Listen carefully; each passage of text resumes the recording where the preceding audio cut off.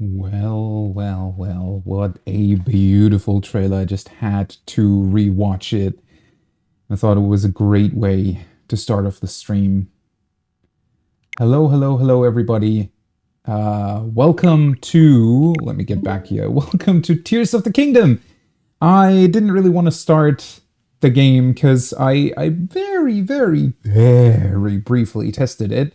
And it seemed to be starting off with a cutscene right away. So I closed the game off and I wanted to do that, properly and not accidentally already watch one of the cutscenes that we eventually or maybe possibly want to find out about on stream.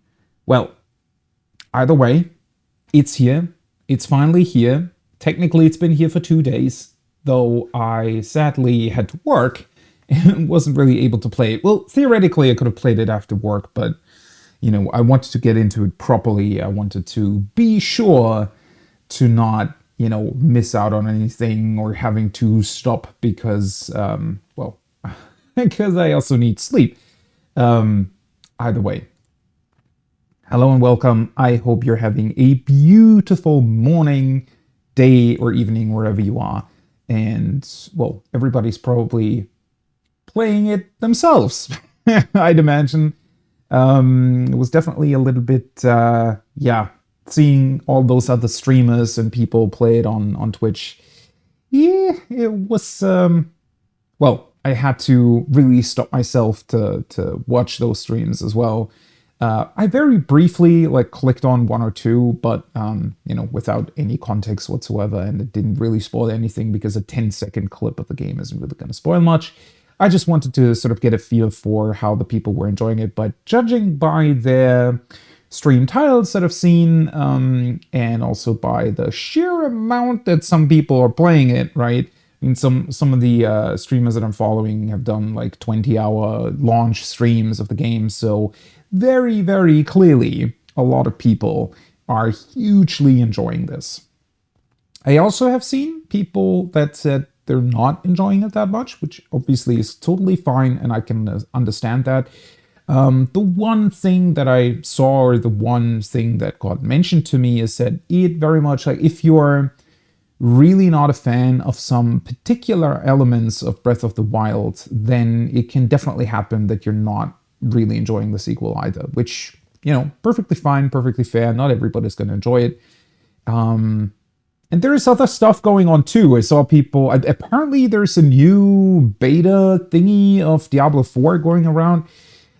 Technically, I was considering maybe playing Diablo 4. It's not really going anywhere, right? I mean, you can probably play it in, I don't know, a couple of months and it will be fine. Diablo's always been sort of a hit and miss for me, right? I like the concept of the game. The first beta, when was it? Like a couple weeks ago, right? I did play for a little bit and I did enjoy the gameplay. I thought it was cool, but the game's always kind of failed to grab me. So I wasn't quite sure if I was ready to jump in on release. And I would have if it wasn't for Tears of the Kingdom, 6.4 in Final Fantasy 14 and Final Fantasy 16 afterwards as well. It's too condensed, and those, for me, take massive precedent over any Diablo 4 adventures. So, yeah, don't think that I'm going to be playing that anytime soon. Whew. That being said, I think it is time. I think it is time for us to finally venture forth into this beautiful game and get absolutely and utterly lost in its world. Not necessarily in the sense of being directionless, but rather in the sense of not wanting to leave it at any point. Unfortunately, there is kind of a cutoff point for me today because I do still have rate in Final Fantasy 14 this evening, which leaves us with about 9 hours, something like that, I would say, in Tears of the Kingdom, which will probably mean that we're going to be halfway through the tutorial or something by that. I'd imagine. But anyways, one thing that I have to mention real quick, though, it's the first time since I got a new Switch, it's the first time I'm actually playing on the Pro Controller, and I'm still kind of getting used to the layout. I don't think it's going to be a massive problem. The only thing that is probably going to trip me up a bunch of times is that cancel and cancel and select essentially are reversed, right? We're on PlayStation, at least in the West, cancel is circle and select is X or cross. On Switch, it's the reverse. And the plus button is a bit weird. I'm always afraid to hit the home button on the Pro Controller for some reason. Not that that would be a big problem, but, you know, if I do something weird in the first 20 minutes, it's probably down to me not really finding the buttons on the controller. It should be fine, though. It's a very cool controller. Don't get me wrong. Like, Pro Controller, I wish it was slightly larger, but other than that, it's fine. Also, it's obviously way more comfortable than the huge Wii U gamepad that I've been using for Breath of the Wild for the last 2 weeks. Which still, for its size, is very comfortable to hold. It's just that, especially with the motion controls, it can get a bit tedious because you don't have that much freedom in arm movement when you're just sitting down in front of a desk like this and you're supposed to be wielding that giant gamepad around. But anyways, it is time. Let us get into Tears of the Kingdom and see. Again, I opened it for about 5 seconds, and as soon as I saw that a cutscene was playing, I stopped it again. So let's see what that cutscene is and how it starts. There we go. I hope it's not too loud. I turned it up for me because I don't want to miss out on any great music or sound design.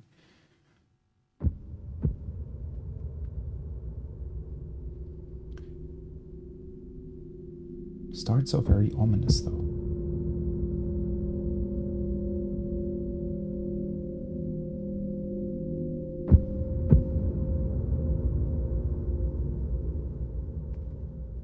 Then again, the tears part has to mean something, right?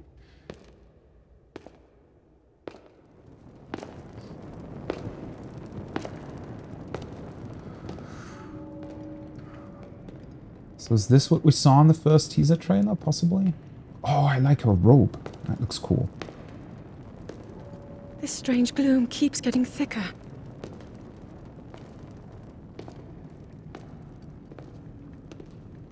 Also, they're definitely grown up a little bit from Breath of the Wild, aren't they? We've been descending for a while now. These tunnels are deeper than I thought. What could be down here? Oh, don't tell me she's called Zelda. Ooh. Wait, this is not a cutscene, we're actually playing this part? Beneath Hyrule Castle. Okay, I do have to turn it down a little bit for me. Zelda, wait up! Okay, I completely thought, okay, give me 1 second here, just very, very quickly. What kind of sound options are there?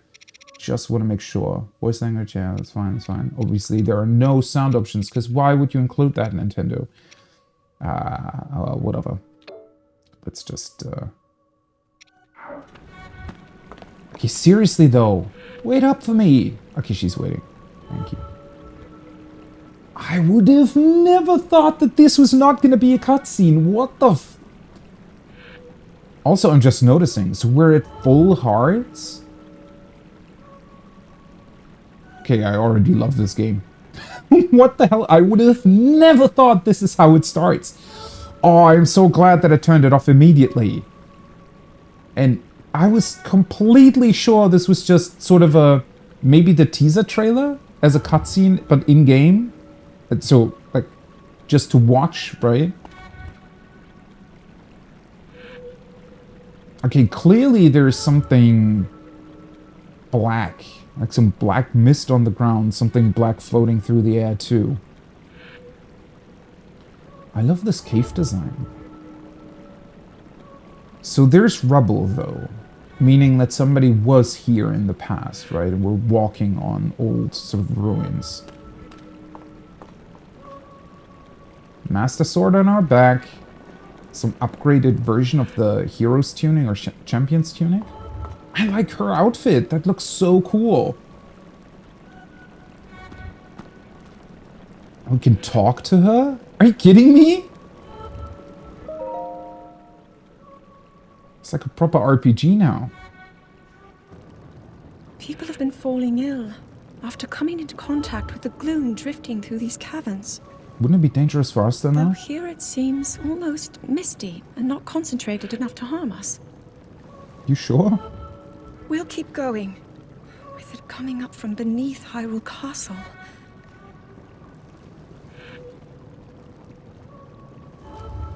We do not know what waits below, so we need to be ready for anything.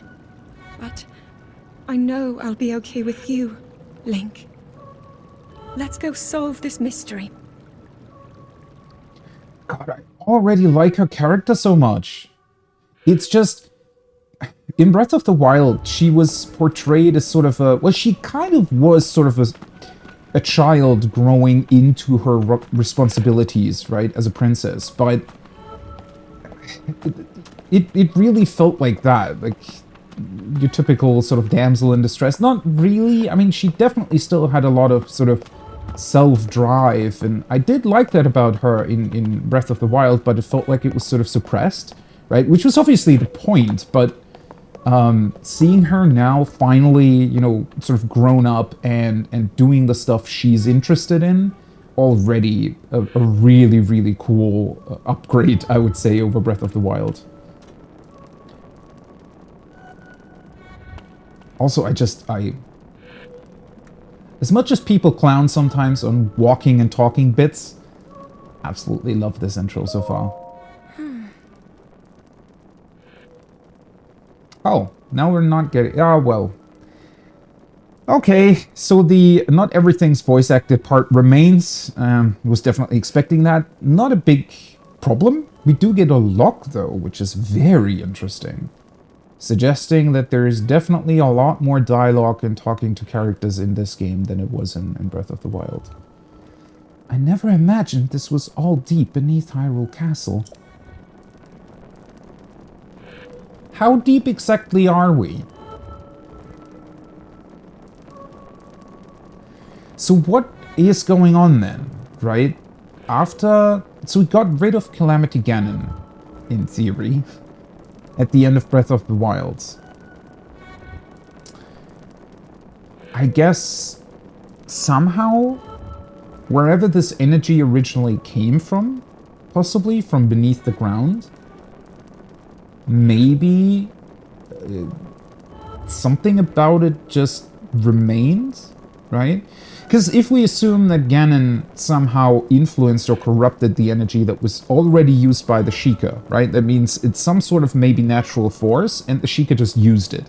And then Ganon corrupted it. Maybe some of that corruption still remains or lingers, even though Ganon doesn't exist anymore. Huh? The Master Sword glows, right? Which it did against Ganon and against the Guardian. So every time that corrupted energy was around, that was when it glowed, right? Link.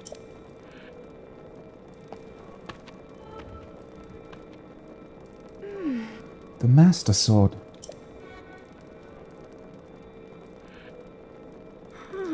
It must be sensing something. The music, holy shit. I knew we had reason for concern. This haunting, whoop, whoop, right? Like it's withdrawing the music from the scene, almost. Ever since the end of the calamity, the castle has fallen into neglect. Has it? But I never could have imagined anything like these tunnels were hiding here. We must be careful as we move deeper. We must be indeed. Swing sword! Oh boy, if that's not ominous, then I don't know what is. So we're gonna come up on some enemies, I'd imagine? By the way, brilliant way to start off the game and give you a tutorial. Some sort of bigger room. God, the music!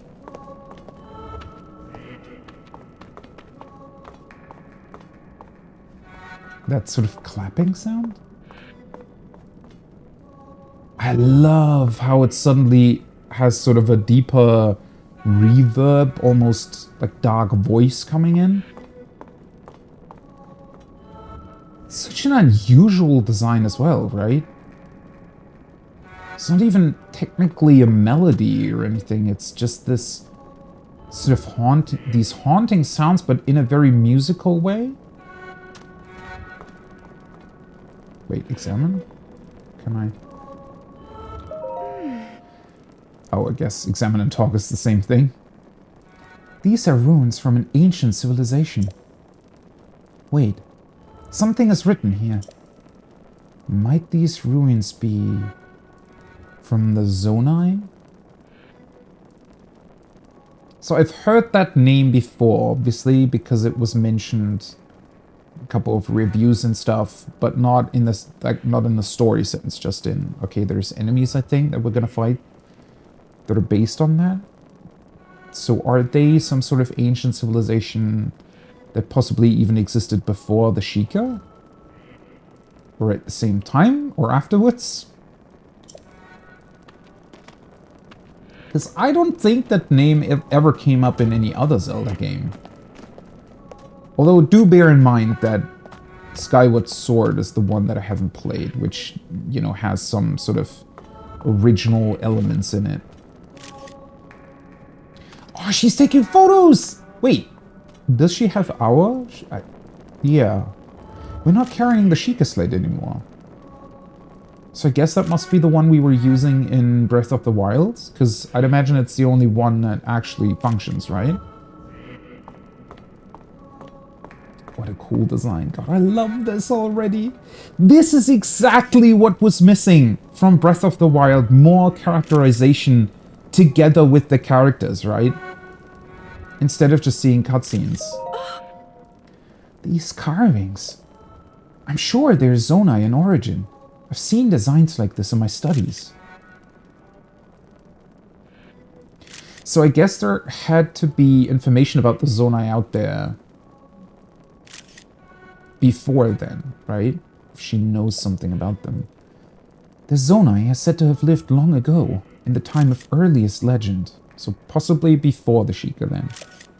They possessed godlike powers and had a prosperous civilization in the sky. Many history books tell us about the Zonai, but none gives us the full picture. Much is still unknown about them. Okay, so we do know something. That's good, because that means that clearly, you know, ruins were already available at certain points. Like, they're not super... They're not just suddenly appearing, which I like, because that makes a lot of sense when it comes to storytelling, right? It would be weird if nothing about the civilization would have ever existed or be known, and then suddenly things, I don't know, come in or go wrong or whatever.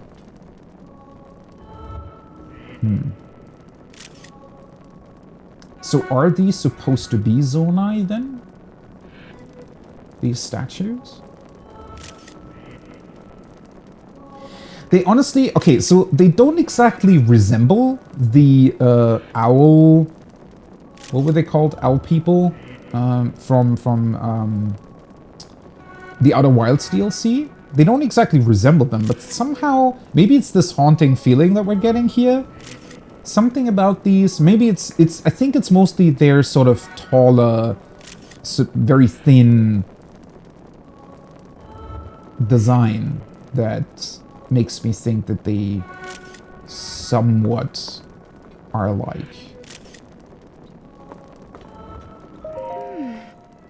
Is this what the Zonai looked like?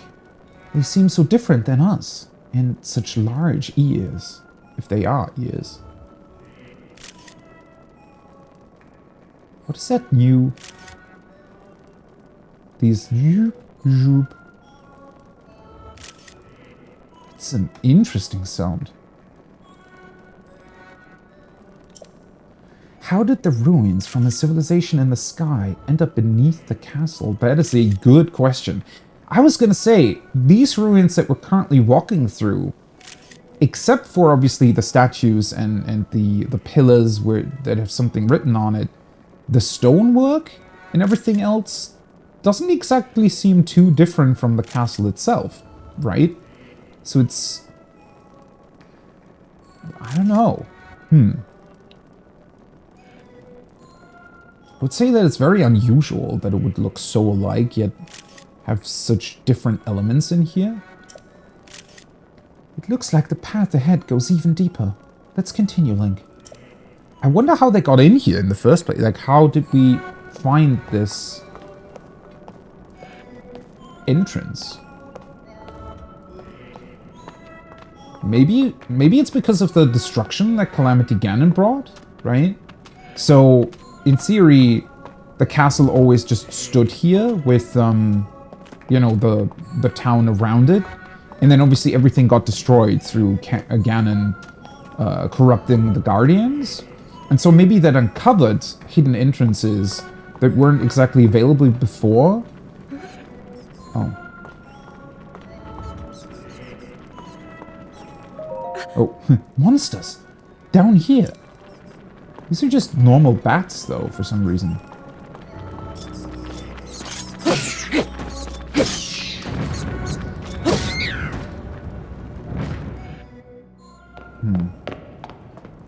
You are not hurt, are you, Link?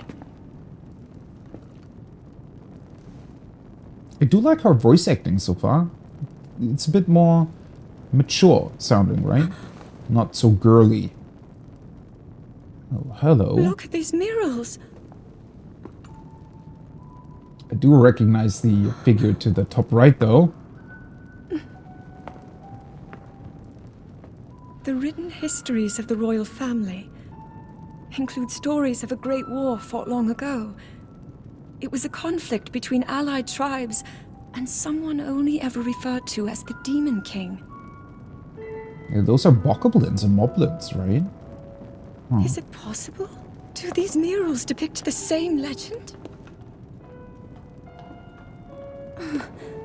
Holy shit, there's a lot of murals, though. This is similar to the statues we saw earlier, a Zonai. And these figures look like Hylians. This depiction certainly suggests that the Zonai descended from the heavens.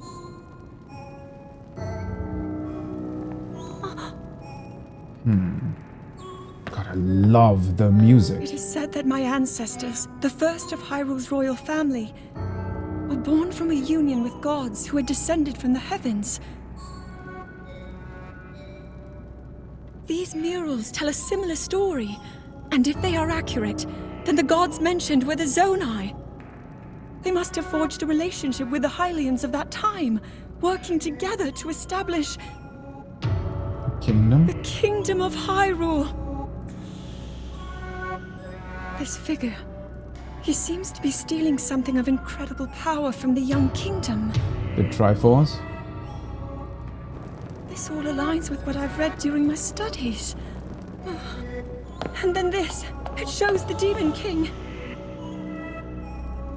And a fierce battle against him.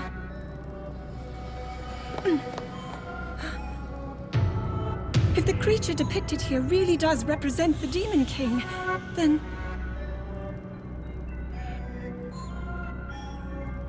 Oh. Incredible! Wow. This mural must be the Great War recorded in the royal histories. We're really starting off with a banger, right? This is the imprisoning war, and the events that led up to it. Link! This is a huge discovery! She is just all about the history.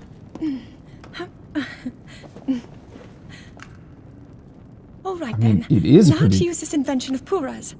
I'm glad I didn't leave it behind. It's so easy to record. You point it and click. Oh, it looks like the rest of the murals are obscured. Time to use your bombs, Link. Those rocks can be destroyed. Place? That is a good question. Maybe we'll find more answers farther ahead. Link, let's keep moving deeper. Alright, so we get to see more, hopefully, because I was afraid there for a second that this was already over, with so many questions left unanswered. Wait a second. Can't tell you how excited I am. I mean, it was clear in your voice. Honestly, voice acting so far, pretty on point. The murals down here, their images support so much of what historians have written about.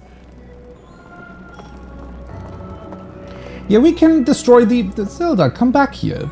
These are clearly rocks that are destroyable. Didn't you know about the bombs that you can conjure up with the, you know? Just try it. You have the Sheikah Slate. You can use the rune. Okay, seriously, though, what kind of bombshell discovery is this? At the very start of the game?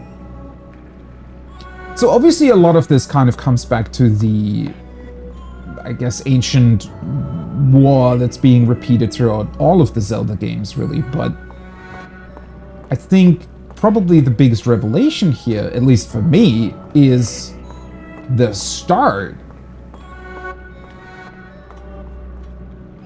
And the way this is depicted very much, you know, is, well, it's a legend, right? It's recorded in history as some ancient event, sort of gods coming down from the sky. But, and I was speculating about this already in my Breath of the Wild playthrough last week. I always thought that it was odd to me that the Sheikah had so much very, very advanced technology available to them. Not necessarily odd in the sense that where did they get it from, but rather, if they already had that, then how did it all go bad, right? How did we lose that technology to an extent? But also, why are we even talking still in sort of the sense of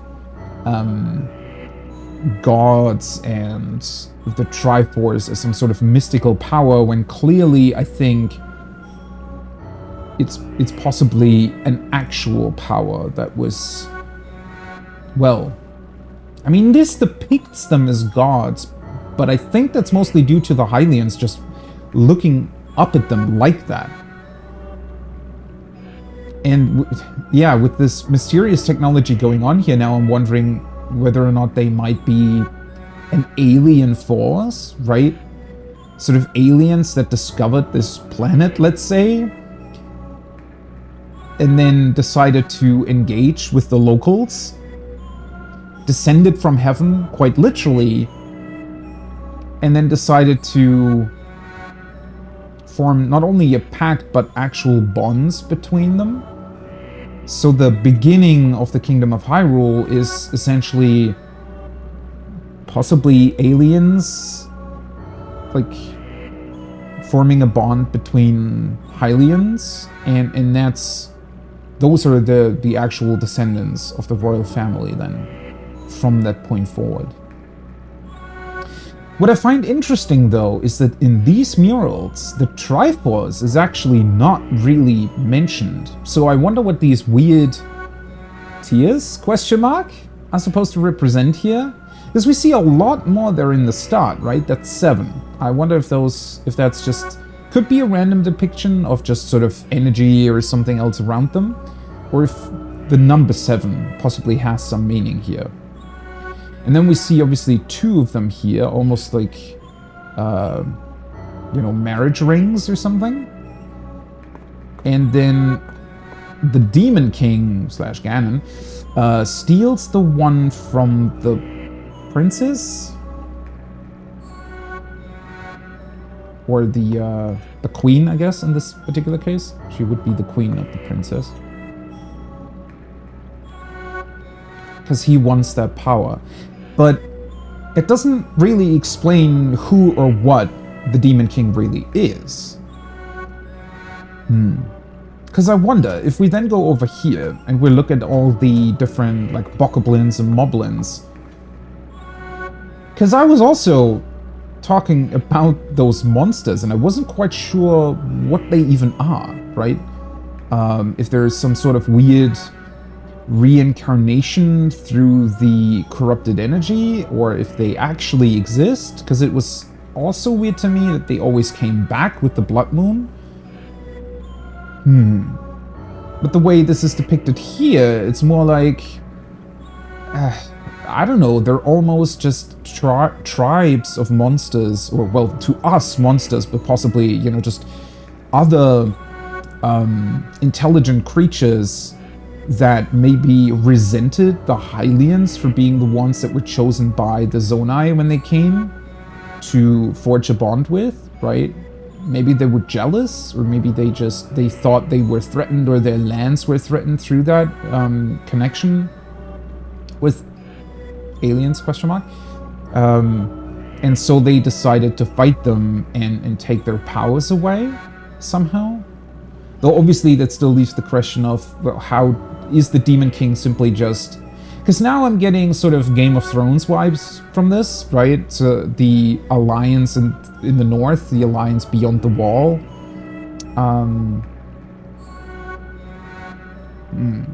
So was or is Ganon just some very, very powerful leader of these tribes? Or did they somehow conjure him up? Also, what is that black sun-looking thing at the top supposed to represent? And then I guess whatever happened... So first of all, clearly there's something else hidden there. Possibly information about where the Demon King came from? But then somehow this always keeps repeating throughout history. There really isn't any sort of deeper information about that here. Although maybe we're about to discover that. Also, it looks like there are even more murals, right? Beyond the cave-in. This makes me wonder if maybe... Maybe the Hylians even created these opposing forces accidentally? Not necessarily the tribes, but some form of corruption. Maybe through tapping into some energy storages beneath the earth. Like the Sheikah did, they inadvertently also caused some corruption, and that corruption then spread and made those tribes oppose them? I don't know. Obviously, this is all huge speculation here on my part. It just seems so interesting that they would even point that out, right? Okay, yeah, this already looks a bit more dangerous. Clearly, we're getting into some more corrupted territory, but it is the very same, or at least it looks very, very similar to the corrupted energy that we've seen throughout Breath of the Wild, right?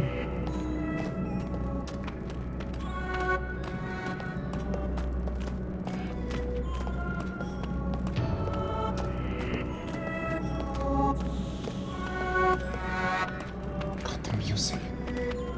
Holy shit. Whoever came up with this music, just brilliant.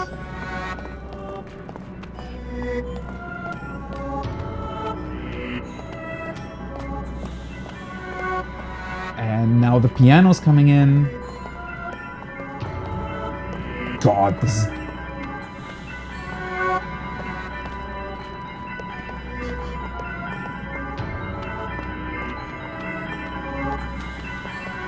I love how they're also giving it time to really seep in.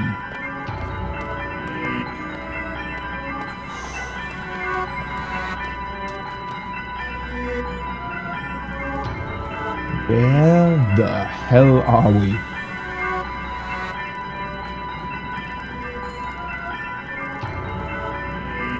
That is a huge structure. What is happening here? A green light in the distance. I'm having the strangest sensation. This is all so ominous. It really is. I'm all worried about the black light and everything. Tactics turkey. Do people smoke? I mean, they must be smoking some... Holy shit. I don't think that would be healthy to breathe that in, honestly. I'm more wondering about the different coloration between the particular. So it's green at the top, then some blue in the middle. So is it actually cleansing the energy, possibly?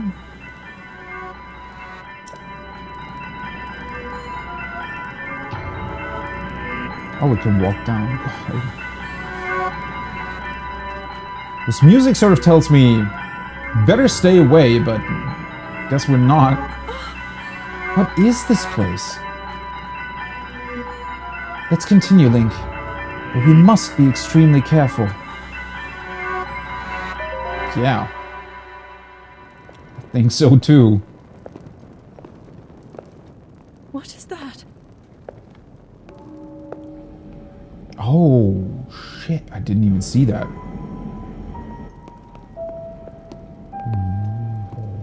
What the...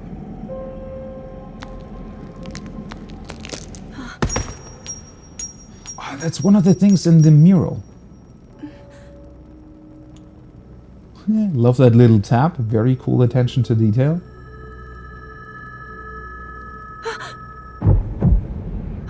Oh boy.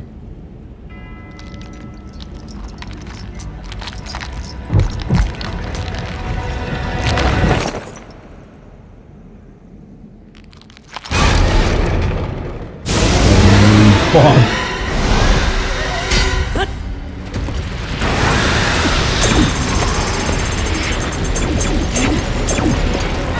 Yeah, we need some power, apparently.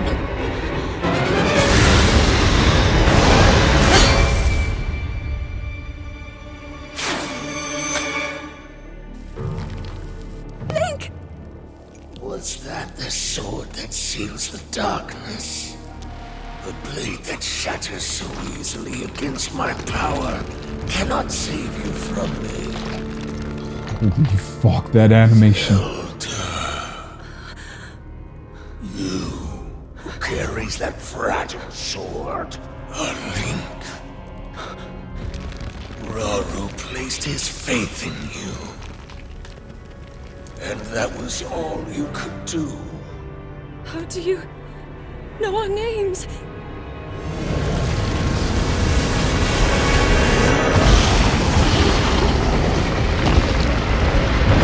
What the fuck is happening?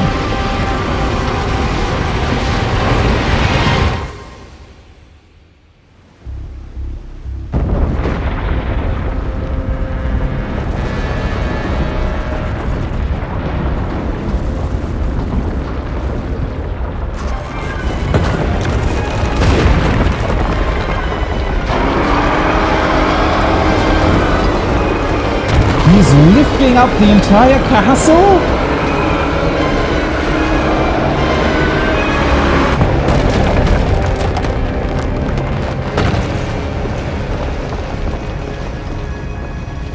And then... Holy shit. I just saw his arm.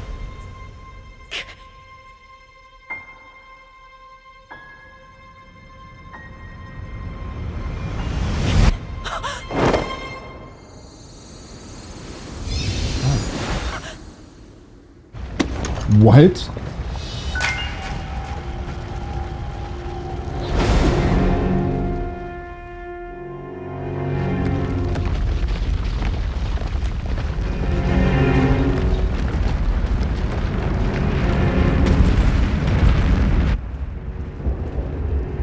I guess that's how all those pieces fell out of the sky. Holy shit. Imagine that happening. That would be so insanely dangerous.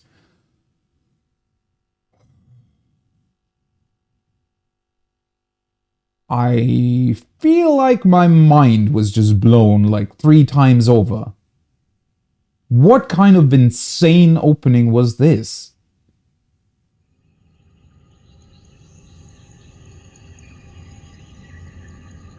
Like, not only in the way of how it was done and how the cutscene works, but I feel like there's like at least 5 hugely important pieces of information here that we just got that have possibly like billions of implications, but also just billions of questions.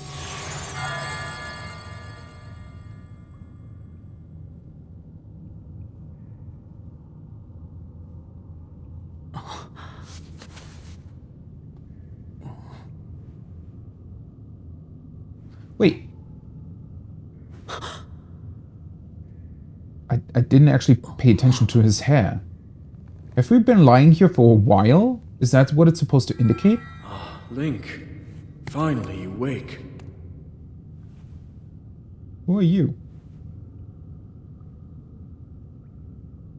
I've heard a great deal about you from Zelda. You have? Your wounds were severe. I am relieved to see you escape death. Yeah, not the first time. Your arm, however, was beyond saving. I had to replace it, lest the injury endanger you further.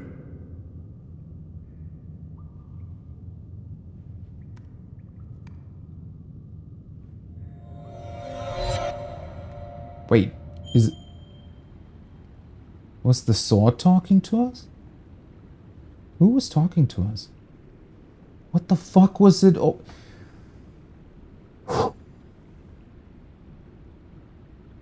I feel like I just ran a half marathon. What the hell was this opening?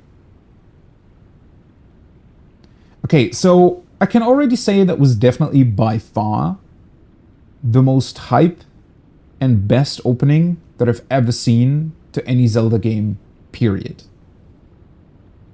I think I have to extend that, though, to games in general. You know, it's not really, like, games are very hard to compare to each other, but I would say that it's definitely in my top list of favorite game openings of all time already.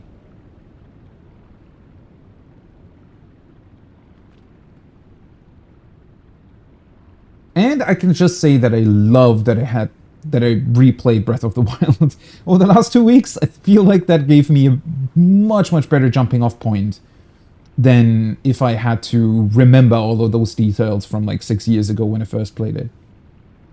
This looks awesome, by the way. Nice pants, Link. Why did those survive? Weird, but okay. Alright, so what did we just see?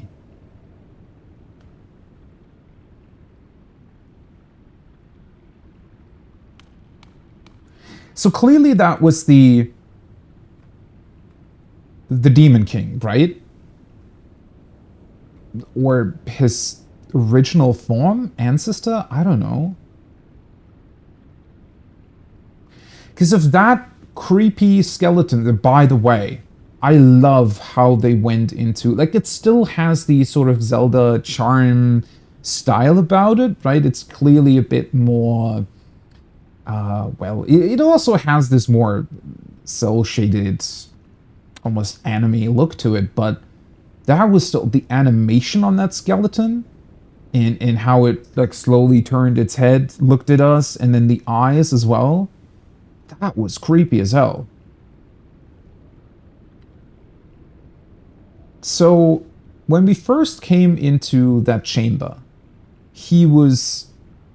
it looked like that hand was sort of pushing down, right? Almost holding him back, or trying to control him.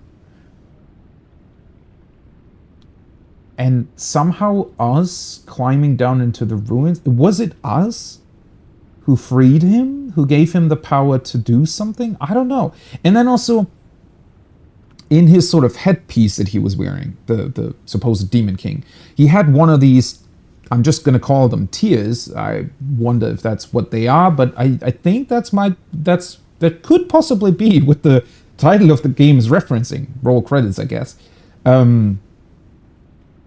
He had one of those in his, like, tiara thingy on his head, crown, whatever it is. And then another one fell down, possibly suggesting that he got multiple, or that he... I don't exactly know what happened there. If they are some sort of power device from the Zonai, then it looked like Zelda was sort of teleported out, right? And we know that teleportation technology exists because it did in Breath of the Wild, and that's how the Sheikah, or the Sheikah ultimately ended up using that technology, which, if we assume, well, the Sheikah is sort of a highly an adjacent force or something, right? Like their top secret service, something like that. So, well, if they had that technology from, or got it from the Zonai, or teleportation or anything like that, it would make sense that these things, tears, possibly could be some sort of sentient technology. I don't know. It probably sensed danger and teleported Zelda out to where, obviously, we don't know. And then it proceeded to do more or less the same thing with Link, and it brought us here. And his arm possibly is what remained of some sort of original leader or Zonai chief, I don't know. Or possibly, it could also be from some, maybe they created some sort of energy being to control the Demon King.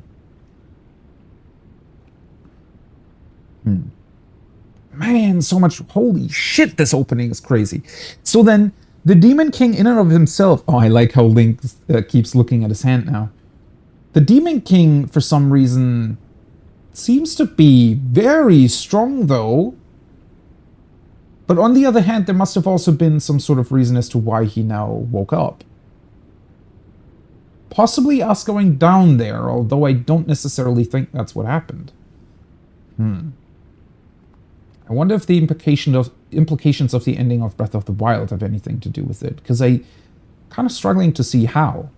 Right? How would us defeating Calamity Ganon somehow wake up that Demon King? Would it have influenced the Zonai structures that held him back somehow? I don't really know. And then, beyond that, he was corrupting the Master Sword, right? So that whatever weird red energy he has, or very, very powerful energy at that, was able to sort of seep into the Master Sword almost. Although we did damage him as well. Was that the tip of the sword sort of flying off and creating a wound on his, was it neck? I think it was his neck or something. That's definitely going to be, I think, the way to possibly finally deal with him at the very end. It has to have some sort of implication, right? And then I didn't even realize at first, but Link's entire arm got corrupted while he was holding the sword, while it was corrupted. And that's, yeah, how he lost it now. So I guess this time around, the sort of quote-unquote healing technology and him getting this new arm, that must be what the Shrine of Resurrection was based on, right? So the Zonai possibly already had this technology where they could apparently create artificial limbs of some sort. And then possibly the Sheikah just either adapted that technology or just used it in a slightly different way to build the Shrine of Resurrection. Because it's sort of the same thing, right? Sort of the same power, but not exactly. Alright, can we still use the Master Sword? I wonder. Because it kind of looks like the blade would break. Oh yeah, it's not even... Yeah, never mind. That answers that question.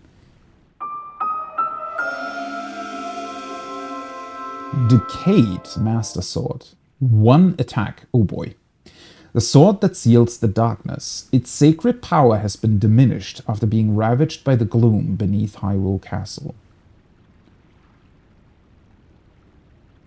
Okay. Huh. Interesting that they call it decayed instead of, because, well, okay, corrupted wouldn't make sense because it's not corrupted anymore, right? Whatever energy was down there clearly just simply destroyed it.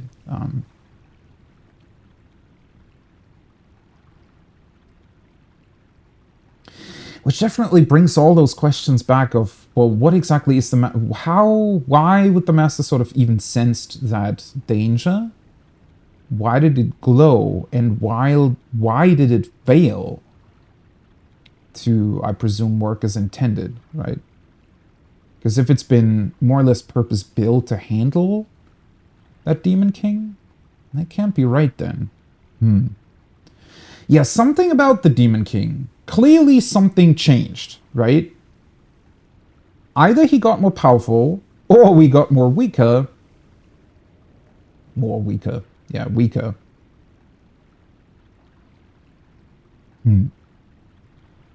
Very strange. All right. Well, that's our new inventory. I guess we can equip it from here. Sword background. So we get a couple more tabs this time around, it looks like. 8 to be precise. And then a settings tab as well.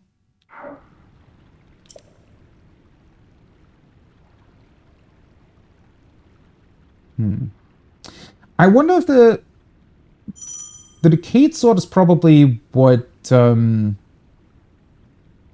will stay around, though. I don't think it can be destroyed further, right? So that means you always have a weapon with 1 attack power available to you, which is an interesting choice. I like it. I like it a lot, actually. And now we get the tutorials, all right. Attack, yes, same buttons always. I already used that. By the way, I'm sort of a fan of this style of tutorial. Reminds me a little bit... Well, a couple of games have done that. It's sometimes better, sometimes a bit worse in certain different games. So in Persona 5, I always thought that it was weird. During that whole...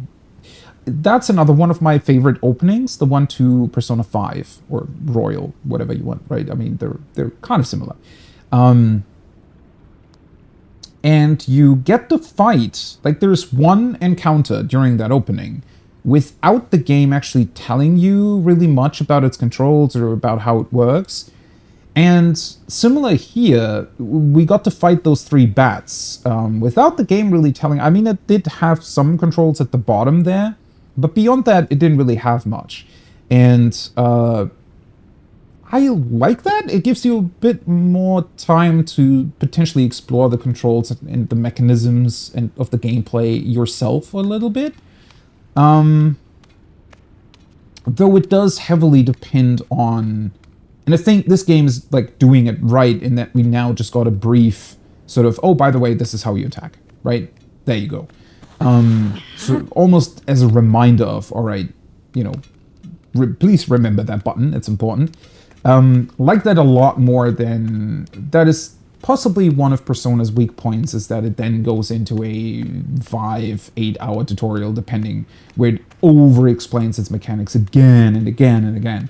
I wish it would be a bit more lenient with that. Although, thankfully, Persona combines it with a lot of story beats, so it ends up working quite well. Oh, tells us to jump as well. Ah, and there we go. I was going to say, we should be able to get up there, right? Well, we're also falling back down again. Okay, let me give me one quick... Okay, this brings up the... How do we get to... No, that's not it. Oh, there we go. I just tap over. Yeah, I was going to say. So let's just save it. Room of Awakening. Interesting. Progress saved. Oh, we do still have the crouch available. Makes sense. Focus is the same. So that should all... yeah. What are special controls, really? Hey, what's up? Oh, that's just the advanced tutorial tab. Yeah, we had that in Breath of the Wild as well. Whew. So, yeah. I'm already blown away by this game. It's beautiful, and the opening was crazy good. I just want to see... Okay, I don't have any amiibos anyways, because I don't have like $2,000 to buy them. Invert is fine. Camera sensitivity, I'm just going to keep on normal for now, because it felt alright. Aim with motion controls, I think the Pro Controller has those. I'm going to keep them enabled as well, because I did like them in Breath of the Wild. We'll see what it will be here. Swap jump controls. Let's see, what is that? Assign jump to B and dash in other directions to X. Oh, so, oh, cool. Nice that they give you that. I'm going to keep it the same because, well, I'm used to Breath of the Wild again now, I guess. Lock minimap to north, that's fine too. HUD mode, that's one of those things that I wasn't quite sure about with this playthrough, if I wanted to go with Pro for the first one, but I think I'm going to keep it at normal. First of all, that's how I played through Breath of the Wild the first time around as well, and it worked fine, I thought. And second of all, I just want to see what the game does with the HUD and what possible other information there is available to us. And it also gives me a reason to play it again with the other HUD mode.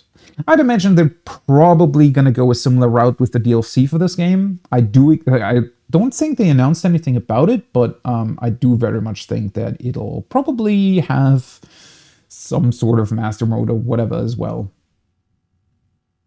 No, so I assume you've also already played a little bit of it or have seen a little bit of it, but yeah. So I've just seen the opening, just awoke in this room of resurrection apparently, and already completely blown away. I did not imagine that the opening was going to go that way. When I first saw the game open up like that, I really thought we were just going to get maybe a 1-2 minute cutscene or something, but that we would be able to actually walk through those ruins with Zelda, explore the murals, and then see that whatever crazy demon king thing just awakened. Yeah. Did not imagine it was going to go like that, and I'm all here for it. Right, let's see what our kitchen knife master sword is able to do now.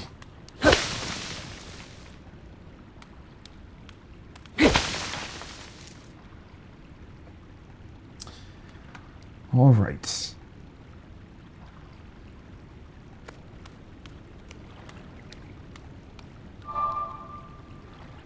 Oh, hi. What are you?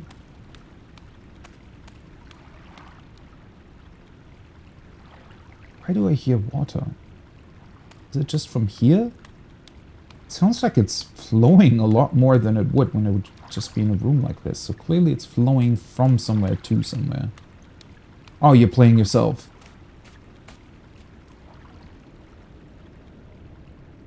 That's nice. Yeah, been kind of envious over the last 2 days that I wasn't able to play it up until now, but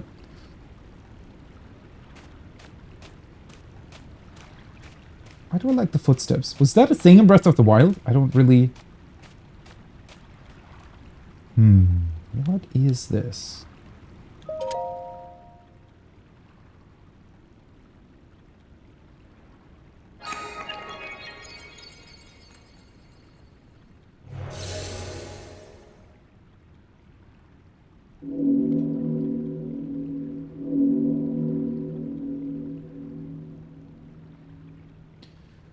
Somehow that sound reminded me of the weird bell in the, what was it called? The tower in Wind Waker? Isn't it called Tower of Gods or something?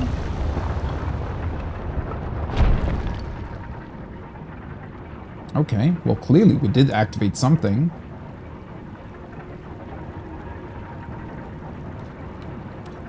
Master display. I love that it's displayed in sand.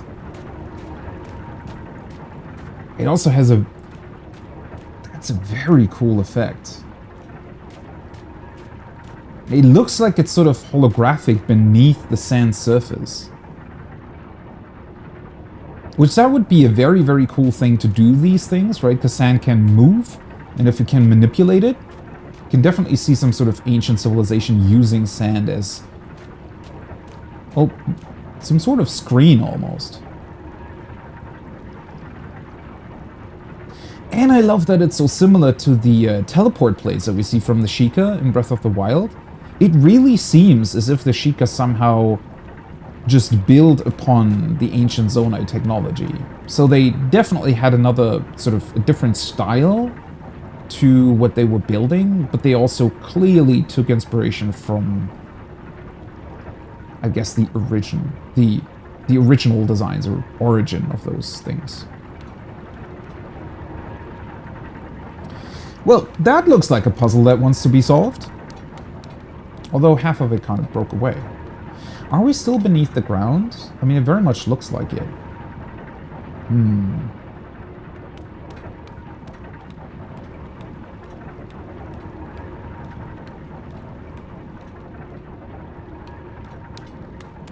But I am assuming, right, that you're also enjoying it as much as I am currently.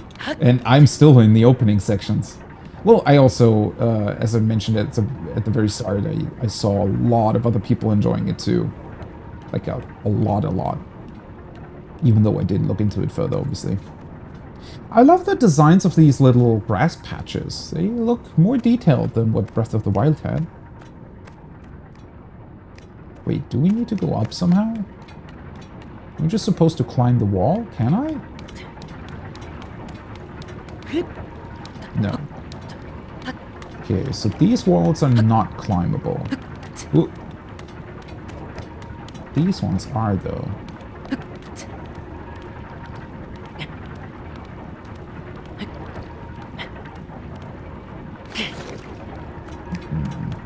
Is there a way to get up there?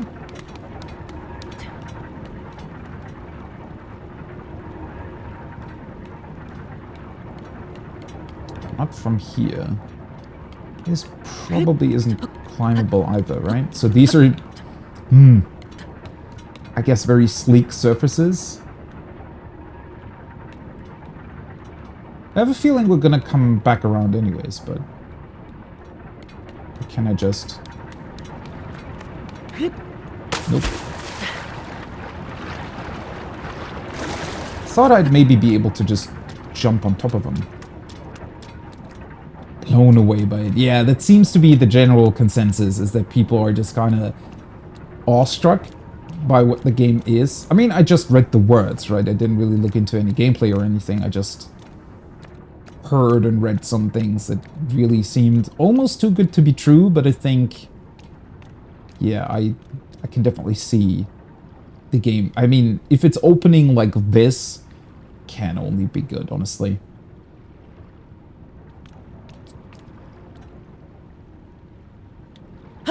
Well, we do still have that animation. That's nice. Yeah, I don't think we're able to do that much quite yet. Probably more of a movement tutorial. Obviously, the obligatory... Hey, by the way, you can climb anything. Well, almost anything.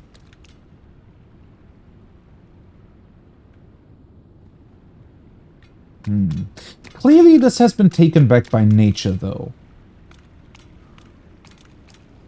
Although at some point it, well, had to have served some sort of purpose, right?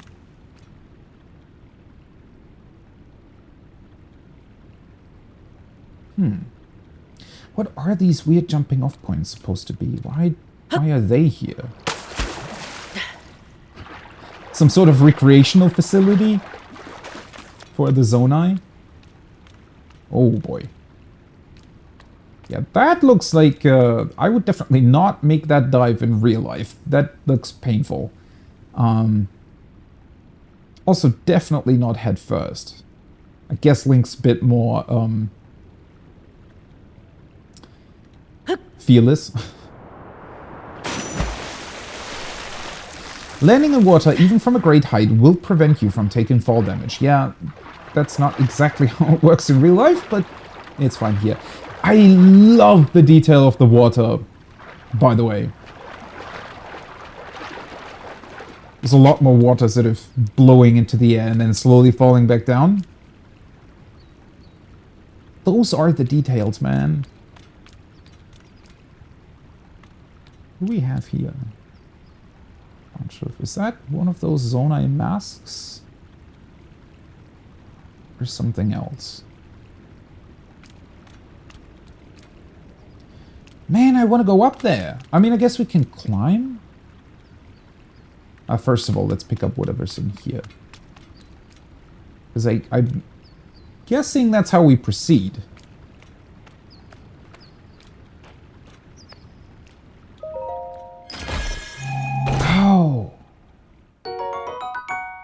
Opaque legwear. Okay. Wait, how did Link know to open the box like that? I mean, so these are essentially biometrically activated then? You have to have a Zonai hand in order to open them? Very cool. I already love just how effortlessly they're integrating this lore of, hey, by the way, you lose an arm. So they were probably thinking, okay, so how do we explain that Link can use all this new power? And then, yeah, why not make him lose an arm in a very, very cool cutscene? And you get an artificial one back that allows you to use all this power or to interact with the ancient technology. Such a simple, clever way. And then the way it's integrated into the cutscene just makes it super exciting and crazy. Simple classic legwear.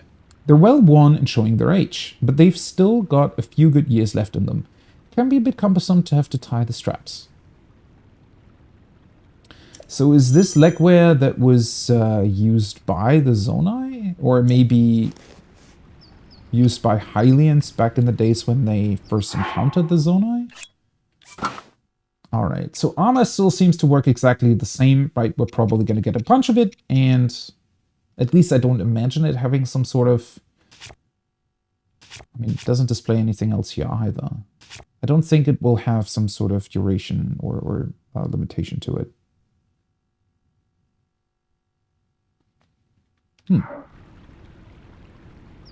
Interesting style, Link. Works very well with your new haircut. Okay, seriously though, can we not... I should be able to climb these walls, right? Or maybe not? No, I guess not. Thought I might be able to climb on the earthen surfaces. Maybe over there?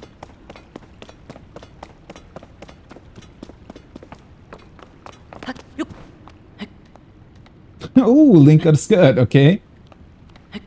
I mean, do I want to... Well, you're still wearing something underneath. That's good.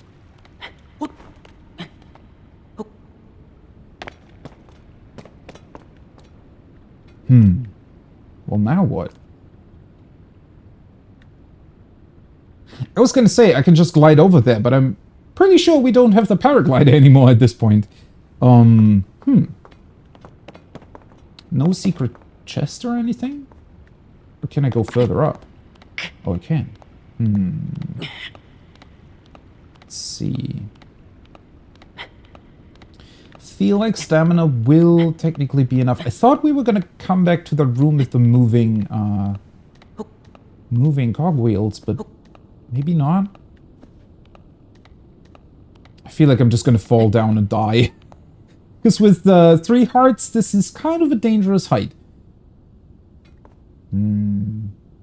Yeah, but I don't think there are any other entrances or exits.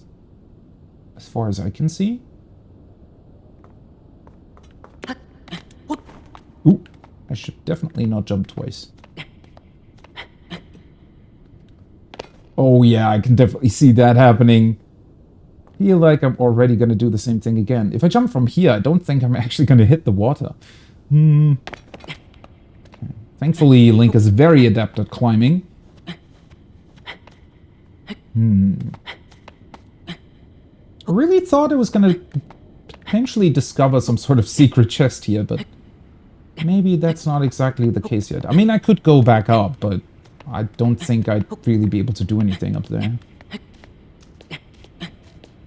Okay, this should be fine. Yeah. Whoop. I still love that diving animation. And that water, that's such an awesome detail. That from a very far height, you can make the water splash a lot more.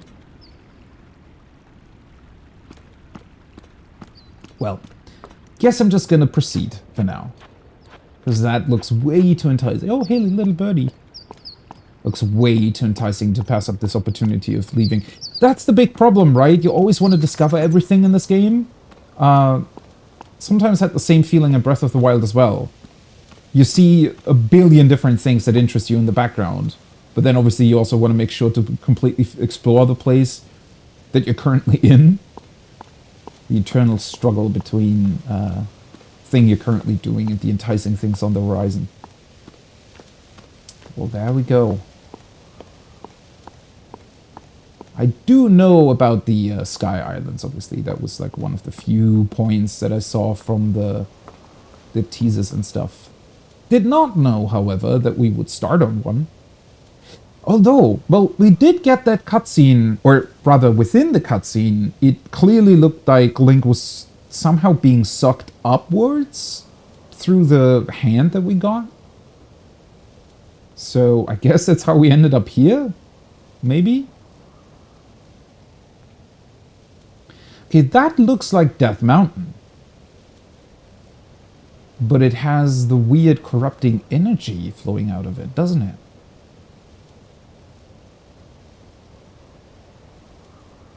And how the hell do these islands suddenly get here?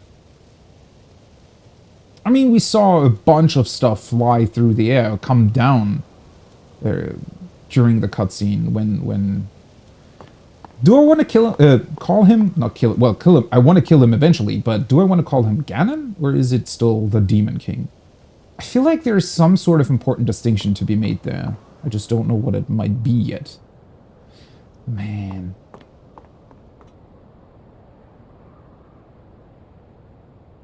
Do I really want to jump? That's... I mean, the game just told me that I cannot really die from... But still. I feel like we're going to end up in that lake, right? Where the hell did we start?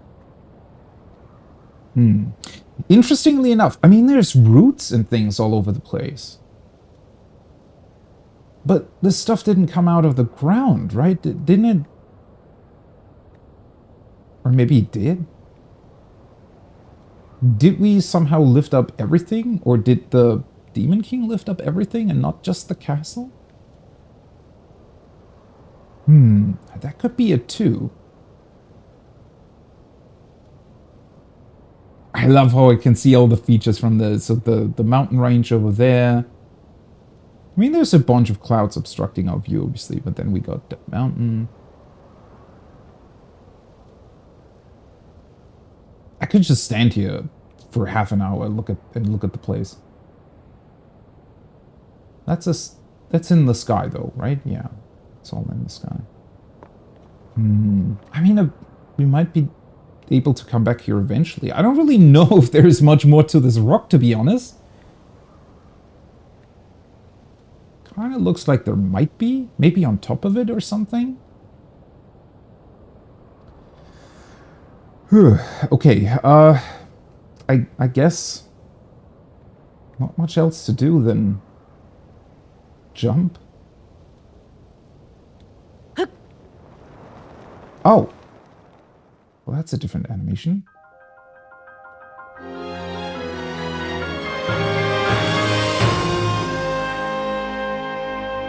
I know that dragon. Hey, so those are still around? Or is that a different one?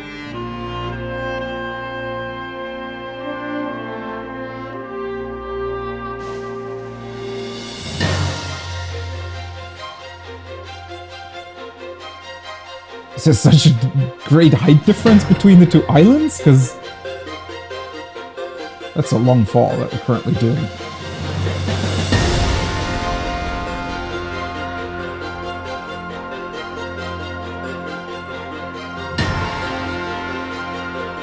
Man, it's been a long time since I was this excited to see a... Accelerate? Oh, okay.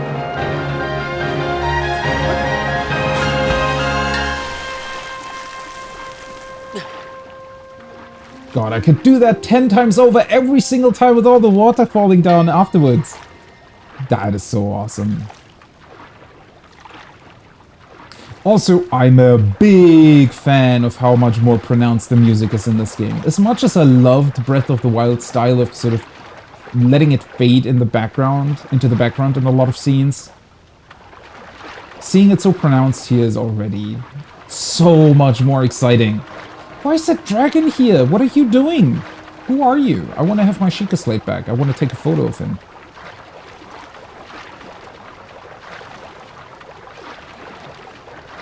He's very high up though, right? Because we're still Great Sky Island. Like the Great Plateau? Question mark? Oh, the cloud.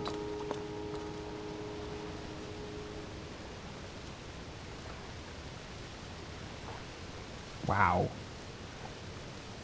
Those clouds just moving through the area?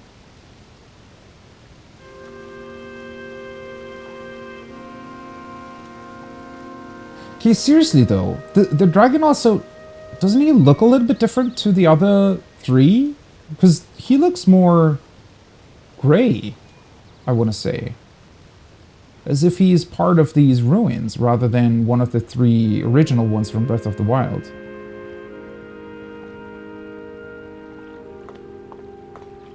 Part is so incredible, like the beginning of an epic movie, it really is.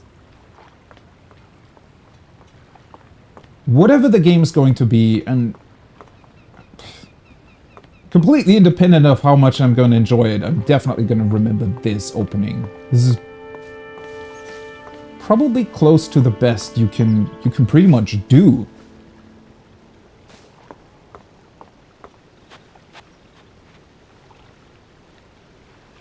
Very beautiful. I wonder what had happened if I would have landed on one of the leaves. Maybe they're purpose built for that? Oh, wait, can I get... Oh yeah, we can. Ah, so they're slowly sinking, but only a little bit. Nice. Oh, such a cool detail as well! So if you accidentally land sort of too much into the middle, or just swim around a bunch and suddenly realize that your stamina was gonna run out, you can just climb up on top of one of the leaves. Imagine, like, these are the details that already made Breath of the Wild just so incredible for me. It's just, you know, in most other games, it would have probably just been a lake, right? They may not even care about stamina or whatever, but here clearly somebody thought of that. Somebody went, oh, but what if the player just is so awestruck that they're just swimming around a bunch without realizing that their stamina was drowning? Oh yeah, let's put a couple leaves in here to make sure that they still have a place to rest on. Simple, but very effective.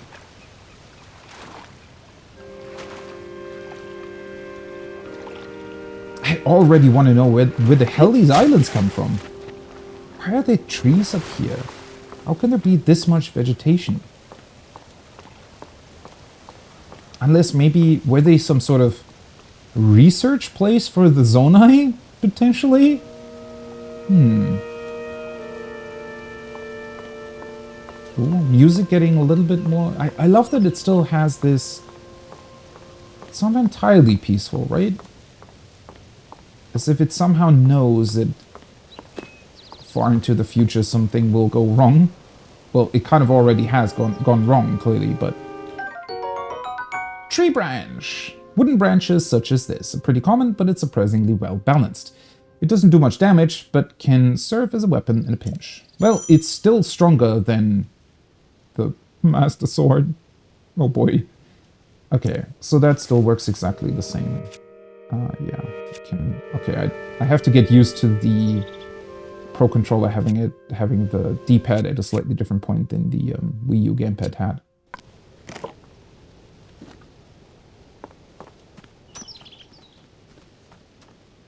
Little bird chirp in the background.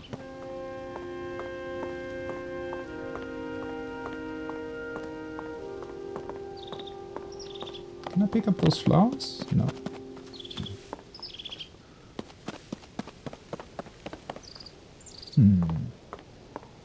Get some mushrooms though. And another branch. Sky Shroom. A common mushroom that grows near trees on Sky Islands. Eat it to restore health. Alright, so that's our basic health restoration method. Like the Hylian shrooms. Oh! Ooh. Crouching... yeah. Hey, buddy! Who the hell are you?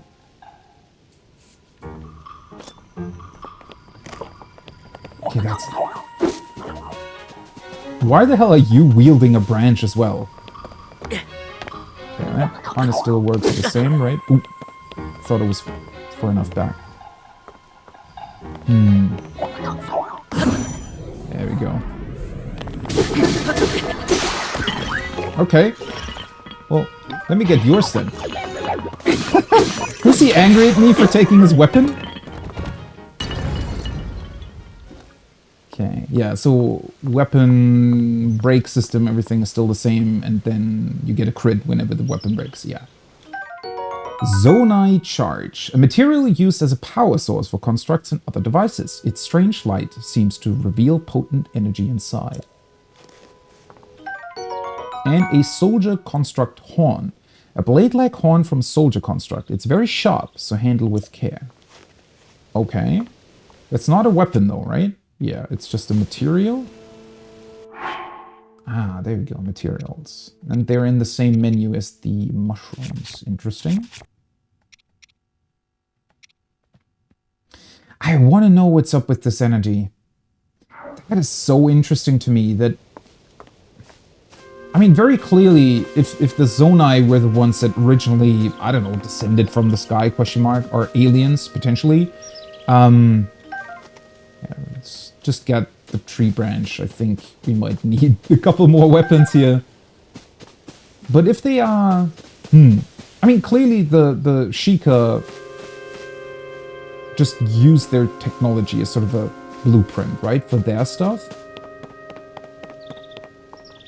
So it could potentially be the same energy they tapped into, just that these now have green energy for some reason instead of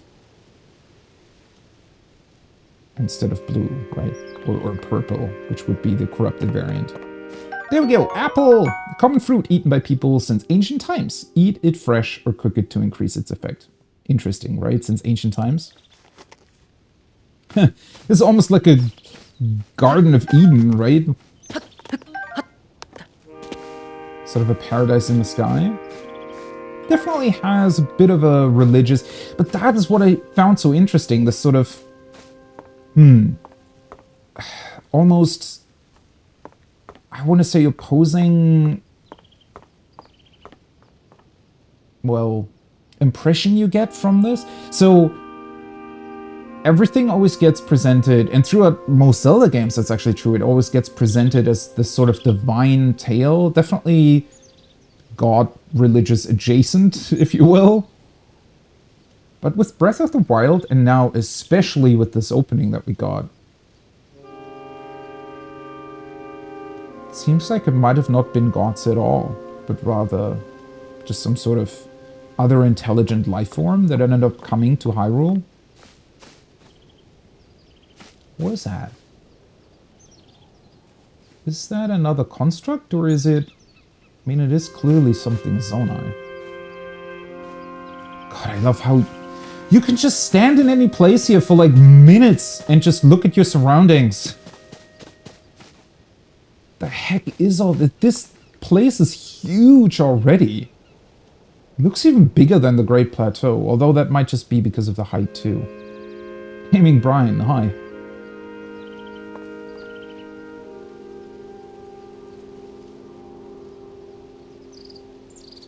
Why is this dragon just chilling here? I love how he's just sort of slowly drifting with the wind. As if he doesn't even really want to move much. Okay, how many... Let's see, does the menu actually... Oh yeah, it does. So we do still have a limited amount of weapon slots, which makes sense. Are we going to see Hestu again? With his maracas?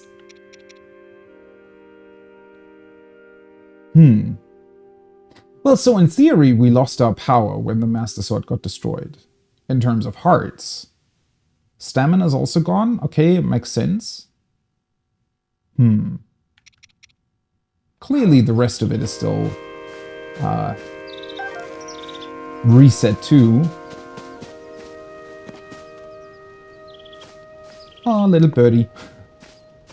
What do we get here?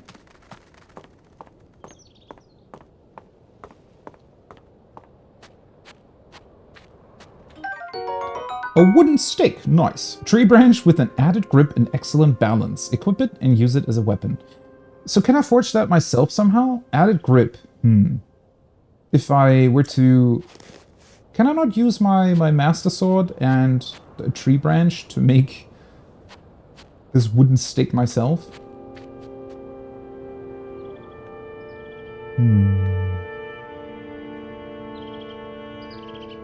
What is this lookout post? Is it supposed to indicate something? What happens if I... Okay, nothing. I was gonna say, I want to have my telescope back from the Sheikah Slate. Sort of sorely missing it right now. I wonder if this is supposed to indicate some target in the distance. Huh. Water flowing down. Okay, where exactly is the water coming from? Is it just condensed clouds? Because that's a lot of water that is flowing down there. Shouldn't those lakes be empty after a while? I do think that it's very, very interesting how... There's just all the space seemingly to explore. As crazy as it sounds, Breath of the Wild was actually very hand-holdy in comparison to this, right? Because we got the king pretty much telling us, oh, hey, by the way, go here, go there, do this, do that.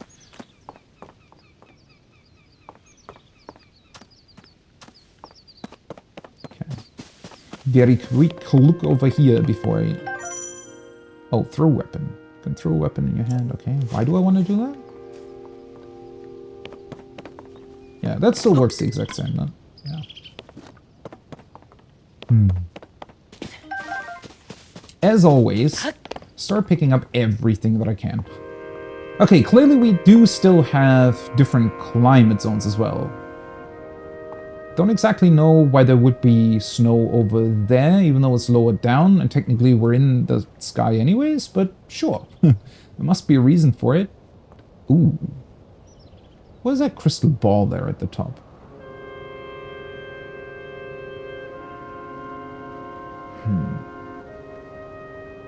Yeah, the more I look at these sky islands... Oh, those look like enemies? Huh. The more I look at these, the more I get the impression that somehow... Ooh, what is that? That looks like a boss fight, doesn't it?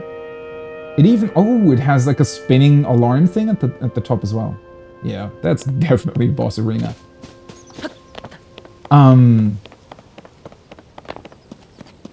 But I get the feeling that somehow the Zonai were using these structures for a specific purpose. Potentially for research, potentially they just built... I don't know, maybe they just like to live in the sky and built these islands with different sort of biomes because they... Well, some of them liked snow and so they wanted to keep it here, right? And so they built... I don't know, things that would make snow appear or would make the environment colder?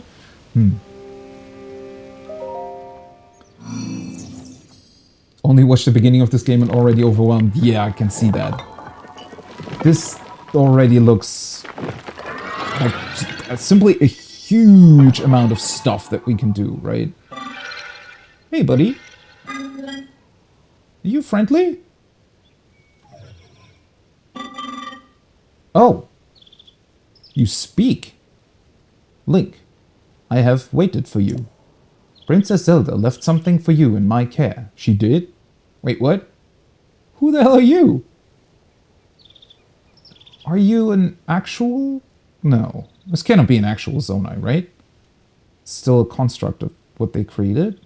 Potentially a little bit in their likeness? Like, not exactly. This thing doesn't exactly look like the statues that we saw down in the beginning section, but...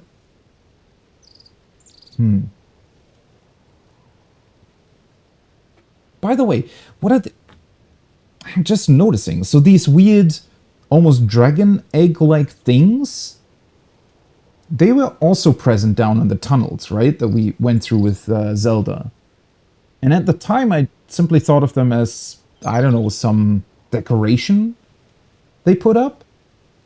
But now I'm beginning to think that maybe those are batteries of some sort. Or at least, or maybe like CPU cores, for the lack of a better word. So something that makes these things move.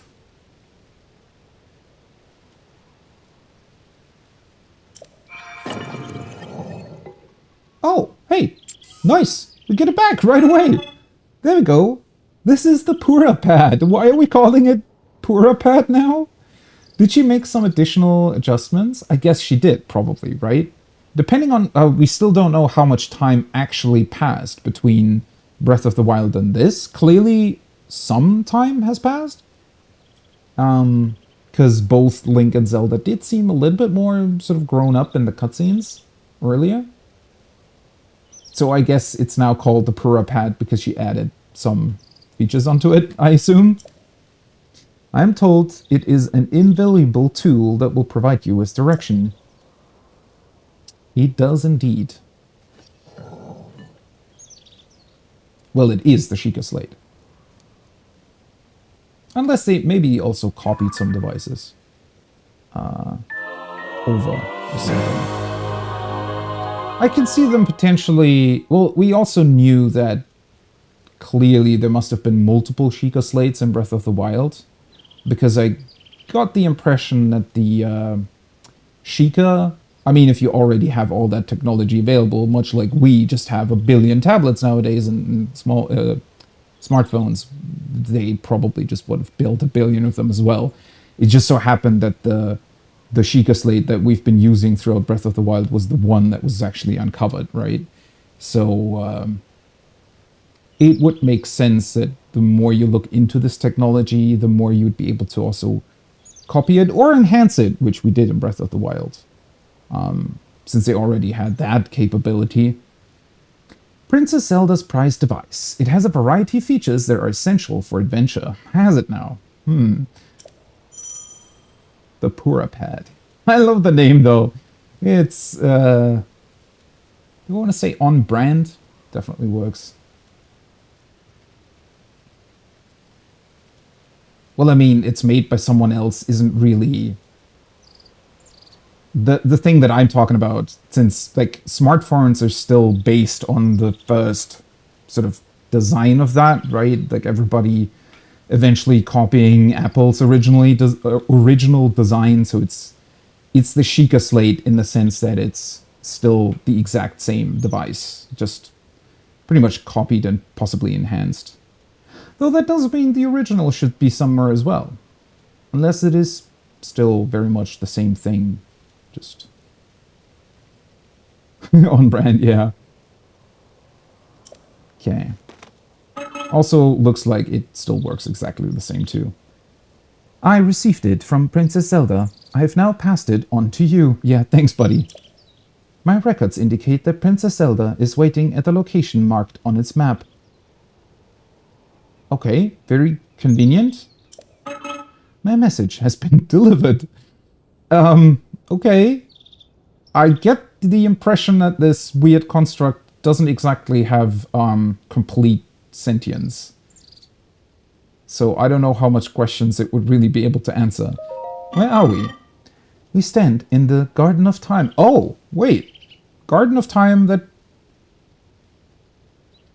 must be on purpose, right? Garden of Eden, I don't know, at least to a certain extent. So I want to say my first impression does fit. The Temple of Time is visible from here, is it now? Wait, what?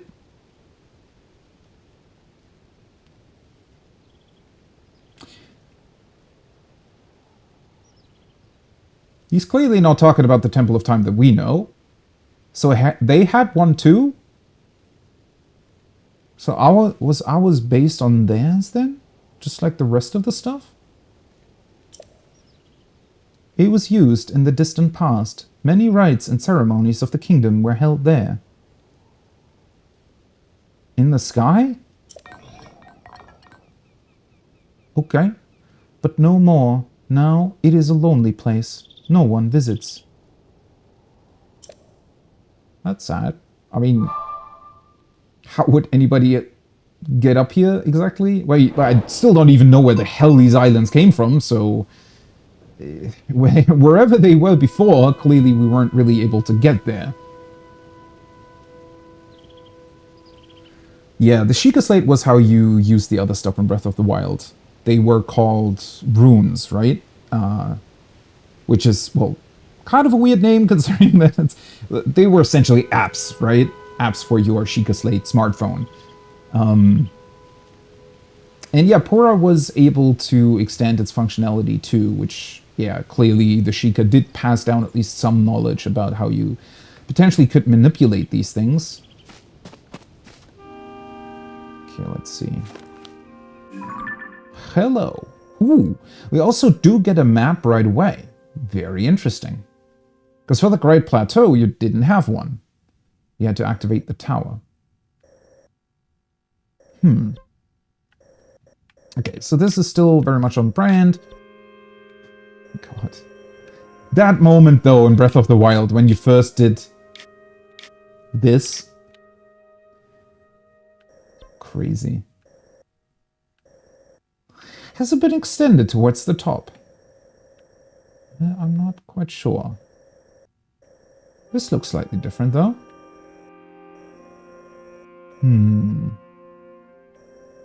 So the map zones seem roughly the same, but they're definitely not exactly the same. Also, the Great Plateau is missing, it seems, in the middle. I also think we're not really allowed to cycle through... No, this just gets you over there. Yeah, I don't think we're allowed to cycle through the different map elevations, I guess. At least not yet. 7 degrees. And then we get some numbers. Is that our actual sort of XYZ coordinates that we're at? Weird choice to include that, but okay. Oh, and this is now part of the... I still want to call it the Sheikah Slate. Pura Slate. Pad? No, Pad, not Slate. Pura Pad. There we go. Actually makes a lot more sense, honestly, for that to... Now that I'm thinking about it, why didn't they do that in Breath of the Wild? If you're literally running around with a smartphone, why wouldn't they record the quest progress in that device, but instead have a different menu for it? Okay. 5 stars, wonder what that's gonna be. It's not how it works in... what are you... So you mean it's the powers aren't used by this thing? Well, I'd imagine they possibly are, right? I don't know. At least at this point, I'm kind of expecting them to more or less be the same thing, or the... Well, not the same powers, possibly, but... Yeah, actually, that's a good...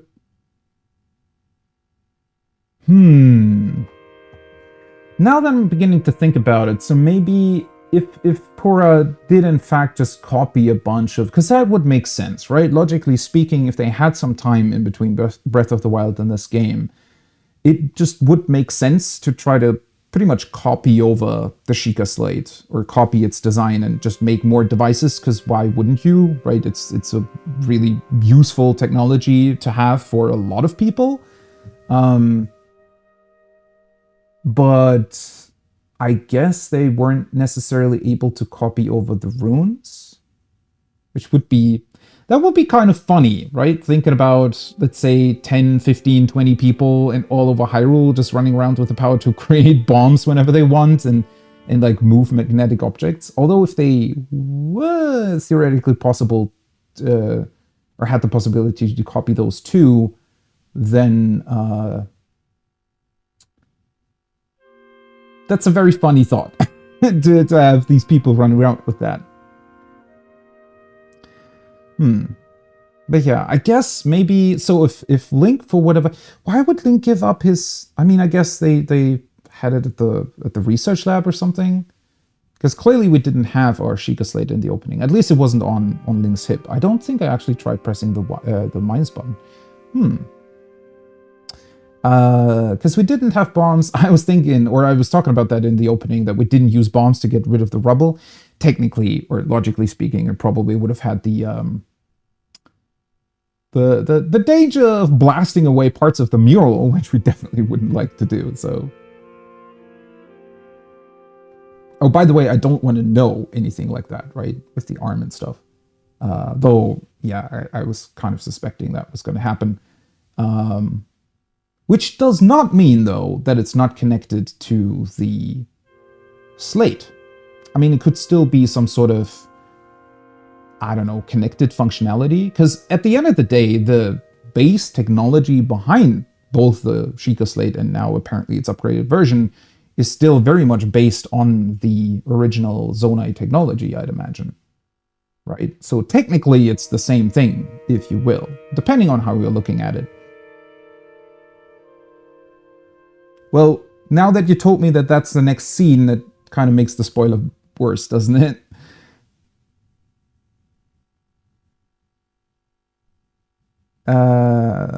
You found yourself on a strange island in the sky after you woke. The steward construct claims that Princess Zelda gave it her Pura pad. Somehow that's weird to me. I always want to say Pura, but saying Pura is actually her name, right? All to get it into your hands. The device's map shows a yellow point of light. The construct said that's where you'll find the princess. Why would she be here? I guess, would that be some sort of funny little... like a fallback point for whenever she got teleported?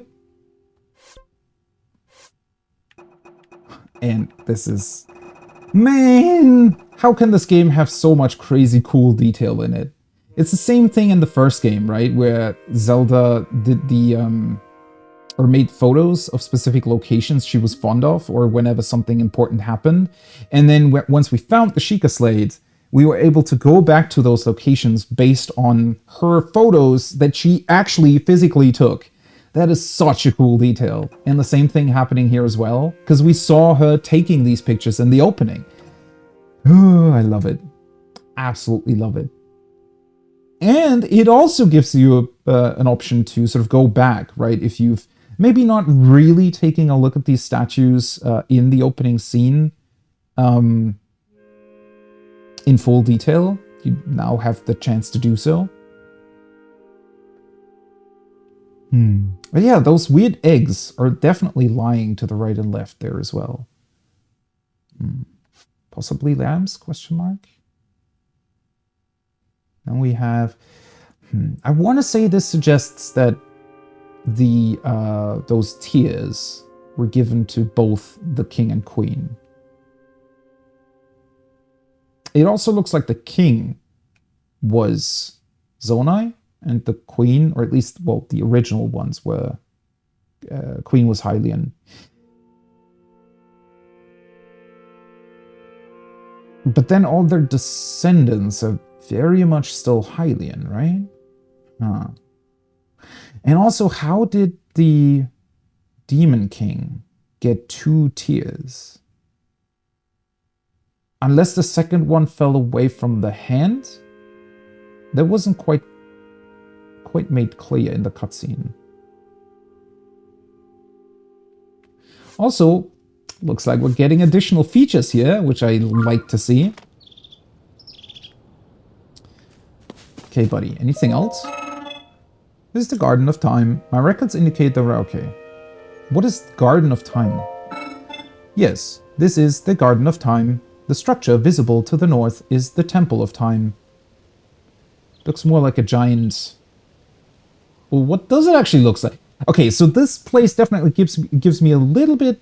Like, it looks way more beautiful in how it's built up, but it's definitely somewhat reminiscent of the floating stuff in Elden Ring. At least also with the sort of...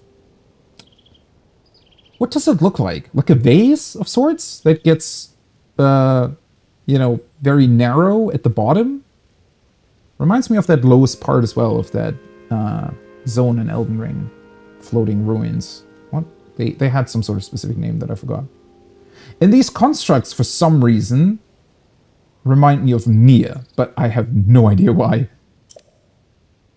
It was used in the distant past. Many rites and ceremonies of the kingdom were held there. Now it is a lonely place. No one visits. Apologies. I cannot help but reminisce. Head to the indicated location. Take care as you do so. I love that little dit-dit. Like when your computer can only do system sounds because you haven't connected any any speakers to it.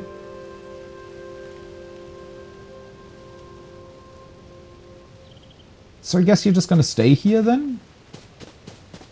Okay. Fine by me.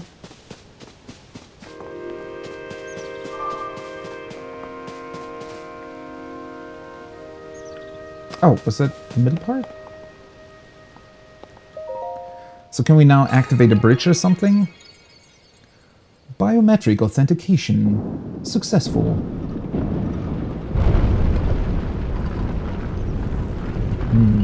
Okay, so I do wonder. Clearly we can activate all of this stuff because we have the hand now, right? Which should be based on Zonai technology.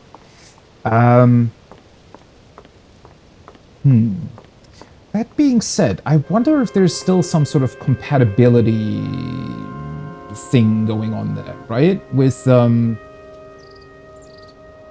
Link potentially being more... What's the word? Being able to adapt to getting an arm like this, because he is one of the descendants.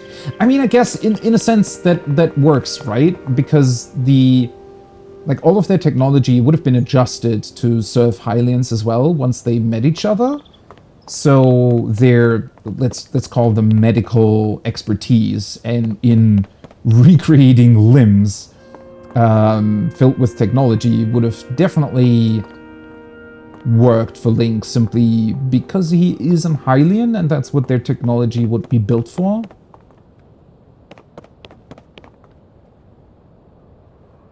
Interesting new enemy. Well, I'd imagine based on this though, right? I don't even want to know. I mean, I already saw whatever that thing is, which is clearly... That's not just a tower, right? That's gonna come alive somehow if it sees you. In that weird boss arena down there. Oh. So, oh, hello. We already got one of those earlier. So, why are some of them friendly and some are not? I guess it's just their designation.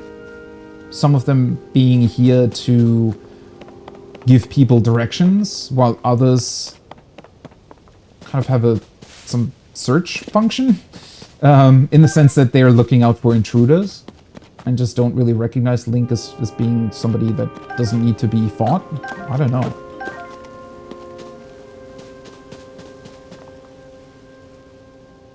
Oh, climb down. Yeah, I don't think I want to do that quite just yet. Yeah, sorry. I mean, I don't really mind it that much. Don't worry too much about it, but I do want to find out. I recognize that it's sometimes very, very difficult to talk about certain things versus others, right? Because I'm just huge into speculating about all kinds of things, and obviously, you know, sometimes there are like little bits and details that can sort of feed into that speculation and make the whole discussion more interesting. So it's always a bit of a thing, but yeah. It's also kind of obvious that we're gonna get most of the answers probably very, very quickly here. Hello, you seem to be new here. Do you intend to use that as a weapon against the soldiers' constructs? I mean, I kind of have to, I feel like. Soldier constructs are those of us given strict orders to protect this land. Ah, right. So that is correct then. Some of them are here to protect, and some of them are here to give, I don't know, directions, help. For some reason, they don't recognize that we're not a threat. Or potentially we're activated and on alert because the island suddenly left their original place, wherever that was. The Zonai who created us directed them to eliminate trespassers. They will consider you a trespasser. You must treat them as a serious threat. Allow me to offer unsolicited advice. It is crucial to maintain a proper distance and target your opponents. Swinging haphazardly will not yield results. I know that, thank you. You may practice targeting on me if you want. No! Why would I? Oh, but please do not actually attack. Oh, okay. I wish we could talk to all of them. Like, convince them that we're not actually trespassers. Okay, is there anything in here? Can I... Oh, I almost threw it out the window. Oopsie. Okay, I love that we're getting pots back. I feel like those were sorely missing from Breath of the Wild. Oh, there we go. Yeah, sorry, buddy, but, you know. So how did that apple get in there? Maybe the constructs put it in? Because otherwise these would be like 10,000 years old, right? Or potentially even older? Maybe they're very, very special apples. Okay, let's leave one of these things around. What you doing? You know, why friend shaped but not friend? Why can we not? It would be cool if we had some sort of way to just turn their alert function off, I guess. Okay, we can just ask the same question again. They will consider you a trespasser in need of elimination. Be careful around them. Wait, are they tending to the trees? I guess they are. I mean, that definitely explains how nature and everything can still grow, I guess. So these ancient constructs have been maintaining these islands over all these years? As best they could, I guess.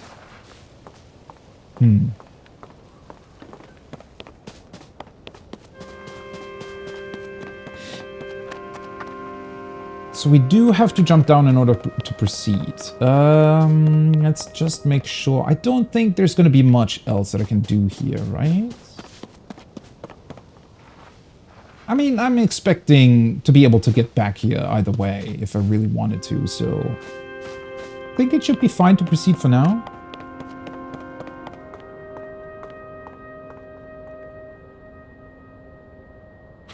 These jumps are pretty scary every single time. I don't know, this would definitely hurt in real life.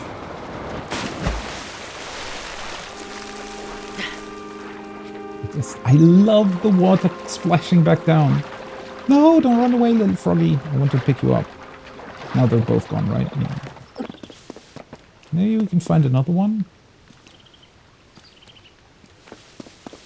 How is this place so beautiful? This must have been some sort of... Oh, that's a cloud moving through. Oh. Hey, buddy. I wonder if they would consider the frogs to be threats as well. I guess not. They can probably differentiate between trespassers and nature, right? Let me... Do I want to test this? I wonder if it breaks at some point. I don't think it will. Although it kind of looks beyond repair, right? Let's use a wooden stick for now, though.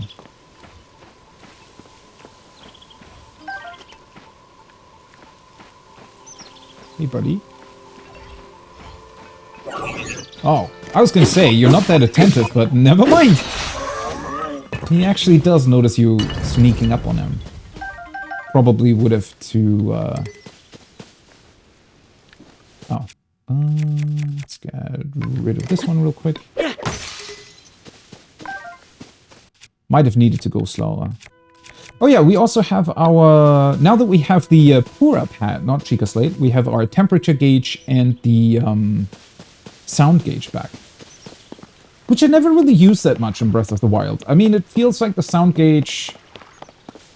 It's fun to have it be displayed like that, because it just makes you feel like you're holding, like through the Chica Slate / Pura pad, you're holding actual useful technology in your hand. But for the most part, it's kind of, you know which actions will produce more sound versus others. Although it does help because in Breath of the Wild, your armor also corresponded to how much sound you would be making. So I guess you'd be able to really see the difference between different armor pieces that way.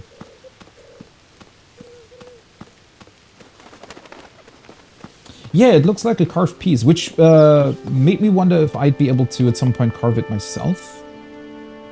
Oh, what the hell is going on here? Oh, can I now... Oh, there we go, we can! Nice. Hey, buddy. Was that always the thing? Feels like I'm in Pokemon Snap all of a sudden.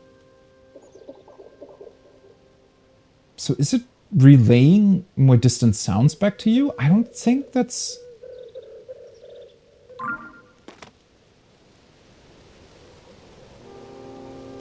Yeah.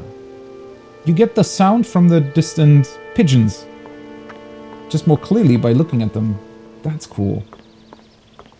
And how does... Okay, so this looks like...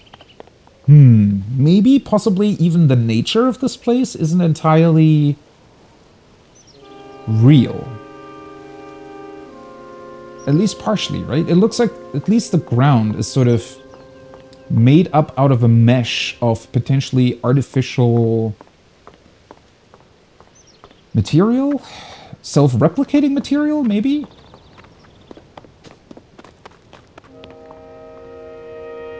Ooh. What the hell?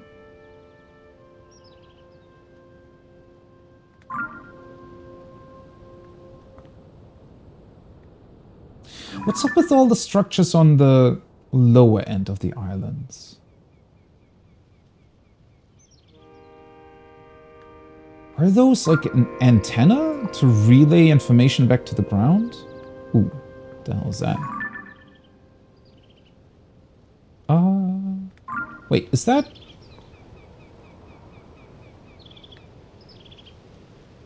That's not where the castle is? No. It's... There's another one of those things down there.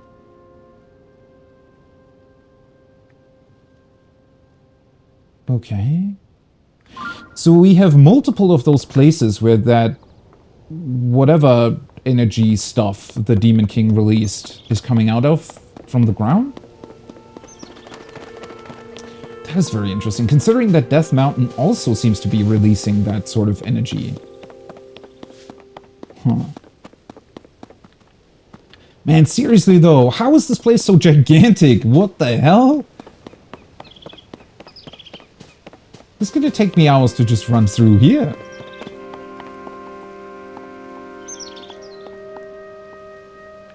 Very, very interesting mesh though. Specifically also because of the patterns that it creates. I want to say those look similar to some of the murals that we've even seen in Breath of the Wild, right? Around the, like that tapestry behind Impa that shows the ancient war going on. Also, the style that the Guardians were portrayed with looked somewhat similar to this, which kind of would make sense if they're based on... If this is indeed some sort of artificial ground building 3D printing question mark, then the technology behind Guardians would be somewhat similar, right? Or of similar origin, which would then possibly prompt them to design it like that as well. Okay, why are you guys holding wooden sticks too? That's very interesting. Oh, right. Already... Well, I've been picking up way too much stuff. But the tree branch was breaking so quickly, I just wanted to make sure not to... Oh, there we go. Spicy peppers. I do remember these. Is exploding with spice. Cook it to create dishes that will raise your body temperature and help you withstand the cold.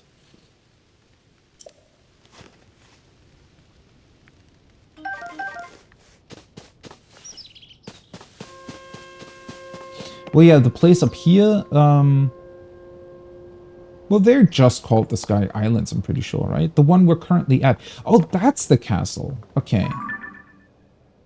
Pretty sure that's the castle anyways. Or is it the base of Death Mountain? No, that's a... Ah, it's hard to see from here. I think it's the castle.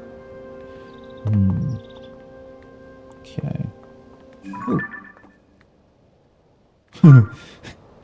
Cloud cover quickly covering all the interesting bits and pieces. Yeah, those. I mean, that has to be. Those have to be antennas, right?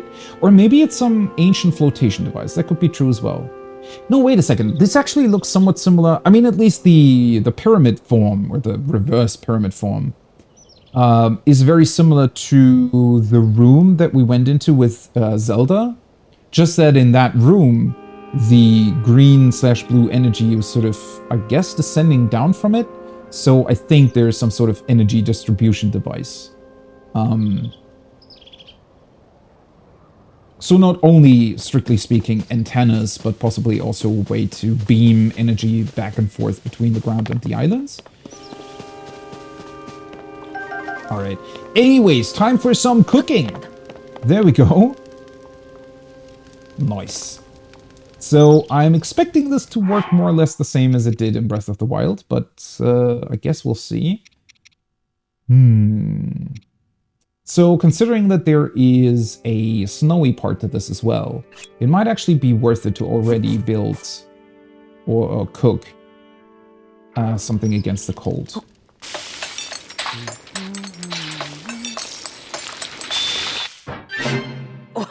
There we go. New! Oh, we get a new thingy this time around. Spicy sauteed peppers. Cold resistance for 7 minutes? Alright. Grants low level cold resistance. The spiciness of these sauteed peppers has been broken by the heat for a sweeter taste. Very cool. To check a meal's ingredients, select it from your inventory and then select check recipe. Okay. I think... Oh, wait. Yeah. That was a thing... Oh, I love the new UI elements. So in Breath of the Wild, you could already check how you created any given dish, or what you needed, what you created it out of. But it definitely didn't look as good as this. Why does it say 14 at the top though? Are these sorted this time around? Like, do we get a it's also an X, okay. Hold select for recipe. Ah, nice. So we do get some sort of cookbook this time around. Or not cookbook, but maybe a list of all the available dishes? That would be neat. Although I did always like this sort of freeform cooking in Breath of the Wild. The idea behind it was pretty cool. Yeah, click on the recipe in your inventory. So they expanded that. The whole recipe part was already in Breath of the Wild, but now I guess we can... If I just hold ingredients A, yeah, it'll put the ingredients right into your arms. That's very neat. Don't know how much I'll really be using that. I wonder, because... Yeah, this whole idea of constantly creating new and different dishes was definitely the most fun about the whole cooking mechanism. But either way, still pretty cool. Let's combine apple with a mushroom. Probably only 2 for now, because we only have 3 hearts, so I don't need to go too crazy on the amount of hearts restored by these. Fruit and mushroom mix. Okay, that's 1.5. This dish contrasts the sweetness of fruit with the savoriness of mushrooms. It's kind of lacking some salt, though. Okay, so if I check the recipe here... Okay, so you can scroll through... 46?! Okay. Well, one thing that definitely does not happen in Breath of the Wild is you realizing just the sheer amount of recipes there are. I mean, you kind of know or suspect that there are a lot of them, because sometimes you just accidentally create a completely different dish. This is interesting, though. I wonder how expansive this list is going to get at the very end. Especially considering that there's probably also going to be elixirs and stuff again. And I was speculating in my Breath of the Wild playthrough that they're maybe going to go with like a 3rd category here, but I guess we'll see. They're new recipes, yeah, I'd imagine they are. I mean, I'm pretty sure that I only discovered maybe about half of the available recipes. And the other day, I actually, well, probably because I rewatched the trailer for Tears of the Kingdom, obviously YouTube says, hey, oh, apparently you want to know stuff about Zelda, so here you go. It's a billion different videos about Zelda. But I actually saw a video of like rare dishes or things that players normally don't really tend to find. And apparently you can boil eggs in Breath of the Wild by throwing the eggs into a what's it called? Like a hot body of water, right? Like a hot spring, and it'll boil the eggs. So that's, for example, a recipe that I definitely never discovered by myself. So, And you can also bake them on like hot stones and stuff. The eggs, I mean. 118. Okay, yeah, that sounds about right. I would have guessed roughly 100. So, do I want to go with? Well, let's just do. Let's see, 3 apples.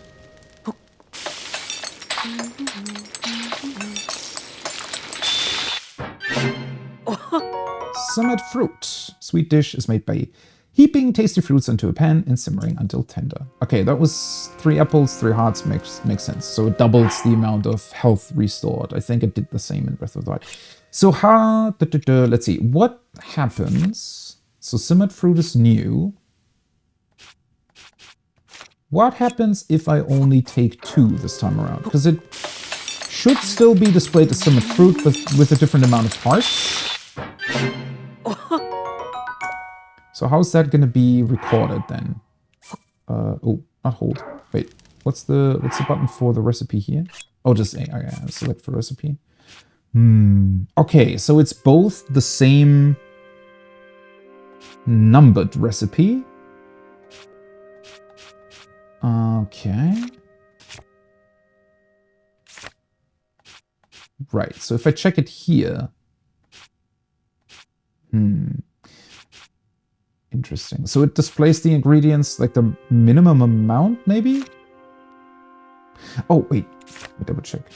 It says 1 other recipe, view history. Oh. So you get like a list of all the possible different combinations of it.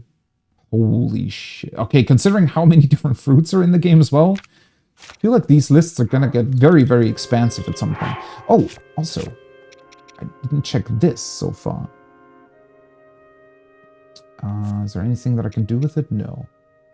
It's just the key item. Okay, fair enough. So I haven't done only shrooms so far.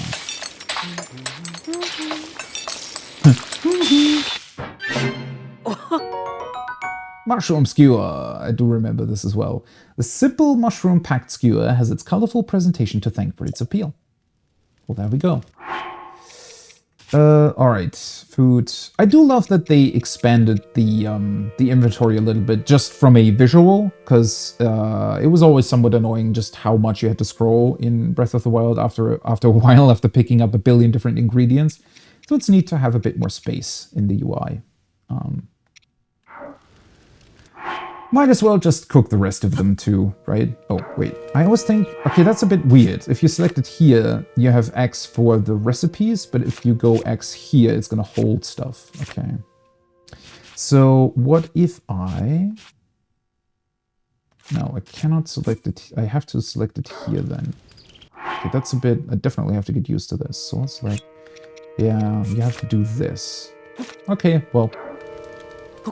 I'm gonna get used to that eventually. I feel like we have to do a lot of cooking. Possibly, probably, throughout the playthrough. Alright, should be fine for now anyways. Sealander, hi. I absolutely love the game. It's... I feel like I've seen about 0.001% of it so far, but I absolutely love it. Well, it was also just the opening, was so crazy good that you pretty much just immediately fall in love with it. Oh, I didn't actually realize that this just directly connects to the snowy fields. Interesting. That's why it also gives you the spicy peppers then. That explains it. Okay. Before we venture into that part, actually, let me climb the tree real quick. Nope, nothing here. Before we venture into the snowy area, I do want to check out more on this side, though. Though I do get the impression that there isn't exactly that much to see quite yet. Well, possibly also because we're probably still missing some sort of essential powers, maybe? It is very, very interesting that this time around it sort of only really points you towards the supposed Temple of Time instead of giving you... Well, maybe it's somewhat akin to the first tower that we activate in Breath of the Wild. Bigger tree. What are you? Oh!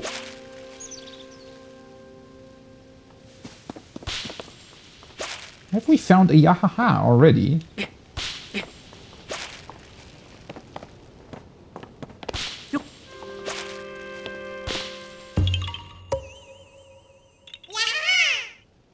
Okay.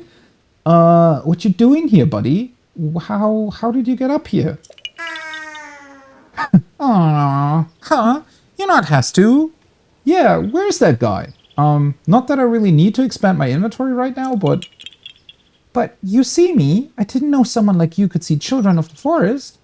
Well, haven't we met? Well, I guess we didn't, since I didn't collect all 900 of you, so there's a high possibility that we don't really know each other, but... Well, if you see Hastu, please return this to him. Yeah, I will give him your... seeds. The small seed was given to you by a Korok. It has a distinct smell. If you gather a bunch of them, you never know what may happen. I really don't want to get into the smell. Oh, my friends are hiding in lots of different places too, so you should keep an eye out while you wander. I will. Are we gonna see all 900 of you again? Because if so, this time around I would actually be down to collect them all. Eventually. Okay, another charge. Well, considering that a bunch of these are sort of, you know, decayed and stuck in the ground, clearly not all of them were able to, I guess, keep their charge or keep being alive all this time. Seriously though, how did this little guy get up here? Well, I guess the question of where these islands came from will probably be answered in the not-so-distant future, I'd imagine. Yeah, I wonder too. I mean, in theory, it would make sense if all 900 were just around again. Although I do wonder why they would hide and do the exact same thing again. I mean, I don't mind it. I thought it was pretty fun collecting them, but...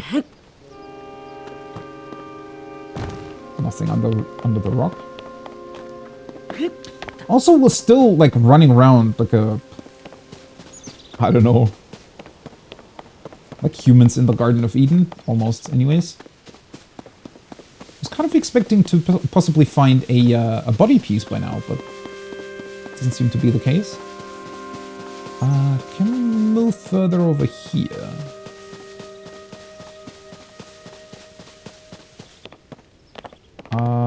I guess so. I was gonna say, on the map it looks like these places are connected. So if we go over there, I guess it can keep the snowy area for later? Although they're all connected. What the hell? Are those rails? Oh, now I can get a closer look at the... Yeah, that's some crystal ball. I don't know what that's going to be.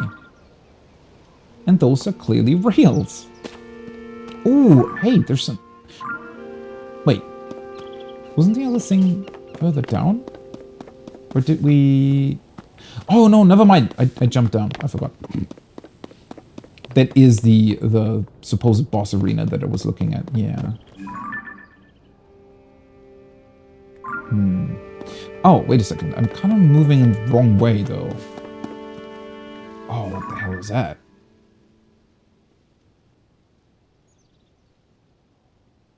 That looks weird.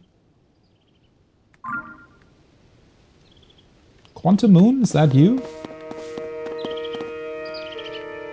Nope. Sticks around. Definitely not Quantum. I want to see how far they can push it. Now this time around you get 2,000 Koroks. Please collect them all. No, wait. Please look forward to it. Oh, man. How can this be so cool? It's just a simple cloud moving through the area, but it creates such an awesome effect. Maybe it's possibly because you just kind of... Who the hell are you?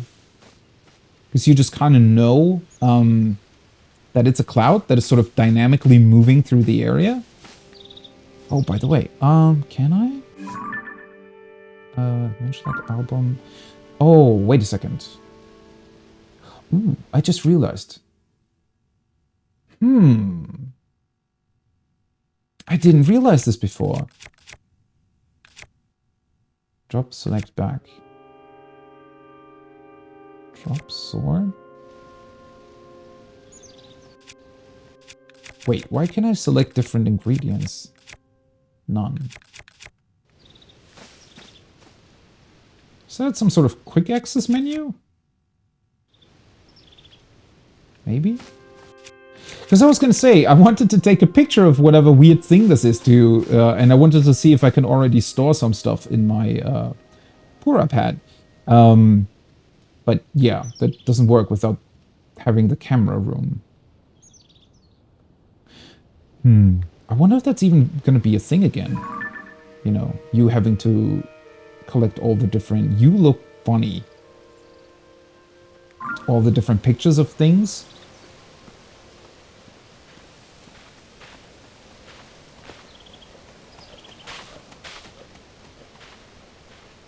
Okay. Sure. Where are you running? Are you afraid? Something about its animation is really, really funny. I mean, I like how he was looking at us with his weird, like, head moving around. But the run animation is equally funny. Oh, that's just a tree branch. Not that many different... Oh, I can see friends playing it too. Understandable. I cannot really see that many different materials here quite yet. I feel like the Great Plateau was definitely more, like, offering up more stuff. But I also think it makes sense that there isn't that much here, right? Because this, I don't know, something about these islands seems to be very purpose-built. Yeah, let's try moving towards the Temple of Time. As much as I want to explore everything, I get the distinct feeling that it's actually going to be more fun once we engage with whatever's in there. Oh, it's another one of you guys.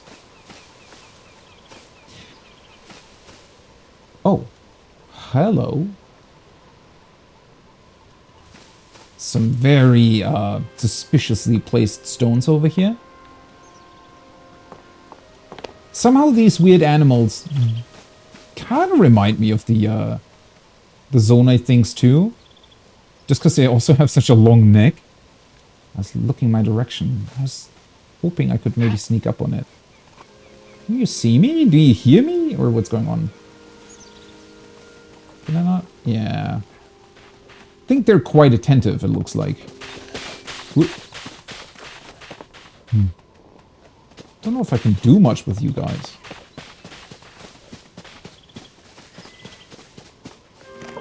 Do I want to hit them? Nah. Let's not do that right now. Although I do imagine they probably give me some meat to cook with.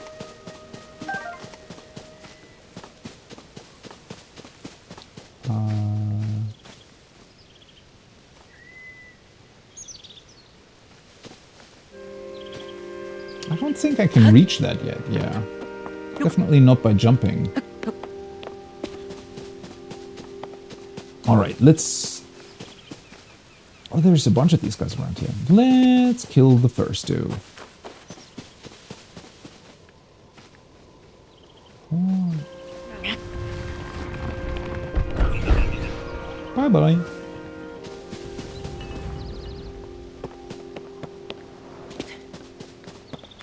We're already getting a billion of these claws and horns and stuff. Ooh, nice. Long stick. Very descriptive name.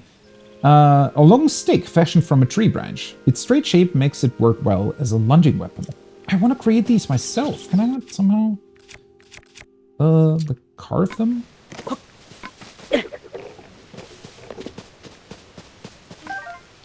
absolutely, I was an absolute big fan of the, what are they called? Like spear weapon type in Breath of the Wild.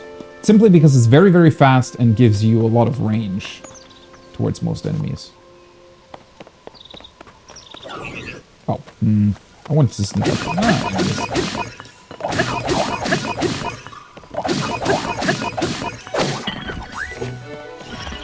Oh, never mind. I was gonna steal his weapon, but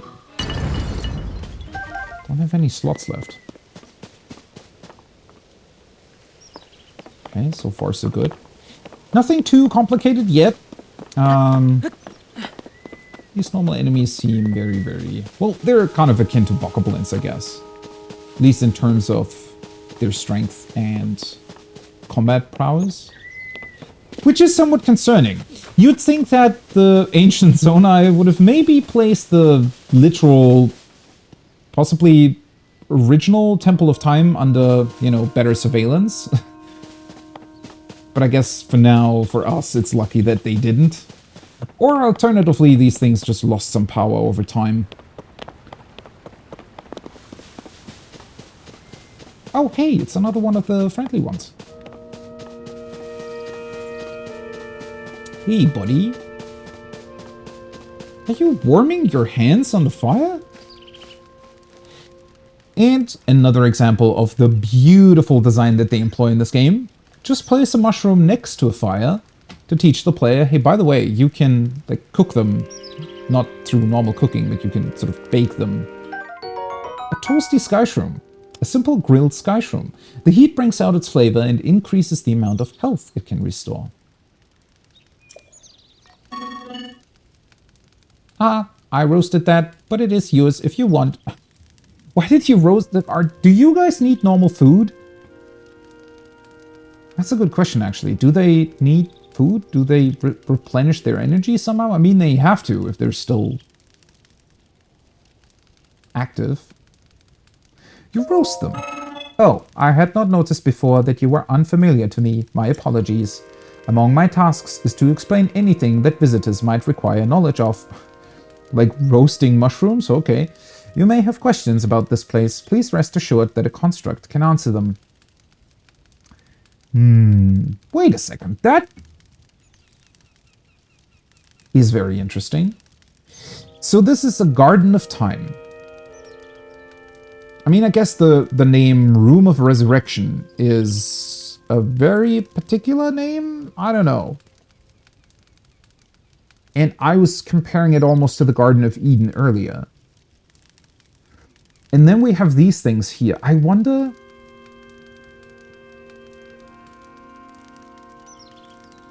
if the Sky Islands have possibly been specifically constructed to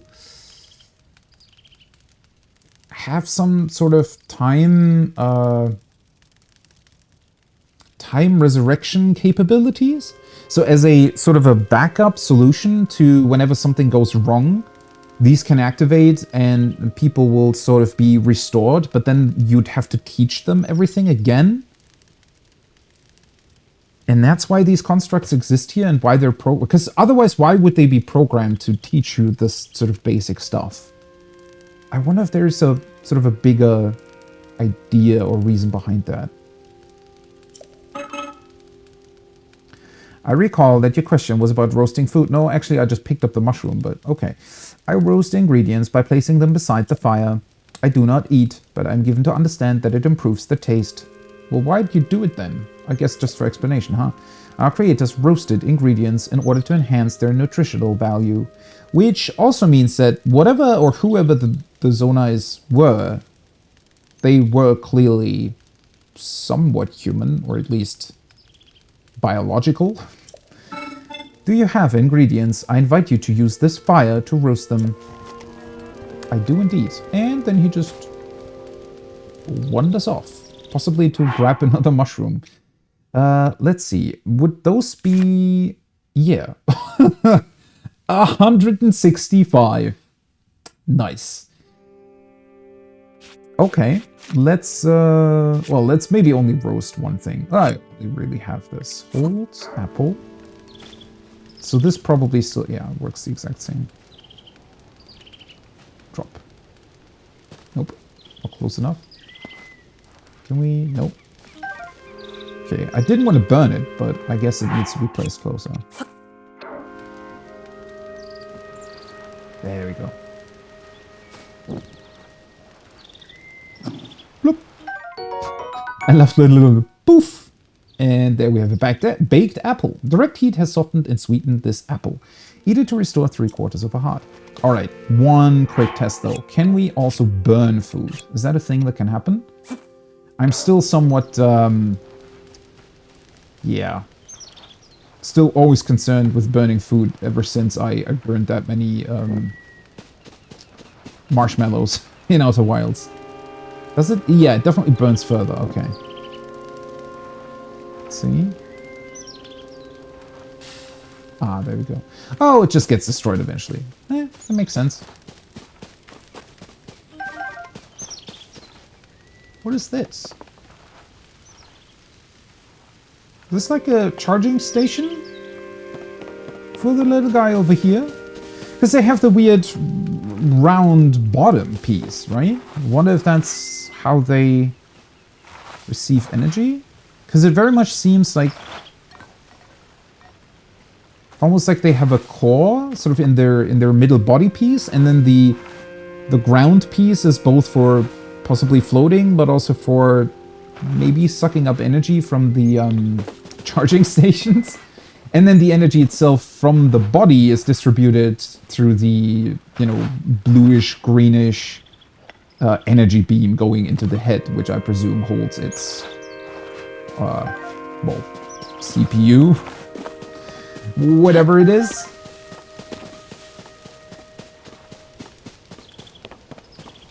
Okay, that's a pretty extensive staircase, though. Oh, clouds. Clouds. That looks cool.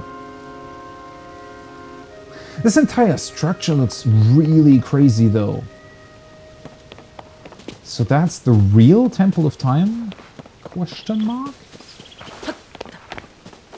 Still definitely missing my paraglider. How are we gonna get that, by the way? I mean, I still don't really understand how we even got the one in Breath of the Wild, considering that the king was kind of a ghostly figure. By the way, how did that work? Now that I'm thinking about it, how could the king have been... That was never really pointed at. I was going to say, I can just throw it down there, but I'm kind of afraid to just...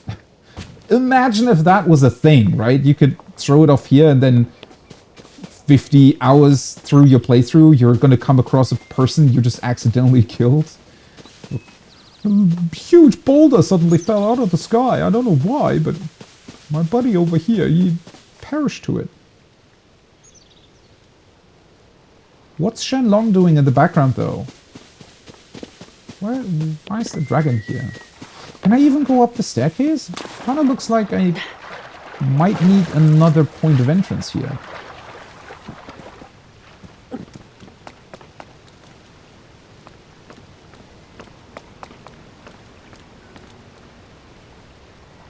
Interesting staircase design, though. It's like a staircase placed on top of a... like ramp? Don't think I've ever quite seen this particular design.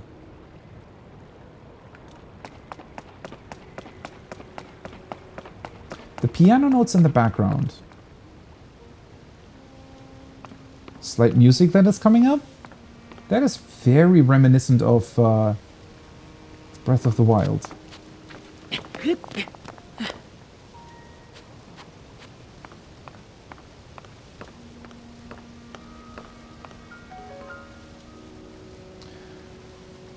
But seriously, though, what's up with all of these?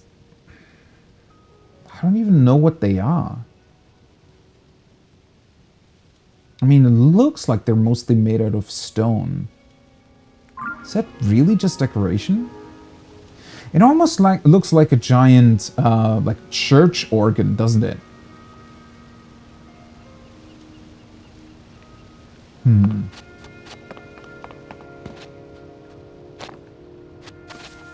Can we climb this, though? Okay, this we can climb.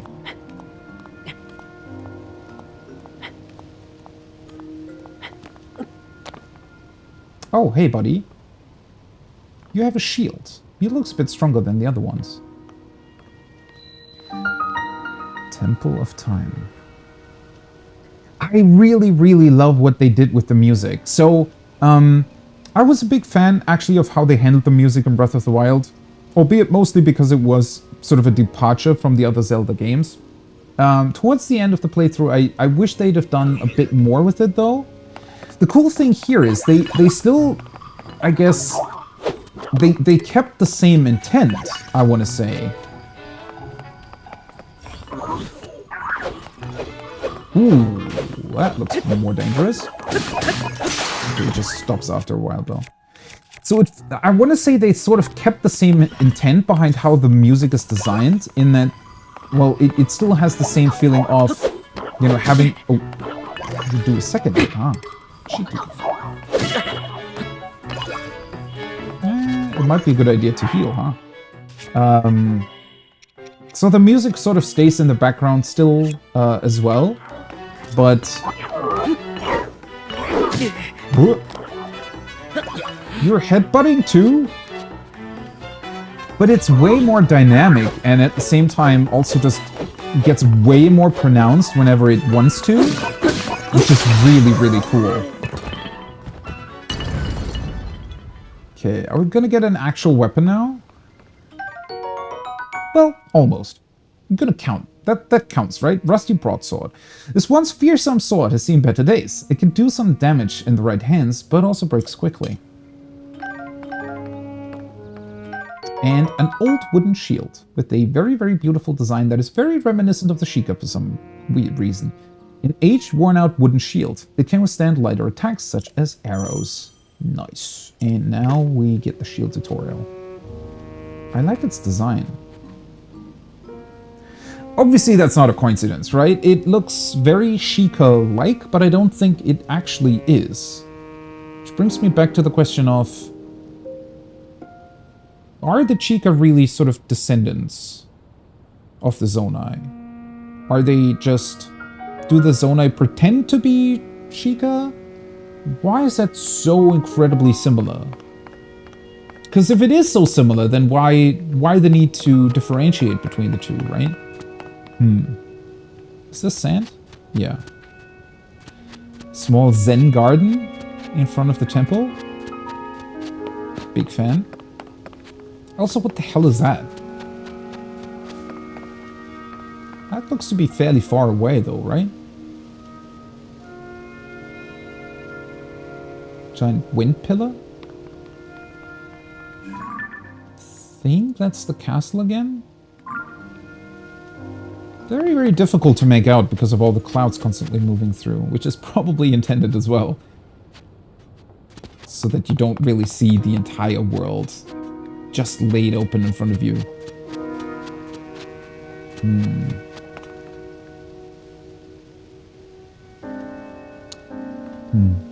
For a second I was thinking that maybe these eggs could also be related to... I mean, here they look almost more like lambs, right? Maybe they serve just different functions altogether? Like a multi-purpose device? For a second I was thinking that maybe they are also connected to the islands floating in the first place, but I guess it wouldn't make that much sense in that particular case that they would also be present in the cave we went in at the beginning of the game.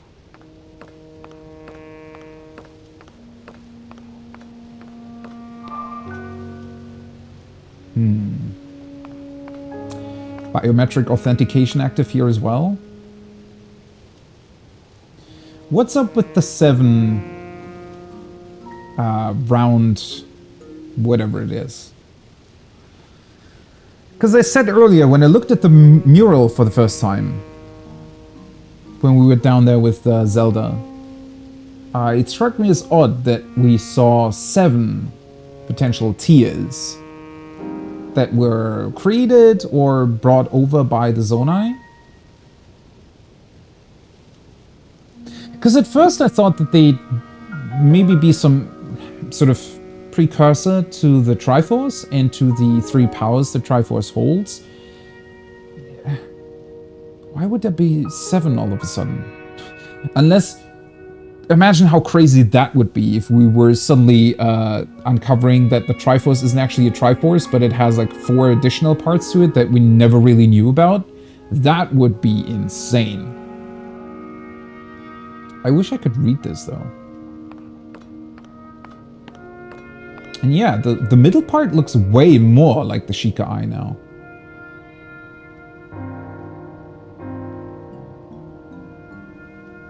Which makes it even weirder that the Yiga clan is using an upside-down Sheikah symbol. Makes me wonder if they had at least partial information about the Zonai as well. Well, anyways, let's see what's gonna happen now. First exciting big thing to happen after the opening. Never mind. I guess biometric authentication failed this time. That door will open only to those with sufficient power. Ah. Ooh. Hey, buddy. I'm sorry. I did not intend to startle you. It was I that spoke to you earlier. That arm originally belonged to me. Oh. I am Raru. Ah. Source of the right arm. Very interesting description. Forgive me for appearing to you in this manner. Unfortunately, I no longer have a physical form.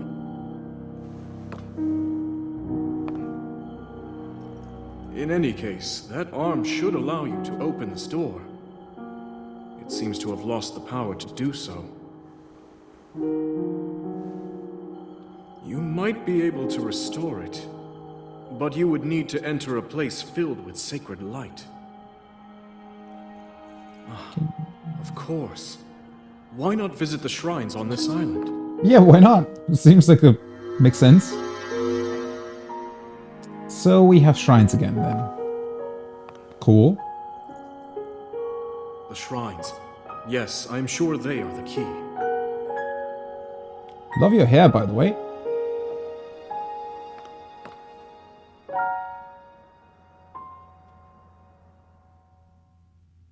Wait, did the king... The king in Breath of the Wild had pretty long hair too, right? The closed door. I love how there is so descriptive with a lot of this stuff that is shown to you. Open adventure log. Alright, so for some reason this cannot be opened. Interesting. Why would it lose the power to do so? Is it really just power that is lost, or is it some sort of other... Because I really thought about the... If it is some sort of... I'm calling them biometric authenticators, but... I mean, I guess the idea behind them would be pretty similar, right? It's kind of recognizing, I suppose, the shape of the hand or something to grant you entry. How would that be influenced by losing power? Wonder why they look like rocks. Yeah, that's a good question. Looks very, I don't know. Comparing them to the Sheikah shrines of Breath of the Wild, it's almost compared to all the other technology at plays here.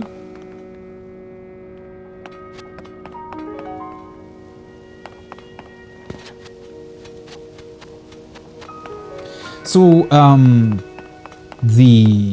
what was he called? The Demon King. I always want to say Ganon.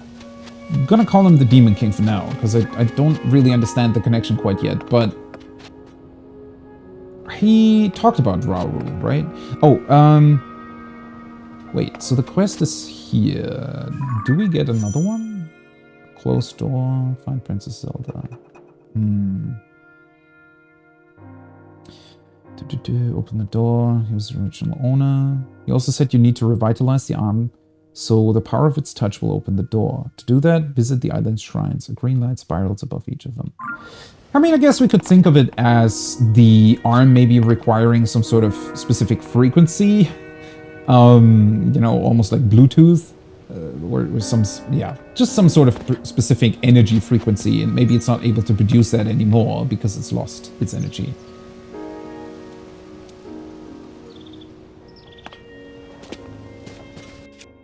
Oh, right, the sword is equipped.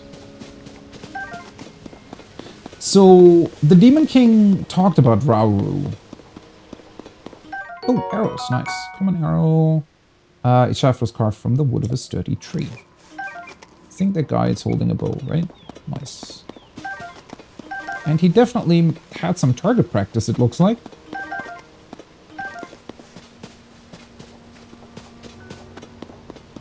Ooh, let me try sneaking up again. Because I wonder if I'm very, very slow, if I can do it.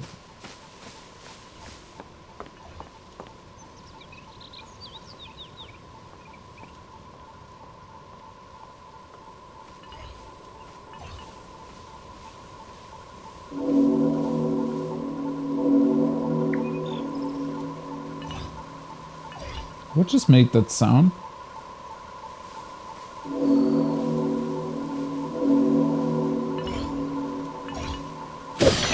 Bam!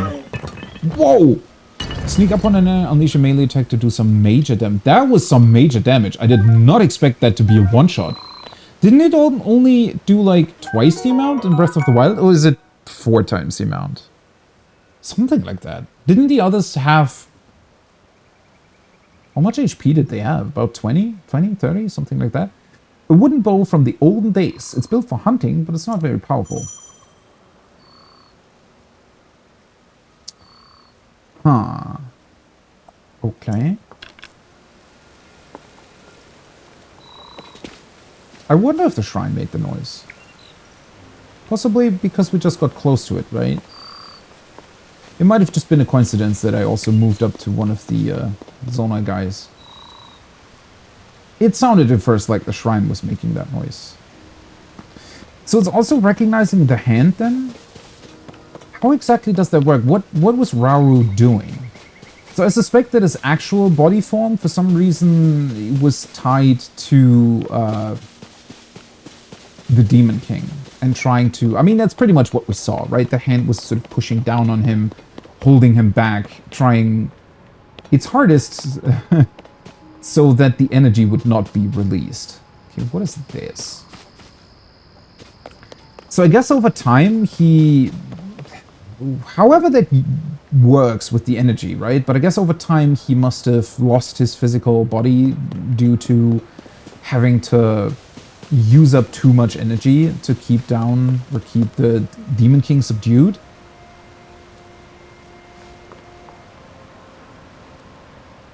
Oh, hello.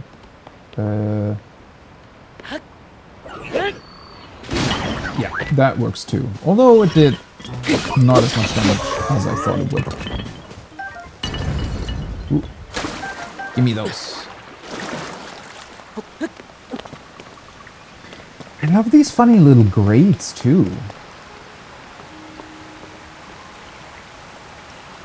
Is it to keep the plants in here? Looks like a very strange construction, all things considered. The level of happy when you got a bow back, yeah. Bows are really, really powerful, or have been really powerful in... Wait, how do I use it? Okay, same thing, right? And then we can swap through the... Yeah, especially with the time-stopping shenanigans. Or not really time-stopping, but the slowdown when you jump. Which I could actually test. Wait a second. If we jump down again... I guess without a paraglider, it's probably going to be difficult to properly do or pull off, but... Yeah, okay, it still works. Nice. Yeah? Whoa. Okay, that's definitely a very, very big AoE. It's just not dealing that much damage, I guess.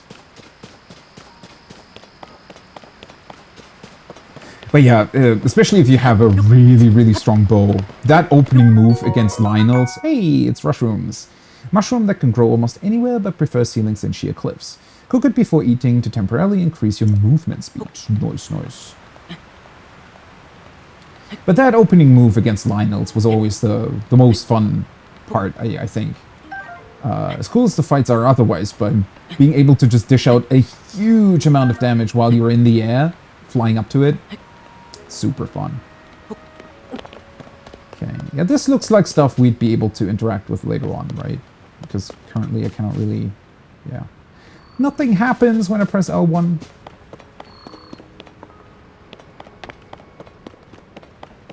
Yeah, I think that's just a bit of a weird thing. It did cost stamina though, right? If I do this, if you hold the bow, it costs stamina to shoot an arrow. For some weird reason... Oh, whoops, I didn't want to shoot. Some weird reason though, it kept me at bullet time even though the bow wasn't drawn anymore. I think that was just not exactly a bug, but yeah. Although it might be slightly different to Breath of the Wild, I don't remember. Because I want to say in Breath of the Wild you just continuously lost stamina being in bullet time, whereas here it seems to be arrow-based or shot-based. But I don't actually... No, it might still be the exact same. I mean, why would they change it really, right? Unless to make it more...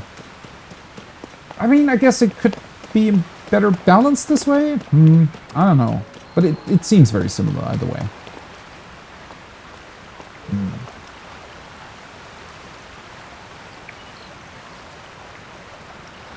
Still trying to figure out what the hell this weird shape is supposed to be. Oh, hey, dragon's back. Oh, you look cool, though. It's like a lion's mane or something, right? Although the head definitely has a bit of a sort of maybe dog or stag. I don't know. Very beautiful, though. I wonder what that is on its back, though. That almost looks like minerals. Stone? Something like that? Wait, what is...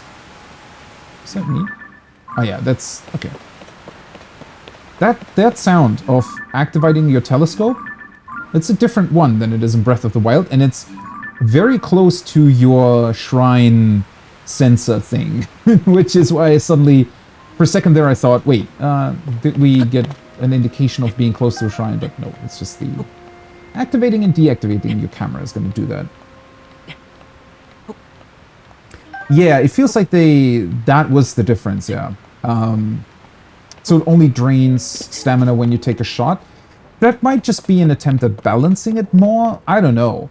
The thing is, I want to say that in terms of what you can theoretically do with it, it's probably going to be fairly similar to Breath of the Wild. It's just that what could happen, I guess, in Breath of the Wild is that sometimes your stamina would just be drained, and it was, you know, while everything was going on and you're trying to target an enemy and you're trying to do all sorts of things, and need to like keep in mind where you are, keep track of your position and so on. Maybe they just felt like it was a bit unfair or a bit annoying to constantly lose stamina. Because what did happen to me quite a number of times is that I wanted to go into bullet time and sort of just overlooked the point where you are completely out of stamina. And since you also cannot use the paraglider anymore at that point, it just makes you fall down to the ground, right? And if you're still a bit high up, you can die through that, especially if you took some damage earlier. So I feel like it might just be sort of a small quality of life change that they don't really want you to just drop dead because you forgot to account for the amount of stamina you still had or something. It's probably easier to do it this way then. It's also just a more clean-cut damage output that way, right? If you get a specific number of arrows before you run out.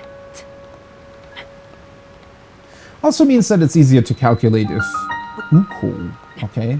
If it's... if you have stamina replenishing stuff in your inventory, you can kind of go, okay, this is one additional arrow, there's 2 additional arrows. It just makes the whole thing a bit clearer, I think. Okay, so these things are still... We can still activate. They do not require as much power as the Temple of Time, I guess. Holy shit. Okay, 3 a.m. Is the sun already coming up? And what is doing that? Everything in the distance looks crazy. I want to go everywhere. Okay, that's the moon gone. I feel like they definitely pushed the limits of what they could do here with the distance you can see. Right? Because it seems we're almost as high as we can go without noticing that there is an actual edge to the game world. It's very, very impressive. Ooh, what the hell is that? Floaty stone? Okay. Why is he so alone over there?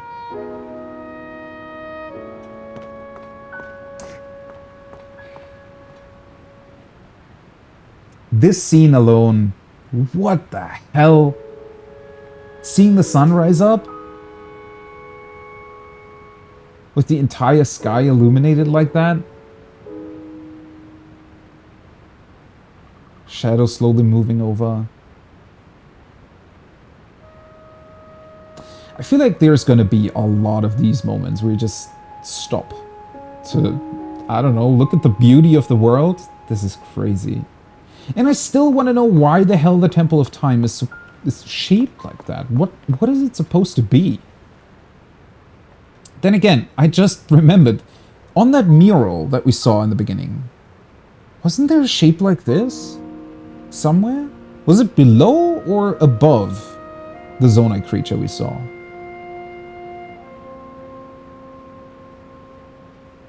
I was going to say, is this the spaceship they came here with? But maybe that's a bit too far-fetched. Possibly. Okay, what is up with you guys? Why are you just a rock? So why is the rock just a rock, but it has these beautiful carvings around it? That, for some reason, all kind of resemble the dragon in the background? Maybe? Okay, let's see. I wonder if the shrines... yeah, the shrines are probably going to be somewhat the same. So we might be getting a new power here with the shrine explaining to us how it works. Ooh. Oh. Oh, that's fancy. So the Sheikah had to use a, an actual movable elevator thing, and these guys just had, I don't know, projection stones? So that's a very cool effect. Holy shit. How'd they pull this off? That's like Portal level of design. Also, this probably means that I'm now theoretically able, by using the Pura pad, it's still a funny name, to teleport back to our original location, where we woke up first. First time we activated the authenticator thing. Yeah, the graphical level of this game is insane that they pulled this off on the Switch. But it also just shows how much more important it is to have good artists behind what you're doing instead of graphical fidelity, right? Because graphical fidelity doesn't do anything if the assets and shaders and stuff that you're creating aren't actually good. Which you can definitely see in quite a few AAA games, I want to say, where it almost feels like as if some big worlds are just sort of an amalgamation of random, you know, stock pieces, right? Like stock footage, because there are huge databanks for 3D objects as well. And sometimes it honestly feels like some open worlds are just really, hey, okay, let's grab the most beautiful pieces we can find in our stock libraries. There it is again. Is the shrine reminding me, hey, by the way, you've been standing there for quite a while. How about you finally go in? I don't want to wait anymore. Now that must be time triggered though. Maybe? Is like the Temple of Time sending out a signal twice a day? Or something like that? Oh, let's actually go in. Because it seems like it wasn't actually distance-based then in the beginning. Oh, first loading zone. Oh, it's awesome. Check the screen for hints, yeah. What a beautiful loading screen that they're incorporating the map and the location you're currently at onto it. Oh, hi. It's back. Ah. Oh, I was expecting voice acting. So you've made it here. Why do these guys remind me? Maybe it's just the color, you know? Because the color is very, very similar to the Outer Wilds DLC world. Especially the hidden part of it. And that combined with their sort of sleek, slender body, it's just very reminiscent of those owls for some reason. This is a shrine of light. Long ago, I filled these places with light that purges evil. Okay. Cool. Are we going to elaborate on that? Because that sounds very convenient. I believe this light will restore an ability your right arm has lost. Now then, extend your hand.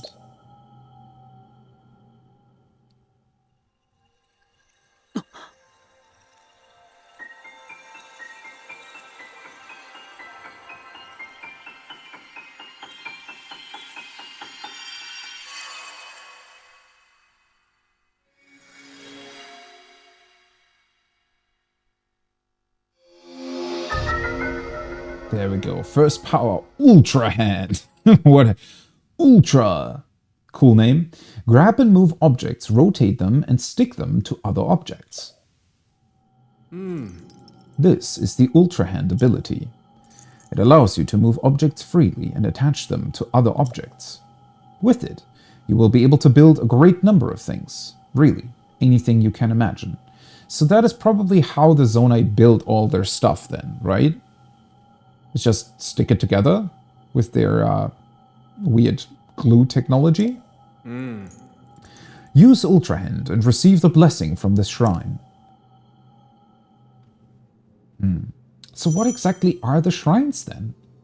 Okay, abilities still work the exact same way. The ability to create.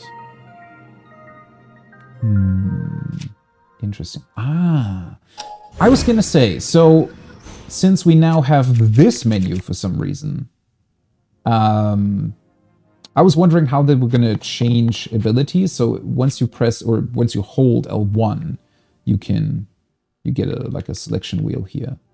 Wait, does that mean so we're getting 7, 8 things? Seems like a lot. Maybe there are variants on the two or on the individual pieces. I like how there are these Zen gardens everywhere. Cool. And this is sort of a replication of a stone. Are the stones maybe? So I was always speculating about that in Breath of the Wild 2, in terms of how the Sheikah built their shrines, right? Because technically I guess when you look at the physical space of the room you're in, that doesn't really match up, right? Unless it's an insane amount below the ground or something. So I was always thinking that there are more almost projection chambers or something where they don't occupy the physical space you see, but are rather sort of a miniaturized version or something. I don't know. I want to say that's the case here too, with these stones possibly just projecting their inner design to Link in a weird way.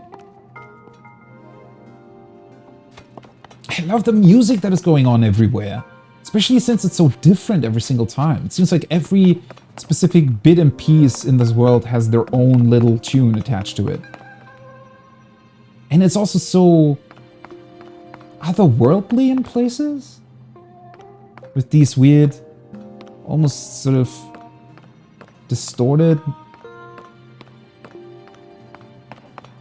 like, string picks.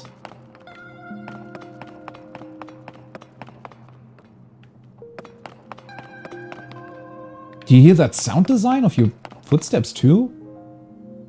It echoes an insane amount. Like it's really reverberating back throughout the entire halls.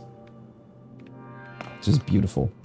Alright, so I can grab this. This is kind of like an extended or better version of magnetism then? Rotate, hold, okay. Vertical rotate, oops, boom. Okay. So we can do this in steps. That's awesome. Horizontal rotation. So I can still move. How do I get it closer to me, though? You can also reset. Hold. Oh, okay. This is move closer and further away. That just makes you realize how much you were missing the rotate ability in Breath of the Wild. It's not really a big deal because you very rarely need to rotate things, but sometimes you would pick things up and they were like oriented this way, right? And then it was really annoying and you had to move around like this to place them as bridges. And now you can just rotate. Perfect.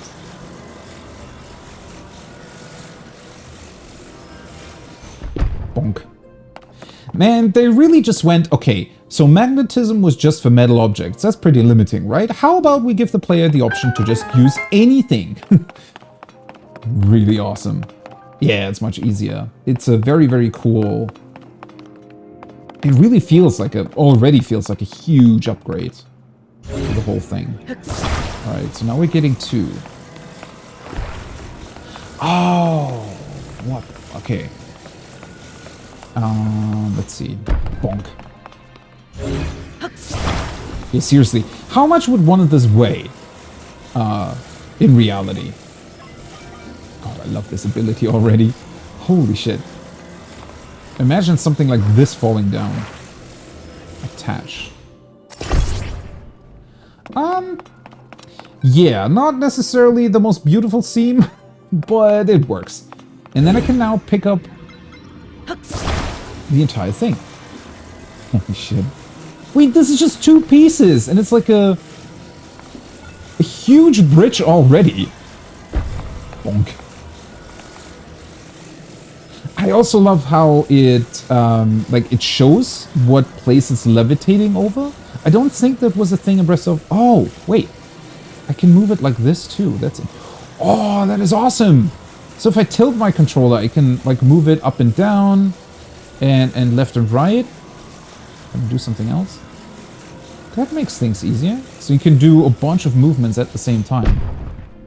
Yeah, I want to say that wasn't really a thing in Breath of the Wild either, that it showed you what kind of piece of the ground it was hovering above. Okay, there's a chest up there. Let's grab that. Okay. Yeah, once you're really getting used to this,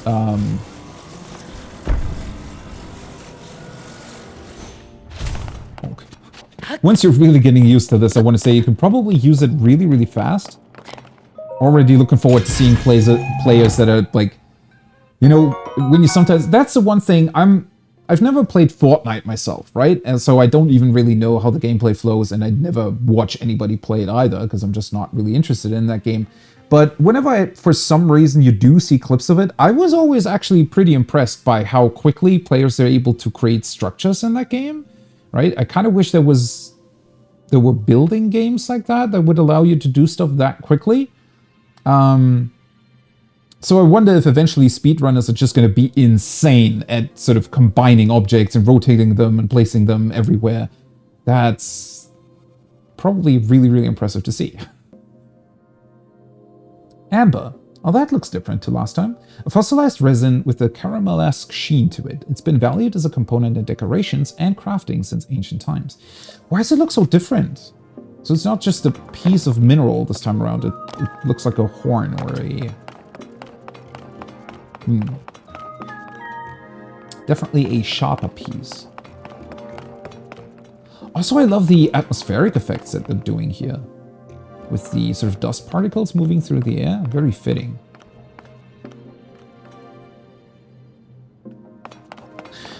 And what's up with the ceiling?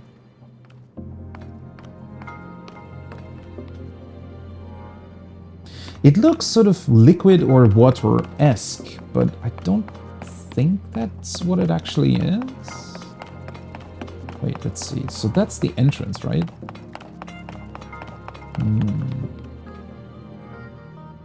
So that huge pillar is not exactly over the entrance. That is something else then.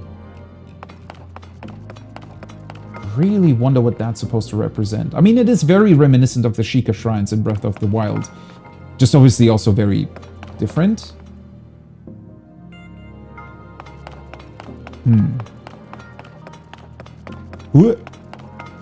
Wait, how's that platform moving on its own?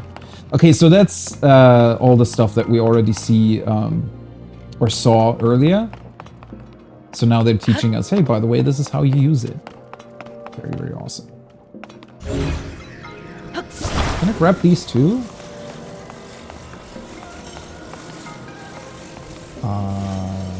Okay.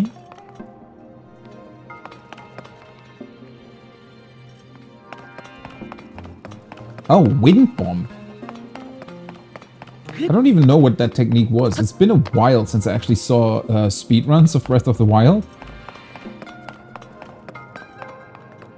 Guess that's a way to propel you forward with bombs and then use the paraglider to fly. Huh. So we see the same structure here too, right? That's what we saw earlier as well. Basically connecting the... well, what looked to be sort of stone parts. Right, obviously that makes sense now. So this Ultra Hand ability is really just a sort of technological superglue that you can use to more or less 3D print objects by sticking other objects together. And that's what it looked like earlier, right? With the... It looked as if there was sort of glue intertwining with these platform structures. So I'm pretty sure that the Zonai over time just built these sky islands by simply gluing stuff together. And then at some point they probably made them float in the air somehow. Oh, that's already glued together, so we can unattach that, unstick.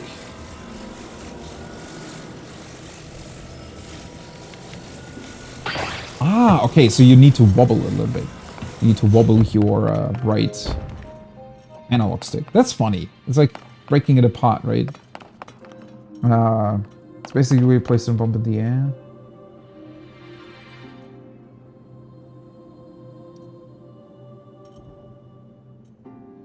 Whoa, alright. That sounds like an awesome technique.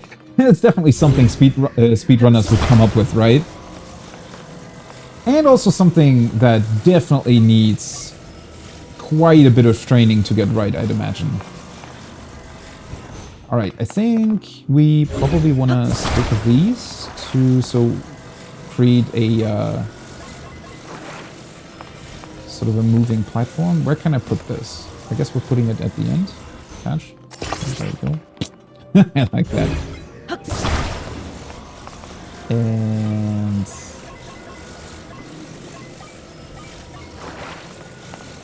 this on the other end. There we go. And now we can, oops, lift the entire thing up.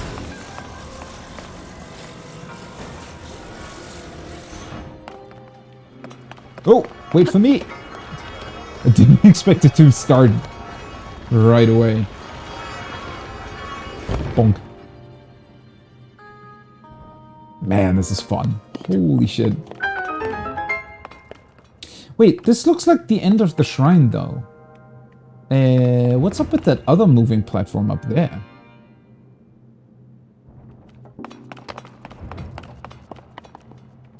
Can I also move it backwards? Can I, like, move it while we're on it? No.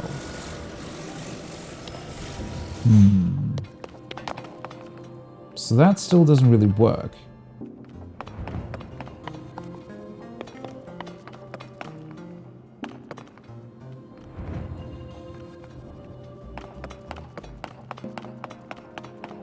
Oh, I guess people were already looking through everything they could possibly do with the speedruns in this game. That's pretty neat. Wait, there's no way for me to get back, though. Unless I can grab something else. Oh, I just want to do that.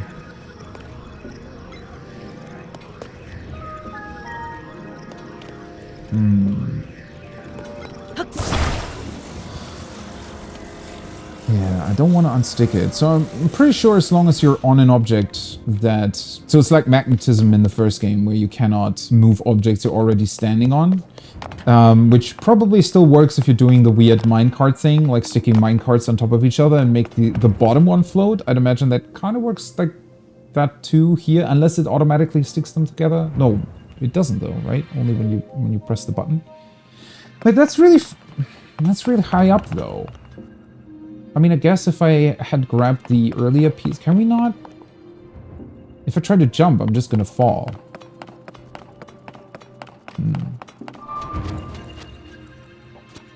Okay, so it's recognizing us. I love how the stones turn, too. So this is like a miniaturized version of the Temple of Time, then, right? That sort of... I don't even know what I want to call it. Church organ design? Interesting that it looks so similar. So maybe I'm overlooking something here. Let's see. Can I use this power in some other way? I mean, I could use... I guess I could... unstick the two pieces to make a bridge out of this? Let's see. So if I unstick it now... Okay. That's really cool. I'd have to... Let's see. If I pick this one up... Can I attach it like this? Of course I can. Why am I even asking?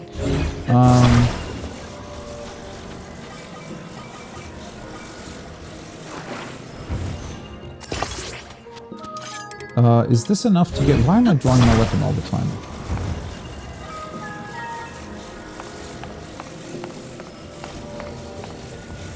Let's see here.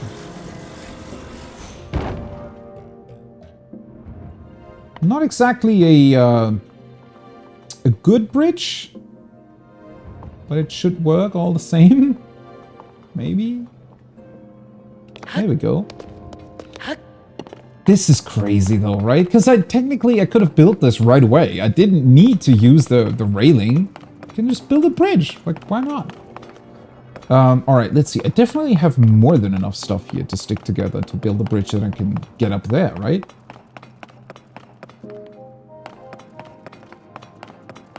Oh, I'm not able to get up there though, right? I mean, obviously that would be a thing that they integrate into this game. Shield surfing was, well, it was incredibly fun in Breath of the Wild, obviously, right? Why wouldn't shield surfing be fun? The problem was I always thought that it was very rare that you could use it. I mean, sure, while you were up in the mountains, right, there were like 2 or 3 really, really fun parts where you could shield surf. But overall, I want to say that it wasn't necessarily used as much as it maybe could have been. Which was a bit unfortunate. At least they had a minigame with it, though. Okay, this is definitely too steep. Let me grab the... Let's grab the third piece from back there.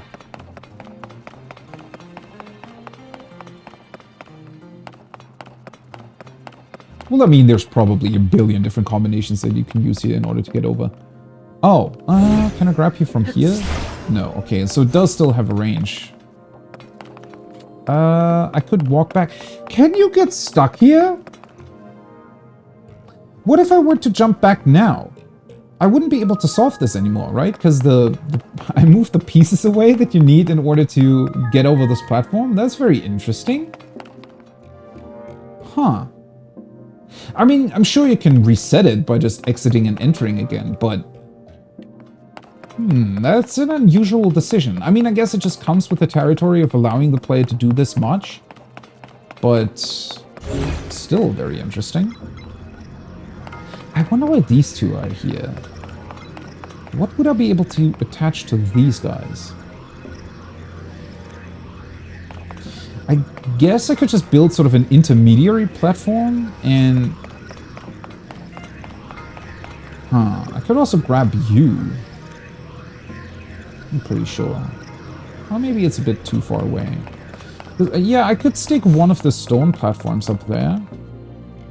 That would kind of give me a jumping off point, but then it'd still be difficult to get to the upper part.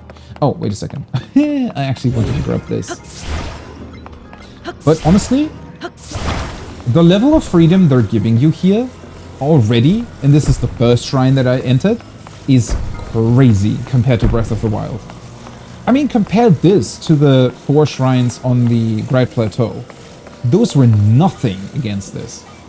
Especially since they also showed off the runes in a very sort of rudimentary way almost. Like, they were really, really simple in their design. I mean, the solution to this isn't really that difficult either. What's crazy though is the sheer amount of other options they give you to either solve this or to just do some crazy things on your own. Okay. There we go. I'm also looking forward to seeing... There has to be a limit to this, right? Would they just allow you to stick a billion different things to... Honestly, seeing this power, you know, in this game like this... Oh wait, can I not get it? Oh, I can just rotate it. There we go. Looks funny, but... Sure. Is it gonna hold though? No. Yeah, I was kind of expecting... No! Stay here, buddy! I still need you. Yeah, I want to say that it's a little bit too steep. I could attach it to... What would happen if I guess I can just... Wait a second. Not you. Let's wait for the funny platform to come back around. Oh, there we are. Yeah, that works. Or is it too steep for us to climb? Nope.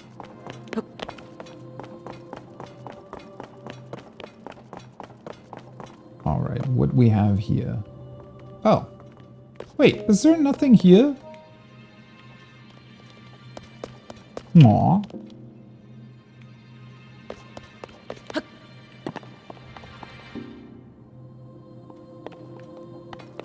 So I guess this just exists to show you what you're supposed to be building then, right? So it's showing you, hey, by the way, we want you to build like a moving platform. Well, anyways, we're still interesting to explore up there.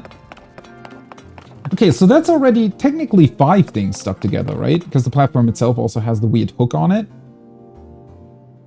Crazy. Still wondering why these are here, though. Maybe that's just a subtle hint at something else that you can do in the future, right? Because if you can attach things to the metal bolts there, you can create, like, different platforms and all kinds of things.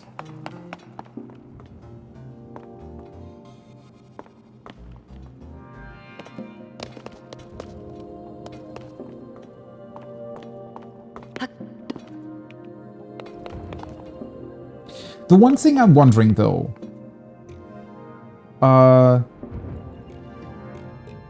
is how long these things are gonna stick around.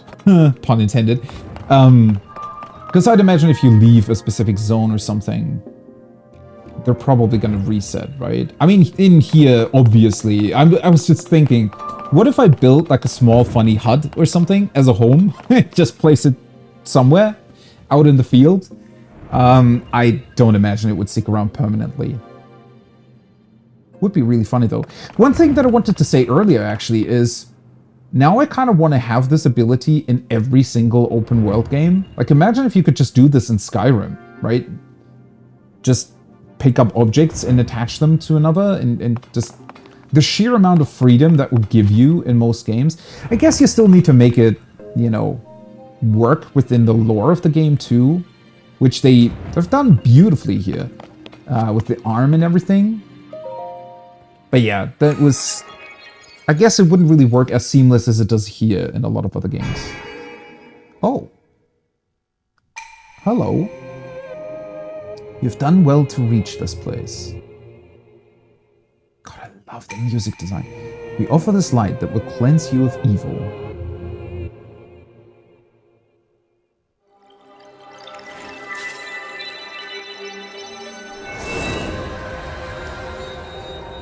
Very much looks like the light that we saw earlier when Zelda got teleported away.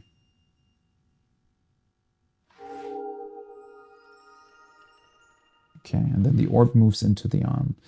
So the arm is what gives us power now. Oh, wait, never mind. Subtle animation, but really, really awesome. Light of blessing. Not blessing of light? Mm-hmm. A crystal that glows with a light that purges ancient evil and purifies with its radiance. So we're not actually doing what we did in Breath of the Wild, where we're getting stronger through the spirit orbs, but instead we're cleansing our arm of the, you know, corrupted energy that we got infused with. That is why, you know, a little bit of that corrupted energy just left Link's arm. So it's not that we're getting stronger, it's instead we're just regaining, I guess, the hearts and stamina that we originally had after Breath of the Wild. It's kind of a cool thing. Neat detail.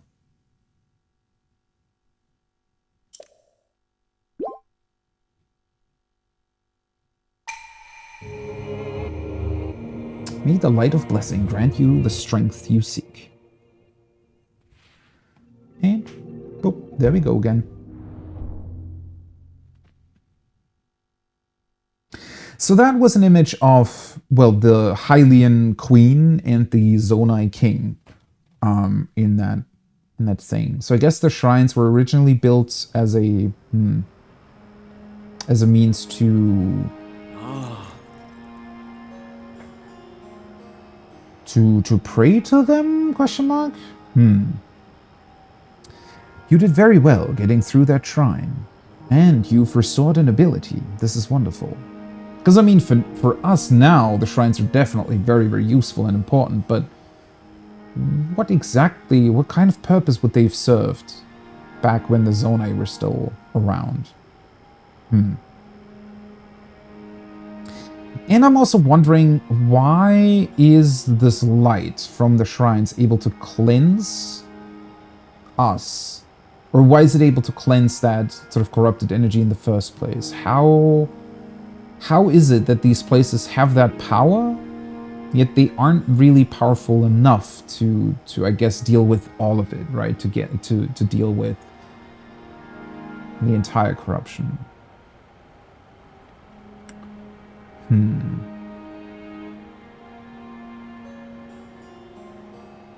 I guess because it's only really part of the energy, and now we're sort of collecting all of it?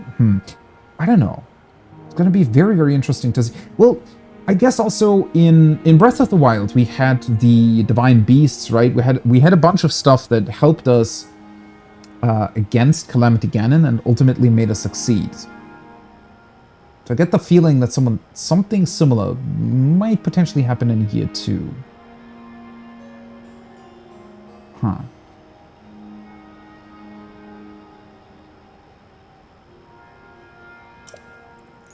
If you visit and complete 2 more shrines, you should be able to open the door to the Temple of Time. 2, not 3? Okay.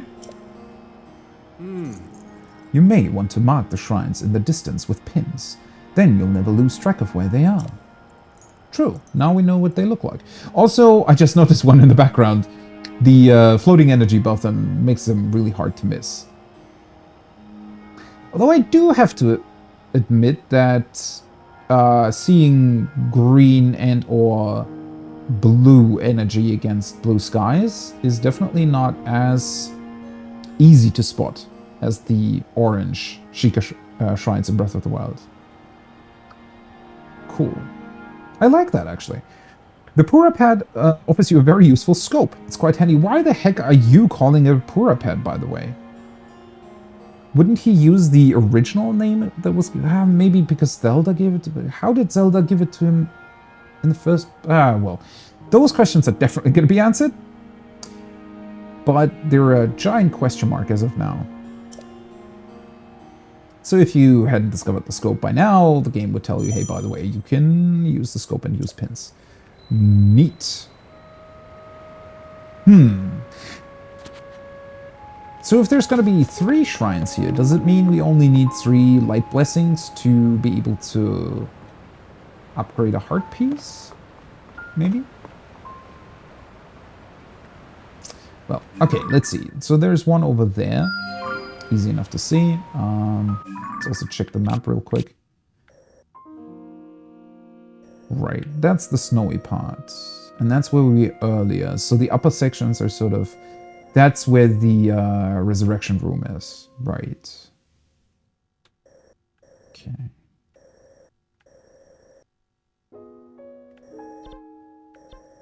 I'm not actually able to teleport back there, though. So even though we got a blue teleport-looking thing on the ground, it's not allowing us to go back there quite yet. Maybe that's going to come in the future.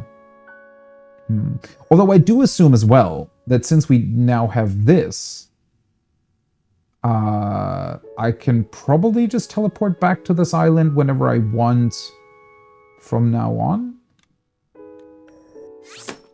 Oh, oops. Oh, these are still a thing too. Let's see. Yeah, nice. Oh, wait, neat. We actually get one more pin as well, instead of 5. Wonder why they decided to do that. Maybe it's just because the world has more to offer now, and so they thought that it was important to give the player more options to mark stuff. I can definitely see that. I guess I'm just going to go there first, right? It feels like sort of the natural progression here. And then I'd imagine the other one is probably over in the snowy area. I still get every single time I turn off the scope again, oh yeah, that's where he is. Okay. It just instantly reminds me of the shrine scanner thing. From Breath of the Wild. I always think that I'm accidentally like moving close to a shrine or something. Okay, seriously though, what's up with the gong?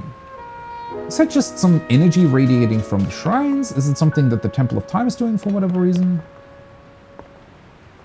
I'm still missing my paraglider though.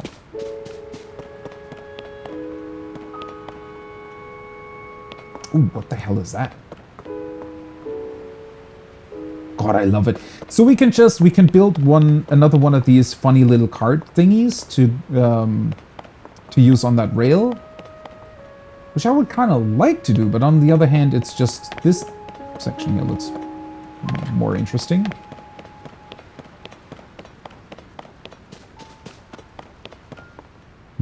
Did I actually go over there earlier? What's that weird stone thing there at the end?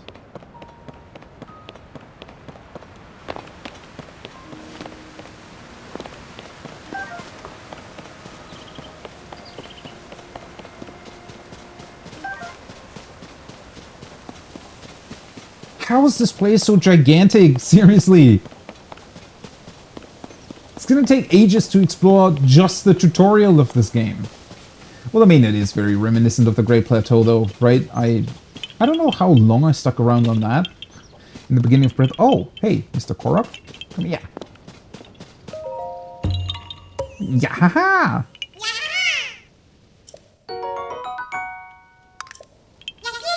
Bye-bye! Kind of looks like you could place something in here.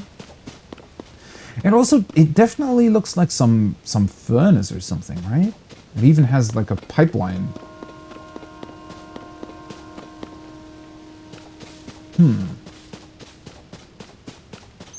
Which was another thing that I was curious about earlier with all of these rail thingies moving all over the place. I don't think that their original purpose was that you could build some weird devices to slide down on them. I suspect that they're meant as...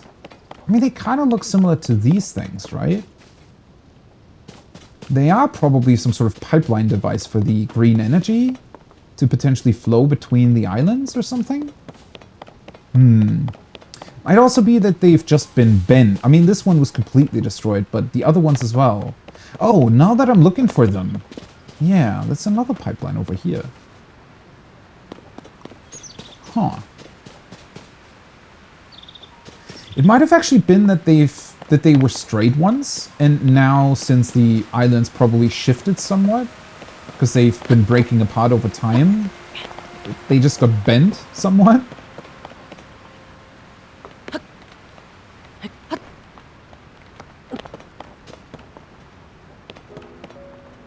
Yeah, I can definitely see that it's going to take some time.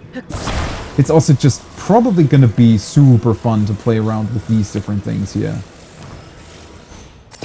Oh, wait, what do we have here? Is that just a small? I think that's just a small bit, yeah.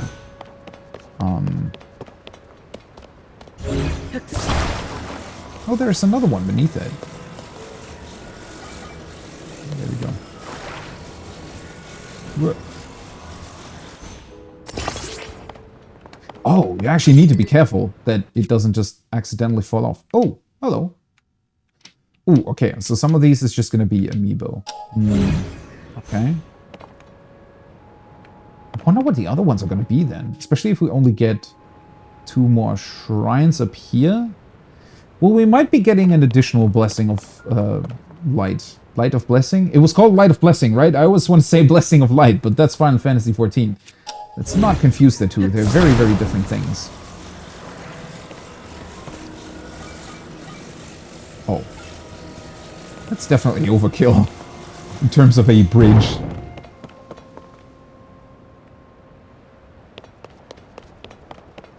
What else could I have built with these? Could build a railing, maybe? Oh, there are even more pieces over here. Seriously, is that possible? Probably, right? Alright. Let's see. So if I rotate... Oh, wait a second. Horizontal is this. Can I not do... I guess I'm missing one axis here, right? Oh, wait, never mind. Yeah, I can just do this. Okay, that's not I thought it was touching it all the way. It's in the position that I wanted it to be in. It just looks kind of precarious there, but sure.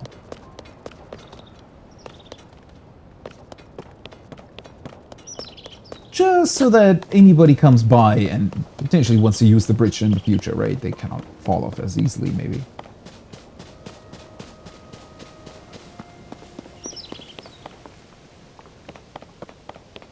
I wonder how many Koroks are on these upper Skyland pieces.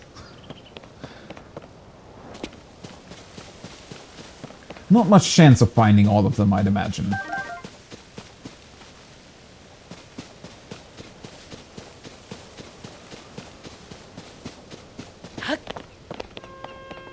Okay, let's see. Oh. Huh, is that just his spirit again? What are you doing here, buddy? Why are you standing next to a boat?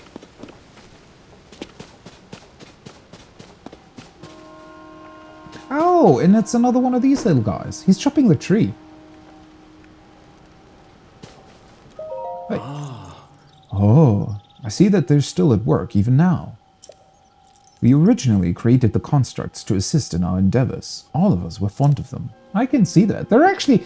I wonder how many design iterations the developers took for those. Because they're a pretty alien construct, if you will, right? They look very, very... Well, they don't just necessarily look like something that you'd naturally be drawn towards or view as a sympathetic being, and yet you very quickly get attached to them, I want to say? I never imagined they would continue to carry out their assigned tasks to this day.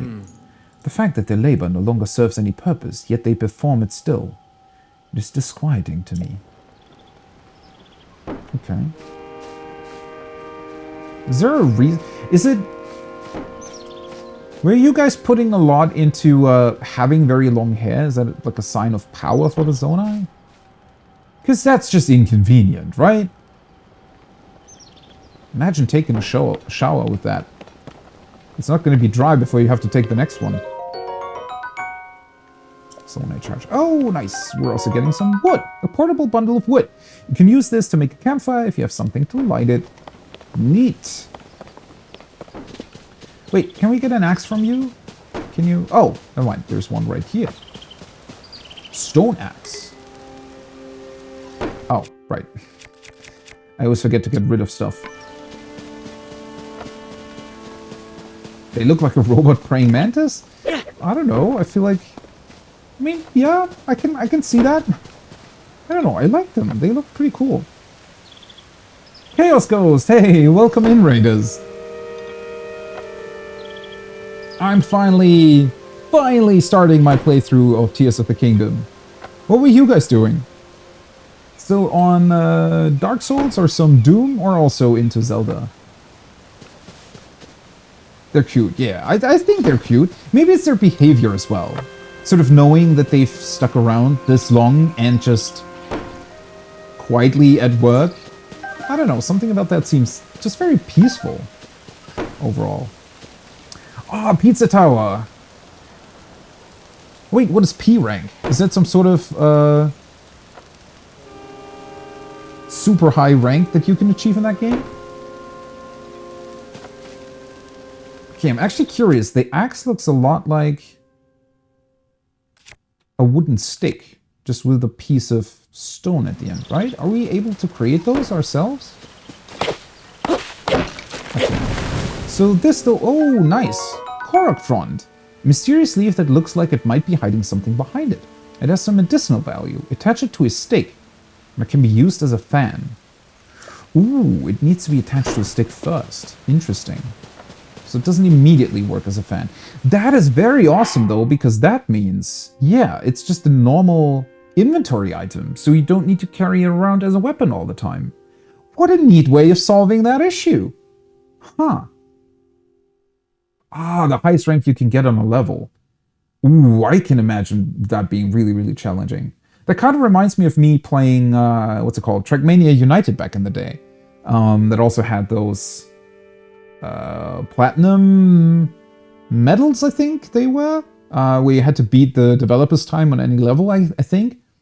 Those are always really, they're really, really fun to do. Does Pizza Tower have some sort of like ghost thing? Where it shows you your previous run or something?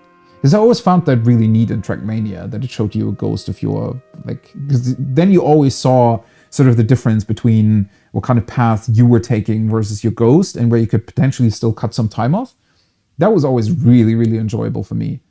And really addicting too, because you wanted to get like 0.1 of a second faster or something during every run. That was very neat. Okay, so how do I do the whole attaching bit though? Let's talk to you. Can you tell me how to do that? Fix your gaze forward. Face it head on. Oh, was he talking to himself? Sort of as a motivational speech for chopping down the tree? Pardon me, I was absorbed in my woodcutting. Yeah, I can see that. Are you here for woodcutting too? What is woodcutting? Is the practice of chopping down trees to create logs. You don't say. What a neat concept. Logs can be combined to assemble platforms. You can also chop them down further to make wood. Oh, right. So if you chop them down further, that's the same as Breath of the Wild. You can use wood to then create campfires yourself. But obviously you can chop down the logs to just create huge platforms yourself, which is very neat. Huh.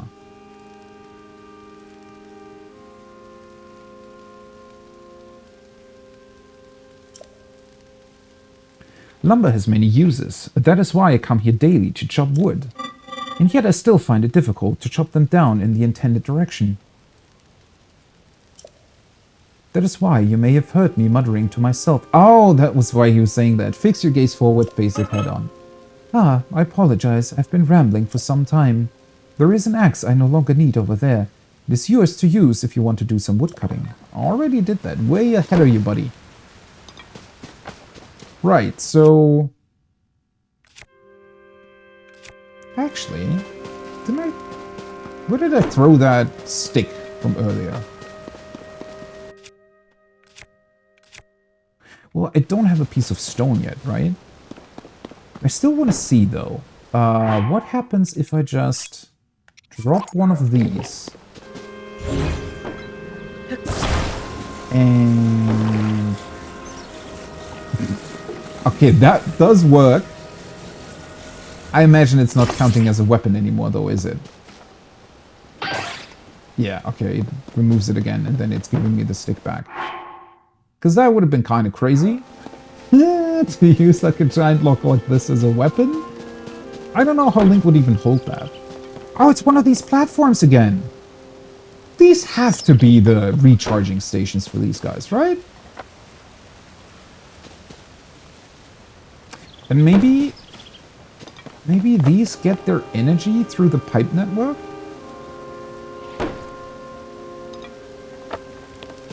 That's very neat. Okay, stone axe. Some arrows. Always neat.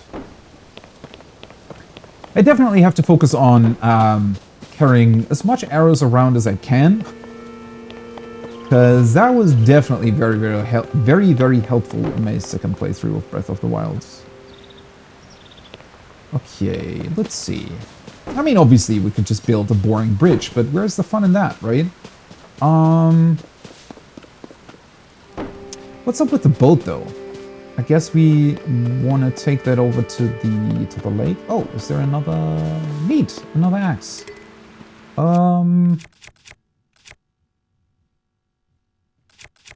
Nah, let's get rid of the branches first. I wonder if there's going to be something else that we can do with the branches. Right, so...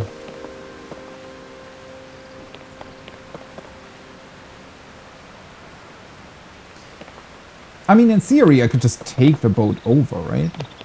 What is that?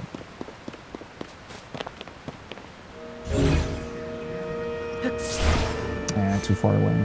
I could grab them though. Can I attach those things to something too? I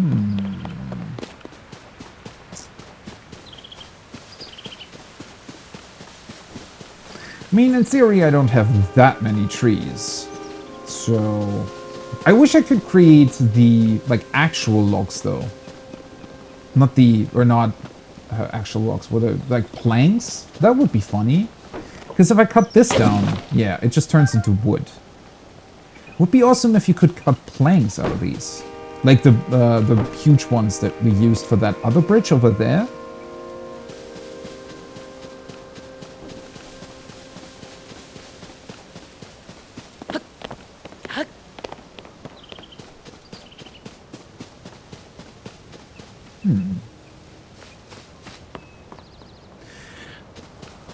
That looks like one of the weird end points of those structures that point downwards, right?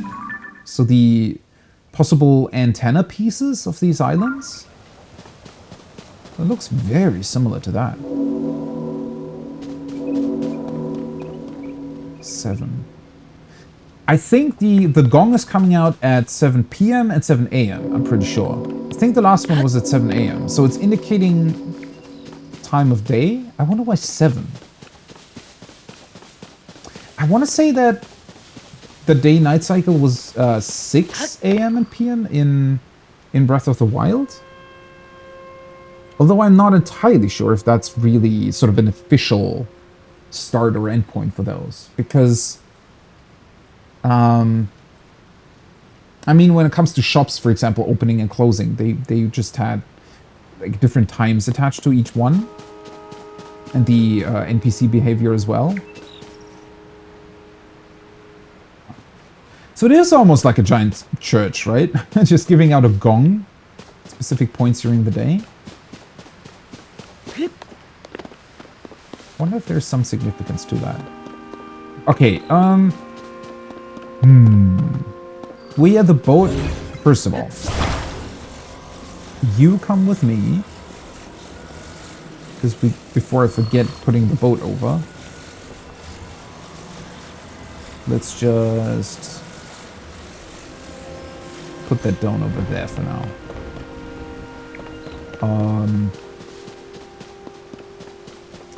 Let's see, one thing that I want to try though. Oh, we have 4 logs, perfect. You come here. Let's see, if I rotate you this way. Does this work? Or I guess kinda, yeah. That's more or less what I wanted to do. Almost creating like sort of a base bridge structure, if you will. It is a charging station. Look at him powering down. What the hell?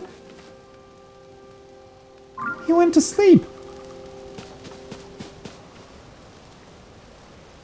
I didn't even realize that's how we found the first one. The first one was in the state when we found them. I hadn't even made that connection. That's honestly cute. I want to have a robot like that. Okay, do I just want to make it longer? Might as well. Let's see. Another lock over here. I guess I would have, if I really wanted to make a bridge out of it, I guess I would have had to place locks in between first, though. Let's just do this for now. Yeah, definitely need another one.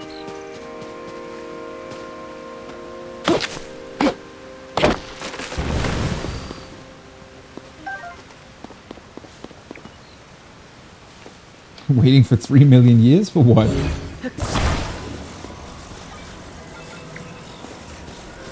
There we go.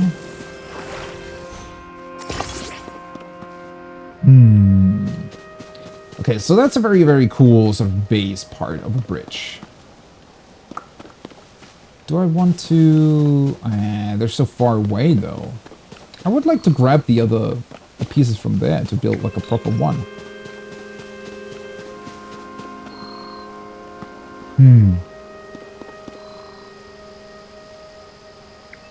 Would I be able to still place... How many trees do we still have? I mean, there's definitely a bunch of them. Oh, wonder if there's going to be a way to move these, to use these backwards. Probably, right?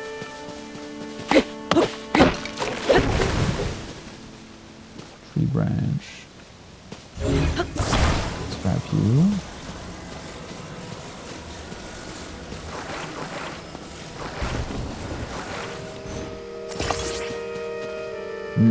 Okay, that's going to attach to the middle. Well, not exactly a very safe bridge, is it?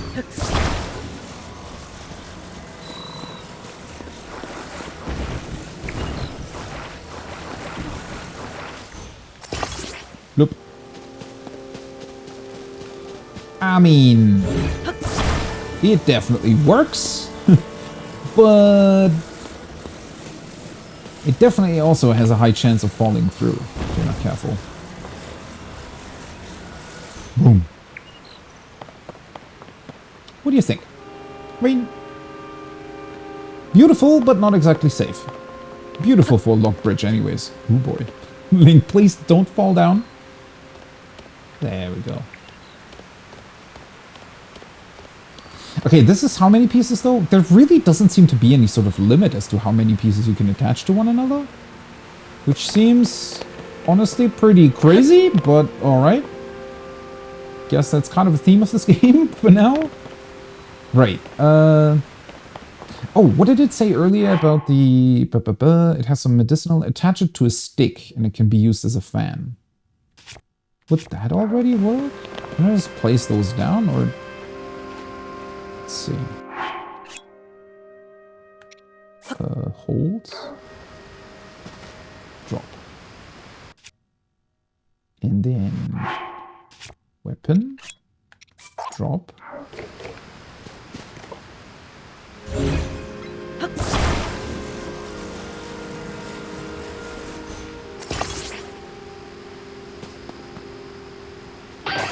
No. Okay.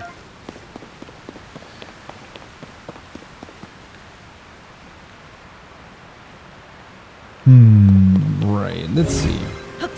You definitely come with me. Oh, what's that over there?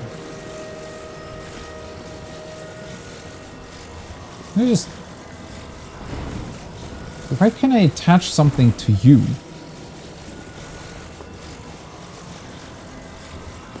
Put it down here for now. Whoop.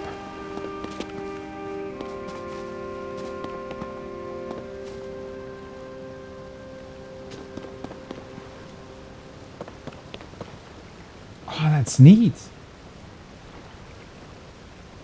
Guess it must be pretty windy. Well, of course it's windy in here. It's a giant sky island. Why wouldn't it be windy? Oh, there's a fish. Little fish. Can I grab you guys?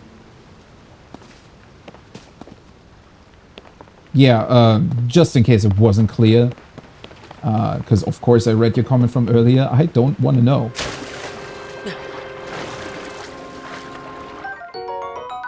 Ancient arowana. Wait, these are ancient fish too? A lively fish that hasn't changed much since ancient times. Its nutritious meat can restore a bit of health. Cool. Why are these ancient fish? Seriously, where the heck were these islands all this time?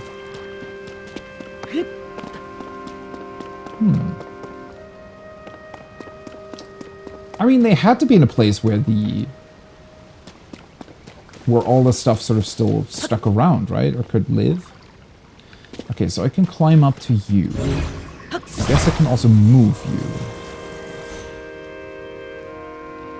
So these are floating bits, yeah? If I move you up, are you just gonna... Oh, there's like a limit to how far I can move it though. Okay, so these things just kind of float in place. Wait, what?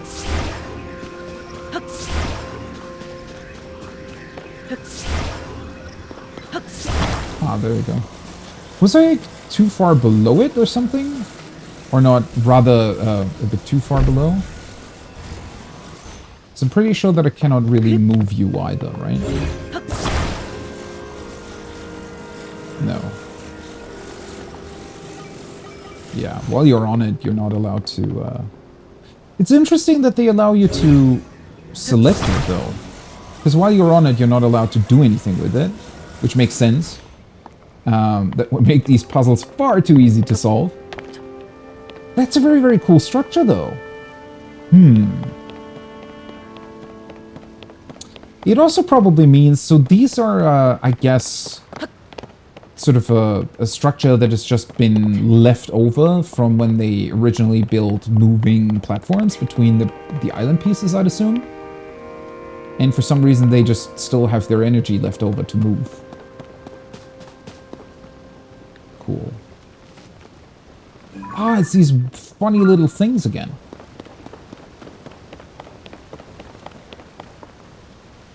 Well, without being able to attach the Korok leaf just yet, I'm not really able to use the boat, right?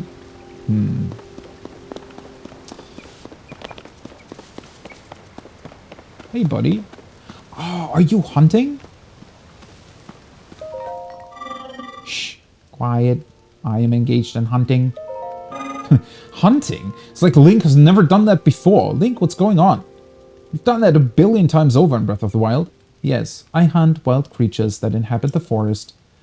I do not remember seeing you here before. We constructs fulfill several roles. One is to provide any necessary explanations to newcomers such as yourself. Other constructs you meet will be able to answer questions you may have about other subjects. My speciality is hunting. To hunt is to dispatch wild creatures. Many of them dwell within this forest. They are highly nutritious to organic life. They are also extremely wary. A hunter must not make noise. Crouching is essential for silence.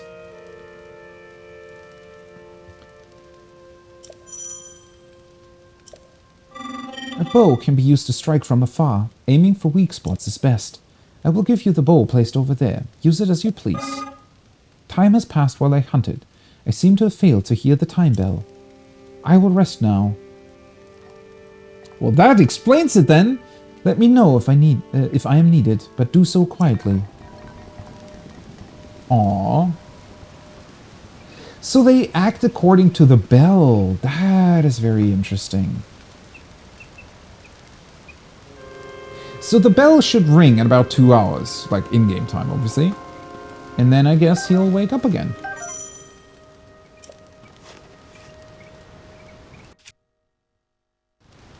That's from a weapon. I wish they would have found another way to make it able for you to select different bows without actually drawing them all the time. Or is there... Wait. Oh, you can... If you very, very quickly press R2, you can. And then you can select the bow. Oh, never mind. Okay, they do. I think it might have actually worked the same in Breath of the Wild and I just never noticed. Probably. Oh, sorry, buddy. I was supposed to be quiet. I forgot. And the funny little dodo things don't really notice me over here, I don't think. Another one of those floating... Actually, I could bring this floating platform over to the other one, right? To that one over there. Also, that suspiciously looks like a Korok. Oh man, way too many things over here. Right, let's try to hunt one of them. Oh god, yeah, I love the motion-based targeting. It's really good. Never mind. That definitely was not a headshot. Well, that didn't work.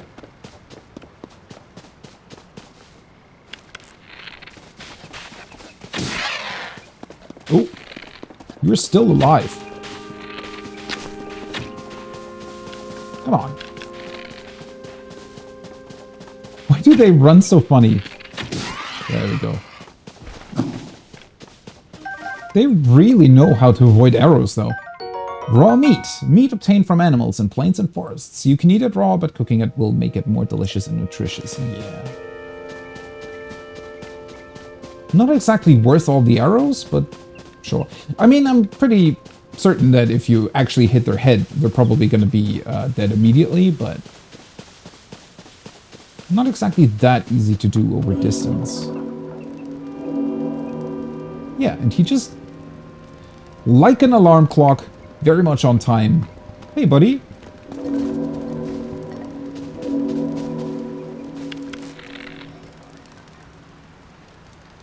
that gonna be enough?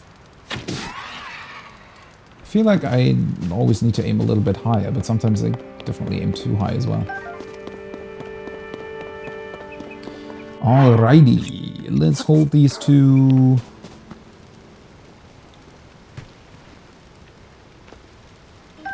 Come on, Link. You can do that better. What kind of throw was that? I think this just makes more sense.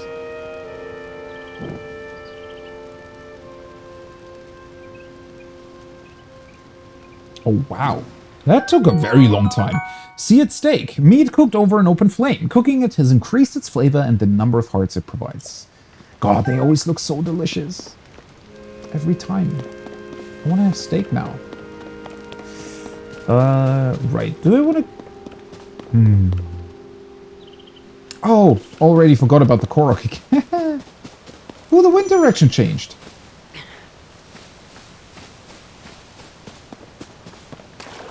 The boat was moving there on its own. It just kind of forgot to wait for me.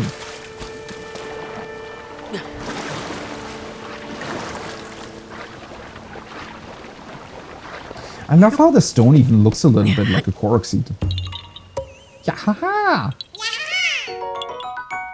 Bye-bye. Makes me wonder if Hestu is gonna require 1 Korok seed per upgrade again, and then it's gonna be 2 and so on and so forth. Ooh. You died very quickly. I think that gives you a, like, bird drumstick, right? Yeah, there we go. Raw bird drumstick. This meat is tougher and chewier than a standard steak. Tastes better cooked. This creature is... Who's talking? I must protect myself? Oh, did one of the animals get too close to him? Yeah, it looks like it, doesn't it? So when the animals get too close, they think it's a threat and they sort of cower down into their recharge form.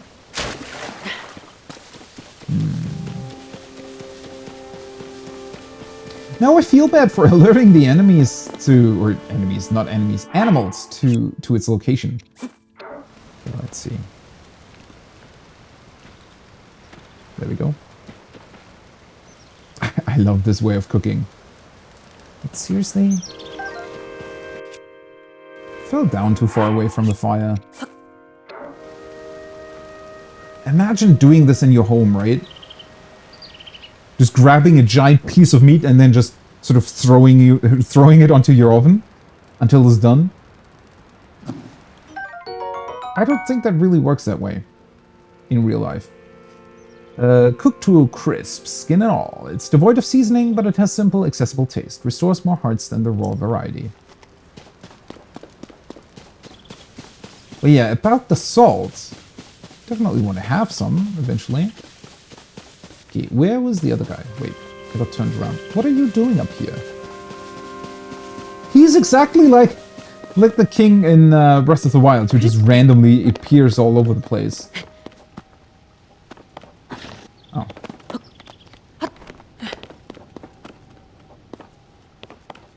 Dragging in the distance.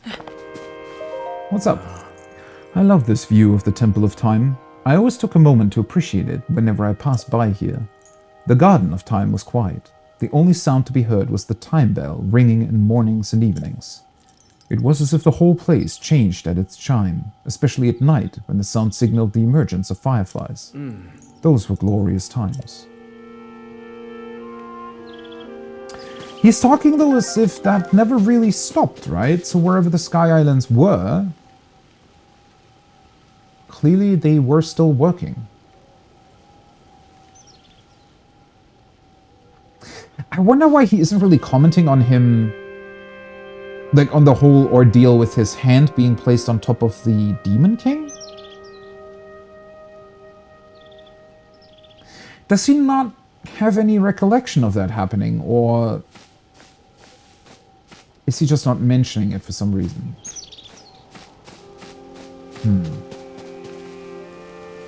Oh, right, I wanted to go down to a little buddy over here. What are you doing? Oh, you're cooking! Huh? Hey. Oh, oops. No, I don't want to pass time. Talk. My next batch will also be tasty. Pardon me for not noticing you. I was absorbed in preparing my next meal. I do not recall having seen you before today. I must doubly apologize for my inattentiveness. It is the duty of a construct to field any questions that those such as yourself may have. Yeah, I know. Yeah, I am. You seem to be uneducated when it comes to cooking. I'll have you know, I already have 8 something like recipes in my cookbook, yeah? Very well. You will learn how to create a meal on your own. Educate me. Cooking, step 1. Hold the ingredients in your arms. Step 2. Throw them into a pot over a lit fire. Cooking complete.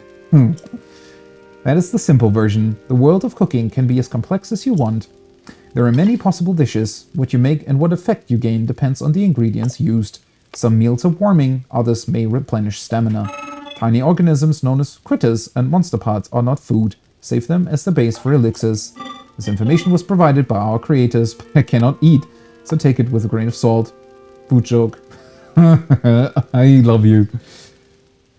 For a second there, I thought he was going to say, this information was provided to you by the Zonai Department of Cooking. I will remain stationed here. Great. I love his little spoon he's holding. I need a bunch of these guys for my own garden.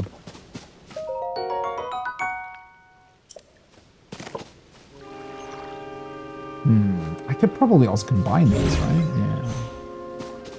Do I want to, though? Is there any point to it?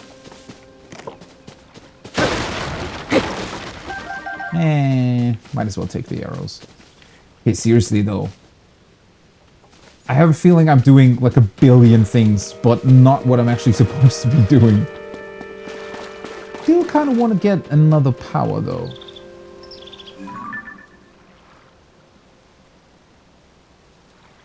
Who the hell are you, and why are you here?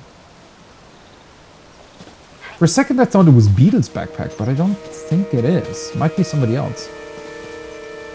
Ooh, there is a... Hello. I can see that chest.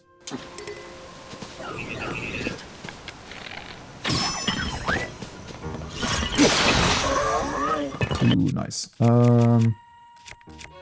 Just need to be careful not to accidentally use up my axes.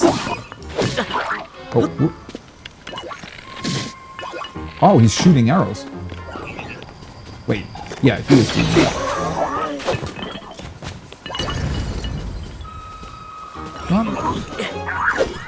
Oh.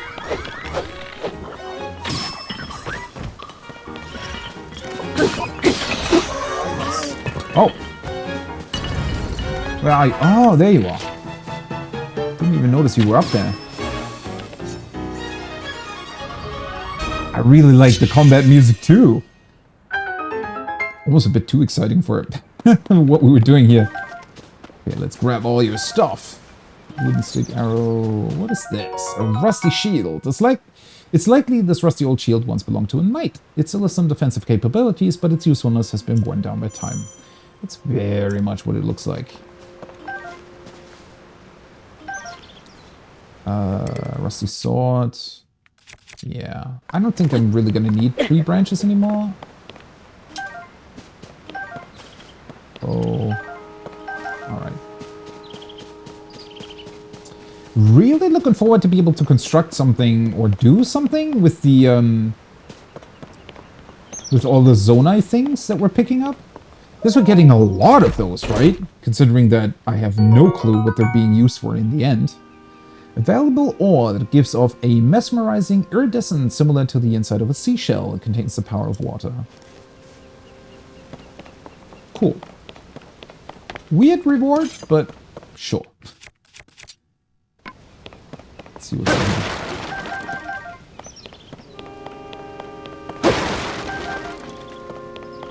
Also, it might actually not be the worst idea to heal up a bit.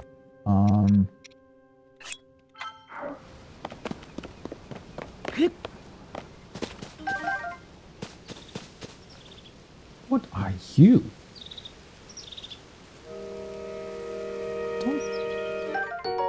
A stamp bulb? Looks like an onion? That didn't exist in Breath of the Wild, I don't think. A wild plant with bulging roots, often found in cooler climates. It contains nutrients that increase endurance. Cook it to restore stamina. Nice. That's definitely going to come in handy. Oh, cool. That is such a neat way of showing you what you could potentially do with these, right? Because I'm pretty sure that, well, of course, if you stand on one, you can manipulate the other. So you can...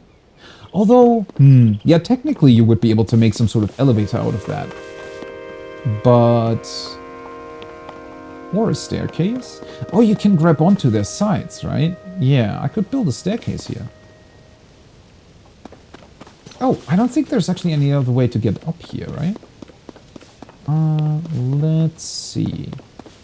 So if I use this as a starting point... Oh, right, I completely forgot. I can also grab onto the to the side of the island.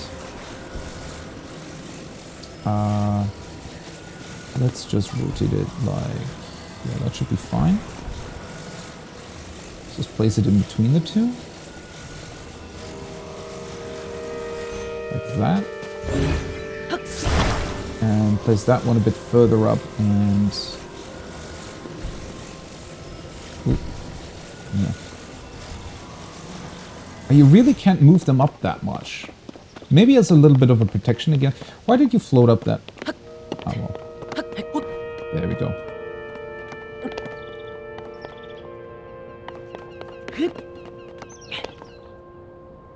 Four hours later, yeah. I think it's gonna be some time until I'm finished with this plateau here. It's really, really fun already to just sort of manipulate different things. Is there anything in here? On the map, it looked like something important, but now I'm just realizing that it kind of looks the same as if like all the other... Whatever these were. Technically, they do look like houses of some sort, right? They're a bit too spaced out to really be that, I think. Maybe because they're the only ones left. Still trying to understand what this is supposed to be, this entire area. Although, then again, if we think of the Temple of Time as some sort of actual temple, maybe these were like huts for, well, not really monks, but something similar to that, right? So, keepers of the temple, maybe. Well, potentially huts for these constructs to just stay in and recharge, although, yeah, they would have those recharging stations in that case, right?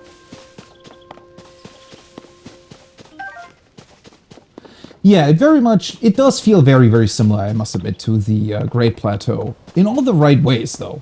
The Great Plateau in Breath of the Wild had a lot of stuff to offer too. Especially since it first sort of introduces you to all the different neat little tips and tricks, right? That you're going to be utilizing all across the rest of the game. Right, I already talked to him here, right? Do you say something else if I talk to you again? No, it's the same. Okay.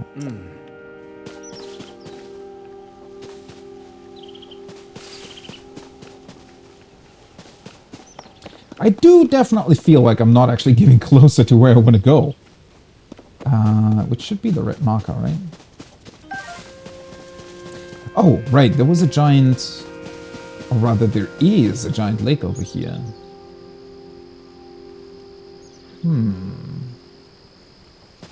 But the boat's not really going to be of much use to me. Because I cannot actually move it in a particular direction without being able to use the Korok leaf.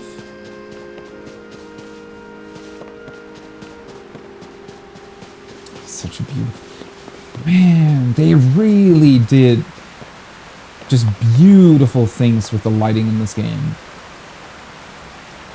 The way it looks when the sun comes up. Perfect. I mean, in theory, I could just, I don't know, cut down 10 trees and make a huge, long log. Or just put down some... What did I just... I think I just ran by a frog or something. Just place some logs in the water. I already forgot about you. Oh, it's a Korok! What happened to you? Oh, wait. Let's grab this. Stamina Shroom. Nice. Stamina restore. Did you fall over because your back's too big for you? This is awful. Where's my friend? Huh? You can see me? I'm Korok, one of the children of the forest. I was traveling with my friend, but we got separated. Aww. Where's your friend, though? My friend is sending up a smoke signal. I can't wait to catch up. I'm so tired, though. I can't move. Yeah, I can see that. Poor little Korok. Yeah. I love the sounds they're making. They're super cute. Why are you carrying around such a giant backpack in the first place? Of course you're gonna get tired doing that. Alright, let's just... It really is gorgeous. This game, I mean, it really has these moments where you can just... I mean, it's kind of, at least for me, that's always an indication of a great game. You should have... Well, I didn't stream it, but when I was playing Witcher 3, I literally never walked anywhere at a fast pace. I got out my horse and just rode around on a horse, but normal walking speed, just so that I can basically turn around my camera the entire time to look at the environment. Hey, there we go, acorn. Now we finally have some seasoning for a nutty seasoning. Alright, you go here. Yeah. I guess one of them is enough, right? First time I placed two. Oh, wait. Wrong button. But I want to say that if I just put this in the middle of it, it should be fine. Almost sounds like he's doing, you know, exercise back there. Yeah. Huh. Oh, well, that worked. Guess we have to start what's already kind of up in the air a little bit. There we go. God, I love this way of traversal already. Boink. Hey, buddy. If you notice that your friend is over there being tired, wanting to reach you. Oh, what do you have? He's got an actual cooking oven. What the hell? I'm waiting here for my friend. My friend is over that way. I wonder what happened. Oh, wait. So, what am I supposed to do? Was I supposed to pick up the Korok? Can I do that? Can I pick you guys up? No. At least not this guy.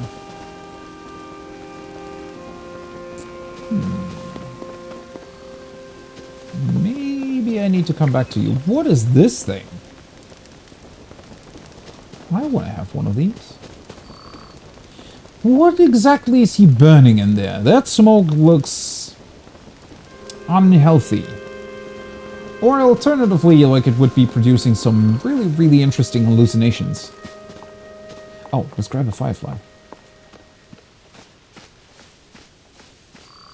Yeah, going through them too quickly. I mean, I definitely get if you want to, you know, continue the story, because, I mean, that was the same for me too, right? Sometimes I just wanted to know what was next, and sometimes you... But that's the beauty of it. You can decide for yourself, right? It's not a movie. You can decide the pacing. But I just love going through game modes like this. Without a care in the world. Although I do sometimes wonder what the NPCs are thinking, right? Princess Zelda wanted to be saved and you're over here. Well, I guess in this case she isn't really... Currently doesn't need to be saved. She's just... We need to find her location, but... Yeah. Okay, so we can grab another sail, but that's still not gonna really help. Unless I just wait for the wind to blow me in the right direction. Ooh. Oh. What an awesome shadow! When the moon was moving behind that other floating island, just made a giant shadow over here. Yeah.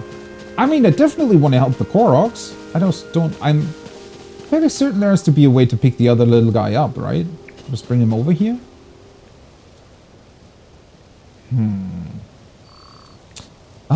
Actually, I should probably... Let me see. I don't want to... Nope. This is where I want to go. I don't want to forget about those. Where was he lying? Well, somewhere close to here, right? That's... What was the symbol that I always use? I think it was the...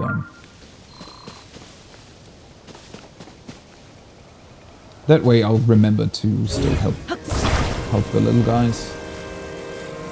Okay. You... Over here. Is it moving? Yeah.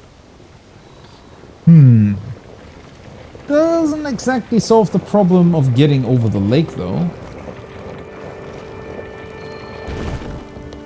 Actually, now that I'm looking at these fences again, pretty sure if I just go over to the other side, right on this side, if I were to jump into the water here, the current would probably just drag me down the waterfall, which sounds... Ooh, what the hell is that?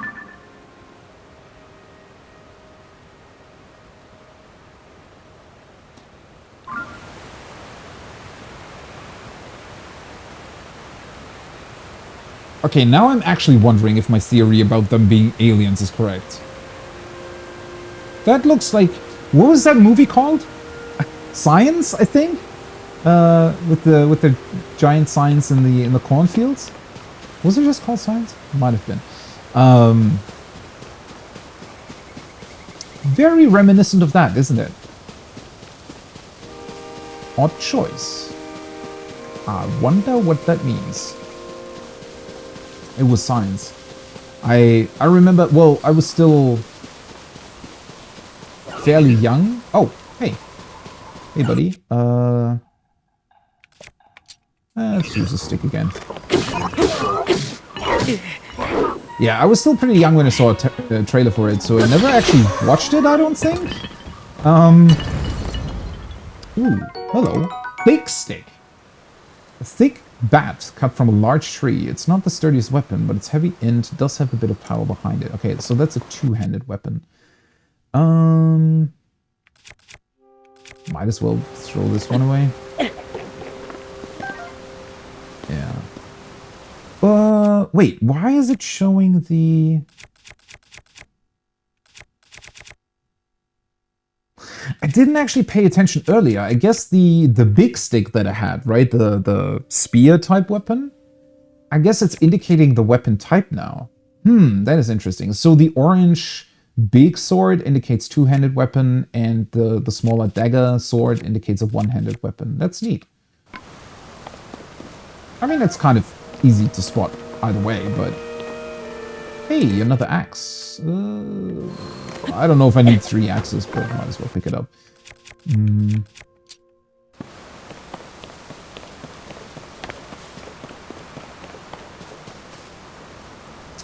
Right. So, what are we going to do about the giant lake now, though?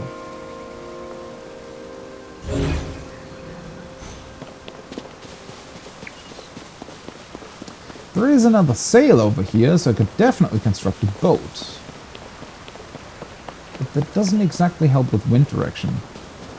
Oh, what happened here? What the hell is that? Stone two-handed... Oh! Hello! Why are you guys here? Choo-choo jelly. And it can apparently still change elemental form. Wait. They're a bit annoying to defeat with the large two-handed weapon.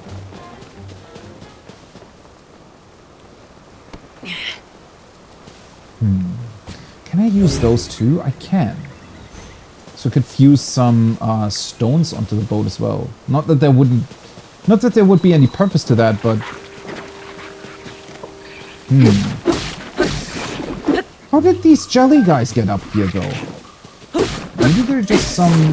Well, I guess I never really thought deeper about what they are. Maybe they're just some weird...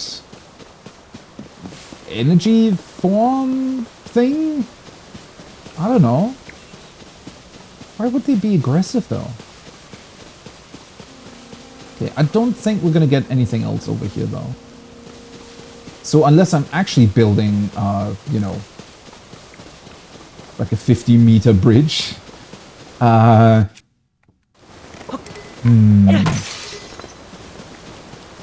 see, why did somebody decide to build an axe with the two-handed club? That seems like a bad idea, honestly. It also looks kind of weird. Well, might as well equip the sword again. I could put 2 sails onto the boat. I mean, maybe we're getting lucky, God. Because I feel like the wind direction is already kind of moving the correct way. Maybe it's done in a way where it always gives you the opportunity to get over there while you're here. Axe. There we go. One thing I have to say that I find a bit weird is that whenever you change weapon, there's like a brief delay, right? As you can see, like if I change back, there's like a half a second or something where you cannot really do anything. That's new. That was not the case in Breath of the Wild. Oh, I should probably actually attach it. I wonder if that's because you have weapons that are made out of different pieces, or made up out of different pieces, and so maybe they had to sort of wait.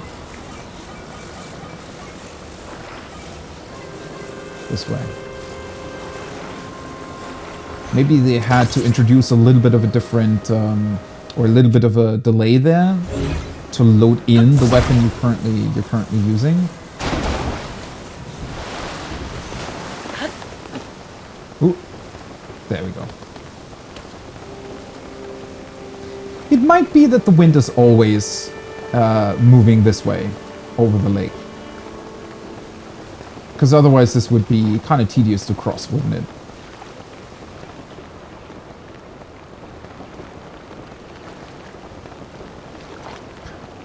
I I love how the wheel... It really is just like super glue, right?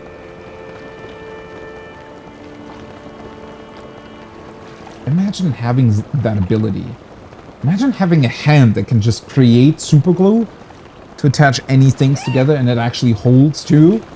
Because that's another thing. I mean, there are glues in our world too, but if you've ever tried repairing, I don't know, like I tried actually repairing, because I had some fairly expensive running shoes at one point. I mean, now they're really, really old, but sadly, most of the, well, a lot of clothes actually, or shoes in particular, are just glued together, right? Instead of actually sewn together. So they, well, after a while, after a couple of years, so the shoes were still okay. It's just that the glue didn't exist anymore. So I tried to glue them back together. Sadly, didn't really work. I guess you probably have to use some, you know, just better glue, which I guess I didn't have at that point. But I mean, it has to hold a lot of, not only weight, but definitely the tension of your foot bending back and forwards the entire time, right? So after a while, it would just loosen again. Especially if you want to use the shoes for something pretty, you know, demanding, like running. That's just not going to work if you cannot attach those two pieces properly. Oh wait, I didn't actually want to pick this up. There's another two-handed one. There we go. Steak. That's such a funny description. Why is the game so incredibly descriptive in what they're calling things? Also, there's a bunch of these alarm guys over here. There we go, finally close to the next shrine. Oh, wait a second. The alarm guys do stick around though, right? Oh no, never mind, it's 7 AM. Yeah, so they do. The other guys just woke up again. I mean, it would be weird if the alarm guys went to sleep too. Unless they're doing some... That would have been fun too, seeing them do shifts. So one of them gets up, the other one goes to sleep. Oh yeah, the glue wearing off. That's always unfortunate, because well, at least in the case of my running shoes, obviously they were still used, right? They didn't really look that great anymore, and they definitely had some other bits and pieces that were kind of not exactly breaking apart, but where the material was just kind of, you know, fizzling out at the edges, I guess.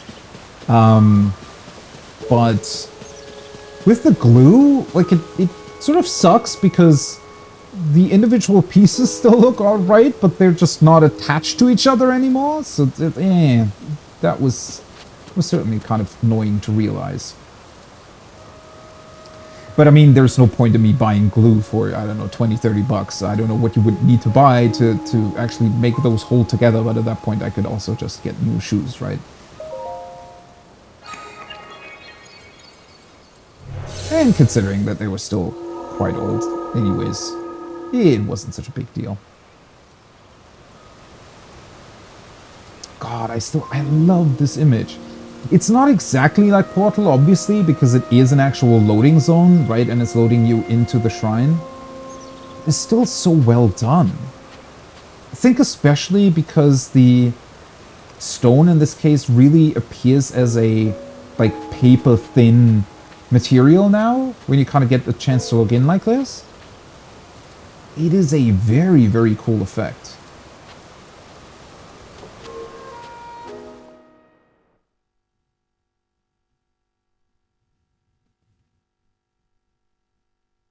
Scope tip. Oh, I just noticed. So now we're also getting information about what we already collected on the top right. So that's the same too as the loading screen in Breath of the Wild, indicating how many, you know, corks you found and shrines you activated. Which makes me wonder, are there going to be another 120 shrines in this game then?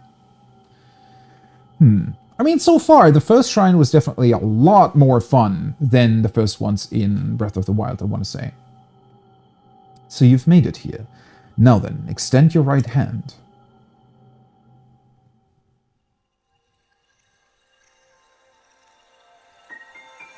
I do wonder what is up with that pattern, though. Because the pattern on the hand and the tattoos on Link's chest, they're also They're pretty much the same patterns that we see on the sort of ground meshes and everywhere on the materials. Fuse. Attach something to equip the weapon or shield to enhance it. You can undo the fusion, but that will destroy whatever has been attached. Ah, there we go. Now we have the ability to fuse that stuff together. Interesting.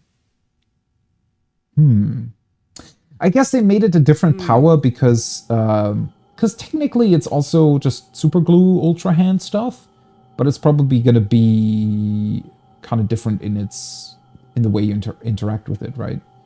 Because it would suck if you had to like drop both weapons to the ground and fuse them together. That wouldn't really make sense. This is the fuse ability. It allows you to fuse something nearby to your weapon or shield, thereby enhancing it. Why not pick up that sword just ahead and then fuse a nearby object to it? Use fuse and receive the blessing from this shrine.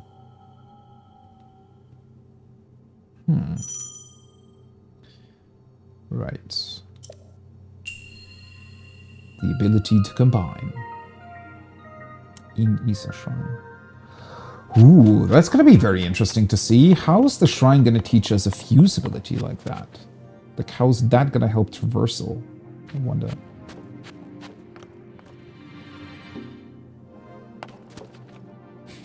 I love how the sword sticks in the ground like that. Rusty Claymore. Two-handed sword not properly cared for. Although it can be used as a weapon, its durability is very low. Don't expect it to last for more than a few strikes. And of course we can't pick it up. Shouldn't I be able to use the club too? Technically, yes, right? Oh, it's already selected it. Oops. Oh, right. As long as it's still... Okay. So I would be able to fuse the claymore onto my stick. Very interesting. Get a bunch of boulders. So the idea, I suppose, is to fuse the boulders onto your weapon to destroy the stones. Whoops. Right. I mean, it wouldn't really... Could I not just grab one of these and drop it onto these things? I mean, we have a couple stones, so might as well try. What if I just do this? Hopefully that doesn't work. Yeah, okay. So I also don't get it high enough to drop it down. Unfortunate. It would have been neat if that was possible. Now I'm kind of missing stasis. You know, just kicking the boulder until it has enough power to break through. But obviously we need to use fuse. Okay, so why? Yeah. So press the attack button and then... And it also adds 2 power to our boulder. It looks ridiculous. Can you do a... Oh yeah, you can. Holy shit. Yeah, you definitely don't want to be in the way of Link doing that.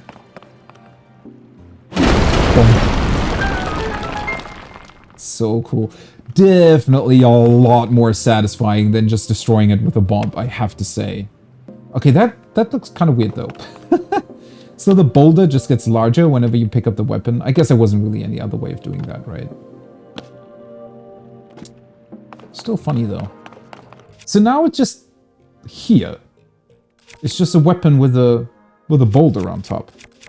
So I guess I could just do the same and pick up all these things. Yeah.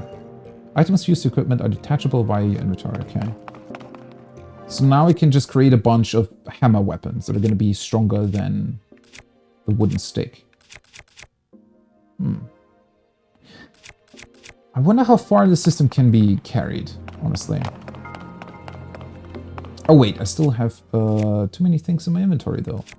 Honestly, might as well just drop one of the axes, right? I don't think... Oh, wait, did it already display this before? It must have, right? So it's 4 from the wooden stake, so it is a wooden stake. And then +1 from the stone? Makes me wonder how we can get... Maybe if I... Can I smash the boulders together?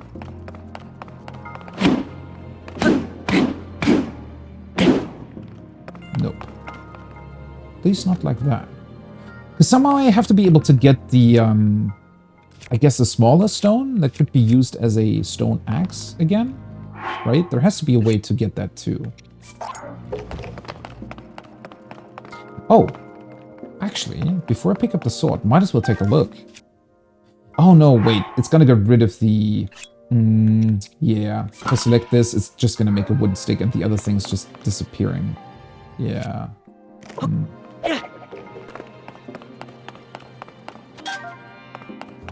So I can fuse these boulders to the rusty claymore too, which is a bit ridiculous, not gonna lie. If I put it onto the shield, I guess I'd be able to maybe use the shield for smashing too. That would be fun. Definitely have to get used to pressing the attack button for this though, because like naturally I always just want to press A for confirm. Oh, what do we get there? Aha! Okay, so is there any other way of doing this? If I use the... Wait a second. If I use this ability... Technically you can grab the chests too, it just seems like it's a bit high up. Yeah, so these stones are definitely purpose-built not to be able to use anything else on them. Which makes sense.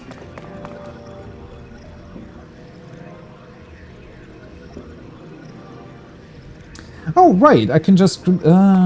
I can just create different weapons with the...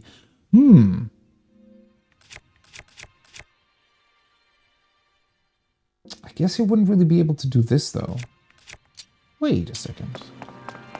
Is this going to be heresy if I do weird things to the Master Sword? Aww. So the Master Sword cannot be fused. I was going to say, that would have been funny to use it by just attaching a wooden stick to it. But right, you do bring up a good point of, why am I even wasting weapons if I can do this? Well, this looks almost normal. Looks a little bit like the bone weapons that you can use in Breath of the Wild. That's pretty awesome, though. Wait, that kind of means that you don't really ever have to leave weapons behind. You can just fuse them onto the new stuff you get, right? And honestly, 8 for 2 wooden sticks together? How exactly does that work, though? Because, I mean, just in theory, I'm still hitting the enemy with just the front wooden stick. I guess it also calculates the... I mean, if we want to sort of suspend our disbelief a little bit, you could say that it takes into account the enhanced sort of, you know, swing that you can do with having a longer weapon. So it kind of makes sense. I love this so. That's so satisfying to do. Bonk.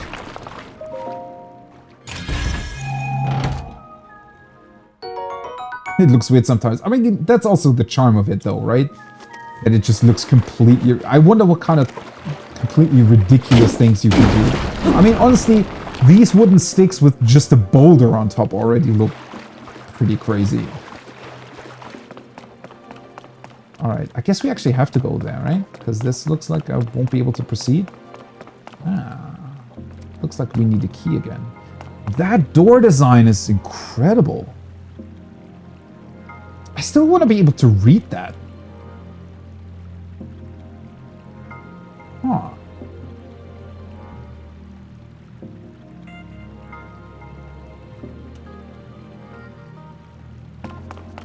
Why is it green?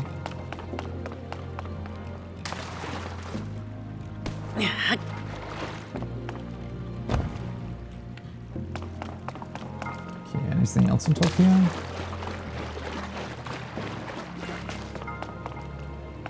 What are these? Fire fruit. 1 fuse attack power. Oh, I can fuse the fruit too.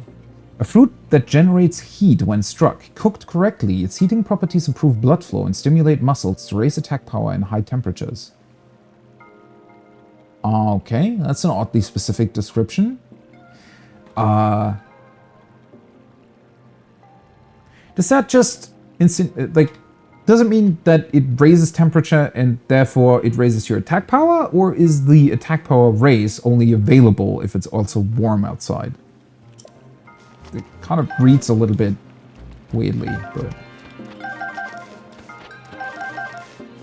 there's a bunch of these. Attach materials to arrows. There we go. Attach materials from your inventory to your arrows. Keep bow drawn.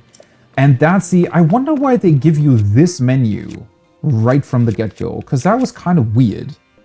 I was suspecting that it probably had something to do with fusing, potentially, but that is very, very interesting. Ooh, now that becomes kind of a difficult decision, though, right? Because sometimes you maybe want to keep this stuff to be able to create elixirs or food that could be utilized in many different environments. But at the same time, you also potentially want to fuse it to your weapon. Very interesting. So let's maybe not do that with the wooden stick. If I use the claymore... Okay, this doesn't... This is only for arrows, though, I presume, then, right? Because it doesn't really give me an option here. If I draw my bow... Yeah, now I can attach it.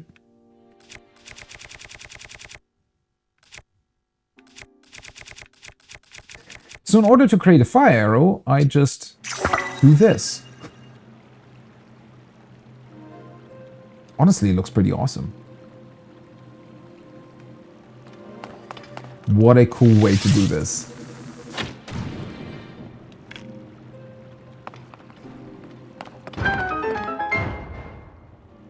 Oh yeah, and another thing, or I kind of already went into that earlier, but what I like a lot about this is that it solves one issue that I had in Breath of the Wild with, well, specifically with the Korok leaf, but also with the torch. Or I wonder if it's going to solve the issue with the torch, but definitely the issue that I had with the leaf. Because in Breath of the Wild, it always felt bad whenever you had to more or less sacrifice weapon slots for, you know, carrying around those utility items. So you kind of needed a hammer for collecting different like mining stuff, right? Collecting the minerals and things like that. And you needed to carry around an axe if you didn't want to destroy your weapons while destroying wooden boxes or something. You kind of wanted to have the Korok leaf for being able to use, you know, wind whenever you traveled by a boat.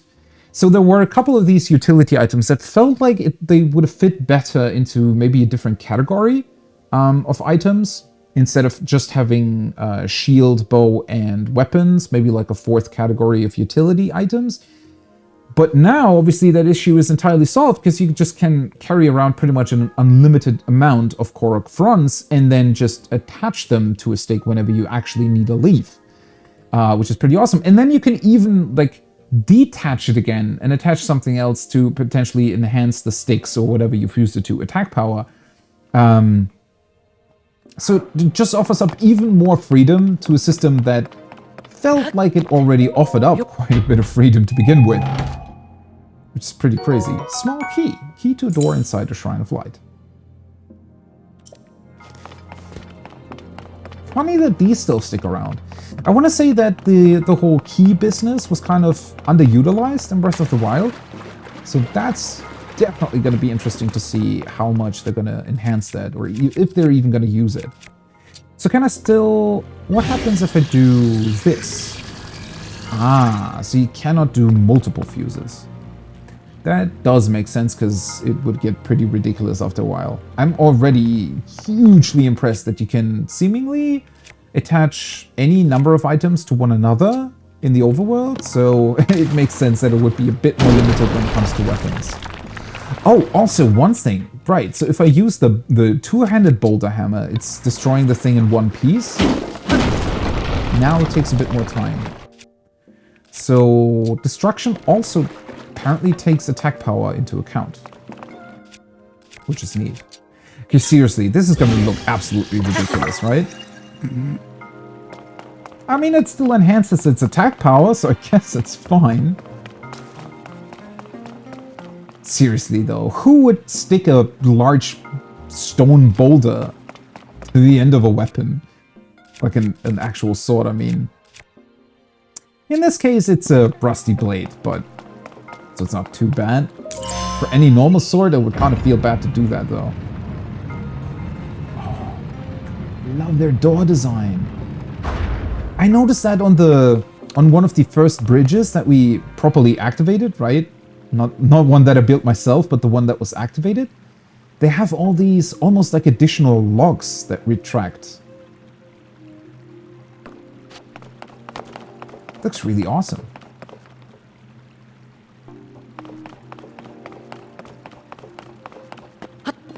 One thing that I also have to say is that I think, maybe it's just because it's new, but personally I think this shrine design...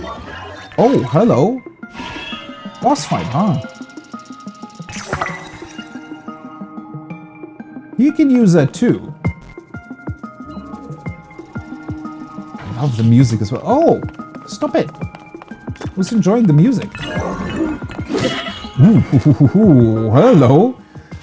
That was a strong hit. I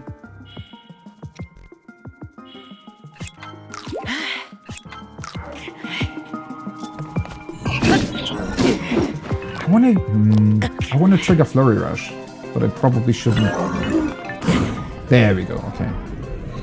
Felt like he was pretty fast, but no, he actually isn't exactly that fast. He has a lot of HP, though. What are you doing now? Oh. Ooh, was his weapon losing durability or something? I guess he also doesn't have unlimited... Nice. He also doesn't have unlimited uses to his thing. Whoa. So that's a 2-hit. Interesting. Well, time to test out the game's autosave feature, I suppose.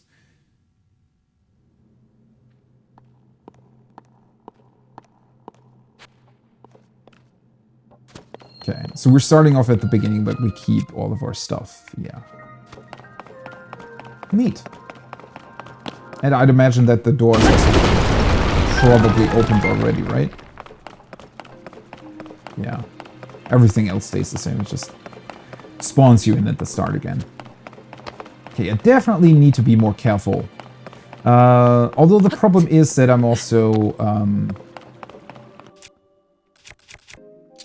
Does this count as a two-handed weapon? No, this counts as a one-handed weapon. Let's actually use that because that way I can shield myself against his attacks. Because I don't really have his... I don't know, I feel like he has a very slow swing. Because of the boulder, probably. Because it's kind of difficult to anticipate when he's actually doing his hit.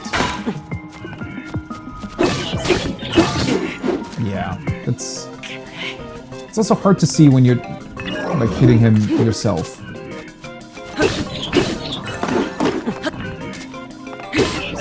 I don't think I want to do more than 2 hits though. Okay, that would not work. There we go.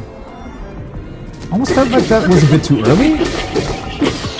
His hit wasn't even entirely through at the point. Oh well. Captain Construct 1 Horn. Okay, confuse that to weapons too. This wavy, double-edged, blade-like horn is formidable when it comes to slashing. Attach it to a weapon to increase attack power. And a Construct Bow. A bow used by Captain Construct. Captain Construct feels weird. Feels like a name of something you'd find in a you know, box of cereal or something like that. Sort of a toy. They'll simply build that is made of fireproof materials and won't catch fire as wooden bows. Ooh. Wait, I never really... No, you were still... At least in Breath of the Wild, it didn't really... You could still shoot fire arrows with wooden bows, I'm pretty sure. I guess I don't really need to keep all of these. Let's pick this up. Okay, time to... Oh, I don't actually... That's unfortunate. I don't actually have a slot left. So does this always show all the stuff that you can attach to weapons? I think it does. But it's not... Oh, yeah. So that would still work, though, if I had a weapon that was unfused. Huh. Honestly, might as well test that. I have enough boulders as is. So let's get rid of that one.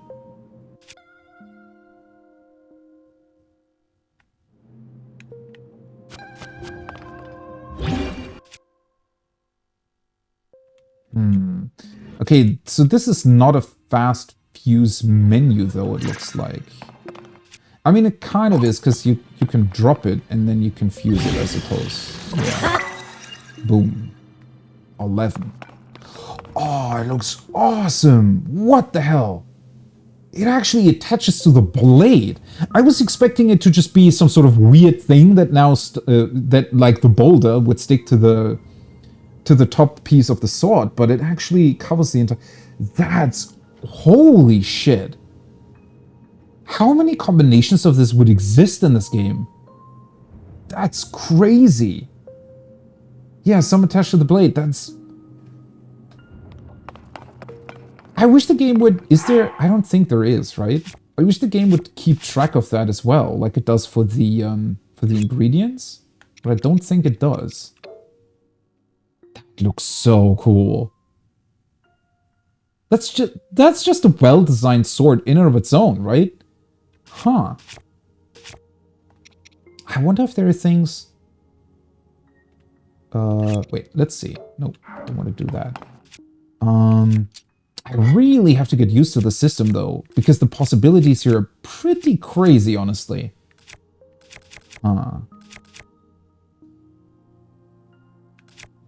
Charge. So these construct horns, for example, you probably want to fuse them pretty much all the time. You definitely have to get used to remember that. I mean, at some point it's probably going to be... That's also why this amber probably looks like how it does, because it's supposed to be fused to weapons as well, rather than just sell it off. I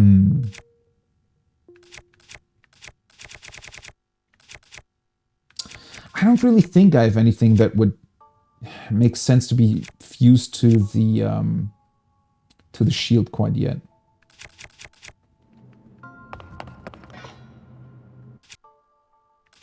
$11. That's so awesome how it also enhances its attack power. Because it feels like, for example, with this, having 8 attack power, it's just... You need to be pretty careful, actually, to have good stuff around, I want to say. Because, I mean, this fight wasn't exactly easy. I mean, it wasn't hard, or it wasn't really challenging when it comes to combat, but it definitely dealt some damage, right? It was kind of a 2 or 3 hit before you're dead. And depending on how many materials you've collected up until this point, you wouldn't necessarily have enough to replenish your health all the time. So that's neat. What's going on over here? Ooh, another long stick. Long stick. What is that? Can I hit you? Oh, wait. That's an actual object. Oops. No, I don't want to take the stick.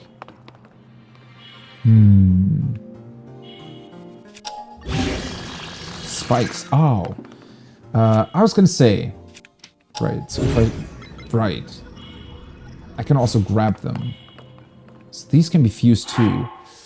Let's eat something. Let's just eat a steak. Might as well eat the baked apple too. Well, now the question becomes... Do we need to carry this around? Let's pick up the long stick and fuse this to it. But nice. Okay, that's 7. That looks like a black mage weapon or something. Kind of a rudimentary one, but it could definitely work as some sort of magical wand. Might as well, honestly... Let's see. Let's get rid of this boulder. And just fuse this. Bam!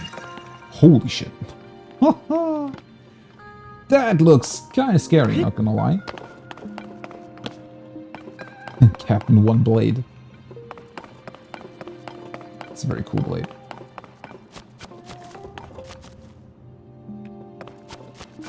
I mean, it really doesn't look like the most practical weapon, but it works, I suppose. Okay, seriously, why is... Oh, I potentially know why.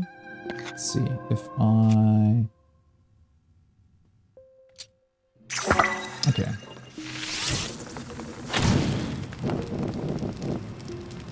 Why can I do this? Ooh, was this supposed to be for... I guess I would have damaged the construct a lot if I had done that during the boss fight? That would have been fun. Because at first I was just thinking that maybe there is some sort of secret beneath here, or I don't know. Although, I mean, I guess you could already kind of see the ground beneath it, right? But, how cool. Okay, so the one thing I have to say so far is that the actual solutions to these two shrines weren't exactly more complicated or anything than what we did in Breath of the Wild at the start. But I feel like the big difference here is just the almost limitless potential of these abilities, right? That keeps it super interesting. And it becomes less about just the simple solution to a puzzle, but rather just sort of your own creativity or the simple fun you can have while doing this, going through and seeing, okay, what can I actually fuse? What does the game allow me to do?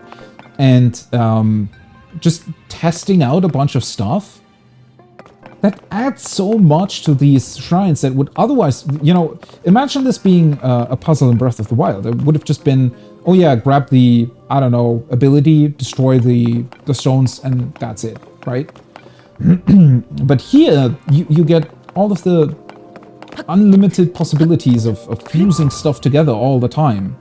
It just makes it way more interesting. I do have to say, though, yeah, it's much more interesting, right?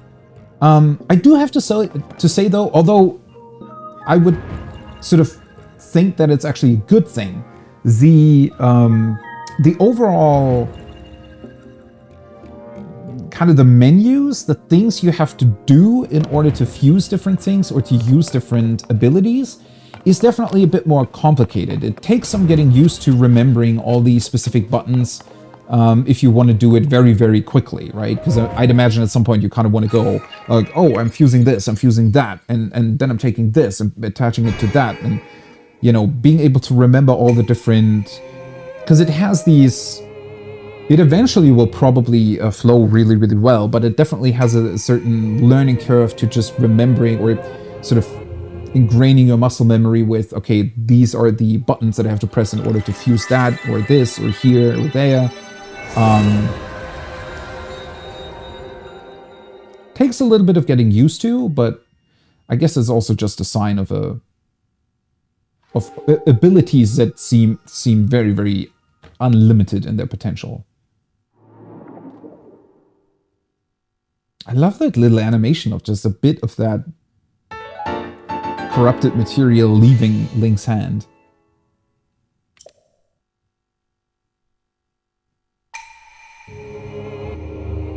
May the light of blessing grant you the strength you seek.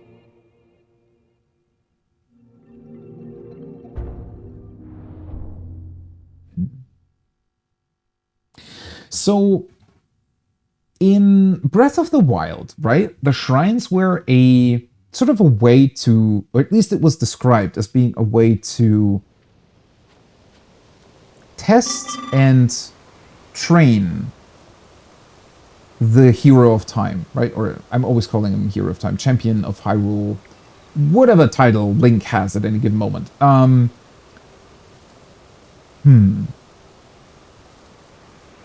In theory, these shrines do feel the same in that regard, right? They do seem to be some form of training facility.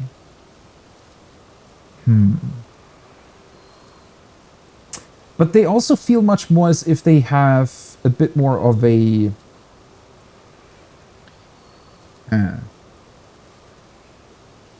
bit of a component of worship as well. Because we always get that statue of the Queen and King, like Hylian or Hyrule and Zonai being connected.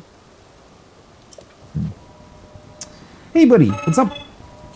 I came because there's something I failed to give you. Please take it. They have a like, chest thing they can place stuff in? That's really neat. Energy Cell. A gift from a Zonai construct. Designed to be worn on a belt, it can power Zonai devices. Okay. What I've just given you is an energy cell. It is required to make use of the tools known as Zonai devices. I cannot demonstrate its utility because there are no Zonai devices right here.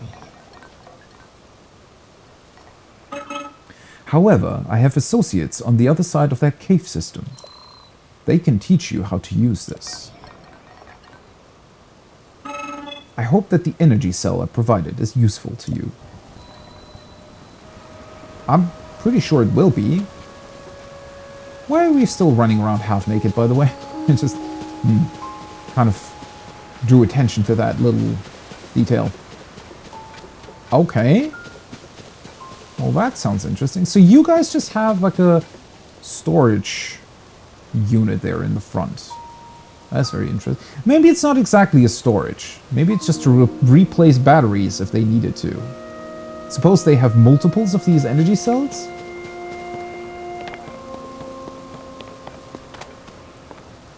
Oh, it wasn't? There's multiple ways of getting it? Okay. Well, that's pretty neat then. Already love it. Okay, so this is where I came from. I just wanted to say, with how this place has a very, very interesting structure to it. I feel like, so the Great Plateau in Breath of the Wild definitely also had a certain, I don't really want to say intended path, right? Because obviously the way the game's built very much, it is purpose made to not take the intended path, right?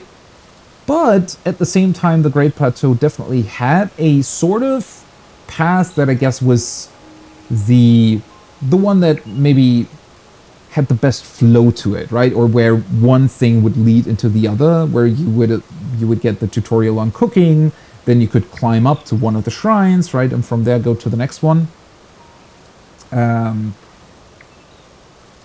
And what's interesting this time around is that it's even more so, I don't know, this seems very, very open at first, but when you then start to actually traverse it, kind of turns out it's a little bit of a circle almost. I mean, I could have definitely chosen to go here into the snowy parts first.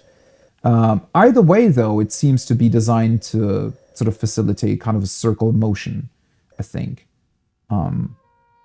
Which is neat, and I particularly like how it's kind of hidden from you. It doesn't really look like a circle at the start. It only, you know, turns out to be one once you're already halfway through it, I want to say.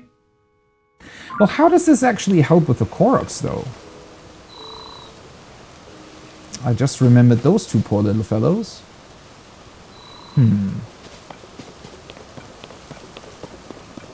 Maybe whatever these Zonai devices are will help me bring the two together?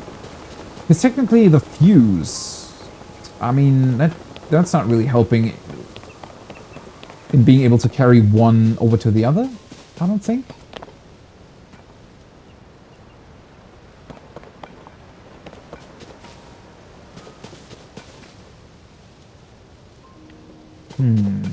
I wonder if there's something up top there too.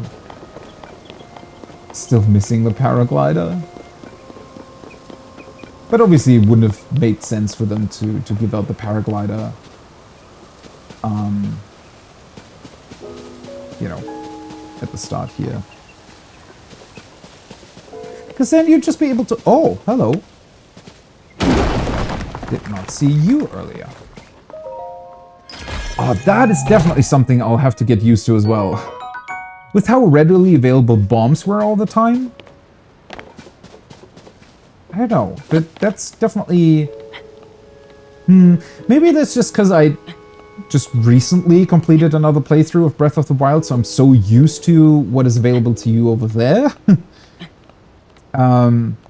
Definitely requires a bit of thinking outside of the box to recognize, oh, hey, that's a thing that I can smash with my new wood stick boulder hammer.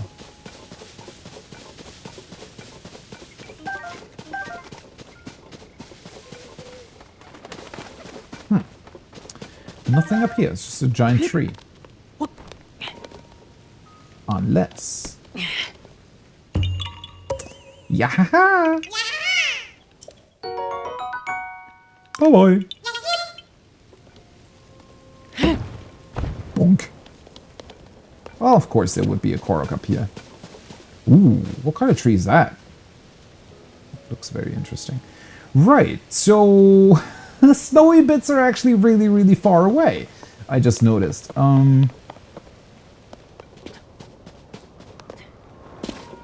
Let's see.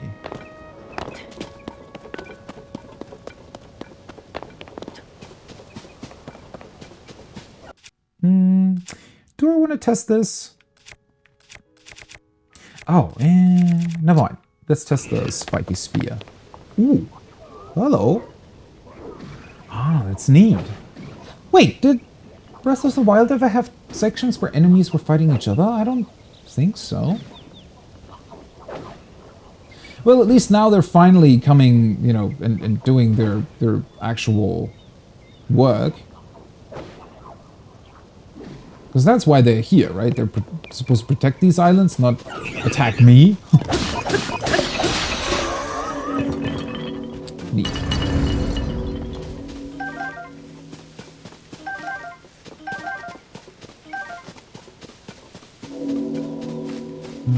Oh wait, I want to have the long stick. I don't know if I'm ever really going to be using the two-handed axe. Then again, I already have so much stuff. I don't need to constantly pick up new things, I don't think. What are you guys doing around a cooking pot?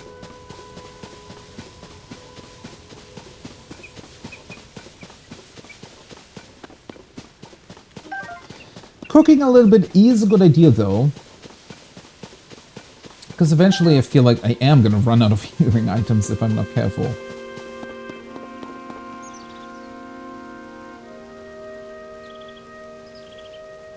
Sat and watch while they killed each other off.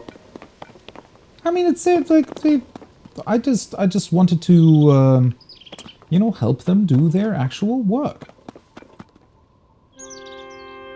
I wonder if I would be able to fuse one of these giant wooden thingies to... Oh. Never mind. Guess that answers that question, huh? What have you done, buddy? Oh, they also alert each other? Interesting, cool. Oh, what the hell's going on here? Did you do that on purpose?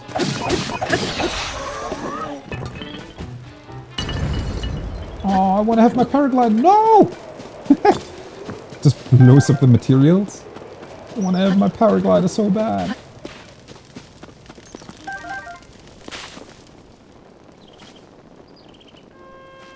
Long stick and wood stick? Is it a...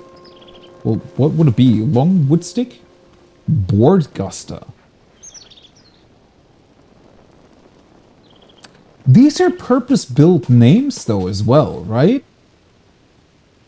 It's just kind of dawning on me how crazy this must have been to localize. Or to come up with all of those names in the first place. Considering how many combinations there must be. Holy shit. Boardcaster. So I'd imagine I'd be able to pretty much use the board very similarly to the Korok leaf then? Oh, there's a lot of boards here. What did they destroy? Yeah, the only problem is you kind of want to experiment, but I don't really want to throw my stuff away all the time. Because yeah. Oh, hey. Fish. Come here. Yeah, the paraglider, I'm just really, really missing that. Okay. So, the chest, I'm pretty sure I can just grab, yeah. What do you contain? Oh, Soldier Reaper. Ah, so that's one of the horn thingies on top of a wooden stick. Soldier Reaper. Tree branch with an added grip and excellent balance. Equip it and use it as a weapon. Oh, don't tell me they actually included this option. That's so awesome. I mean, they kind of had to, right? I probably mentioned this during my Breath of the Wild playthrough at least like 10 times, that it sucks that there wasn't an option, or that the game doesn't give you an option to just exchange the weapon whenever you open up a chest. Now we finally get that. I think I'm gonna drop this one. Honestly, I don't think I'm gonna use it. It's like overkill when you just want to chop down a tree. Alright, let's see. What can we do here? So this is restore a bit of health. If I cook one, that's probably already a bit too much. When did I get 33 of these?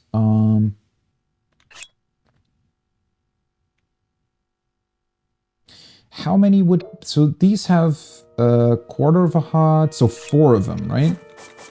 If I do 4, that should give me a 2 heart health restore. Which feels like it makes kind of sense to have that at the moment. Mushroom skewer. So can I select for recipe?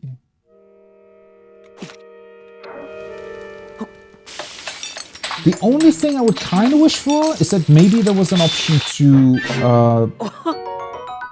like redo the last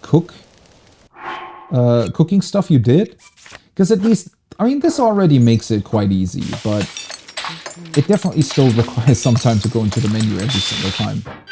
What's called a wooden stick? What the hell?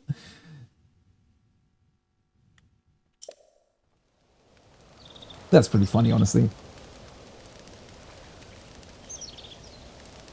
Yeah, when I was hoping for it, I mean, it makes sense. Honestly, it should have already been part of Breath of the Wild when you really think about it. But still, I mean, it's nice that they finally included it.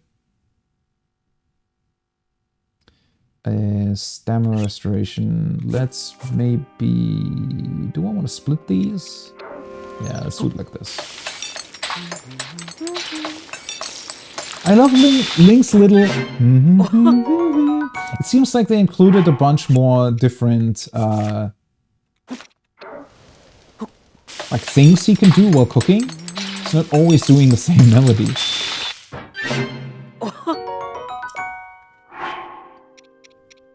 Right. So these can restore a bit of health. Let's do one with an acorn.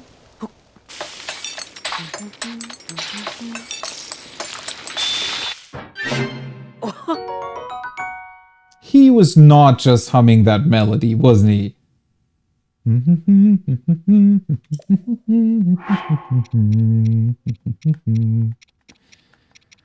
Alright, Link. Where do you know that melody from? Be serious. Cook it to restore stamina. Let's do 2 of these 2. Again? I think that's gonna get me every time he starts humming that melody. Okay, let's add a bit of health. Let's combine the fish with some shrooms here.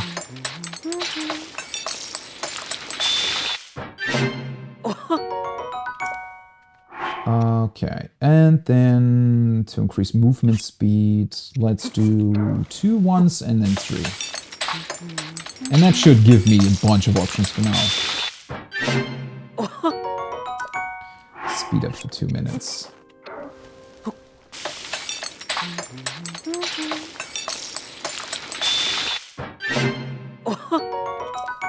3. Yeah. I mean, for now, for this area, that should be enough. Except for...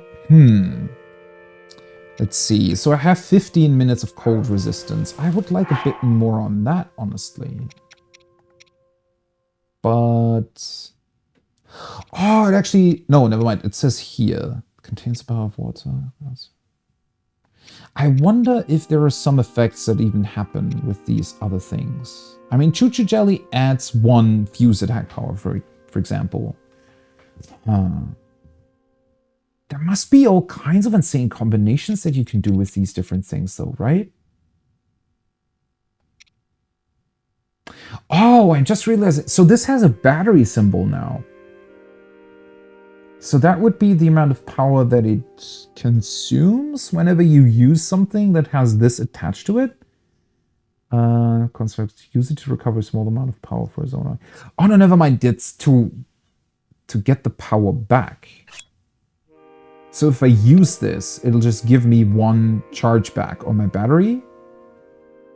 Interesting.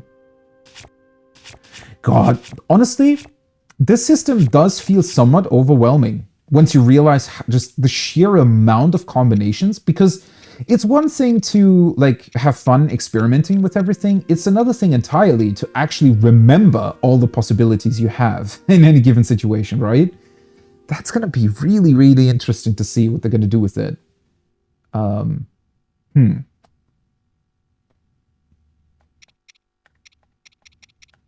mean, there's going to be tons of new recipes, right?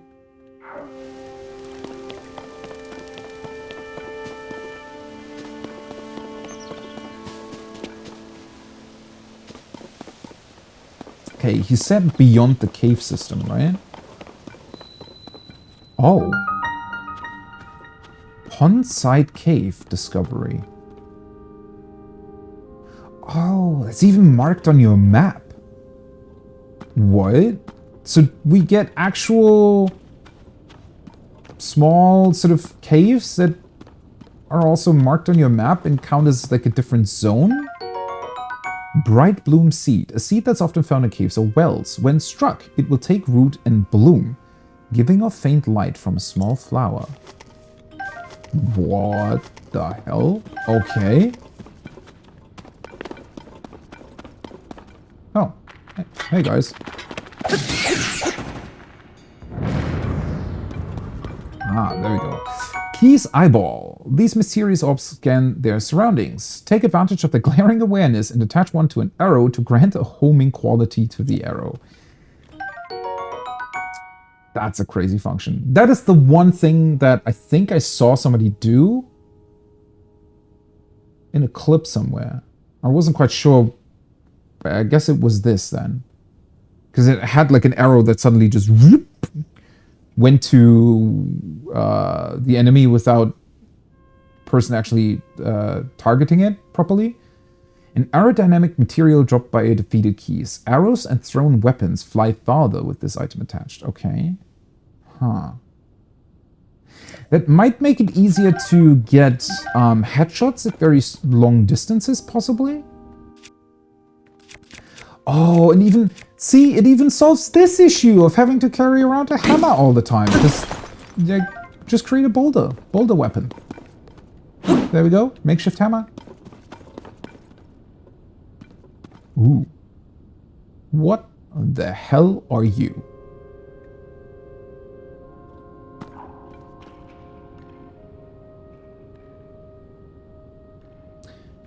That's an odd way of moving.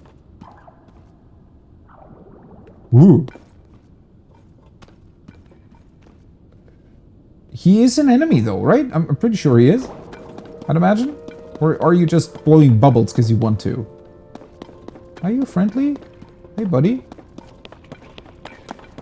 I mean, I can target him.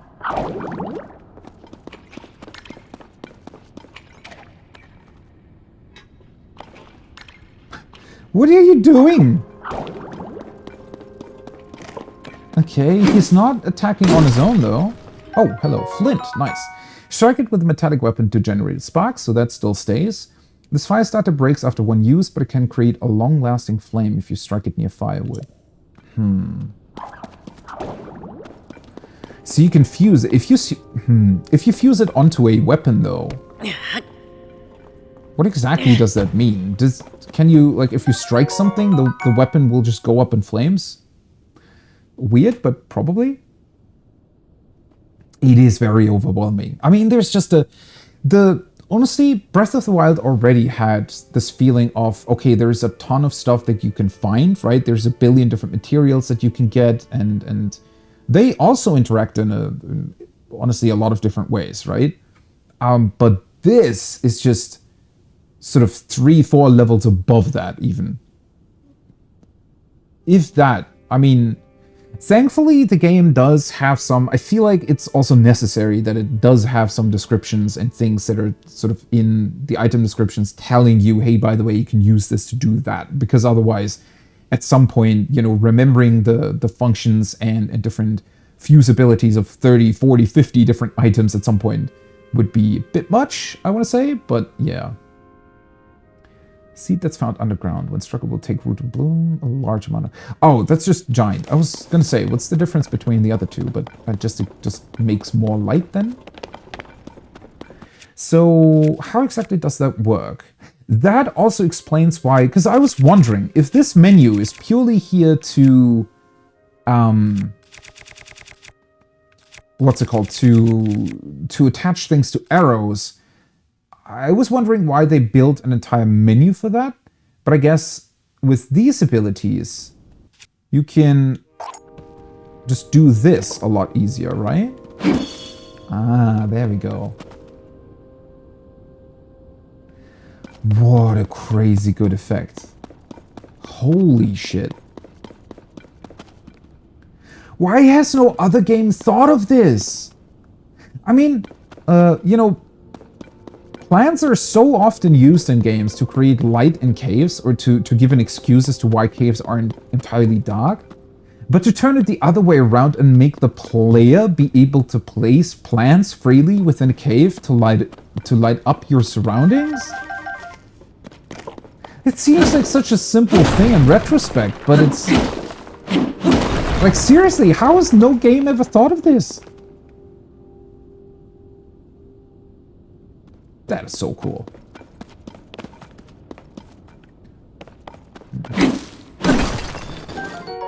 Oh, a ruby. Nice. Contain the power of fire and have fetched a high price since ancient times. With the minerals containing fire and water and some such, I wonder how you can draw that out. If you attach a ruby to the tip of a weapon, will it somehow also create flames? Ah, finally some salt. Crystallized salt from the ancient sea commonly used to season meals. Cannot be eaten in this form. You sure about that? I mean, it probably wouldn't taste very well, and you know, after a while it would be very, very unhealthy, but in theory, you could eat that, I think. Oh, hey. I should probably swap my weapon again.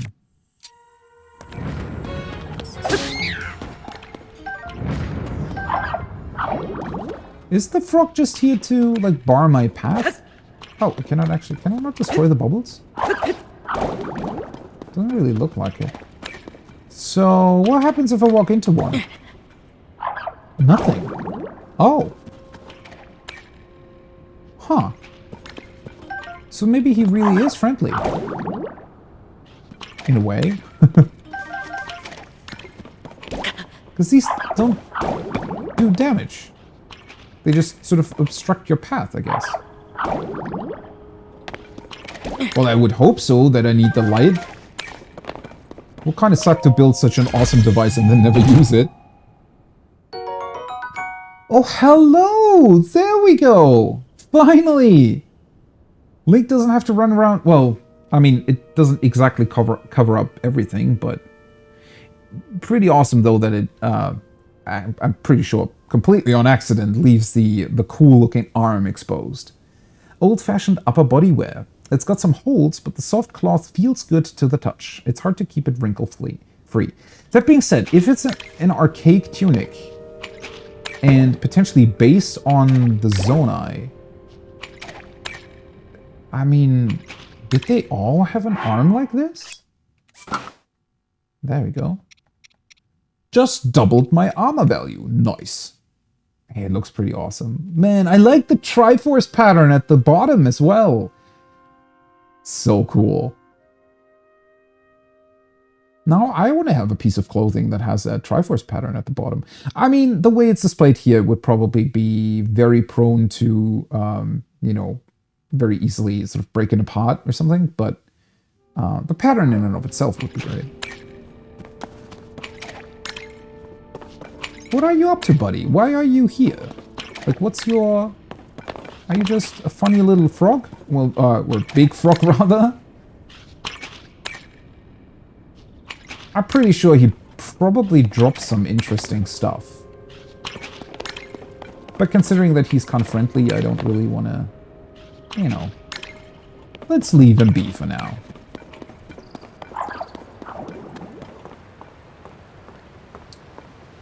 Alright. 3 at once. That's interesting. So now we're beyond the cave system. What if I go back in? Does it show me the name of the cave again? No. Okay. I was just wondering if the game also includes some sort of option to show what you've already discovered or what you've potentially done within any given cave. Because technically we did open up the available treasure chest, right? So I was wondering if maybe it would indicate it somehow that we were quote-unquote done with this cave. I guess it does not really. It does show you, however, where it is. And its name, too. That's neat. I'm still so far away from that shrine, holy shit. Oh, hey, buddy! Well, you're having a good time, aren't you? The Steward constructs were the first to be built. After that, we crafted others suited to different roles. Culinary constructs, maker constructs. You'll find all sorts of them still active in this place. I did, yeah. Some became so skilled within their specialities that they surpassed us. We began to learn from them instead. Ooh, interesting. Link's got drip, he really does. I mean, some of the stuff in Breath of the Wild looks weird, not gonna lie. But some of it also looks really, really awesome. There were some really cool looking sets of Breath of the Wild, and always made me wish that there were more. Hoping for more stuff in Tears of the Kingdom. You should take time out to talk to them. They can teach you many things you might not yet know. I will. But first, let me destroy these wooden crates. Oh, I should be able to... Let's see. Okay, so these can also be fused. Sadly, I don't really have a weapon to... That would look ridiculous, right? Putting these pots onto a weapon? I can put them onto a shield, but I don't really... Yeah, I mean, I can. It's just... I think that looks more ridiculous than anything.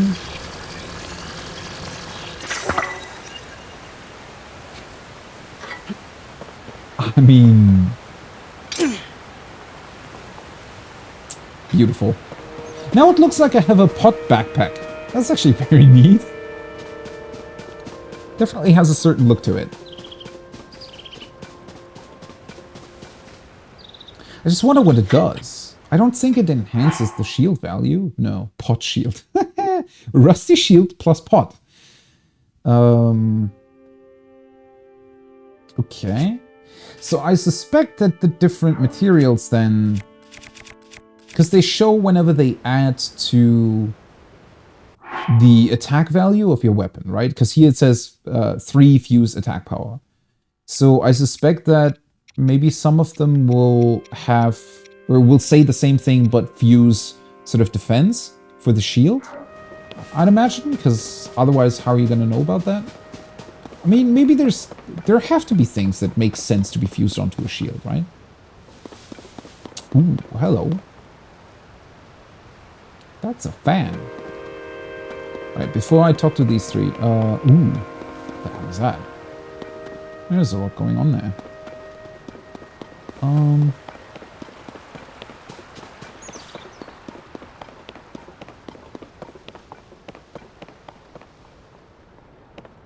God, that looks so ominous. Every time I look down and I see those red circles where the whatever evil energy is spewing forth from them. That looks like a mini boss encounter over there. I was gonna say, how do I get up there? That probably a bit more complicated, but you know what? I can just do this. With all this technology, see, that's also kind of what I meant earlier when I said that it's somewhat overwhelming to keep all the different functions of stuff in mind. Because you get so many things, or so many possibilities with these fusing powers that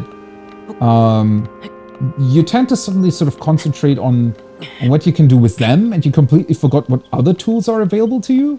Like just climbing up a rock face.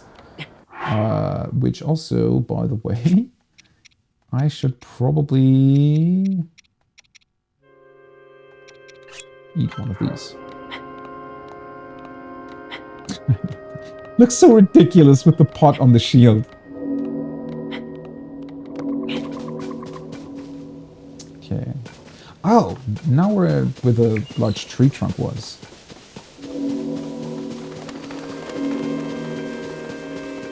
Let's see, anything up here? The only thing that is a bit annoying is, like, every time you climb up... Whoa. Okay, calm down. Every time you climb up somewhere, you also need a... Without the paraglider, you need a way back down, right? Which I will definitely have to keep in mind for these. Okay, I suspect there's going to be maybe a Korok in there. They look so funny with how they... I mean, I know it's more or less based on, you know, real animals. I think they run exactly the same. It's just... Something makes them particularly weird looking in here. Hey! That's another dragon! And that's a big bridge. And that's the other symbol. Holy sh... Like, look down from here. There's like... With this one single small bit of the world, there's like 5, 6, 7 different locations you just want to visit immediately. Oh boy. Oh, look at this.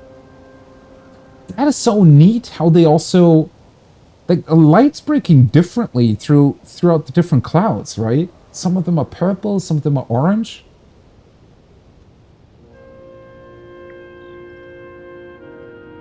There's weird balloon rock in the distance. Now they turn sort of darker. God, being up here and seeing the time of day change is just... I honestly don't think that's ever gonna get, you know, boring. I think that always is just gonna look incredible.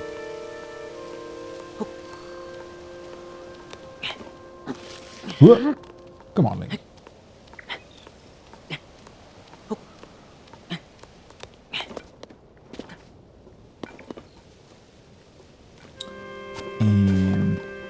Alright. What do I want to use in order to in order to do this? Let's see. Might as well do this.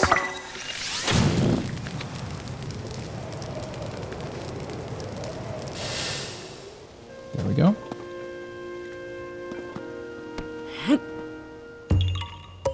Well, it was pretty awesome for him, though, to hide under that rock, right? Because I don't think Koroks mesh well with fire. Bye-bye. Okay.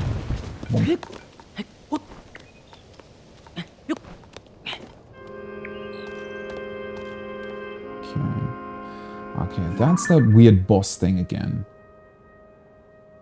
I get the impression that maybe that's gonna be something for the end of this whole plateau or island thing.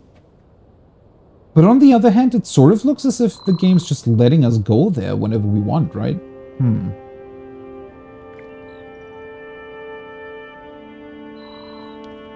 Oh, wait. Oh, that's just the shrine. I was gonna say, wait, what's glowing green over there? Wait, so once you're done with it, it removes the light on top of the shrine, but the door stays open. That's interesting.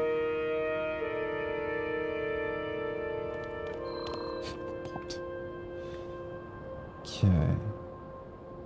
Right, so it's not really that worth it to go over here. I mean, we can just come back later, right? I also haven't forgotten about the 2 Koroks. Right. One thing though, before I start talking to the 3 constructs down there and they potentially teaching me about whatever those Zonai devices are about, I'm going to take a bit of a break here because I desperately need to eat something. My stomach's been growling now for like 19 minutes probably. Oh, neat. These just appear here too. So let me do a quick save. Let's see, save. Right. And I'm pretty much just going to wait here a little bit and eat something. So a bit of a break, and when I come back, well, let's see if I'm even able to finish with the whole tutorial area today, because it's just a ton of fun. This game has absolutely blown me away so far. I would have never guessed that there are these many different things to do and to see and to try out and test, and I can't wait to see how ridiculous this is going to get. Well, first of all, we're still missing a power, right?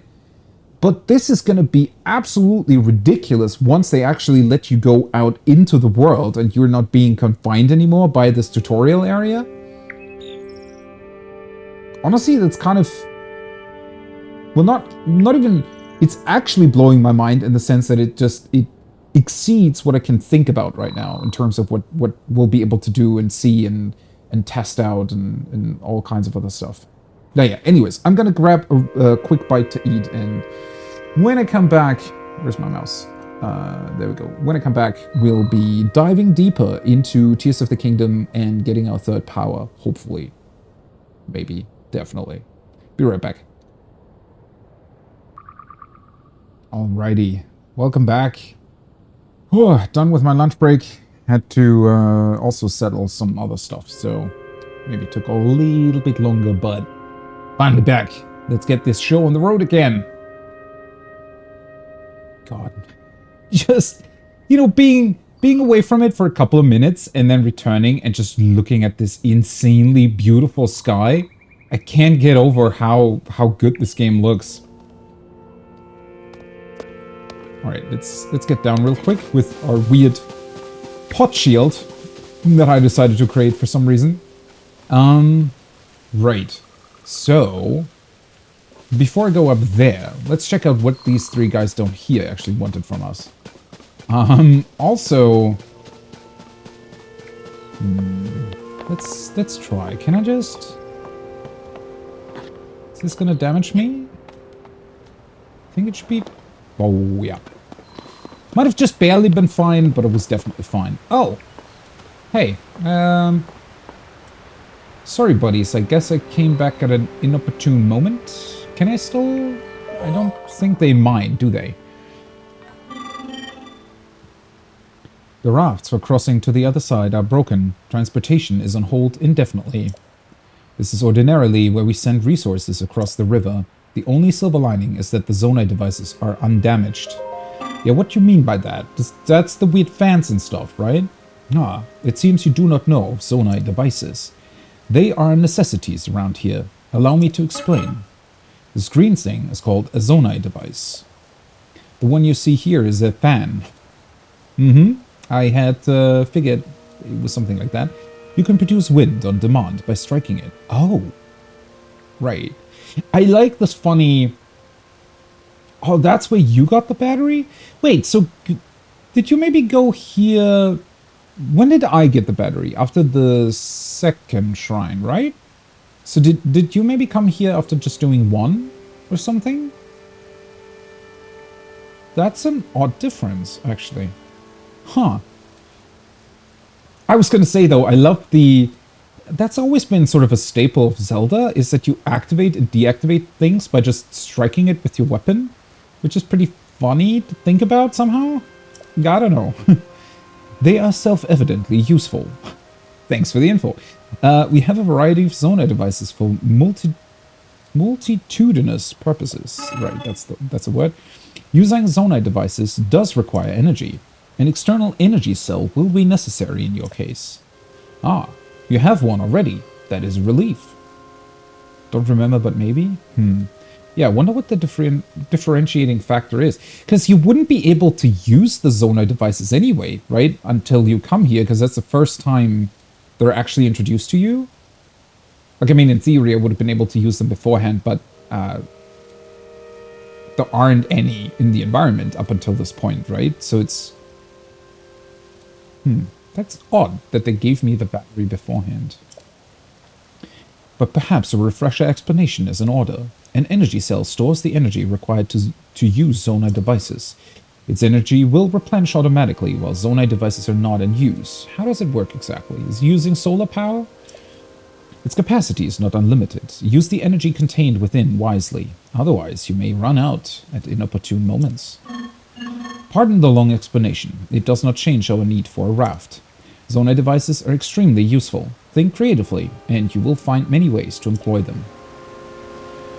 Right, so I can just build a boat, and instead of using... Okay, so that's actually kind of funny. So they solved the issue with having to carry around one of the Korok leaves the entire time for creating wind on a boat, and then they just give you fans anyways.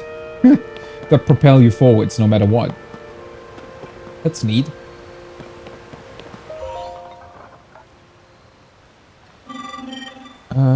The rafts are broken. We're exhausted from trying to fix them. Currently, we are resting from this task. At least the Zonai device is undamaged. That's a problem. Tomorrow we will again consider possible methods of repair. Are you a talented technician in a hurry? You may want to employ these devices by the water. Wait, I saw... So did they not give these guys the ability to fuse things together? Or maybe their power is a bit more limited compared to mine. Oh, that looks so awesome. Holy shit, why do the clouds look so awesome whenever they move through space? Anyways, what was I gonna say? Right, so the enemies, at least the one construct thing that we fought in the shrine, was able to fuse themselves, right?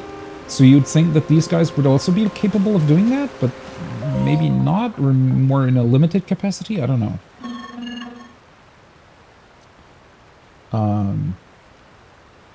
Tactics Turkey. Hi. Welcome back. Rafts are damaged. Yeah, okay. They're all saying the same thing.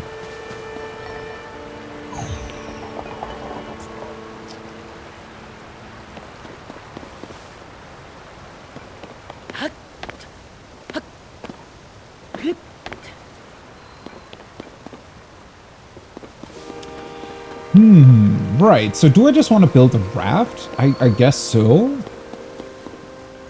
What else are we getting here? Okay, that's not a piece. I just want to do stuff, right? Can I not? I guess I would be able to take one of those things as well and just fly over the water. I just don't want to take one of these things away.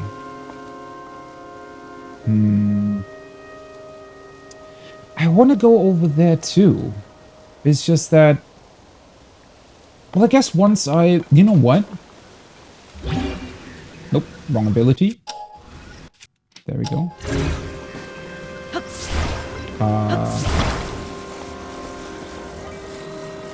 If I'm grabbing one of these things... Oops.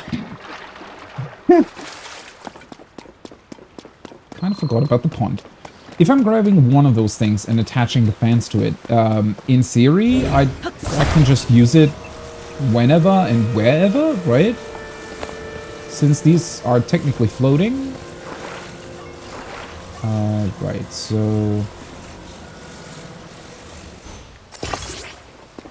Okay. I do have to turn them around, though.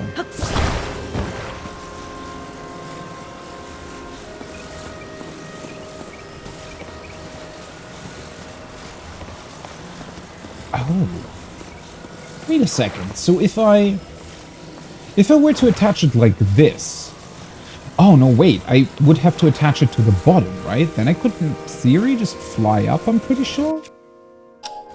Oh, it doesn't work indefinitely, though. Because I have limited battery power. But once these things are in a certain location, they just stay there, right? They don't actually move?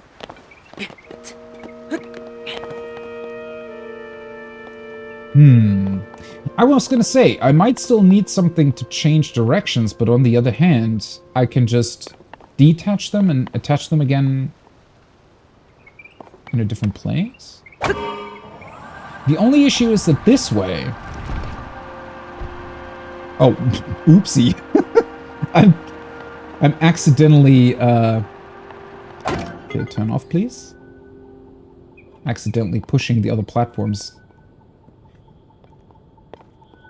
Right. Okay, so this is probably incredible and super awesome, and I already like it a lot.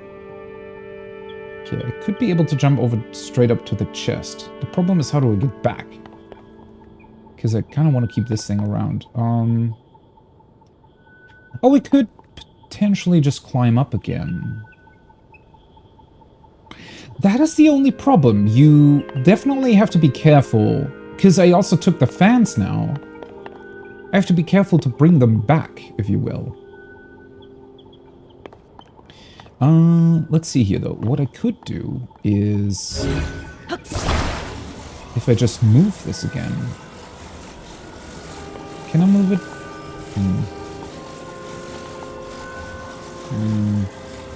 Yeah, if I wanted to fly over again...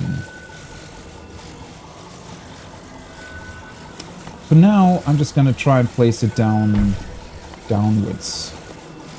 I guess. If I can get a clear view of what I'm doing here. I can't push it further down. Wait a second. Stay there. It's a bit more complicated than I wanted it to be. Right. I need to remember to take it with me, essentially.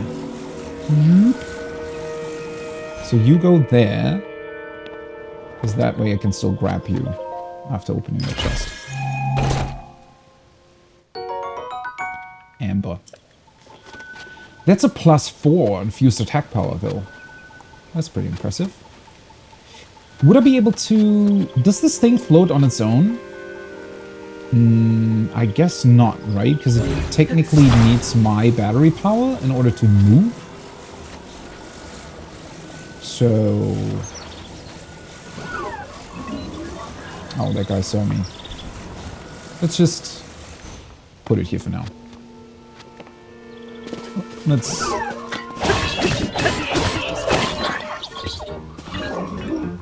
Does he have a rusty broadsword? Or...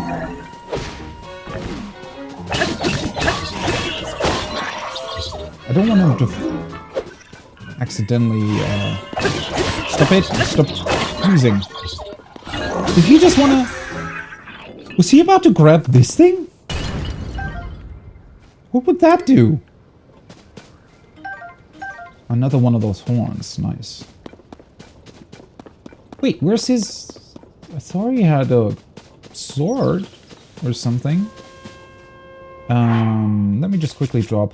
The one thing that they could have maybe implemented, though, that would have made it even more awesome, is if, let's say I would hold A or something, it would allow me to drop a weapon for this one instead.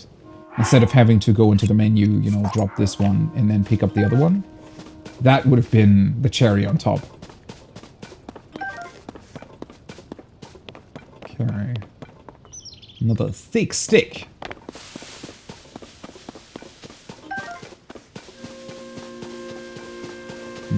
Nothing else here, though. Guess this part wasn't really worth it. I actually parked it almost perfectly, huh? Oh, wait. Oops. It's facing the wrong direction, though. In theory... Let's see. Because I should be able to just climb back up and then sort of take it with me, right? Let's see. This is rotation. Let's start it up this way. Hopefully I'll be able to grab it once I land...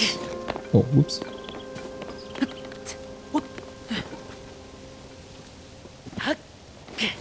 Ah, really? Can I not just... Oh, this works, okay. Yeah, it should work, though. How did they... I mean... I don't even really know what to say about this, other than that it's just... magical, even though it's technology? I don't know. So the thing is just... in comparison, I almost feel like Breath of the Wild was kind of a... Even though it's crazy to say that about Breath of the Wild, considering what a... How it deviated from other Zelda games, right? So it was a pretty big bet, honestly, on whether or not people were gonna like it. And there were definitely people that didn't like it as much.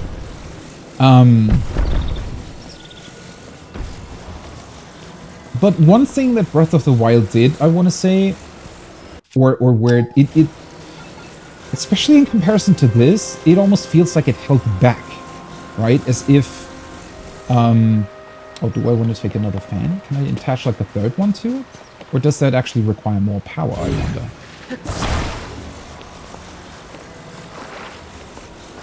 So Breath of the Wild felt almost safe in comparison, right? In terms of what you were able to do, and it felt...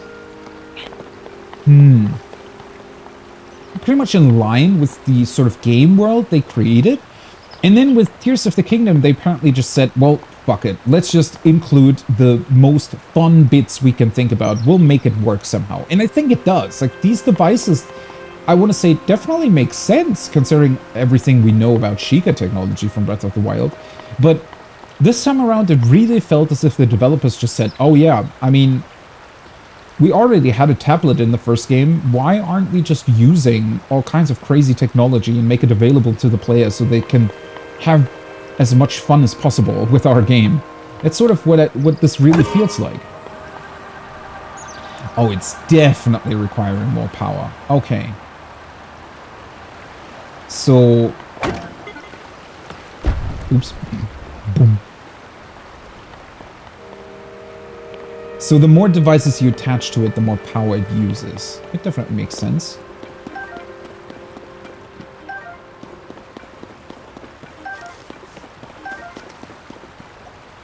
Right. Not exactly a good parking spot, but... oh well. It's not like this island was designed to park huge floating crafts on it the entire time. Oh, rusty sword. Let me see. I actually wanna... I guess I don't really need the boulder hammer anymore. Because I have a two-handed boulder thingy anyways. So let me pick this up and create another one of the cool swords. Stop this and... bam! There we go. God, I love the look of it, especially since it fits so well with the color too, with what we're currently wearing, and with all these zonai constructs around. Buddy, where are you going? Oh, are you going this direction? This mountain path is especially rugged. You must take your environment into account when traveling. I've developed guidelines for traveling this mountain path. Shall I tell you them? Yeah, let's hear them. Very well. Fire is a crucial tool when traveling the mountain path. A fire can be used either to cook or to warm yourself. I can cook? What is this question, Link? You've already cooked like, I don't know, 30 meals, even in this playthrough? How can you not know that you can cook? You can cook anytime and anywhere. All you need is a pot with a lit fire. One method of cooking is simply to throw random ingredients into the pot. Others are more careful. This is the best way to make meals that can warm you up. Other effects are also possible. Yeah, sadly, I don't really have that much left that can warm me up. Insects and monster parts. Do not cook horns or guts with food. Elixirs are also helpful. I know. Alternate way to warm. Teach me about fire. I recommend using flint as a fire starter. Place flint next to a bundle of wood. Then strike it with a metallic or stony weapon. This is my recipe for fire. There are several other methods, but it's best to internalize the basics first. That is all I can tell you. Take care. I do like... Okay, so... I want to say this way of tutorialization, they almost over-explain stuff too from time to time here. Oh no, are you... Oh, for a second there I thought he was trying to get to his sleeping position, but I don't know what exactly he's doing. I feel like my raft is slightly, confusing the poor fellow. So let's put it right here. There he goes. These rafts are kind of ridiculous, though. Simply because of how big the stone slates are in and of themselves. It just makes the whole thing look absolutely ridiculous. Yeah, I don't think I actually have any, anti-cold materials anymore. Oh, that's neat. They even place a flint down for you to strike. There we go. Let me double check though, but I'm pretty sure I'm missing on cook to restore stamina.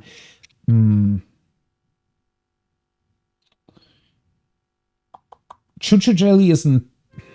Yeah, I can change the Chuchu jelly state into the fire one, but I don't think that's actually going to help with the cold mountain path, unless this works. Proof blood for stamina, raise attack. Oh, no, wait, this is attack power. Never mind.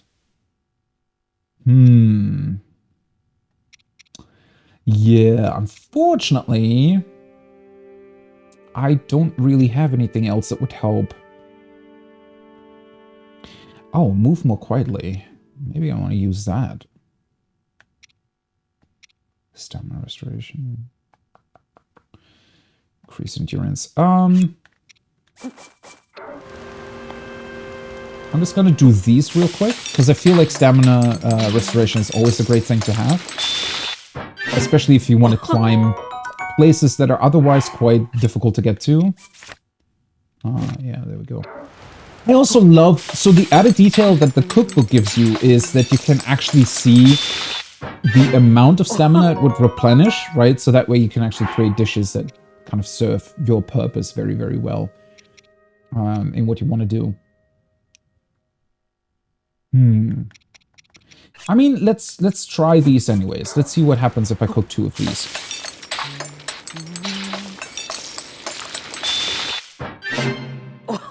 Scorching Summit Fruit. Hot Weather Attack. Okay, so that's a new buff. Grants a low-level attack enhancement in hot places. So it really is what the description says it is. For a second, I thought that it was maybe a little bit just weirdly worded or something. But it actually is. Okay, if it's hot, you deal more damage. That's a funny sort of niche little buff. This sweet dish is made by heaping tasty fruits into a pan and simmering until tender. Okay. Unfortunately, though, no additional heat for cold mountains. That's an actual railway.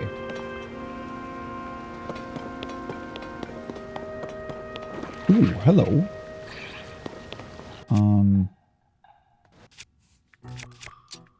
Let's just swap back to the spear.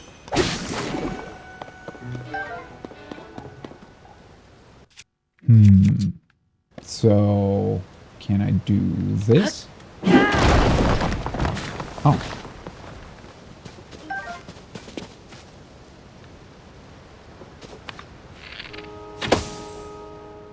Yahaha! I was gonna say, that's probably a Korok.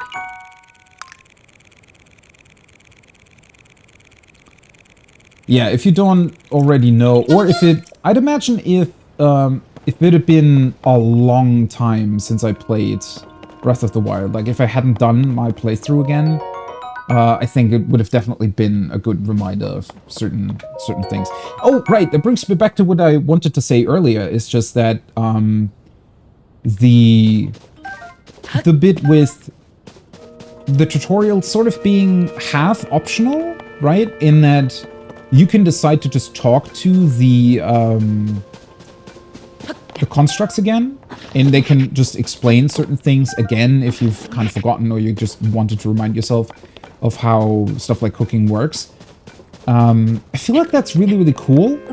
And it solves one thing or one issue that I have with the optional tutorials in FromSoft's games, because they, for whatever reason, decided to just place down boring little messages on the ground. And I thought it was especially awful in Demon's Souls, or in the remake for that matter, because you... Well, it's literally just one giant room full of messages, right? And I think that's kind of a lazy way to do it, honestly. It's fine that they decided to use those messages, because at least they're kind of in theme with the rest of the game, right? They're the things that are supposed to be around everywhere anyway, so it's not a big deal that they're using them for the tutorial. It just feels so much less, I don't know, like part of the world if it's done like that. If it had been that, you know, you get a message here and there, because at the start of Dark Souls, for example, right, they're a bit more spaced out. You can read one, you get a little bit of information, you can read the other, you get a little bit of information, and that intertwines sort of with the messages that were actually left behind by players. I think it does work to an extent. But if they're all placed down in a room like that, or another example would be Bloodborne as well, where the messages are all kind of just all over the place in the Hunter's Dream. I prefer this method of optional tutorial definitely over FromSoft's approach, where here you're talking to these constructs and you don't have to talk to them, right? If you already know what's up, or if you don't really care about that information, you want to find it out by yourself, or whatever reason you might have for not talking to them, you know, just with the messages you can just run past and it'll be fine. But if you do decide to talk to them, there's still actual interactions, right? It feels much more in line with, I don't know, actually talking rather than just a boring message or something. I don't know, maybe that's just me, but I like this sort of lore-fitting approach a lot more. Okay, why do they give us locks here? I could definitely just drop one of the locks down onto them, although that would be kind of boring, wouldn't it? Is there something that I would be able to... some cool effect that I could utilize?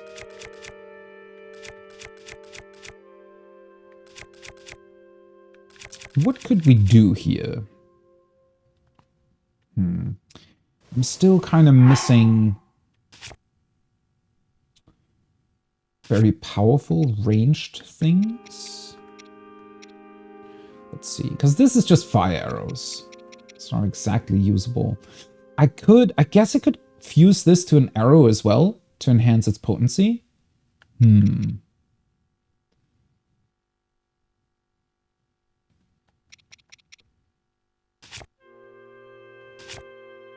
then again, I also just want to use all of my funny little weapons that I've created, so...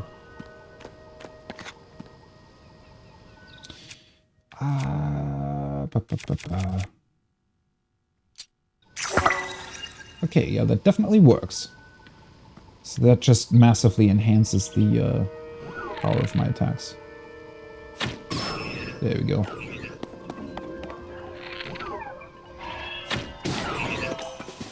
Stop fusing!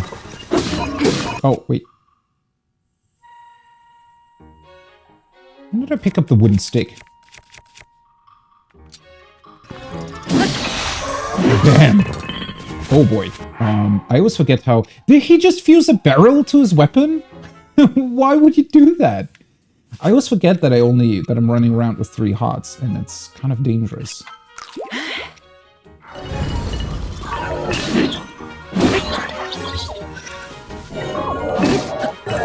Okay, that was completely mistimed. Damn it.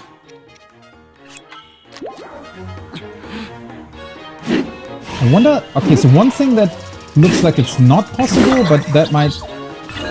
I mean, I think the game, once he's fused it, right, the game probably counts his weapon as a weapon. So it doesn't really make any sort of difference as to what is fused to them. Nice, another one of those.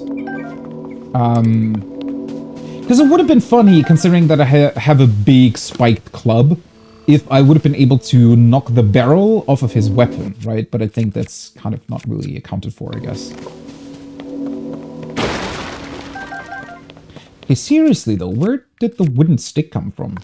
Why do I have a wooden stick? Okay, let's maybe think a little bit outside of the box.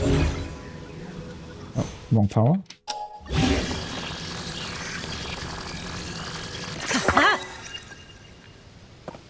Yeah, that looks like a powerful weapon, doesn't it? Wooden box club. I like it. Looks completely ridiculous, but I like it. Might as well keep it good for now. It's in the chest, though. And it's so ridiculous that they even allow you to do that. You can just fuse boxes, barrels, and even enemies are doing it too. Which is so ridiculous. Yeah, they really went completely nuts with this game, didn't they? But in a very, very good way.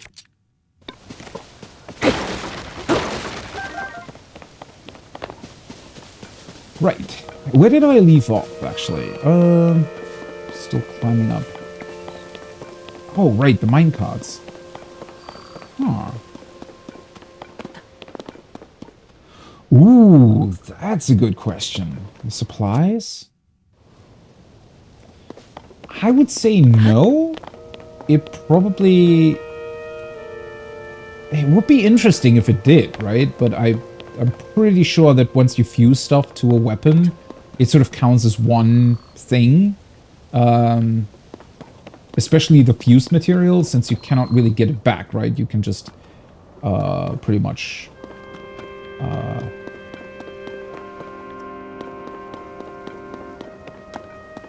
You can get the original back, but the fused stuff will be gone.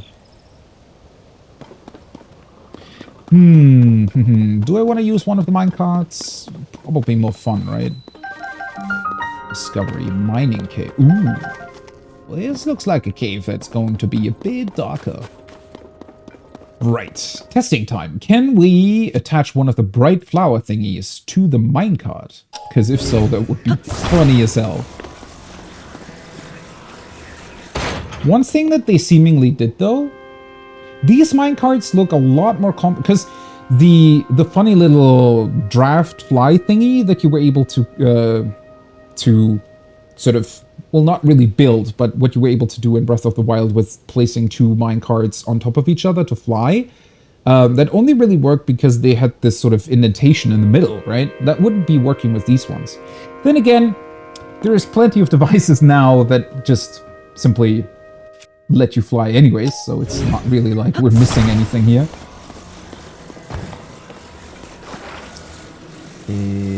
Rotate this way. God, I really love the ease of use. I wonder how many attempts that took them to get right.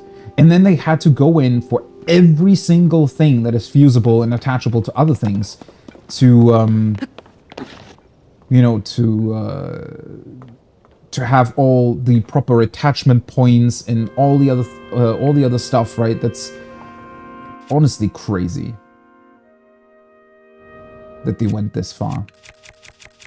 Okay, so where are they again? I could use one of these, but let's.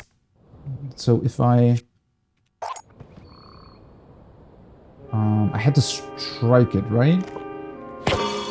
There we go. Ooh, that's very fast.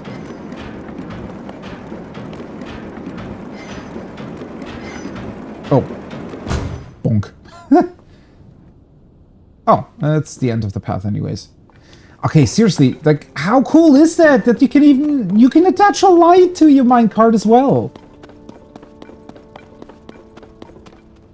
And how awesome that these caves are actually properly dark. I think the last time that I played a game that had proper dark caves was probably Witcher 3. Although arguably it was really, really easy to circumvent, you know, because you just get a potion that makes you able to see in darkness and that's it. Please wait. This cave is especially dark.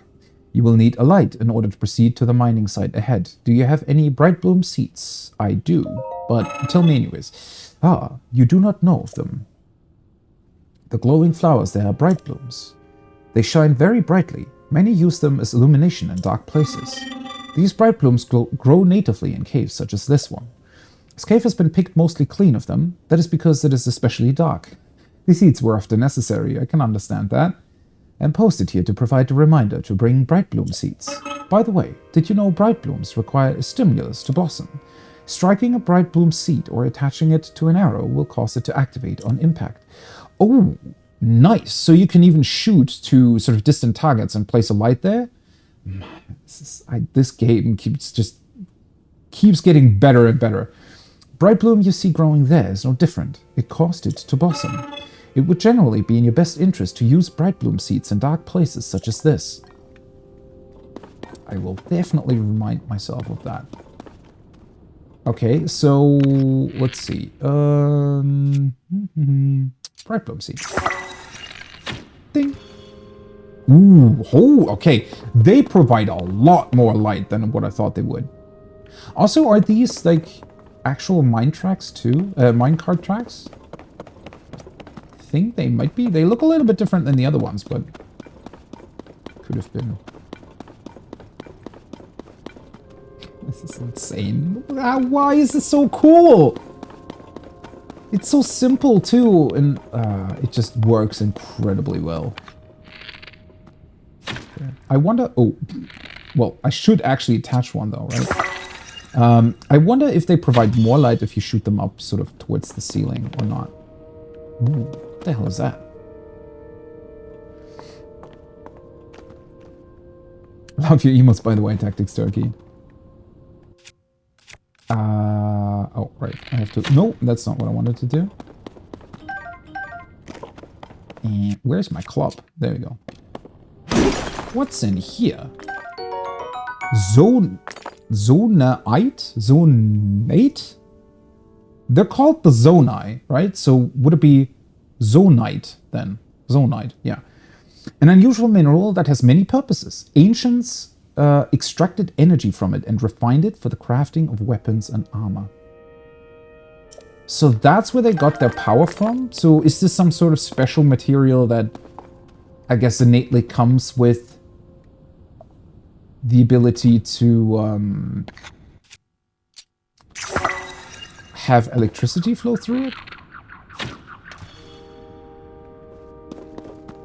Huh. Another one of these weird frogs.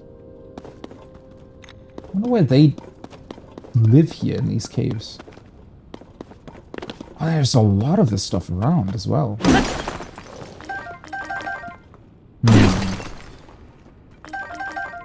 That was funny. They were all stacked on top of each other. Wait, so... do we eventually maybe get the option to craft the Zonai devices ourselves? That would be neat, I guess. If at some point you just get sort of a blueprint for how they're done. Oh, another construct. Ooh, hello. What's going on here? What are you guys doing?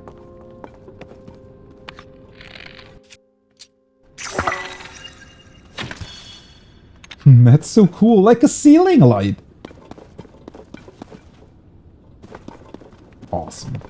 Also, the lighting just works really well. I don't know. I want to say that it's...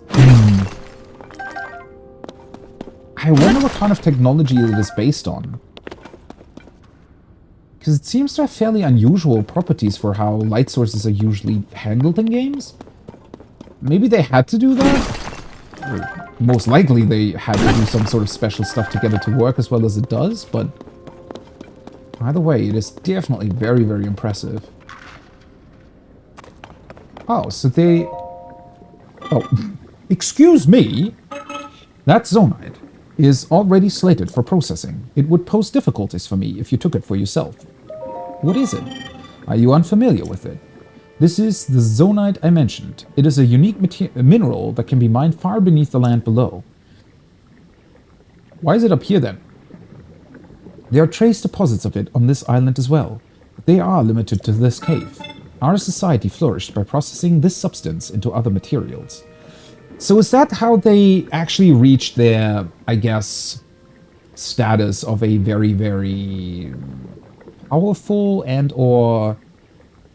what would you call it? Like a high civilization, right? Like the ancient Egyptians or something. Obviously a lot further than that, but...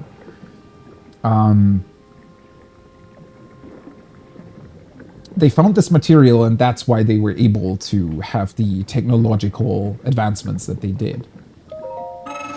Zonite is processed by smelting it into a furnace. In a furnace. It is thereby converted into materials with useful properties. A few such materials will be ready for your review shortly. Wait one moment. Okay. Is he just going to give us a bunch of Zonite stuff? Thank you for your patience. I will now explain what sorts of materials the ore can be processed into. Oh. I didn't even realize it was this much. Or did he just process it? Okay. Zonite technology is typically powered by zonite charges. These occasionally solidify into a form known as crystallized charges. Converting zonite into other useful materials in this way is called processing. Zonite charges are what power zonite devices and constructs. A charge can be consumed to replenish your energy cell. Okay, and the crystallized ones? They are a solidified form. We mainly use them as raw material in the construction of energy cells. Please visit anytime you require processed materials. Okay, he doesn't actually allow me to pick up the rest of the stuff. Yeah, sorry, buddy.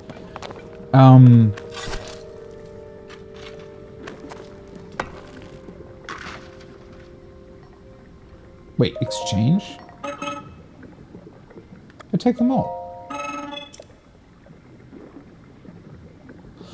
Oh! I didn't even... Somehow my brain didn't even really process that it said 3 required up top. Okay, so I'm not actually allowed to craft that myself. I need to exchange it? Is that going to be something that will happen... maybe we're going to get to more of these forges? I mean, I have a lot of the energy cores, so I don't think I'll be needing more. Well, never mind. Okay, I just get like 4 maybe. Yeah. What's the deal? Okay. Right, so... Oh. Said to be used for energy cell improvement. Improvement? I definitely didn't realize that they were going to be a key item. So these can be used, I assume, to maybe make this last longer then? I probably want to pick up as many of them as I can then. But considering that that sounds like a very, very powerful and useful thing to do, I'd imagine we'll probably find a lot more of these forges.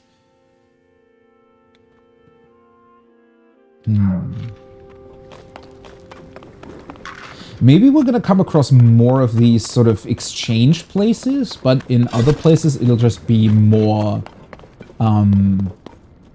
it might just be all kinds of different armor pieces and some such. Well, I mean, there's a lot of the stuff around here, so might as well just grab it and...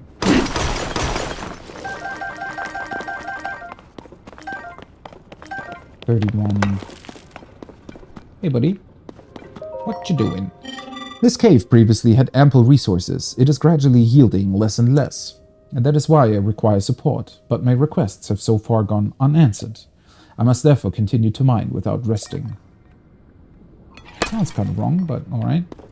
I can help you, buddy. Oh. Sorry. I didn't mean to scare you.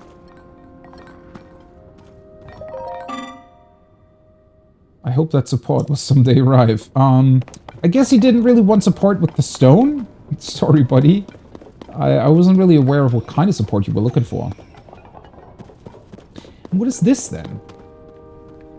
Oh, wait. I have not given permission to take those. Could it be that you have forgotten to bring Zonai capsules? What? You've forgotten yours, or perhaps you may not even know what I mean. Zonai capsules are a convenient means of carrying portable Zonai devices. Ooh. Wait, so the fans are essentially stored in those orbs, and that means we can pick them up, maybe? It is unfortunate that you seem to have none. I will lend you a few spares. Okay. Zonai device that produces wind with its internal propeller. It's likely that the Zonai made smart use of this wind power to transport objects and generate thrust. The ones I gave you were fan types. You can deploy them at any time. They will generate wind when struck. Zonai devices are useful and come in many varieties. I always carry several with me for any occasion. Many neglect to keep a healthy supply on hand. I keep watch for such individuals. The spares I gave you were the last ones I carried. Take care not to forget again. Remember that a device cannot be put back in its capsule. Think carefully before deploying one from your pouch. Ooh. Nice. Alright, so that's awesome. It means that you can pretty much, you know, you don't need to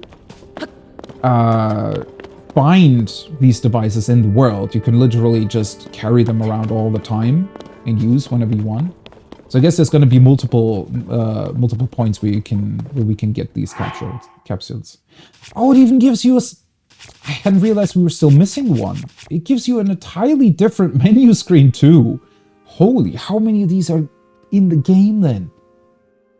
What the hell? Okay, tag out. So, and if you take one out, I'd imagine it just sort of drops on the ground and you'll be able to attach it to stuff.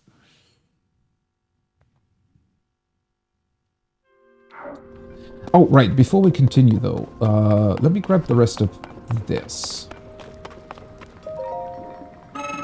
And I'll take them. Yes. Okay. I am wondering though, is my currently available power going to be enough to transport me all the way to the top? Right, let's test this. Zonai device. Take out. Quickly take a... Oh yeah, right. I completely forgot. Wait, so they show up here too? Oh, they do. Interesting. Yeah, I wasn't aware of that. And you can even sort through by type, by fuse attack power, by most used, and Zonai devices. By most used. That is cool. It's a very cool sorting menu. Alright.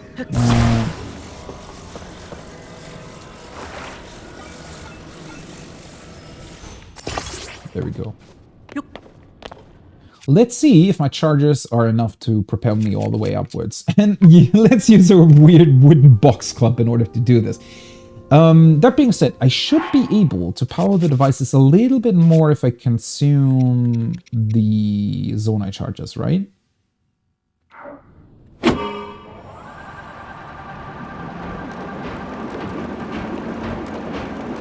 Although even one fan generates a large amount of thrust, and it even lasts for a very long time. I think the problem with my big boat was just, or big floating boat? Flyboat? Whatever. The problem was just kind of that I attached 3 fans to it. Boing. This is insane. This is just insane. And I said the other day, right, when I was playing Breath of the Wild, how much fun I had using the minecarts at Death Mountain. But obviously, well, there aren't that many tracks that you can use. There's really only one big track. And here, already the tutorial area has multiple different ones. The time bell that sounds from the Temple of Time rings at a set time each morning and evening. Along with the constructs, we woke to the sound of the bell. When we heard it in the evening, we knew it was time to rest. So you did that as well? It also played its part in our traditional ceremonies. In a way, it was this place's beating heart. The sight of the temple and the sound of its bells stir fond memories in me. I can imagine. Okay, I do want to probably take the minecart with me, though.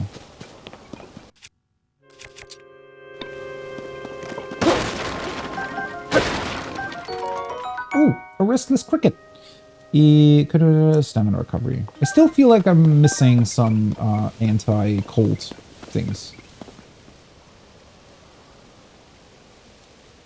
That's one of those weird orbs I saw earlier. You missed the... Wait, the mines? Oh boy. Well, it is very easily missable though, right? I'd imagine? That's kind of crazy. I mean... There's probably going to be a bunch of parts during the game later that kind of go over the same stuff, right? And these sort of devices and everything will still be shown to you, but... Oh, I just realized it even keeps the shop down there on my map. Wow. Okay, what is this weird thing though? Why does it look like a gacha machine? What the hell is going on here? This was not at all what I had in mind when I saw these weird crystallized orbs from a distance. Hey buddy, can you tell me? Device dispenser operation confirmed. On track to meet today's Zonai capsule production target. Oh, do you want to use the device dispenser? I have nearly met my target. You're welcome to use it. What the hell is it? Yes, this is a device dispenser. It produces Zonai capsules by converting certain resources. The resources it accepts are things such as construct horns and Zonai charges. You can process resources that you hold by dropping them into the receptacle. It is similar to using a cooking pot. Shall I explain Zonai capsules too? Well, I kinda know what they are, but... They're portable Zonai devices in convenient pocket form. A device cannot be put back in its capsule after you have removed it. They're intended to be disposable. So, not exactly on the same level of technology as the capsules are in Dragon Ball, where for some reason... That has always struck me as so odd. Like, you kind of take it for granted when you read or watch Dragon Ball. But after a while I thought that it was... Okay, so... What the hell? They're able to have technology that makes any object to be able to be placed inside of a small capsule and be taken out as well? That is so weird.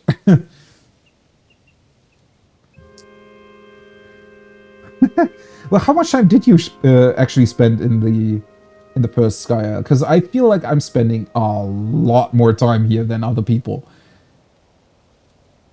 They're also plentiful. You can extract many Zonai capsules from a single device dispenser. There's no harm in converting your spare resources into Zonai capsules. It ensures you will always have a few. Oh, I have lost track of time. It seems I even missed the time bell. I will suspend my activities for now. The dispenser remains available to be used. Oh, is it all... Oh, no. Huh? You have to wake up in 20 minutes. 15 now.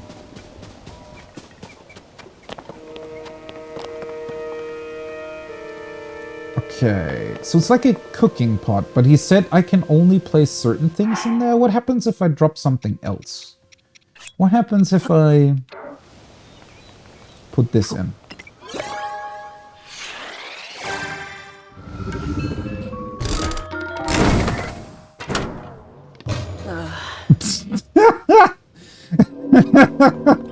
Okay, that is really good. I did not know that was going to happen, so it just spits the thing you were putting in back out. Nice. At least it doesn't cost you resources. So these ones I can drop in then, yeah? That was really funny. Especially since it gives you the same animation and then just...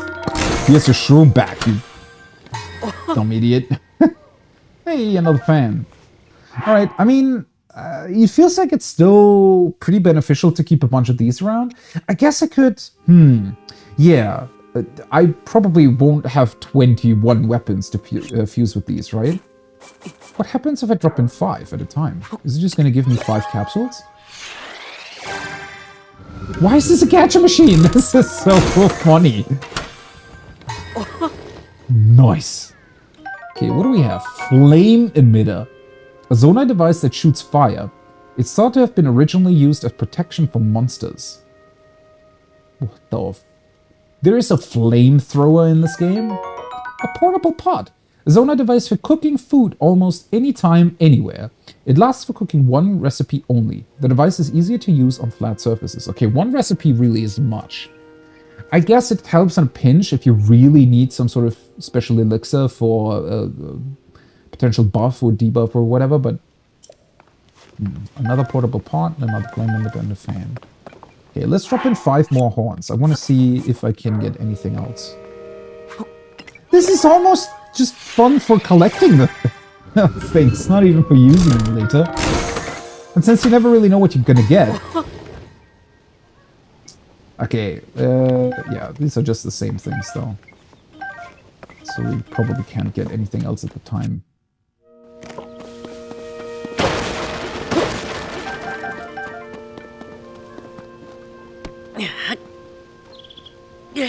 Oh, there's another Korok.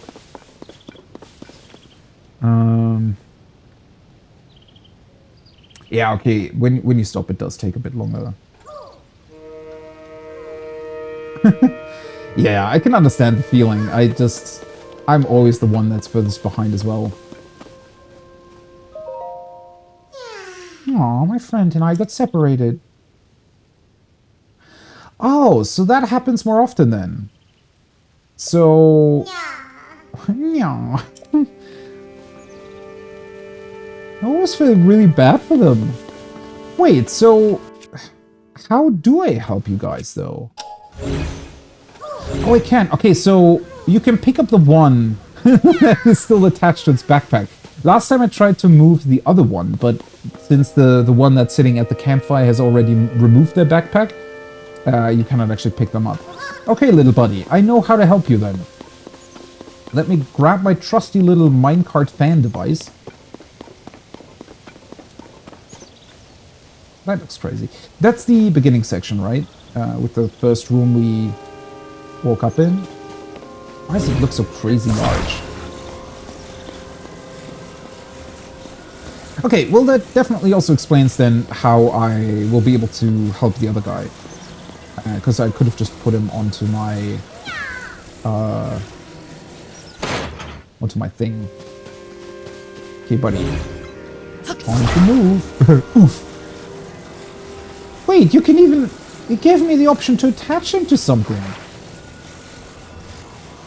That feels kind of wrong.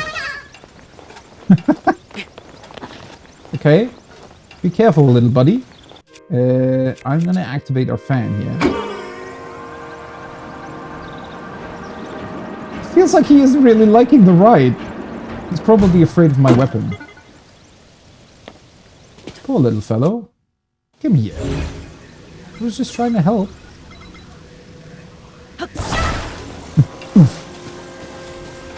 There you go. There's my friend. Whoop. So, does this count? Reunited at last. Thanks. I'd like to give you something, but here's all I have. Oh, and you get 2. Oh, how neat. Yeah, ha, ha, ha. Don't you want to put your backpack down too? Wait, can I still move him once they're... No, okay, I was gonna say. That would be kind of weird. Neat! I like that. I wonder how often that's gonna appear, though. Thrown. I mean, it's the second time here. Oh, nice. Hey! Actually, wasn't I saying the entire time, like, in Breath of the Wild, well, not the entire time, but I definitely mentioned a few times how I thought that it would have been cool if we had some sort of special material that was maybe attached to the shrines or something that they could make, or that they could drop within the treasure chests in the shrines to make them feel a bit more rewarding. And now with the Zonai stuff, if that actually means that you can improve the charges on your battery, it kind of goes in that direction, doesn't it?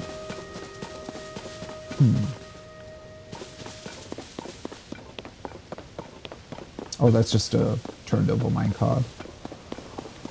Yeah, might as well just grab the one that I already created, right? Don't need to constantly attach new fans to stuff. Rip.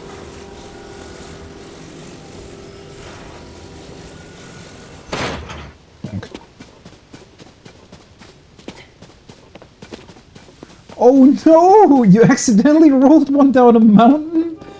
Poor little buddy. I mean, they should really consider traveling with, you know, a bit less... a bit smaller backpack, maybe? Oh! Oopsie. I didn't realize there was a break in the railroad.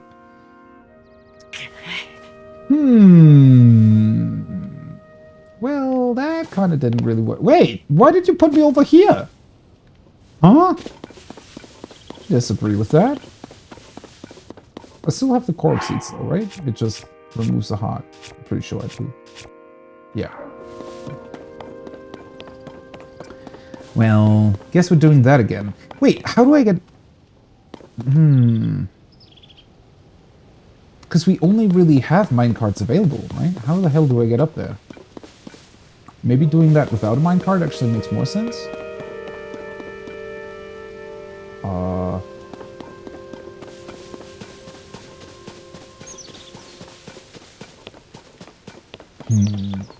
There is another cave over there.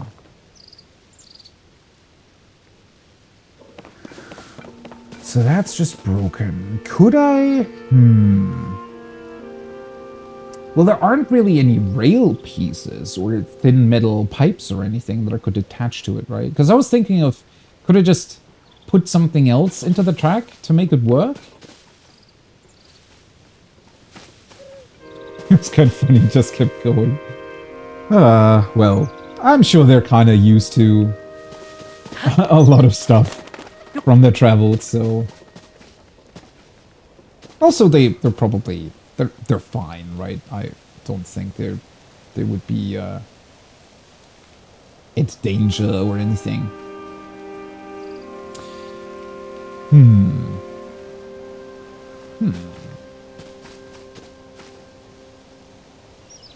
Wasn't there one of the floating platforms around here earlier?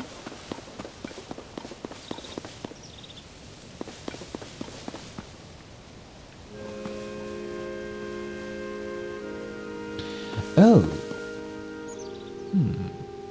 There was one of those weird hanging devices over there too. Maybe I could use that. Let's see. Let's put this on again.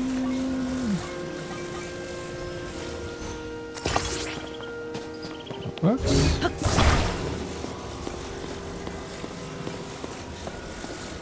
Sorry. I can't get over how much fun this is. I don't know. Something about this is just crazy good. There you go. Boop. Pothog, hi, welcome back. It's going phenomenally well. This game so far has... Oh, what? Stay here. This game so far has been everything that I wanted and more. And we're still in the tutorial, technically. At least yeah, it kind of counts as a tutorial, right? Oh, wait, they actually look funny from the... Okay, so... There isn't really anything that would... stop me from... Let's see, what do we have here?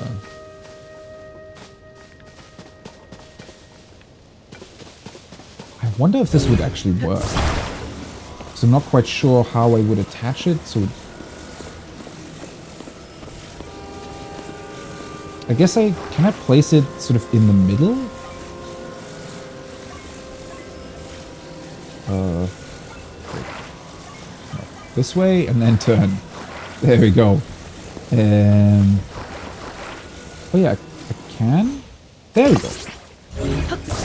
Right. And now we're just gonna turn it the other way around. This is so funny. And now we have a minecart.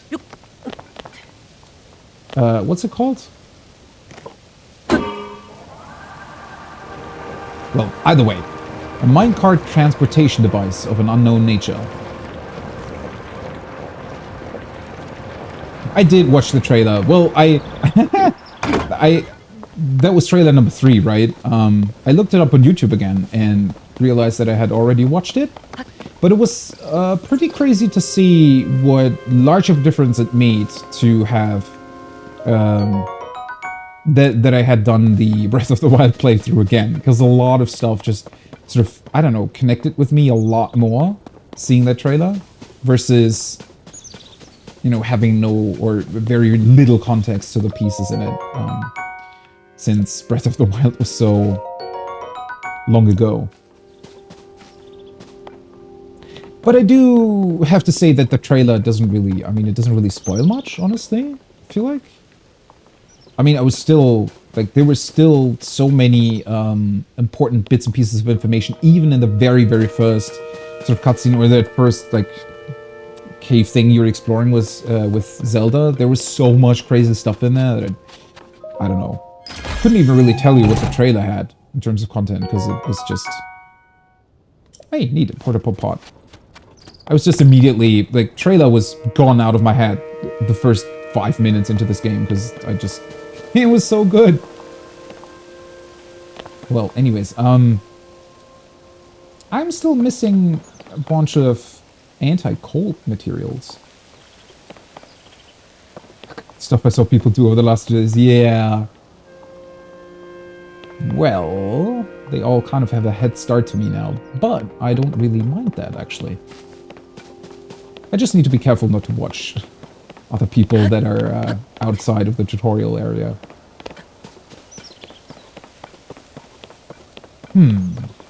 It does sort of look like as if the game's just allowing me over to this whatever thing it is.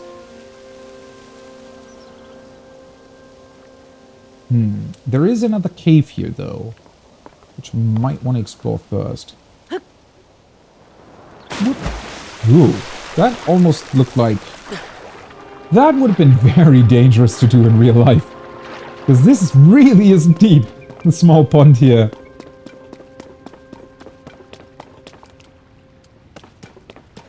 Yes, I'm still on the first island. You've seen that correctly. Or what I assume to be the first one. Well, the equivalent to the Great Plateau in Breath of the Wild. I did take, well, about half an hour lunch break, I think. But other than that, pretty much been here the entire time. Ooh, nice. Another cooking pot and a couple more chilies. Or spicy peppers. Oh, yeah, we get a bunch of them here. Kind of funny, they're doing it the exact same way as it was in Breath of the Wild, where they gave you spicy peppers as well. And... Alright, that should definitely be enough. Although in theory, probably not with my pacing.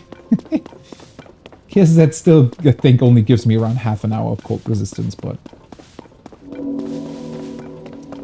No, don't go to sleep yet! Still wanted to talk to you. Oh, there's more. Nice. Pit cave? What the hell does that mean? Excuse me, the snowy mountain above us is extremely cold. You don't say. Unprepared travelers will swiftly lose vitality and may even die. Are you fortified against the cold? Fortified? How? Insufficient preparation can lead to death in harsh environments. My advice can avert this. Please listen carefully. The primary safeguards used by our own creators were meals that warmed them. These meals were typically prepared using ingredients with warm-sounding names. Okay. Any such ingredients will suffice. Some also wore thick clothes or warmed themselves by fire. I'm sorry. I was gonna say. So, oh damn it. That was one thing that I always find somewhat, or found somewhat weird with the Great Plateau and Breath of the Wild, is that pretty much they tell you about cold stuff. They tell you how to cook up some anti-cold, food. But then they also, as a reward for cooking that food, they pretty much give you clothes you can wear against the cold immediately. Sort of completely making the food more or less unusable. I was going to say, I don't think they're doing that here, but there are apparently still definitely warm clothes in the game too. These solutions were effective, but less accessible. Be mindful of your ingredients when cooking. My understanding is that only one cooking effect can apply per meal. You must take care not to eat something with a different effect afterward. The chill will set in again sooner than you expect. Yes, I know that. Alright. I named the snow cone warm cone freezing averted. Yeah. If it would work like that. That would be pretty brilliant. It is a kind of a funny way to think about it, right? Since, yeah. That... I mean, obviously what he's suggesting is to go for stuff that makes sense to be used against the cold, but still.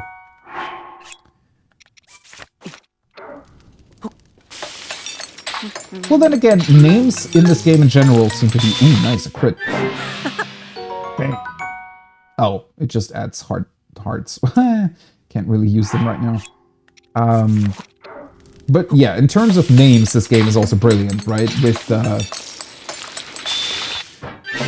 the weapons that are being fused suddenly having very, very funny sounding names. That's pretty crazy. Okay, anything else I wanna... I mean, I still have a bunch of stuff around. Yeah, it's fine. Oh, no, never mind. I have the cricket. Stamina recovery. Let's do that with the wing. That should work, right?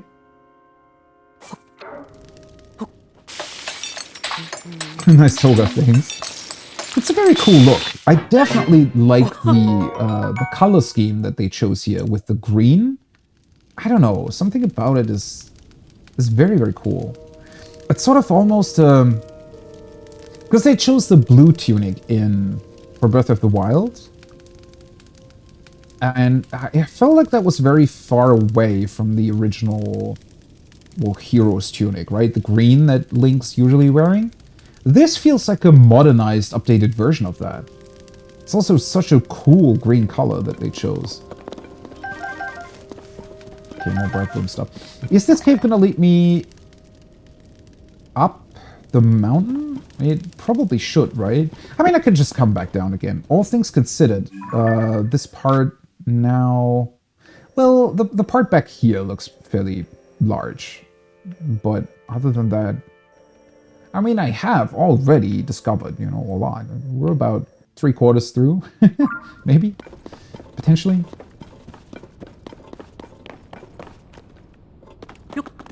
It's also just, you know, with the more recipes than Breath of the Wild, it's just the ridiculous amount of ways you can combine stuff, and it'll have different effects of where it gets fused to, and I don't even... It's honestly very, very hard to put into words the sheer ridiculousness of this game's content, or amount of content, right? It's sort of an exponential effect that you don't really get in many other games, right? Because usually the amount of content in any given game is kind of dictated by... Oh, throw material. Oh, wait, that's a... Oh. Wait, so I can... What exactly does that do? I guess I cannot really do it with... No, that would be my weapon. Oh, it's another one of these guys. Well, I mean... They haven't really attacked me so far. This just leads up further, right? Does this even lead anywhere? I don't know if I really want to drop down, honestly. I mean, I can just enter the cave again. I guess it's not really that much of a big deal. Yeah, the crate hammer. I wanted to go for a ridiculous weapon for a change. An object on my shield? That's a good question. I mean, I tried putting one on just for the sake of it, right? Because I wanted to try what it does. I don't think it really does much right now. There's probably going to be stuff that potentially just changes the defensive value of it. I'd imagine you can maybe put a Zonai device to it, potentially, although I don't really know how that would work either. So yeah, I'd imagine that there is at some point just going to be other things that can enhance it. I'm kind of looking forward to maybe getting, considering that I have these swords that look really, really cool, right? When one of those horns drop from the enemy constructs, you can just put it on a sword and it creates this really cool looking, almost flame looking sword.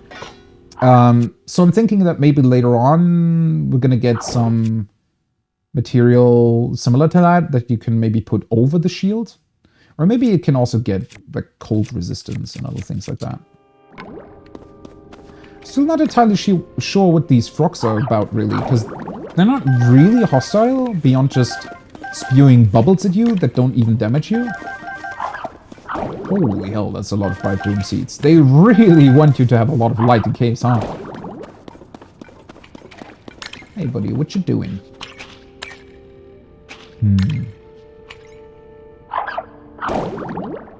I don't really want to attack them if they're friendly. I'm not quite sure. I hope I'm not, like, missing certain drops or something. Oh, it just leads back here. Hey. Because now I'm thinking that maybe they have, I don't know, some unique item or something that you can collect over time. Like cork seeds, but with frogs. I'm pretty sure I'll just try that eventually, but for now, you know, kind of glad that there are things in here that don't immediately attack me, so. One thing that I do like about putting objects onto your shield, though, it kind of, I mean, it doesn't exactly work that well with the pot, but I'm pretty sure that you can put some stuff on it that just makes it look as if Link was carrying around a backpack or something like that. Kind of neat. Almost like another fashion accessory, if you will. Okay, let's see. What do we have? I mean, pretty sure these are more or less all the same. Yeah, let's read one of them. Bam. Cold resistance. I was always a big fan of the snowy areas in Breath of the Wild. Also, the sound of the snow. It's awesome. I mean, I'm a fan of snow zones in pretty much any game. Ooh, hello.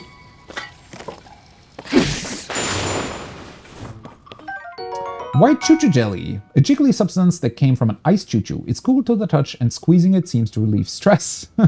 Okay. If struck, it will explode in a cold mist. Ooh, wait. I can probably, if I attach that to an arrow, I should be able to freeze enemies, right? That looks like a Korok. Sorry, Rauru, but you'll have to wait. Wait, that also looks like a Korok. What the hell?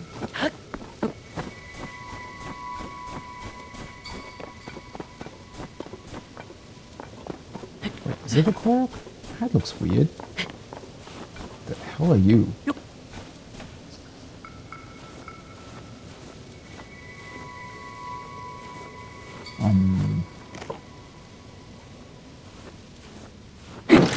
Oh.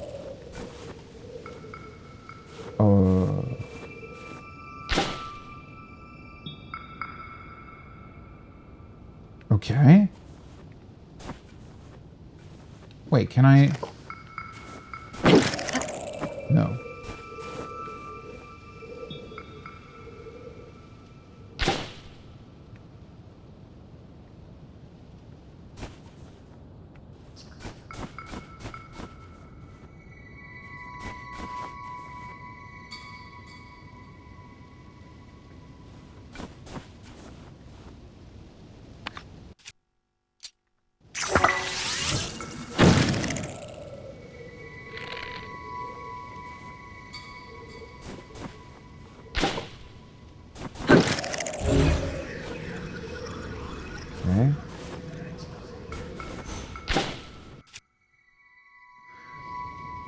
Not entirely understanding what this is supposed to be, honestly.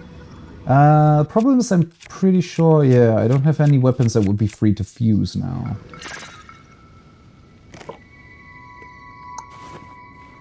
Does it need to go into a certain direction? Do I need to hit it after activating it? Ooh. That would be pretty tough to hit, though. Unless I guess I could do this.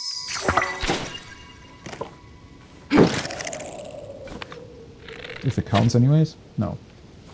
Oh, was it? Might have been removed. Now that doesn't seem right.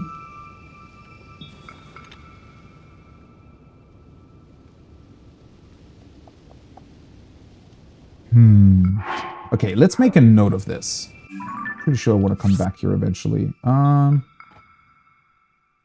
Let's just put a leaf down here as well. Technically, it is a plant, and it might be connected to a Korok. Oh, hello. Well, that didn't really go that well. I might have to influence the... I don't know. I mean, this doesn't really... I can activate it. Oh! Okay, there we go. I just need to pick it up. So it was a Korok. Yeah! Right, so the trick is to catch it before it falls onto the ground. Yeah, that definitely looked very, very cold. Bowling. Wait, I wanted to... Ah, never mind. I wanted to remove the stamp. There we go. Perfect. Right. I like how they came up with a bunch new puzzles for the Koroks. I mean, it makes sense that they did, but... I think I honestly wouldn't have even minded if they just kept it more or less the same. And this looks like a Korok too. Pretty sure.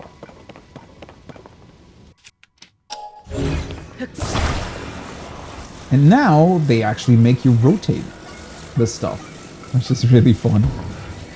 There we go. Yeah, haha!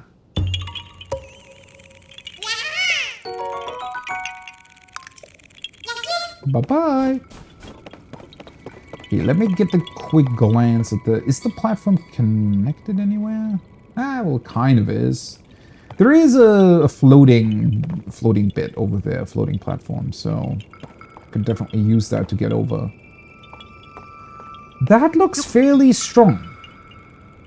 Right? Whatever it will turn into. I mean, I'd imagine, since it's cubes and stuff, the cubes probably just turn into something? Some bigger construct? Or it's gonna spawn something in if it sees you. I mean, it very clearly is a boss arena, though. I just feel like whatever it is might just straight up one-shot me every single time. Are they really a reward?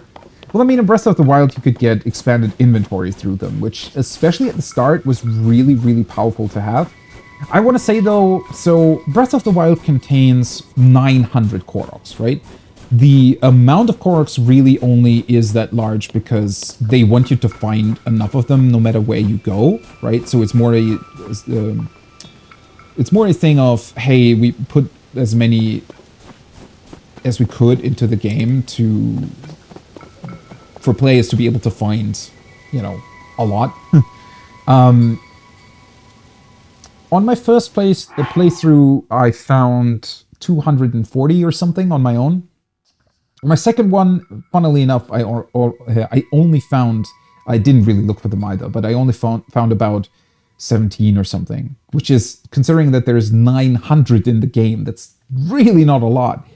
But even with that small number, it was still, I felt like, kind of enough inventory slots, honestly. Because well, the first expansions only cost 1, right? And then the next one costs 2 in the same category, and then 3, and so on. So you get the first ones really, really easily, and after a while, you really just don't need to expand your inventory that much anymore. And I honestly think, I mean, this game already starts off with quite a large inventory. I mean, you could maybe use a bit more for shields. But for weapons we have, well, the Master Sword doesn't count, but it's 8 slots, which I feel like is already quite a lot, honestly. Sure, the weapons break easily, but, yeah, it's still fine. I wonder if they... maybe there is something else that we can buy this time around for Korok seeds, because otherwise they're not really that important at all, I want to say. It was always a lot of fun, though, on my first time through Breath of the Wild to just... Oh, I didn't want to pick this up. I wanted to talk to him. It was a lot of fun solving all the small little puzzles. I was always really excited finding some sort of small Korok, because it's also really easy to do, right? And it's fast, and just a fun little rewarding thing that you can do every once in a while in Breath of the Wild. So, and it already feels pretty fun here too, especially since they added the funny little bit where you have to bring one Korok to the other. I think that's really neat, and they're just really cute. The soldier constructs and captain constructs are only doing their duty to protect the Garden of Time.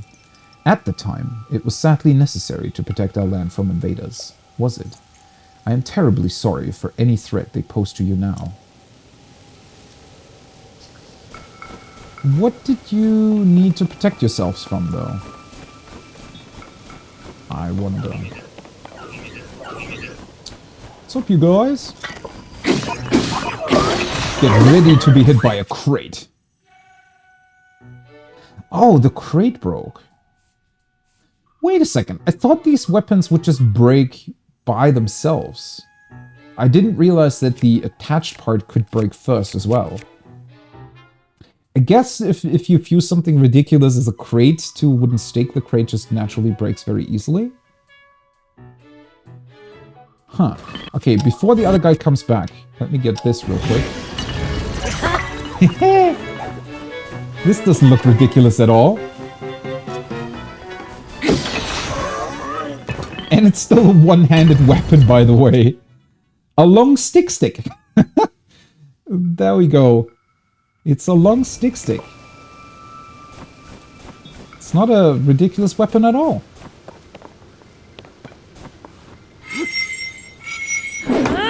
Holy shit, that's some range.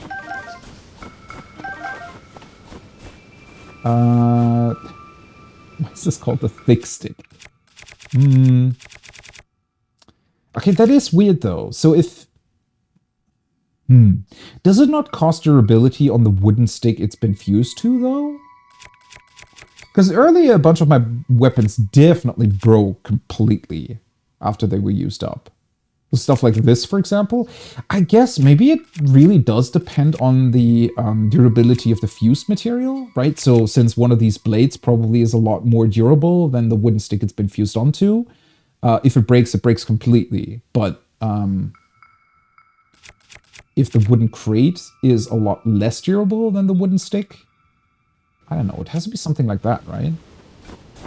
Wooden stick is also completely just clipping into the ground. Oh, that's fine, though.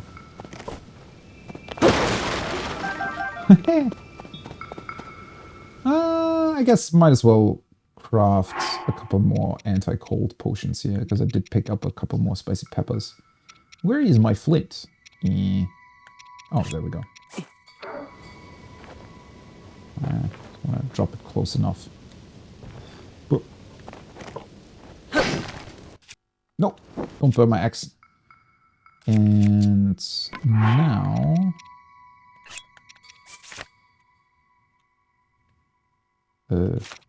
wait, what?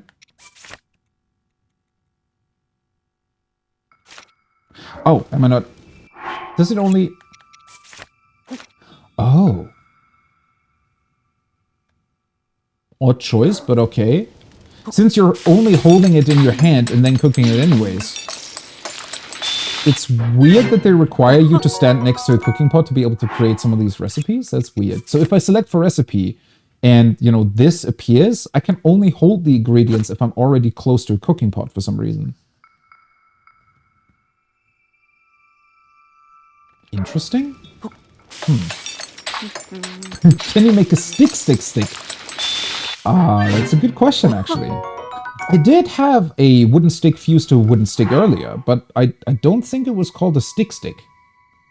Or was it? I actually... Nah, I would have noticed, right? Right? I don't... I mean, that definitely warrants some experimentation. Either way, though, unfortunately, you would only be able to create a stick, because when I tried fusing another material onto an already fused weapon, it wouldn't work. So apparently you can only fuse one thing to a weapon. Which sadly does make a little bit of sense, right? Otherwise it would get maybe a little bit too ridiculous.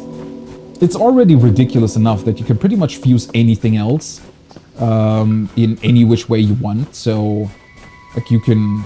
I don't know, there has to be a limit there somewhere at some point, I'd imagine, but at least from what I was trying, it pretty much allowed me to... I mean, I fused 8 logs together earlier, for example, to create like a...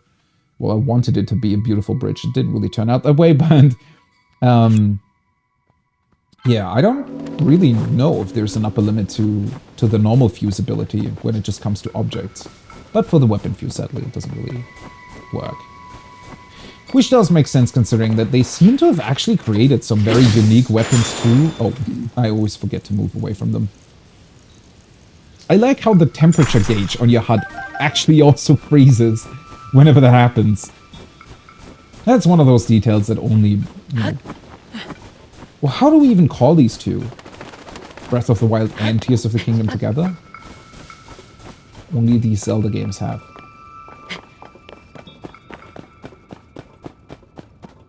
No Korok. And fish. Fortunate. Okay.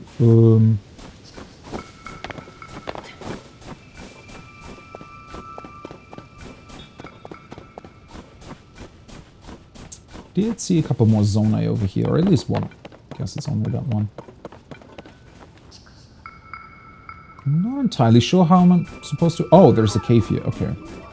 Oh, neat.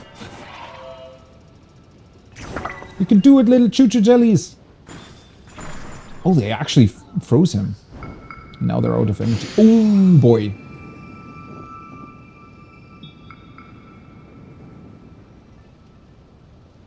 Well, he seems to be pretty adept at using a flamethrower. He was... Ooh, he saw me. Where's my IC? There we go. Hey. Whoa. How long are you frozen? Nope. Okay. You're just staying frozen?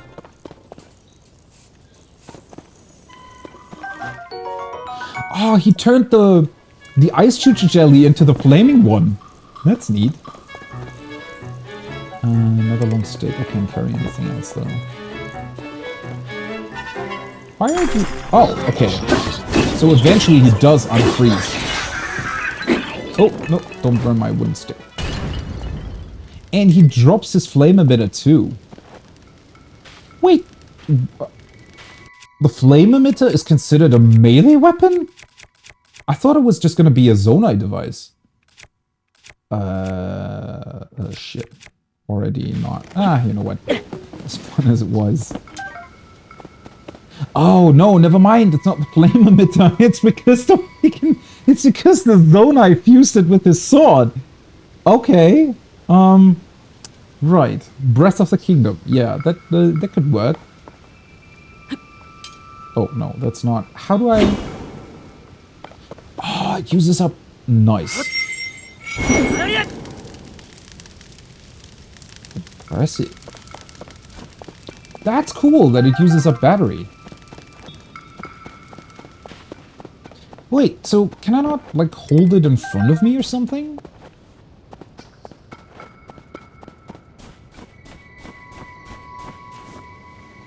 Ooh, that's a lot of rafts.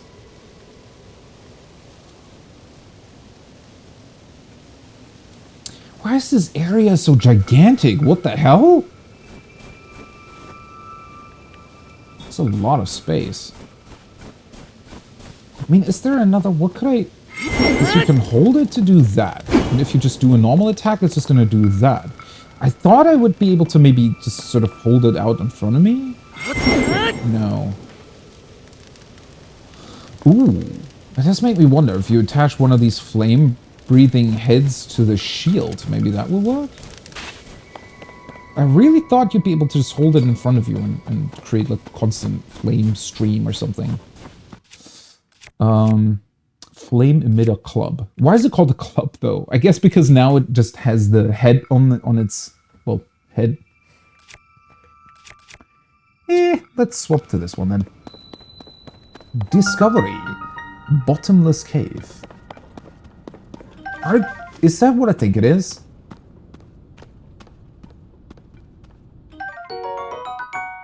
We got bomb flowers back! Awesome! A dangerous flower that contains explosive elements does not mix well with fire or electricity unless the goal is to blow things up.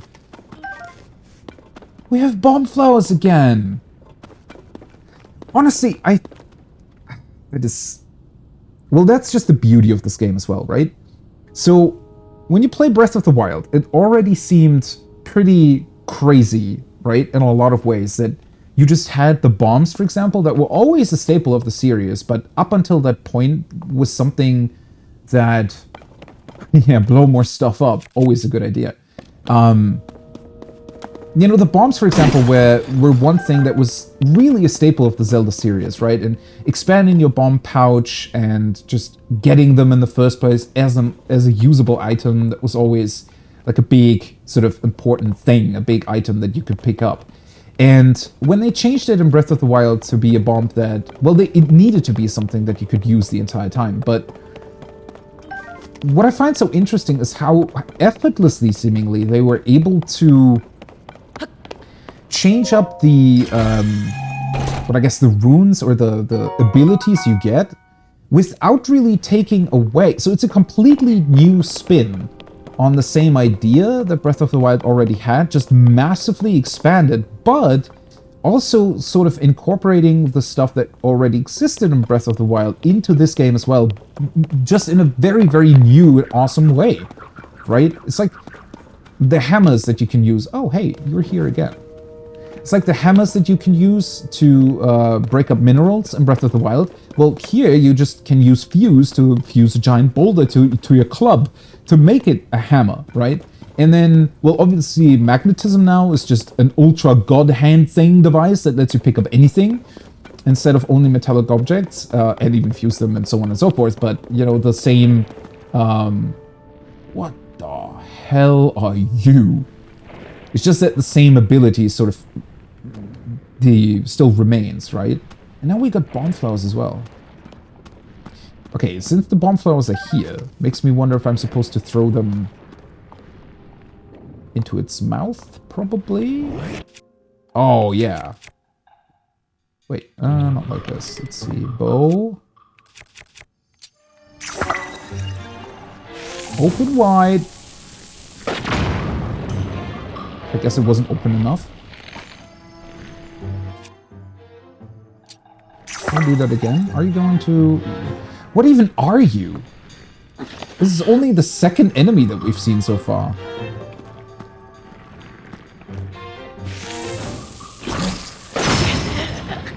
Well, I was a bit too close. Whoopsie. Bomb flowers was such a cool idea. Yeah. In Wind Waker, they were pretty cool too, because, well, they also sort of changed it up to where you had bomb flowers at first, right? But not the actual bombs, so you were kind of limited in range. What? Oh, it spawned me in at the chest, okay. You were limited in range because you had to pick them up first, right? And then you were able to use them. And then later on, you got the bombs. So I always thought it was pretty cool. Okay. Oh, I actually respawned the flower. Right, so I want to make sure to... Its weird little eye thingy needs to come out for me to be able to hit it. Can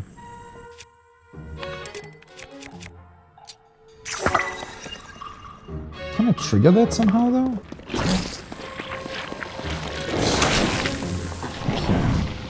Kinda, but I need to get uncomfortably close.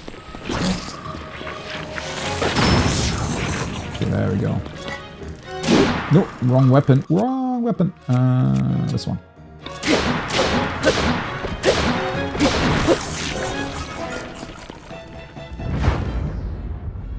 That is a very strange enemy choice for a second enemy that you find. Oh, it's a like stone. You know, like a stone. that's looking like a like stone? Strange round stone from a like. Licky licky? Is that what's called? Licky licky stone? Wouldn't it be like? Like stone. Licky licky stone. I'm gonna call it a licky licky stone. I want to say, wouldn't these plants be like made of crystallized inner fluids? Nice. It's a good ingredient for elixirs. In what way though? And we get a chest too.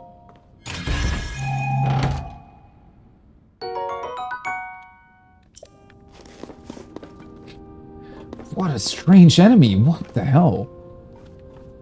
Huh. I wonder if I needed to use a bomb arrow for that, or if it would have worked as well if I just had waited for it to open up its inner little blooming red glowing flower thing. If that would have also counted. Like if I just struck that with an arrow, would it have worked, or does it need to be with a bomb? Holy shit, they really don't want you to be in darkness, huh? This cave isn't even dark. Still get all these bright flowers. Okay, so... Someone looks as if there would be... Oh, there is... There's something up there, but not... Really?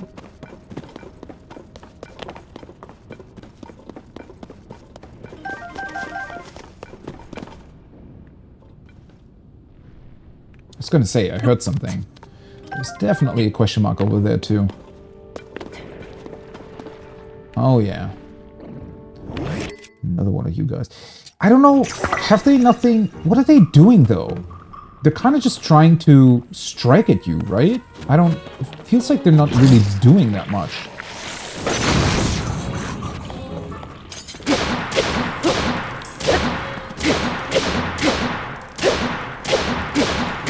They have a lot of HP. What the hell?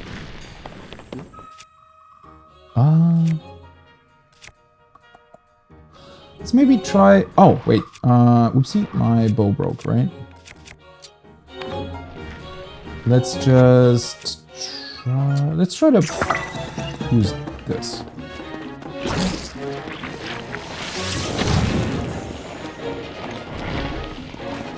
Okay, it kind of works. So I guess with the other things, it just doesn't really... it doesn't really stay exposed for too long. Can I just use... Okay, that doesn't do damage at all.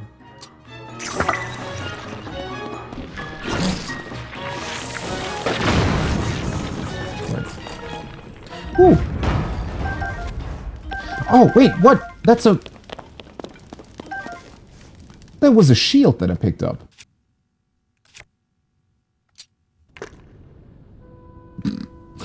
That looks so weird. Ah, so it does work like that. Okay, yeah, that probably would have been very, very helpful against these things. Nice. I'm gonna keep that. It's so cool how they effortlessly teach you the stuff too, right? It's just, okay, here's a flame emitter shield. Oh, by the way, that means you could fuse that. Such a cool, simple, and effective way. And then they give you another one to teach you that stuff. Well, now I'm sort of sad that I didn't see the shield earlier. Really wanted to test burning these things to death. Oh, right. Whoopsie. Also, that actually does bring up a question of how they're going to handle the whole Blood Moon stuff, right? Because if you stick around long enough on the Great Plateau in Breath of the Wild, does the Blood Moon actually happen? I don't think it does, right? I think the game only uses that once you actually leave the Great Plateau. Because it makes me wonder if this game will also have a respawning enemy mechanic. I imagine it will, even though I'm not entirely sure how it's going to work, or if it's going to work the same. Oh, wait, I should actually eat the stuff if I'm already in my menu, right? There we go.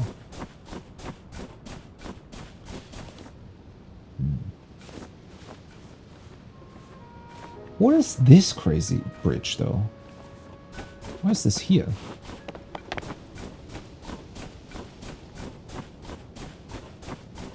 Oh, I was gonna say, wait, where's the shrine? I was looking at my map and seeing that I'm pretty much right where my pin is. Yeah, I think it's up there. Huh. Interesting that it looks like this from the other side, huh? Some sort of crystal there? I mean, I was speculating earlier that all these sort of pyramid-looking things that are sticking out from the ground could be antennas that relay information back to the ground or something. Kind of looks similar here too, right?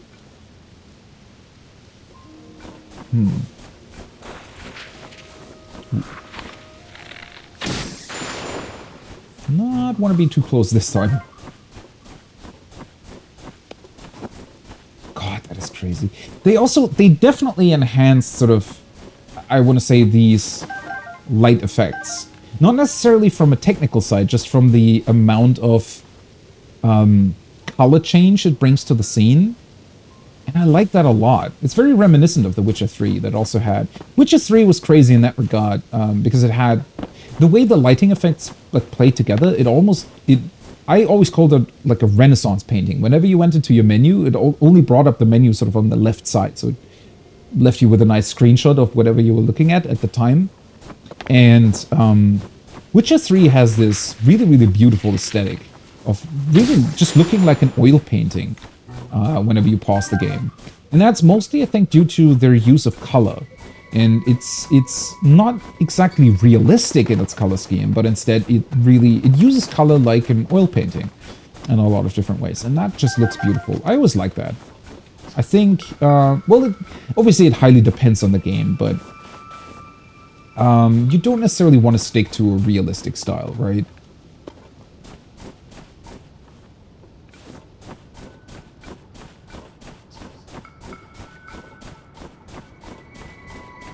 And at least for me personally, the more interesting ways you find in order to blend certain environments together when it comes to their color and other things like that. Oh, there we go. Finally found one of the stones that you can create an axe out of. Neat. Not that I really need it, but at least now I know. That being said, is this climbable? Ah, I see vertical surfaces are slick and hard to climb. Other vertical surfaces become slick when wet. Right, so we have a new type of surface that we're not really able to climb. Ooh. A bunch more people up there too. Thankfully though, we can just build ourselves a staircase. At least I think I will be able to. Do I just want to fuse some blocks together, or is there anything else we might be able to use for that? I mean, there's a bunch of trees, so that really shouldn't be too much of a problem. Oh, he saw me from over there? Really? Let me see. Well, I mean, you know, since we're already here, might as well. I think this is kind of the suggested solution here.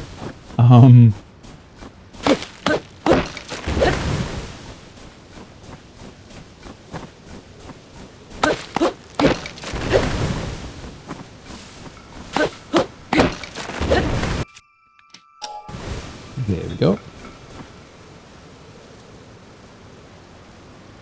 So. Let's make a very long, wood.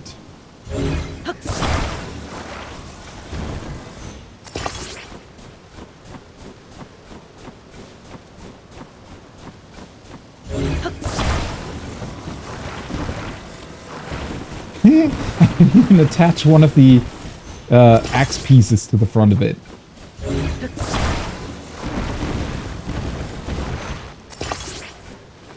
Right. Pick this up. Not very beautiful, but I guess it fulfills its purpose. Can I... No, not this way. Wait, I'd have to rotate it... this.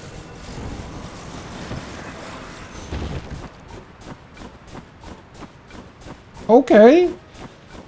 I guess success. Ooh, okay. If we... I guess let's just do it this way. It's so fun though.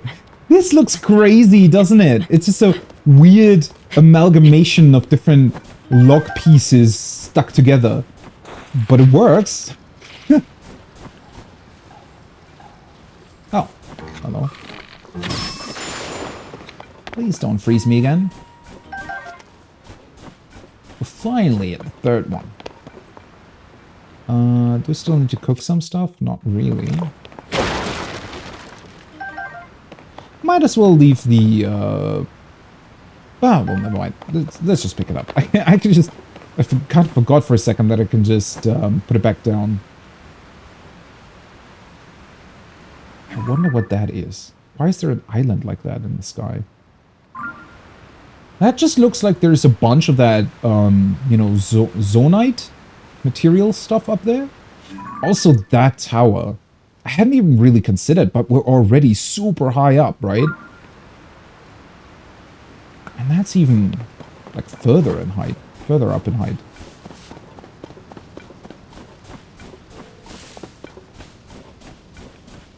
Ooh, wait, can I? No. Unfortunate. I thought I could maybe move this. I mean, obviously I could just use my super long wooden stick for that, but... You know what? Let's do the shrine first. I want to see what other power I can get before we continue the stuff. Ooh, really, really high up now. Gutenberg.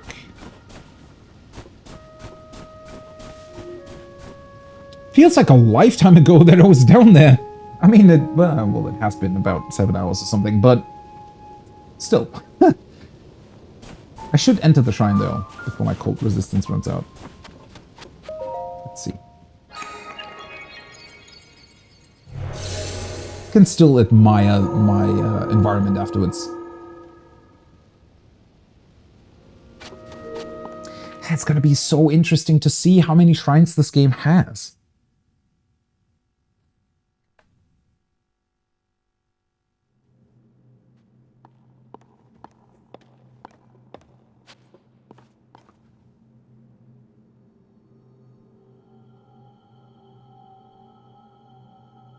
The silence. So, you've made it here. Now then, extend your right hand.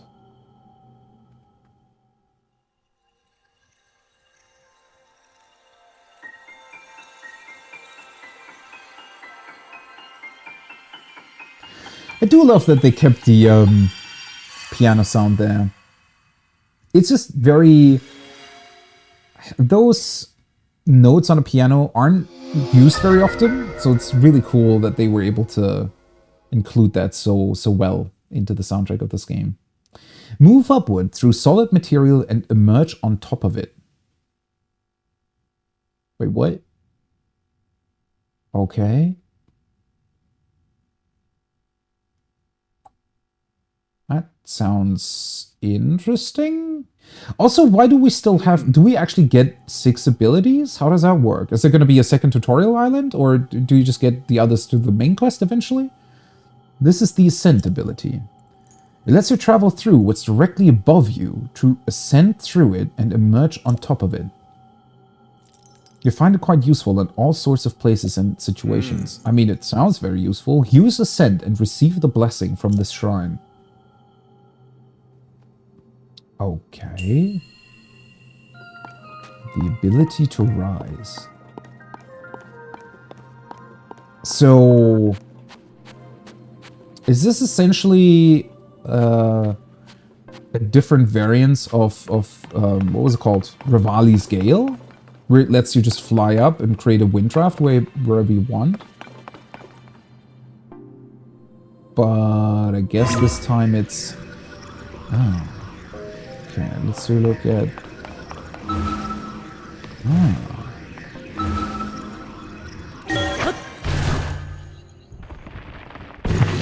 Okay. Wait, and you can... that's so funny. I thought it was just going to put me out on top. You can wait to exit? What happens if an enemy strikes you while you're doing that? What? Okay. Yeah, it kind of... Again, it's a really cool spin on Rivali's Gale, isn't it? But just... Is it more usable or less usable? If you want to climb mountains, it's less usable, because you need a surface above you, right? But for this, it's awesome. Ooh, hello. Wait, what had happened if I had... I guess I would have just moved through the chest? If I had selected to go, like, more over towards the wall? A stone axe. Let's drop the previous one, because it's already getting,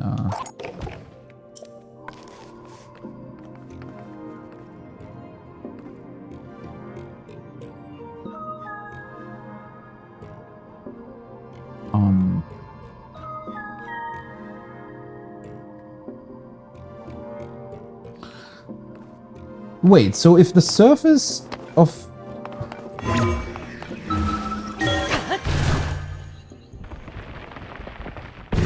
Oh. Well, that's...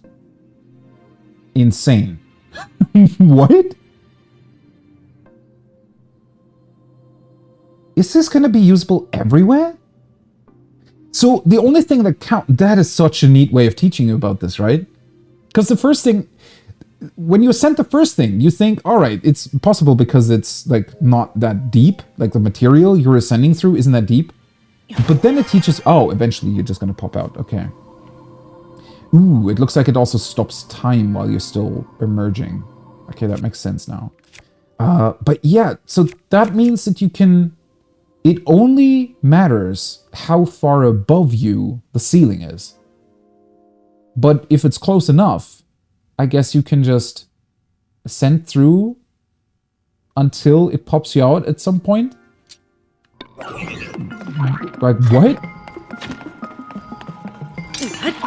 Okay. You cannot hit... Ah, and it breaks it too. Oh!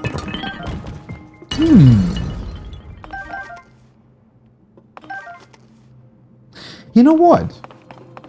I wonder, when he just struck me with his bow there, he destroyed the pot on my shield. I think that might mean that my shield didn't lose durability in that moment. I want to say it works like that, because if it does, that would at least give it like a little bit of a use for fusing stuff to your shield, beyond just, like, flame emitters. Oh, construct bow. Let's drop one of these. Man, I just love that already. Why didn't they think of that in Breath of the Wild? That you'd just be able to exchange that stuff. Oh, that is so awesome. How it's used as well. That's also why they're giving you an axe to cut this down. Boom. And now, you can just ascend through. Ooh. That was an interesting animation. What the hell is this ability? I really want to see what the limits of that are. Because that's... I don't even really...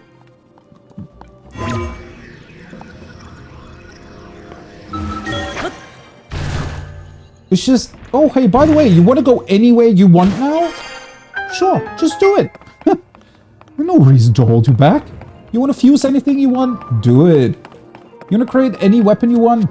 Do it. You want to use any material you want? Just do it. What the hell is wrong with this game?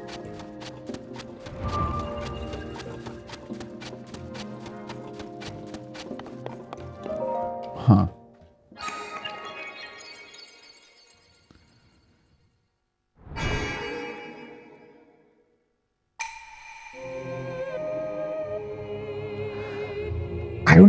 I feel like that ability is actually not that easy to grasp as well.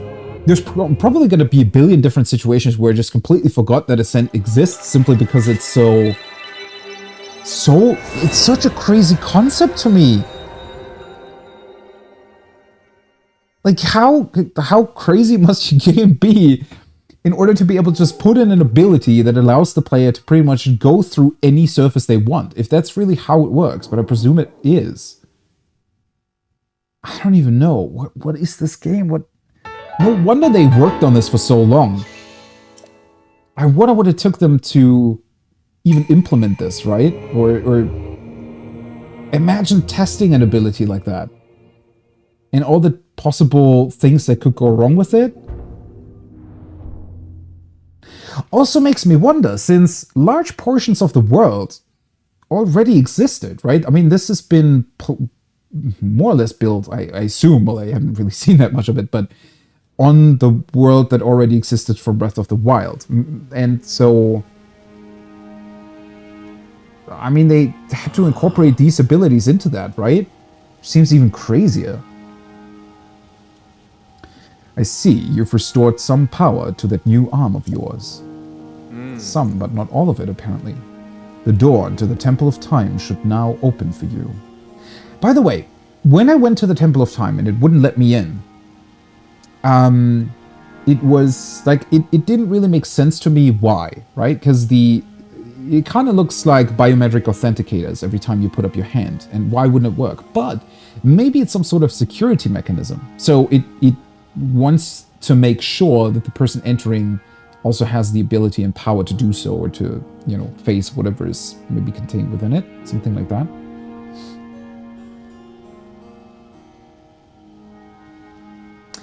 That could be true as well. That's a good point. Yeah, maybe they thought about that, or including it for Breath of the Wild and just weren't really able to do it.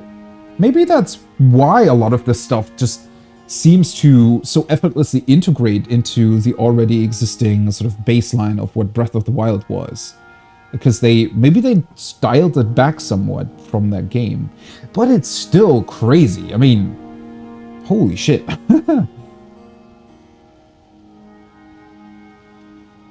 Yeah. It is one thing to have it in mind, though. It's an entirely different thing to literally build your game around it in a way where it allows such an ability to exist without having bugs or anything associated with it too. I mean, I don't know. Maybe we're gonna find some weird stuff later on on how to use it, but I don't know.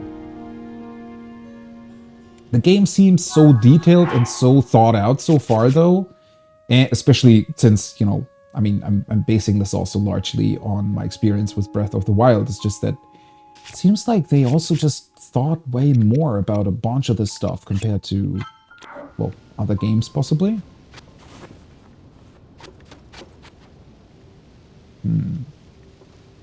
Right. I don't exactly want to head to the Temple of Time right away, though. I at least want to make sure to deal with that weird, big, whatever it is thing. We have those guys over there too. Well, well, well. I don't even need my locks anymore, do I?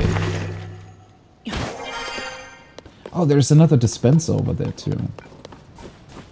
Is there going to be another Korok in here? I wonder... That's not going to be big enough though, right? Yeah. So it does need to be somewhat of a surface. It cannot just be a branch. Makes sense. So I guess you still need to have space to emerge on it, right? Hey, that's a Korok puzzle. I know that. Okay, this seems like at least almost the highest. Oh, what the hell is that? Seems like almost the highest point here. Dogfeds, good morning. How are you doing? Are you neck deep into Tears of the Kingdom at this point too? Well, I'm constantly just... I feel like I'm in a constant state of mind blownness. Is that what you would call it?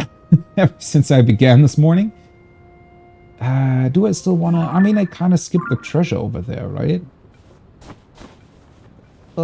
Too many interesting things in the background.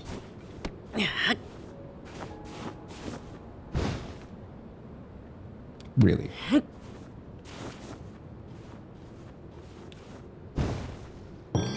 Ah, there we go. Oh, you never played the first one.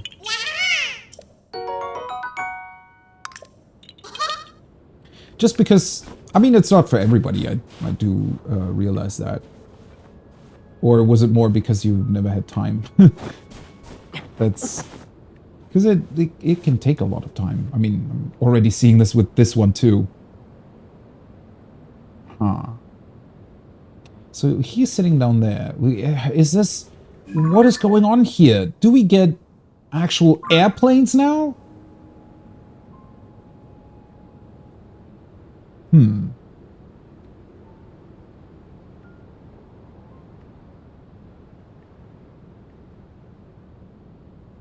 I mean, I can quickly come back here. We got the Korok. Let me just... Very quickly deal with those two guys over there, and then we can come back. I just really need to make sure to go back to that, what I presume to be a boss arena on the other side. I just need to make sure to... Let's see. This should be fine. Oh, your son is all about it. Well, I mean, that's cool too.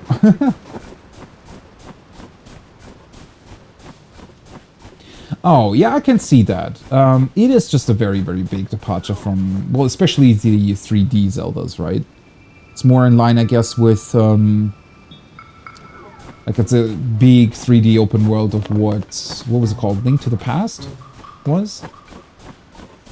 Hey, there we go. I was wondering why this was sticking out earlier. Well, now that makes a lot more sense. Huh. I wonder if... Oh, maybe that was because the tree was behind me or something? I think every time it's not able to actually display anything, it just gives you this other sort of animation.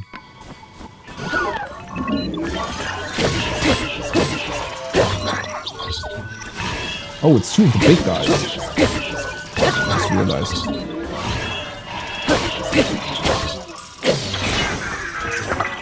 First one down. Why do you have a... Oh, he doesn't have an axe. He has a he has a stone axe thing fused to his sword for some reason. Definitely looking forward to getting a couple more hearts. Oh, god damn it. Wait, oh, wait, is he hitting over my shield for some reason?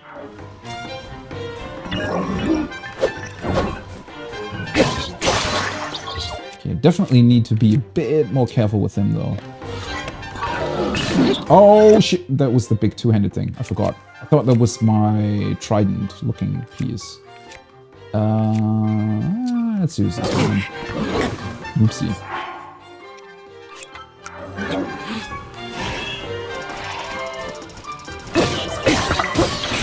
There we go. Ding, ding, ding!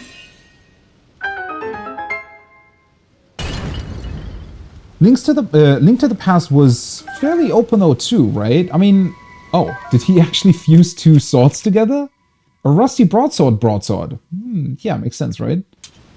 I do remember when they created Breath of the Wild, or in one of the developer interviews, when they talked about it, they wanted to make it more like the original Zeldas, right? In that it was more open in how you could approach it and not as linear. Or at least that's sort of what I remember from it. Oh, okay, so it was more about the, not actually sort of the openness, but more the sort of top-down view. Okay. Yeah, I understand that too. It's a bit more of a, well, not really an RPG in that way, but definitely, yeah. It's a different style, right? Oh no, did it get rid of my... It respawned the trees and got rid of my logs. Okay. I wonder if I'll be able to... There should be a place to ascend here somewhere, right? Now it seems rather curious to me that they would place this weird upside down pyramid here, if not for the ascendability. But maybe maybe it's not enough of a surface area to ascend, because that's definitely too far up ahead, right? Yeah. So that would not work.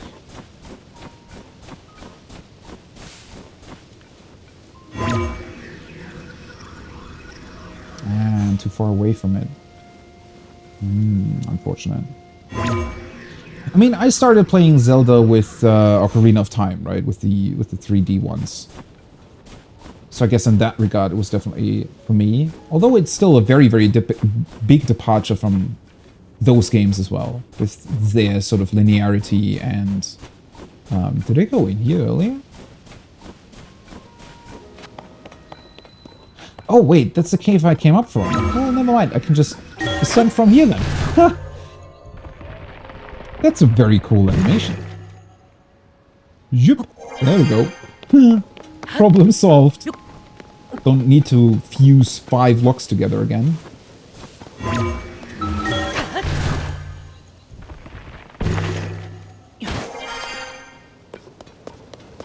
I guess it also heavily depends on what you grew up with, right? I mean, that's at least in those franchises that have, you know, sort of earlier titles from my childhood. I definitely tend to like those more.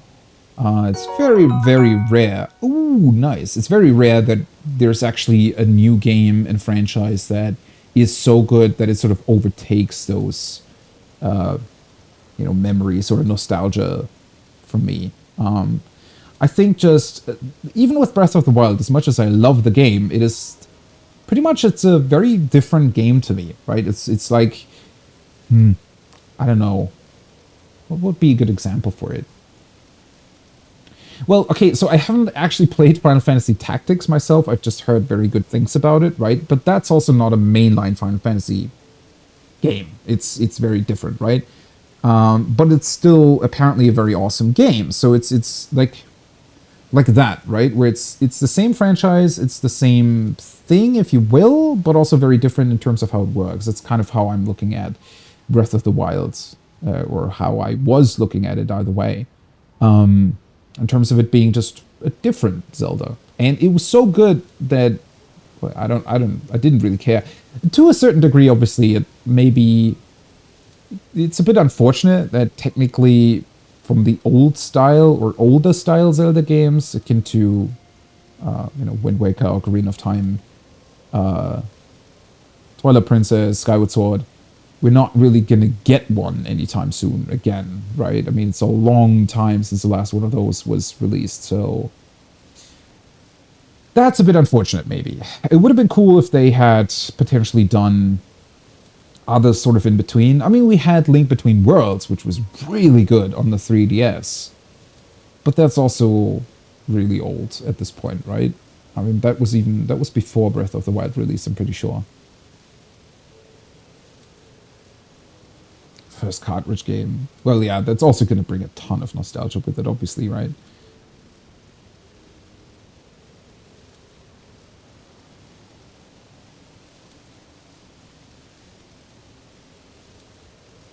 Ooh, that's a very interesting perspective, too, if Breath of the Wild was your first Zelda game. That's very unusual. I don't think I've ever really known somebody who hadn't played Zelda before but decided to jump in with Breath of the Wild. That is very interesting. I wonder what that experience must have felt like. Right, we also had the remake of Link's Awakening. That looked really, really cool too. I haven't played that yet. I might in the future. I mean, I've never played the original, so would definitely be cool. Although I do have to admit that I personally just like the I guess the possibilities that come with the 3D Zeldas. I love top-down games as well, and I had a ton of fun playing the Pixel Remaster, you know, a couple weeks ago of Final Fantasy 1. I actually enjoyed that way more than I thought I would. But yeah, I'm definitely a bit more of a sort of 3D games person, I think. Although, again, it heavily depends. And 3D doesn't necessarily mean... I mean, there can be other... Sort of the style of Final Fantasy Tactics I do enjoy a lot. Because I was enjoying the, what was it, Triangle Strategy demo? I'm still kind of planning on playing that eventually as well. I mean, those games are technically 3D, but not really, so it works pretty well too. Oh, true. Yeah, you did tell me that. I mean, it was still... Because I personally, for example, I didn't really, at least the first time I came across it, I didn't really play Ocarina of Time as much as watch my friend play through it. Guess it's kind of a definition thing, right? Well, yeah, I can see that happening. It's just, that's pretty much what happened for me too. It's just starting the game and not really putting it down anymore after that, right?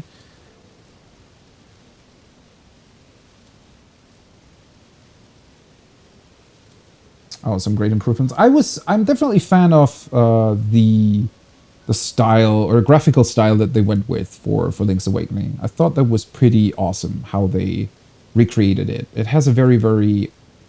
Because it's sometimes it can feel odd when you see these 2D based games or tile based games recreated in 3D. I feel like it doesn't always work as well. But with Link's Awakening, it looked pretty awesome, honestly. Just from a visual standpoint. Anyway, what's this actually? Archaic Warm Greaves. Warm Greaves believed to be from a very long time ago. Despite the old look, the heat-retaining material makes it pleasantly resistant to cold temperatures. Well, pretty good since my buff is running out. It does actually have a higher armor value. As well, which makes sense because considering this is just kind of a skirt. Cool look. Yeah, we're slowly getting it together.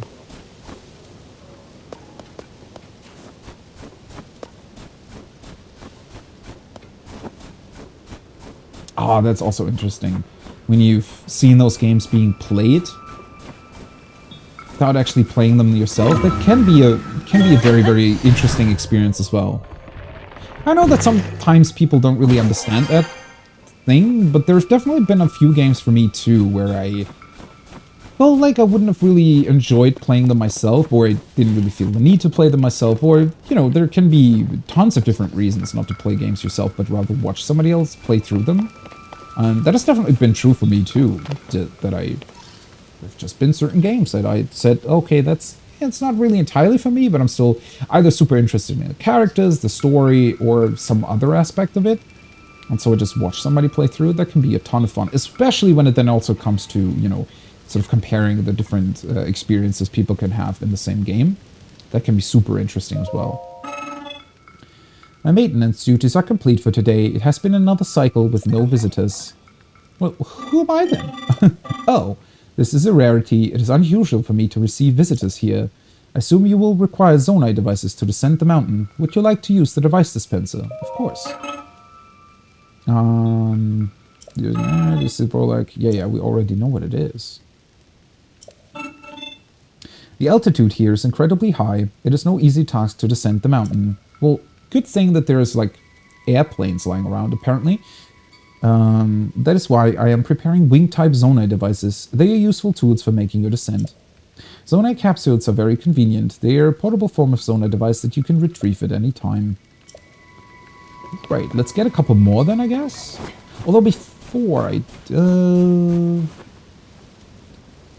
I want to do that before? Wait, technically I should be able to... Oops. Wait, wrong ability. I should be able to just move this over, right? Hopefully.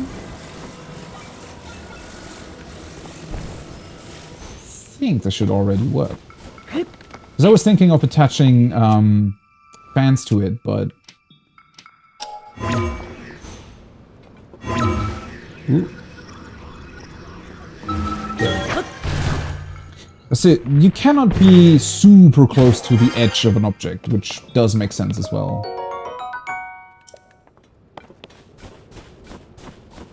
Oh yeah, yeah, with the Souls-like, I can definitely see that too. Yeah, it tends to be those kinds of games too, right? Where it doesn't even have to be your own sort of skill at it, but more so the enjoyment that you're getting out of it. Honestly, that was partially before I started playing Bloodborne. I was never really that interested in Dark Souls, honestly. I mean, that changed later on, definitely. Although I'm still way more of a fan of Bloodborne and... Oh, Wing! We can actually carry these around. I'm way more of a fan of Bloodborne and Sekiro than I am of the Dark Souls series. But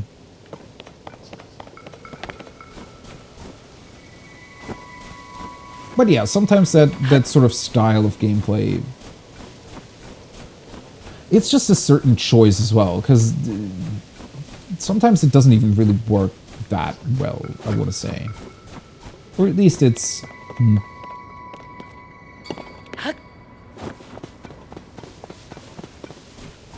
It's just an odd thing sometimes, where it feels like they're also sometimes just making decisions that aren't really the best ones when it comes to their games.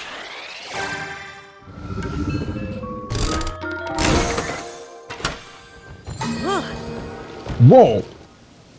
Wait, we get 2 per thingy? Wait, is it 2? 5, 6, 7, 8, 9, 10, 11, 12. Can you get a lucky gacha roll on these things? What happened? It kind of looks like it, doesn't it? Wing, okay. Neat. Well, thankfully a bunch of these things are already lying around here. So...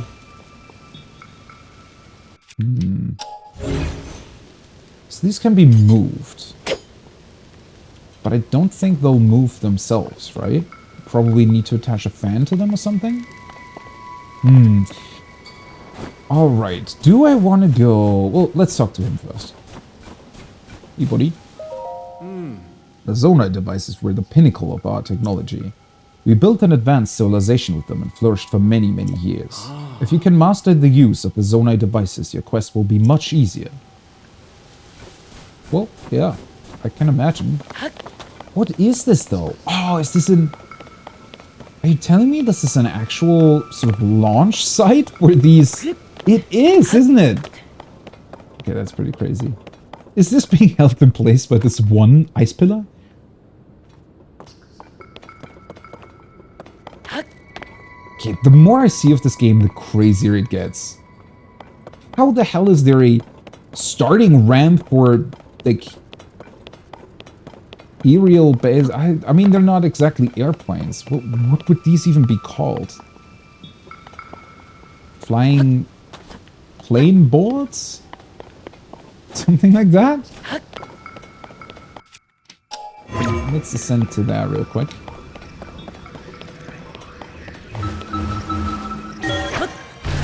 It does seem, though, as if the underlying structure doesn't necessarily need to be plain. So it can still be somewhat you know, different terrain, and it still works. Well, how do I control where I'm flying, though?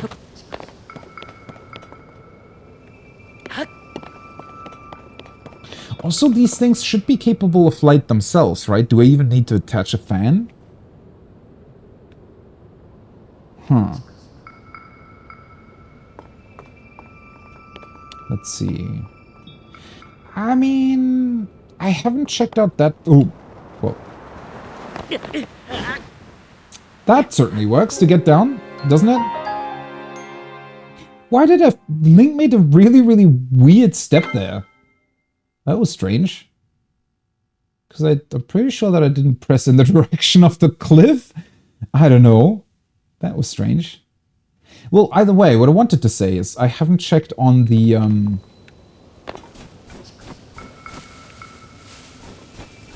Oh, it spawned me in here. I always forget that it spawns you in at the last chest you visited.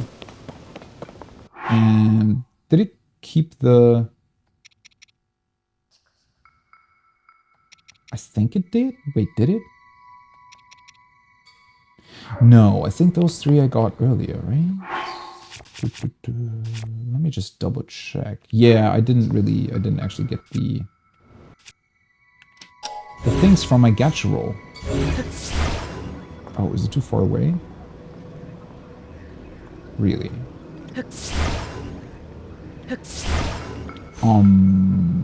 Okay. Well.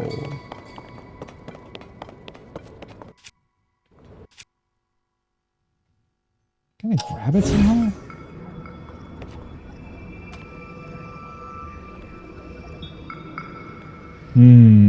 I kind of wish there was maybe an item, although I think I can just do... Yeah, I can. It would be funny if maybe we can get some sort of sticky item later on that would allow us to sort of pull objects towards us. That would be awesome. Let's see if I can do 12 again. I think it's 5. Yeah, it's again 12. Huh. Weird, but alright.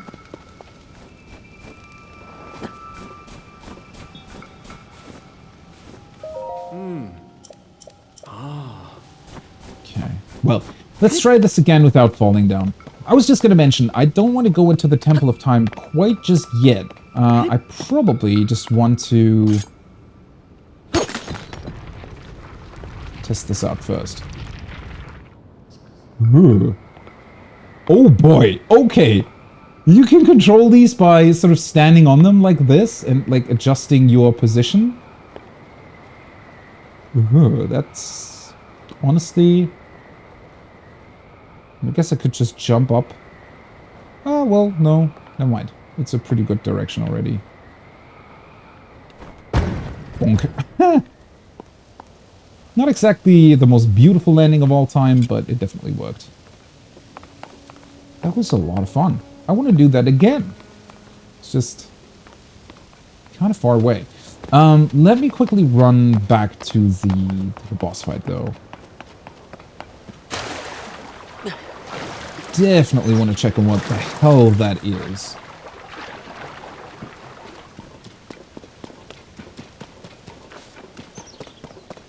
I think I should be able to just go back to the mountain area, right? Because I think there was a bit of a section that allowed you to just go back there.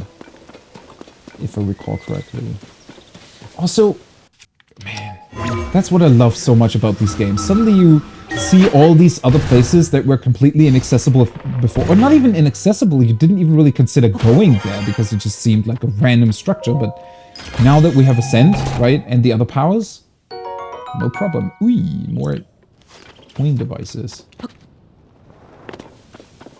There we go.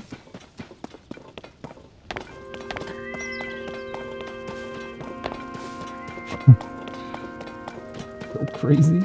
That they even build these purpose-built rails. I mean, it makes sense if the Zonai were using this technology all the time, but in terms of it being a Zelda game, it seems so crazy to me that there would just be sort of a starting ramp for a wing airplane board thing.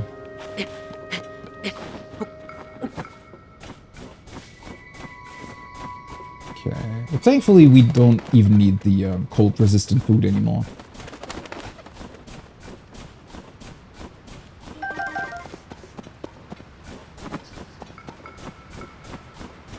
I still love every single time a cloud is drifting through. I just love that effect so much. It's also such an unusual effect. Because, I mean, sure, there are foggy areas in games, but it's very, very rare that you just get actual clouds moving through. Is there another game that has that sort of effect? I don't really think so. Confirming raft and Zona device operational status. Ah, pardon my rudeness. Do you require a raft? The ones by the riverbank are ready for use. The Zonai device has also been inspected. Alright. Well, we already know about that. How many of these things did you build? Quite a lot, it seems like. Okay, another cooking pot. Let's just quickly take a look at... Oops. That's a lot of arrows. Where the hell are you guys looking? Okay, there's the arena. I might have to go around though.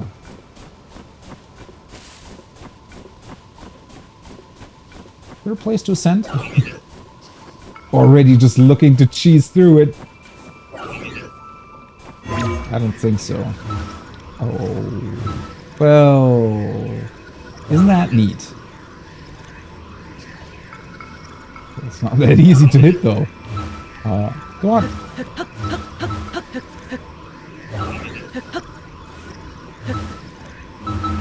There we go. It worked. Neat. Well, hello there.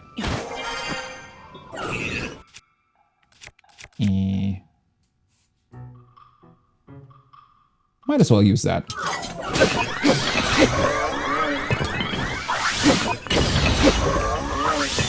Okay, having that insane range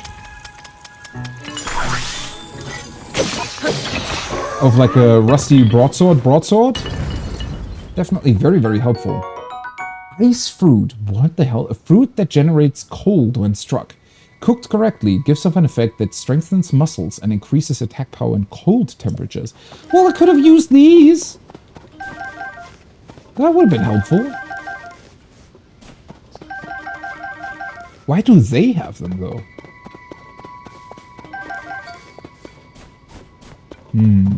Should I have maybe cooked a couple more healing food items, though? Oh, more fans. Well, that's definitely going to come in handy. Funnily enough, I could probably just use one of those gliding things to get over there, right? I mean, it would be a bit difficult to start it, unless I'm putting or attaching a fan too.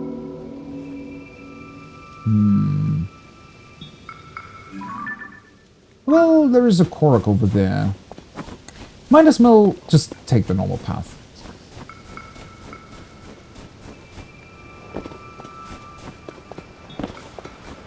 I mean, we have the boats being, you know, ready built for us. Might as well use them. Oh, wait, the other sword broke. Let's swap over to this one. Boom. This is so ridiculous. Every single time, there's just a fan. An actual fan. Like an electrical one.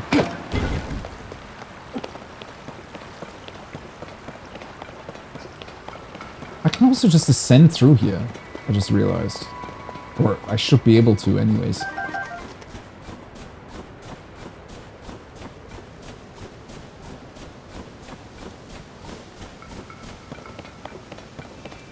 And then we get the beautiful sunset. The sky colors are so pretty.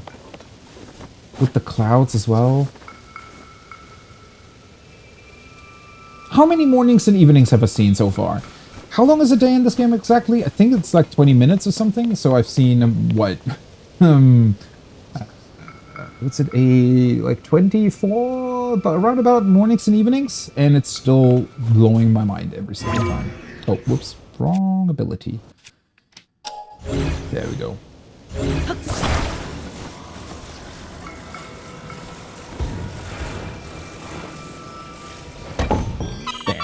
Yeah, haha! Oh, we also can't forget about the other two Koroks. Those I still definitely need to help.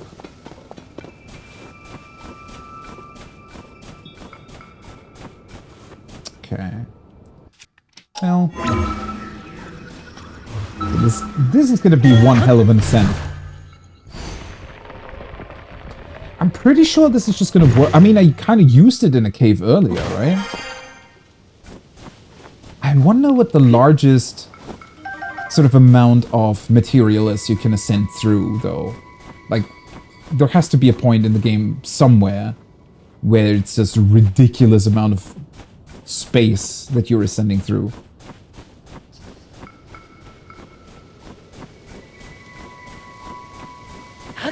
Okay. I am definitely still very much missing my paraglider. That's gonna be so awesome once we get them back. Because jumping down from here honestly looks pretty painful.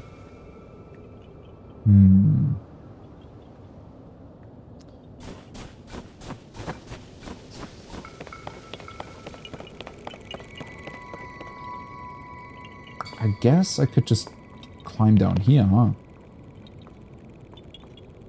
It is a very cool new ability, yeah. I just think it's so... Oh god. That's not how far I wanted to run. It's so on brand with what they did with these two games already.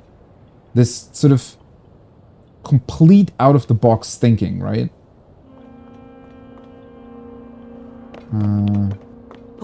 Let's see.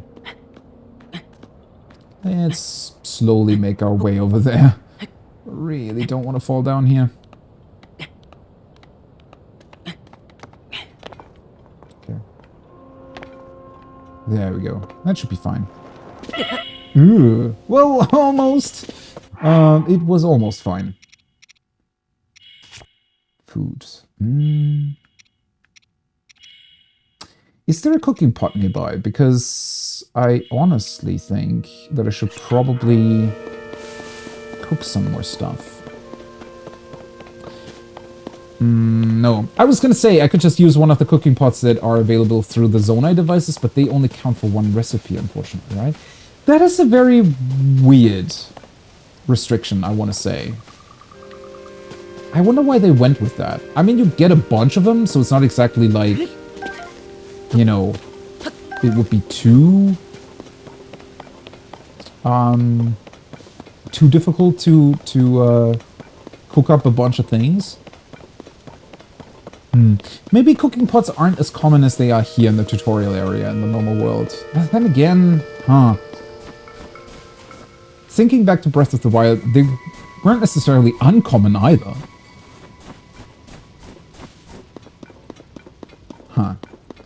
It is kind of a weird choice either way.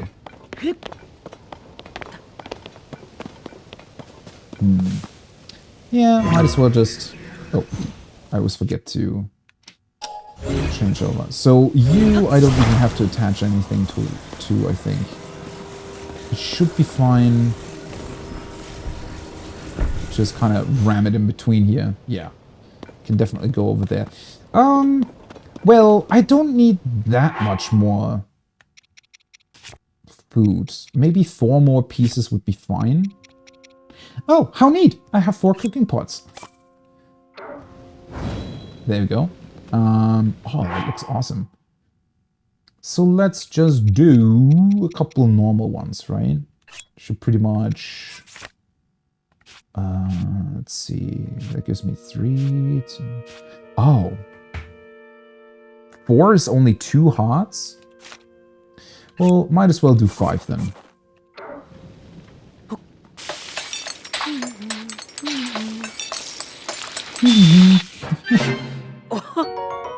Yeah, that should be fine. I mean, any more damage than that and I will be dead anyways, so... You know.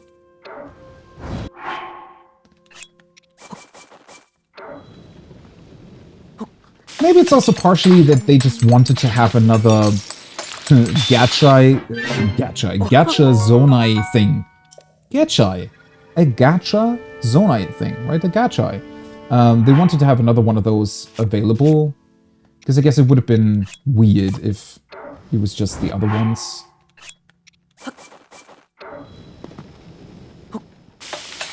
I guess the cooking pot is kind of the low roll.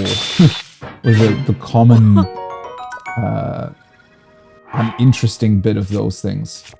Let's keep one around. I think I should be fine in theory here. Let me do a very quick save, though. Because I'm really not sure what we're getting ourselves into here.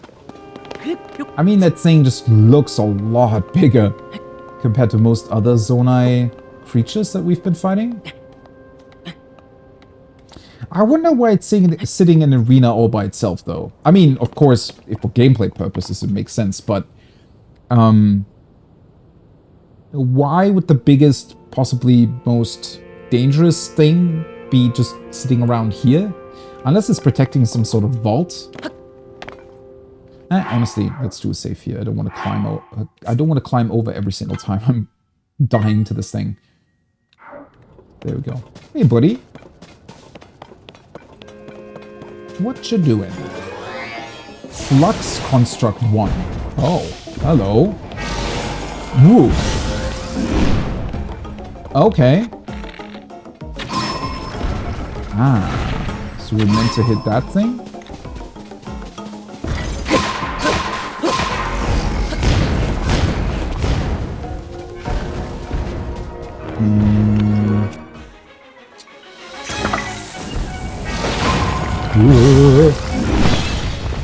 Oh, huh? Weird?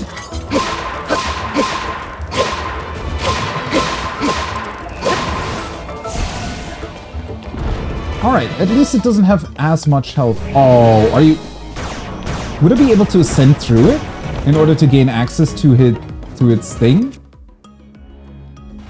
Probably? Possibly? You can. Of course you can.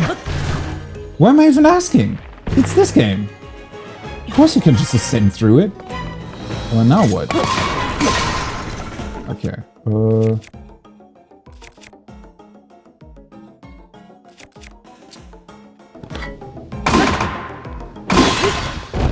Kind of reminiscent of the stone taluses in Breath of the Wild. They could also climb into their back. Alright. Really fun fight. Bit easier than I thought, though. And he drops some fans as well. Okay. Oh, what the hell is this?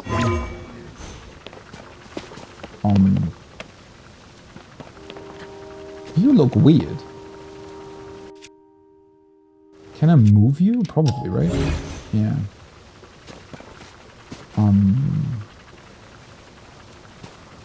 Can I pick it up, though? Oh.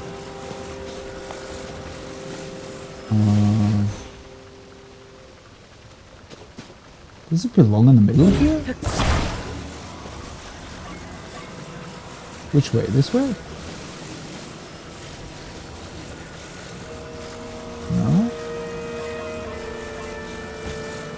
No. I guess not. Bonk.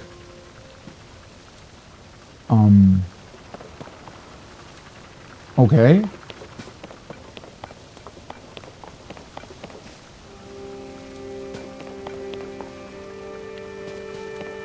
I mean, if there was a way to insert it into the middle here, I think it would probably open up. This looks like the charging plates of the other guys, right? Oh.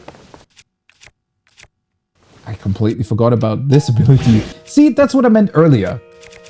Of course you can just fuse this to one of your weapons. Plus 10. Okay, it looks a bit more ridiculous than I thought, though. I kind of hoped that it was sort of covering the entire sword, because now I feel like it's not going to last very long. That's a bit of a crazy. Flux Core 1 Pounder. Right. Of course.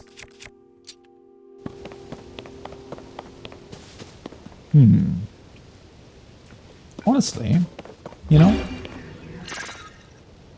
why move normally if you can move in style?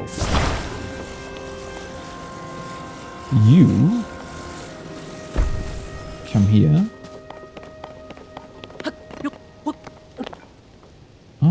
Wait, that's not the right direction though.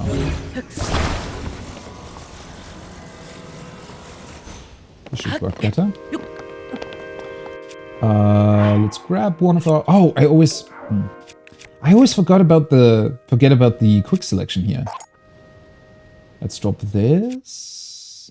Move it. And turn it. Look. Boing. Oh, wait. This does actually require a little bit more power than the minecart did, I just noticed. So I guess it's not only dependent on how many devices you use, since 3 fans we're definitely using more power than 1, which obviously also makes sense, but they also seem to be using up more power when they have to move a thing that's bigger than others, right? So the big block here is just being A bit heavier, you'd assume, than a minecart. There we go. Kind of moving. Oh, I think I built it at a bit of an angle. The work. We're sort of veering off to the left a little bit here. Ah, well. It happens. I could ascend to there. Don't really know if there would be much point to it, though. Well, you know. This works out. I still love that detail with the water splashing down every single time. I'd almost forgotten about it. Been a while since we jumped down, right? From that earlier platform. Man, I cannot wait to expand my battery as well. Imagine what crazy things you'll be able to get up to once you get more charge on that battery.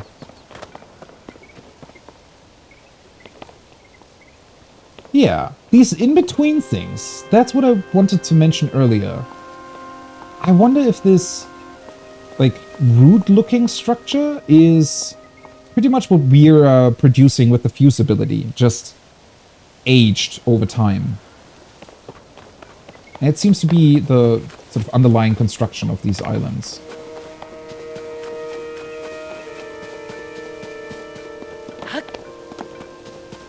Well, either way, well, maybe I should be... I wonder if it's gonna get us out of the tutorial now. It's been, what, almost 9 hours? Seems about right for doing a tutorial, right? I agree with that. Still faster than Persona. Well, I mean, it's a bit of a weird thing, right? If you... A tutorial in Persona isn't that long. The first palaces. I don't know if this would be comparable. I don't really think so, actually. Okay, let's maybe select a bit of a different weapon. I feel like the weird spiked club thing just doesn't really work with the style of the Temple of Time. Okay, still wondering why the 7 symbol's up there. I mean, technically we're missing 4 abilities, so maybe that's what it relates to? So is it gonna open up more of a door once we have all 7? Whatever it is, I get the impression that we're gonna be back here at a certain point.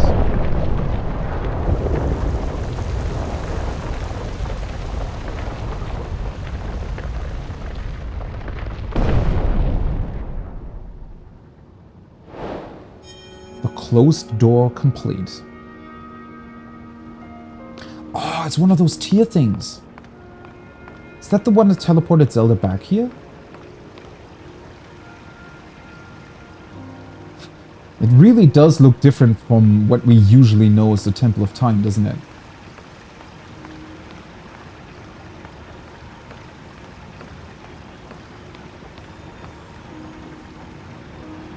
True, there is that tale with the 7 herons. That seemed to be a very Gerudo-specific one, though, right? Although it might have been based... I don't really... That's one of the quests that I did not do on my second playthrough, so I don't know what that actually entailed. They definitely did it on my first one. I don't know if it references back to... I don't know, 7 heroes of something? I mean, at the very start of the game, we saw that mural that depicted 7 of these tiers, or whatever they are, these things. So I was speculating that they were connected to that. And then seemingly, if you subtract the weird amiibo thing, it looks like we'll be getting 4 more things, which would also make it 7. So no. Oh wait, those can be moved? Interesting. Yeah, I remember the quest. I mean, I picked up the quest in my second playthrough, I just didn't complete it. But yeah, it's... The fact that 7 keeps coming back up, it's so strange for Zelda as well, right? Because usually it's 3, because of the Triforce, but...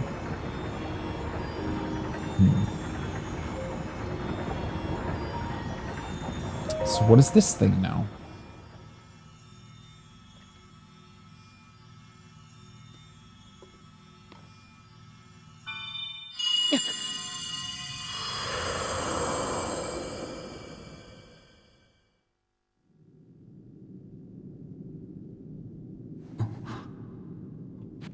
Oh. Hello.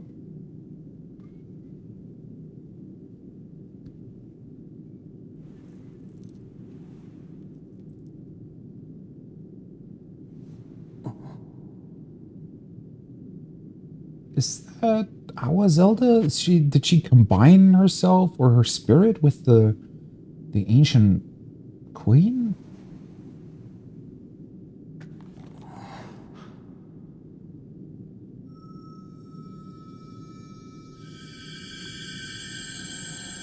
Or is it a memory of us? No, it's not a memory, it seems.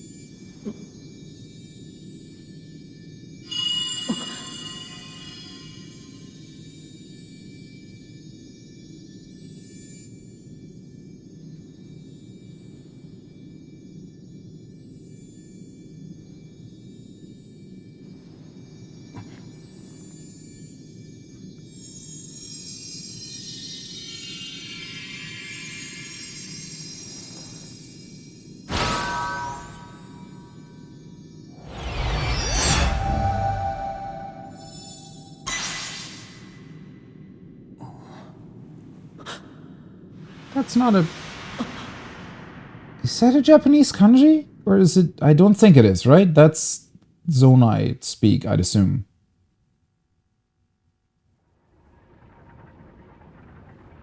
Oh, okay.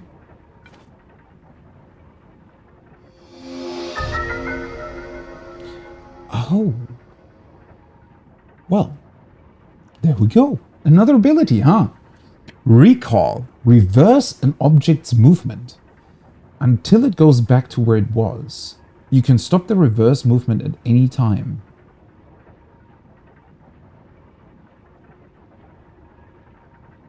Okay, that in and of itself already sounds like a pretty cool ability. So, like, if an enemy throws something at you, you can just reverse it and make it go back to the enemy? I don't know. That sounds pretty difficult to do, at least when it comes to arrows or something like that. For other things, can you just make... I guess you could make the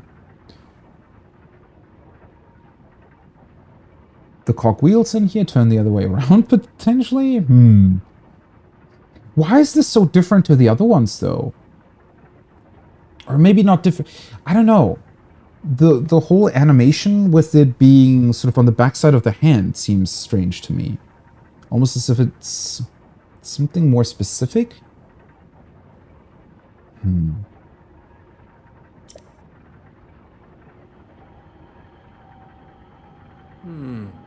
Ah, recall. The ability to reverse the movement of an object through time. And Zelda has vanished as well. Yeah, that was an honestly very, very odd interaction. Was that her spirit? Did her spirit somehow get transported or maybe sucked into that tear? Why was the tear even here? Was that the actual one? Was it an image of it? Why in the Temple of Time? Who did that? Was it her? Or some other power? What you just saw, it's a mystery even to me. Perhaps it was a sort of echo, one that reflects her sheer will.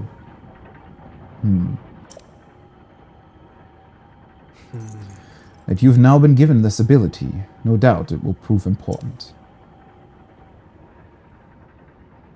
I mean, I guess so. So now what? You're just gonna move further through this temple?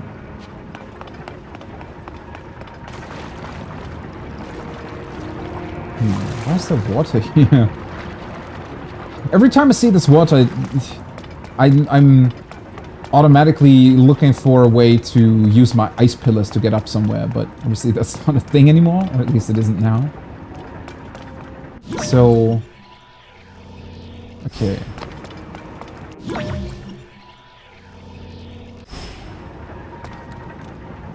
Yeah, currently these things are pretty much moving the wrong way around. So I was right in saying that you can pretty much reverse their movement. Although I'm wondering how far that would go, or how long it lasts.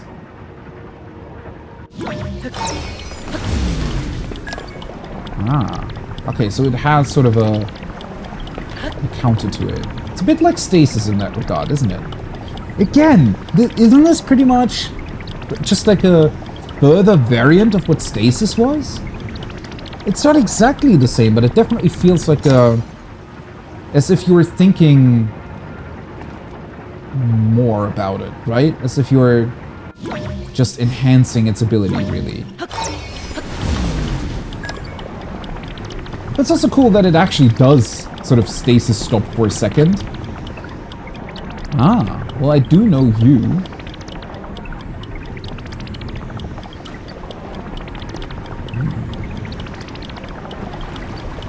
I don't know, something about this Temple of Time still strikes me as odd though. I don't know, maybe because Temple of Time has always been, or always had such a strong association with, well, not only the temple in Ocarina of Time, but all the other variants throughout Wind Waker, you know, but also Breath of the Wild, the sort of destroyed version on the Great Plateau, they all had a very, very similar look to them.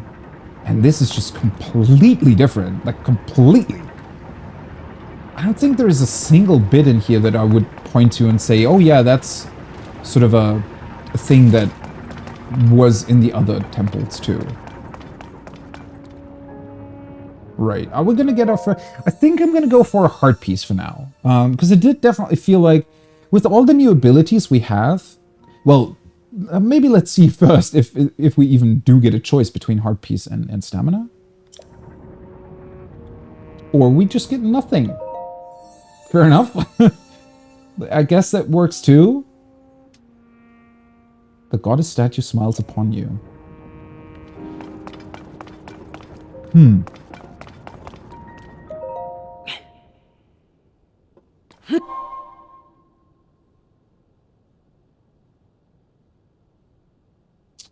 Okay. Oh.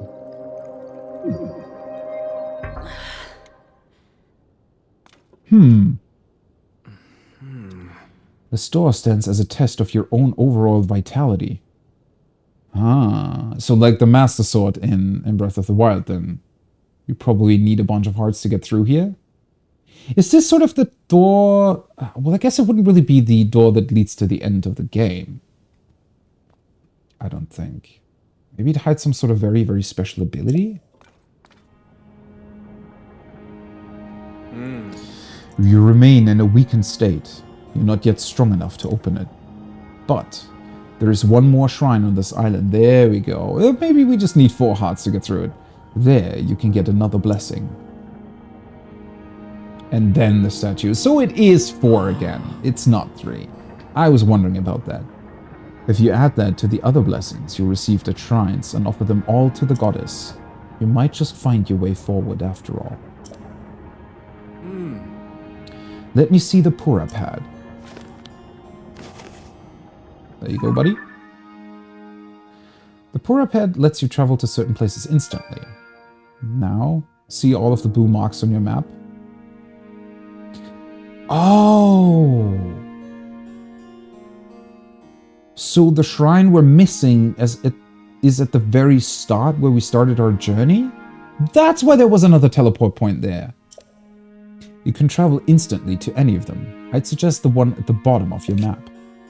Use the travel function to reach that area quickly. You'll find the last of this island's shrines around there somewhere.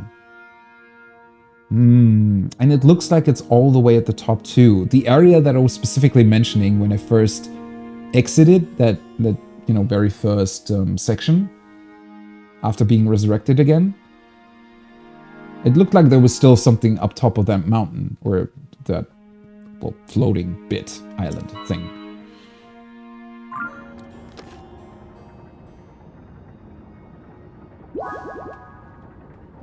All right.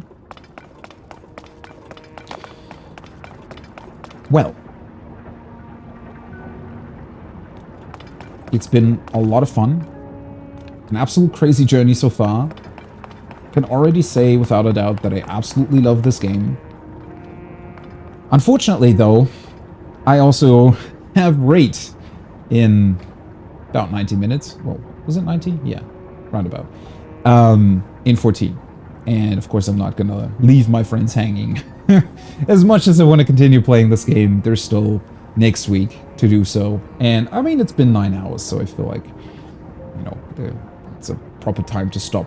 I wish I would have maybe gotten or been able to get through here, but then again, we can probably start next time by doing the last shrine and then properly, I'd imagine, venturing forth into Hyrule? I don't exactly know, but I think that's probably what's going to happen. And of course, I'm already looking forward to it a lot. This has already been... I mean, again, that first cutscene in and of itself has absolutely blown my mind, and that was already pretty much all that I wanted out of this game. Like a sort of enhanced lore version, and that together with us actually traveling with Zelda through those caves and seeing how she reacts and what she says to those different things, what it potentially means. And especially, obviously, also the Demon King and whatever crazy things he will be or come up with, or no idea what that's going to entail. Absolutely crazy. And then, well, the rest of the game so far has been pretty much Breath of the Wild's Great Plateau, but some insanity just added onto it, right? With the different abilities. The Zonai devices are a lot of fun, obviously. And being able to just freely put stuff together. Obviously, it does feel as if this tutorial area is definitely holding back. Like it's purposefully, you know, not giving you as much freedom as I'd imagine the final sort of just when it opens up and gives you everything and access to everywhere is going to have. But that's perfectly fine, because otherwise I think you'd be crazily overwhelmed with all of the abilities that are available here. So it really, that's a good way of putting it. It really is Breath of the Wild on crack. It's just, I especially really love how they've somehow been, even though the abilities, like when you look at them on paper, they're so different to what we had in Breath of the Wild, but yet they somehow still managed to incorporate that same stuff that we were able to do there in here, just in a, yeah, just on crack, pretty much. And all the interactions that you can have, all the little bits and pieces of how you can manipulate the environment, or what you can cook, or how enemies work, has all just been super enhanced, right? And I cannot wait. I mean, this is the frickin' tutorial. I cannot wait what the hell we're gonna get up to. Especially since once we're down in Hyrule, I'd imagine, well, the quests are still gonna continue as well. I don't even know, like, are we gonna go back to Impa? Is she even still alive? What are the quests gonna be? Aside from looking for Zelda again, obviously.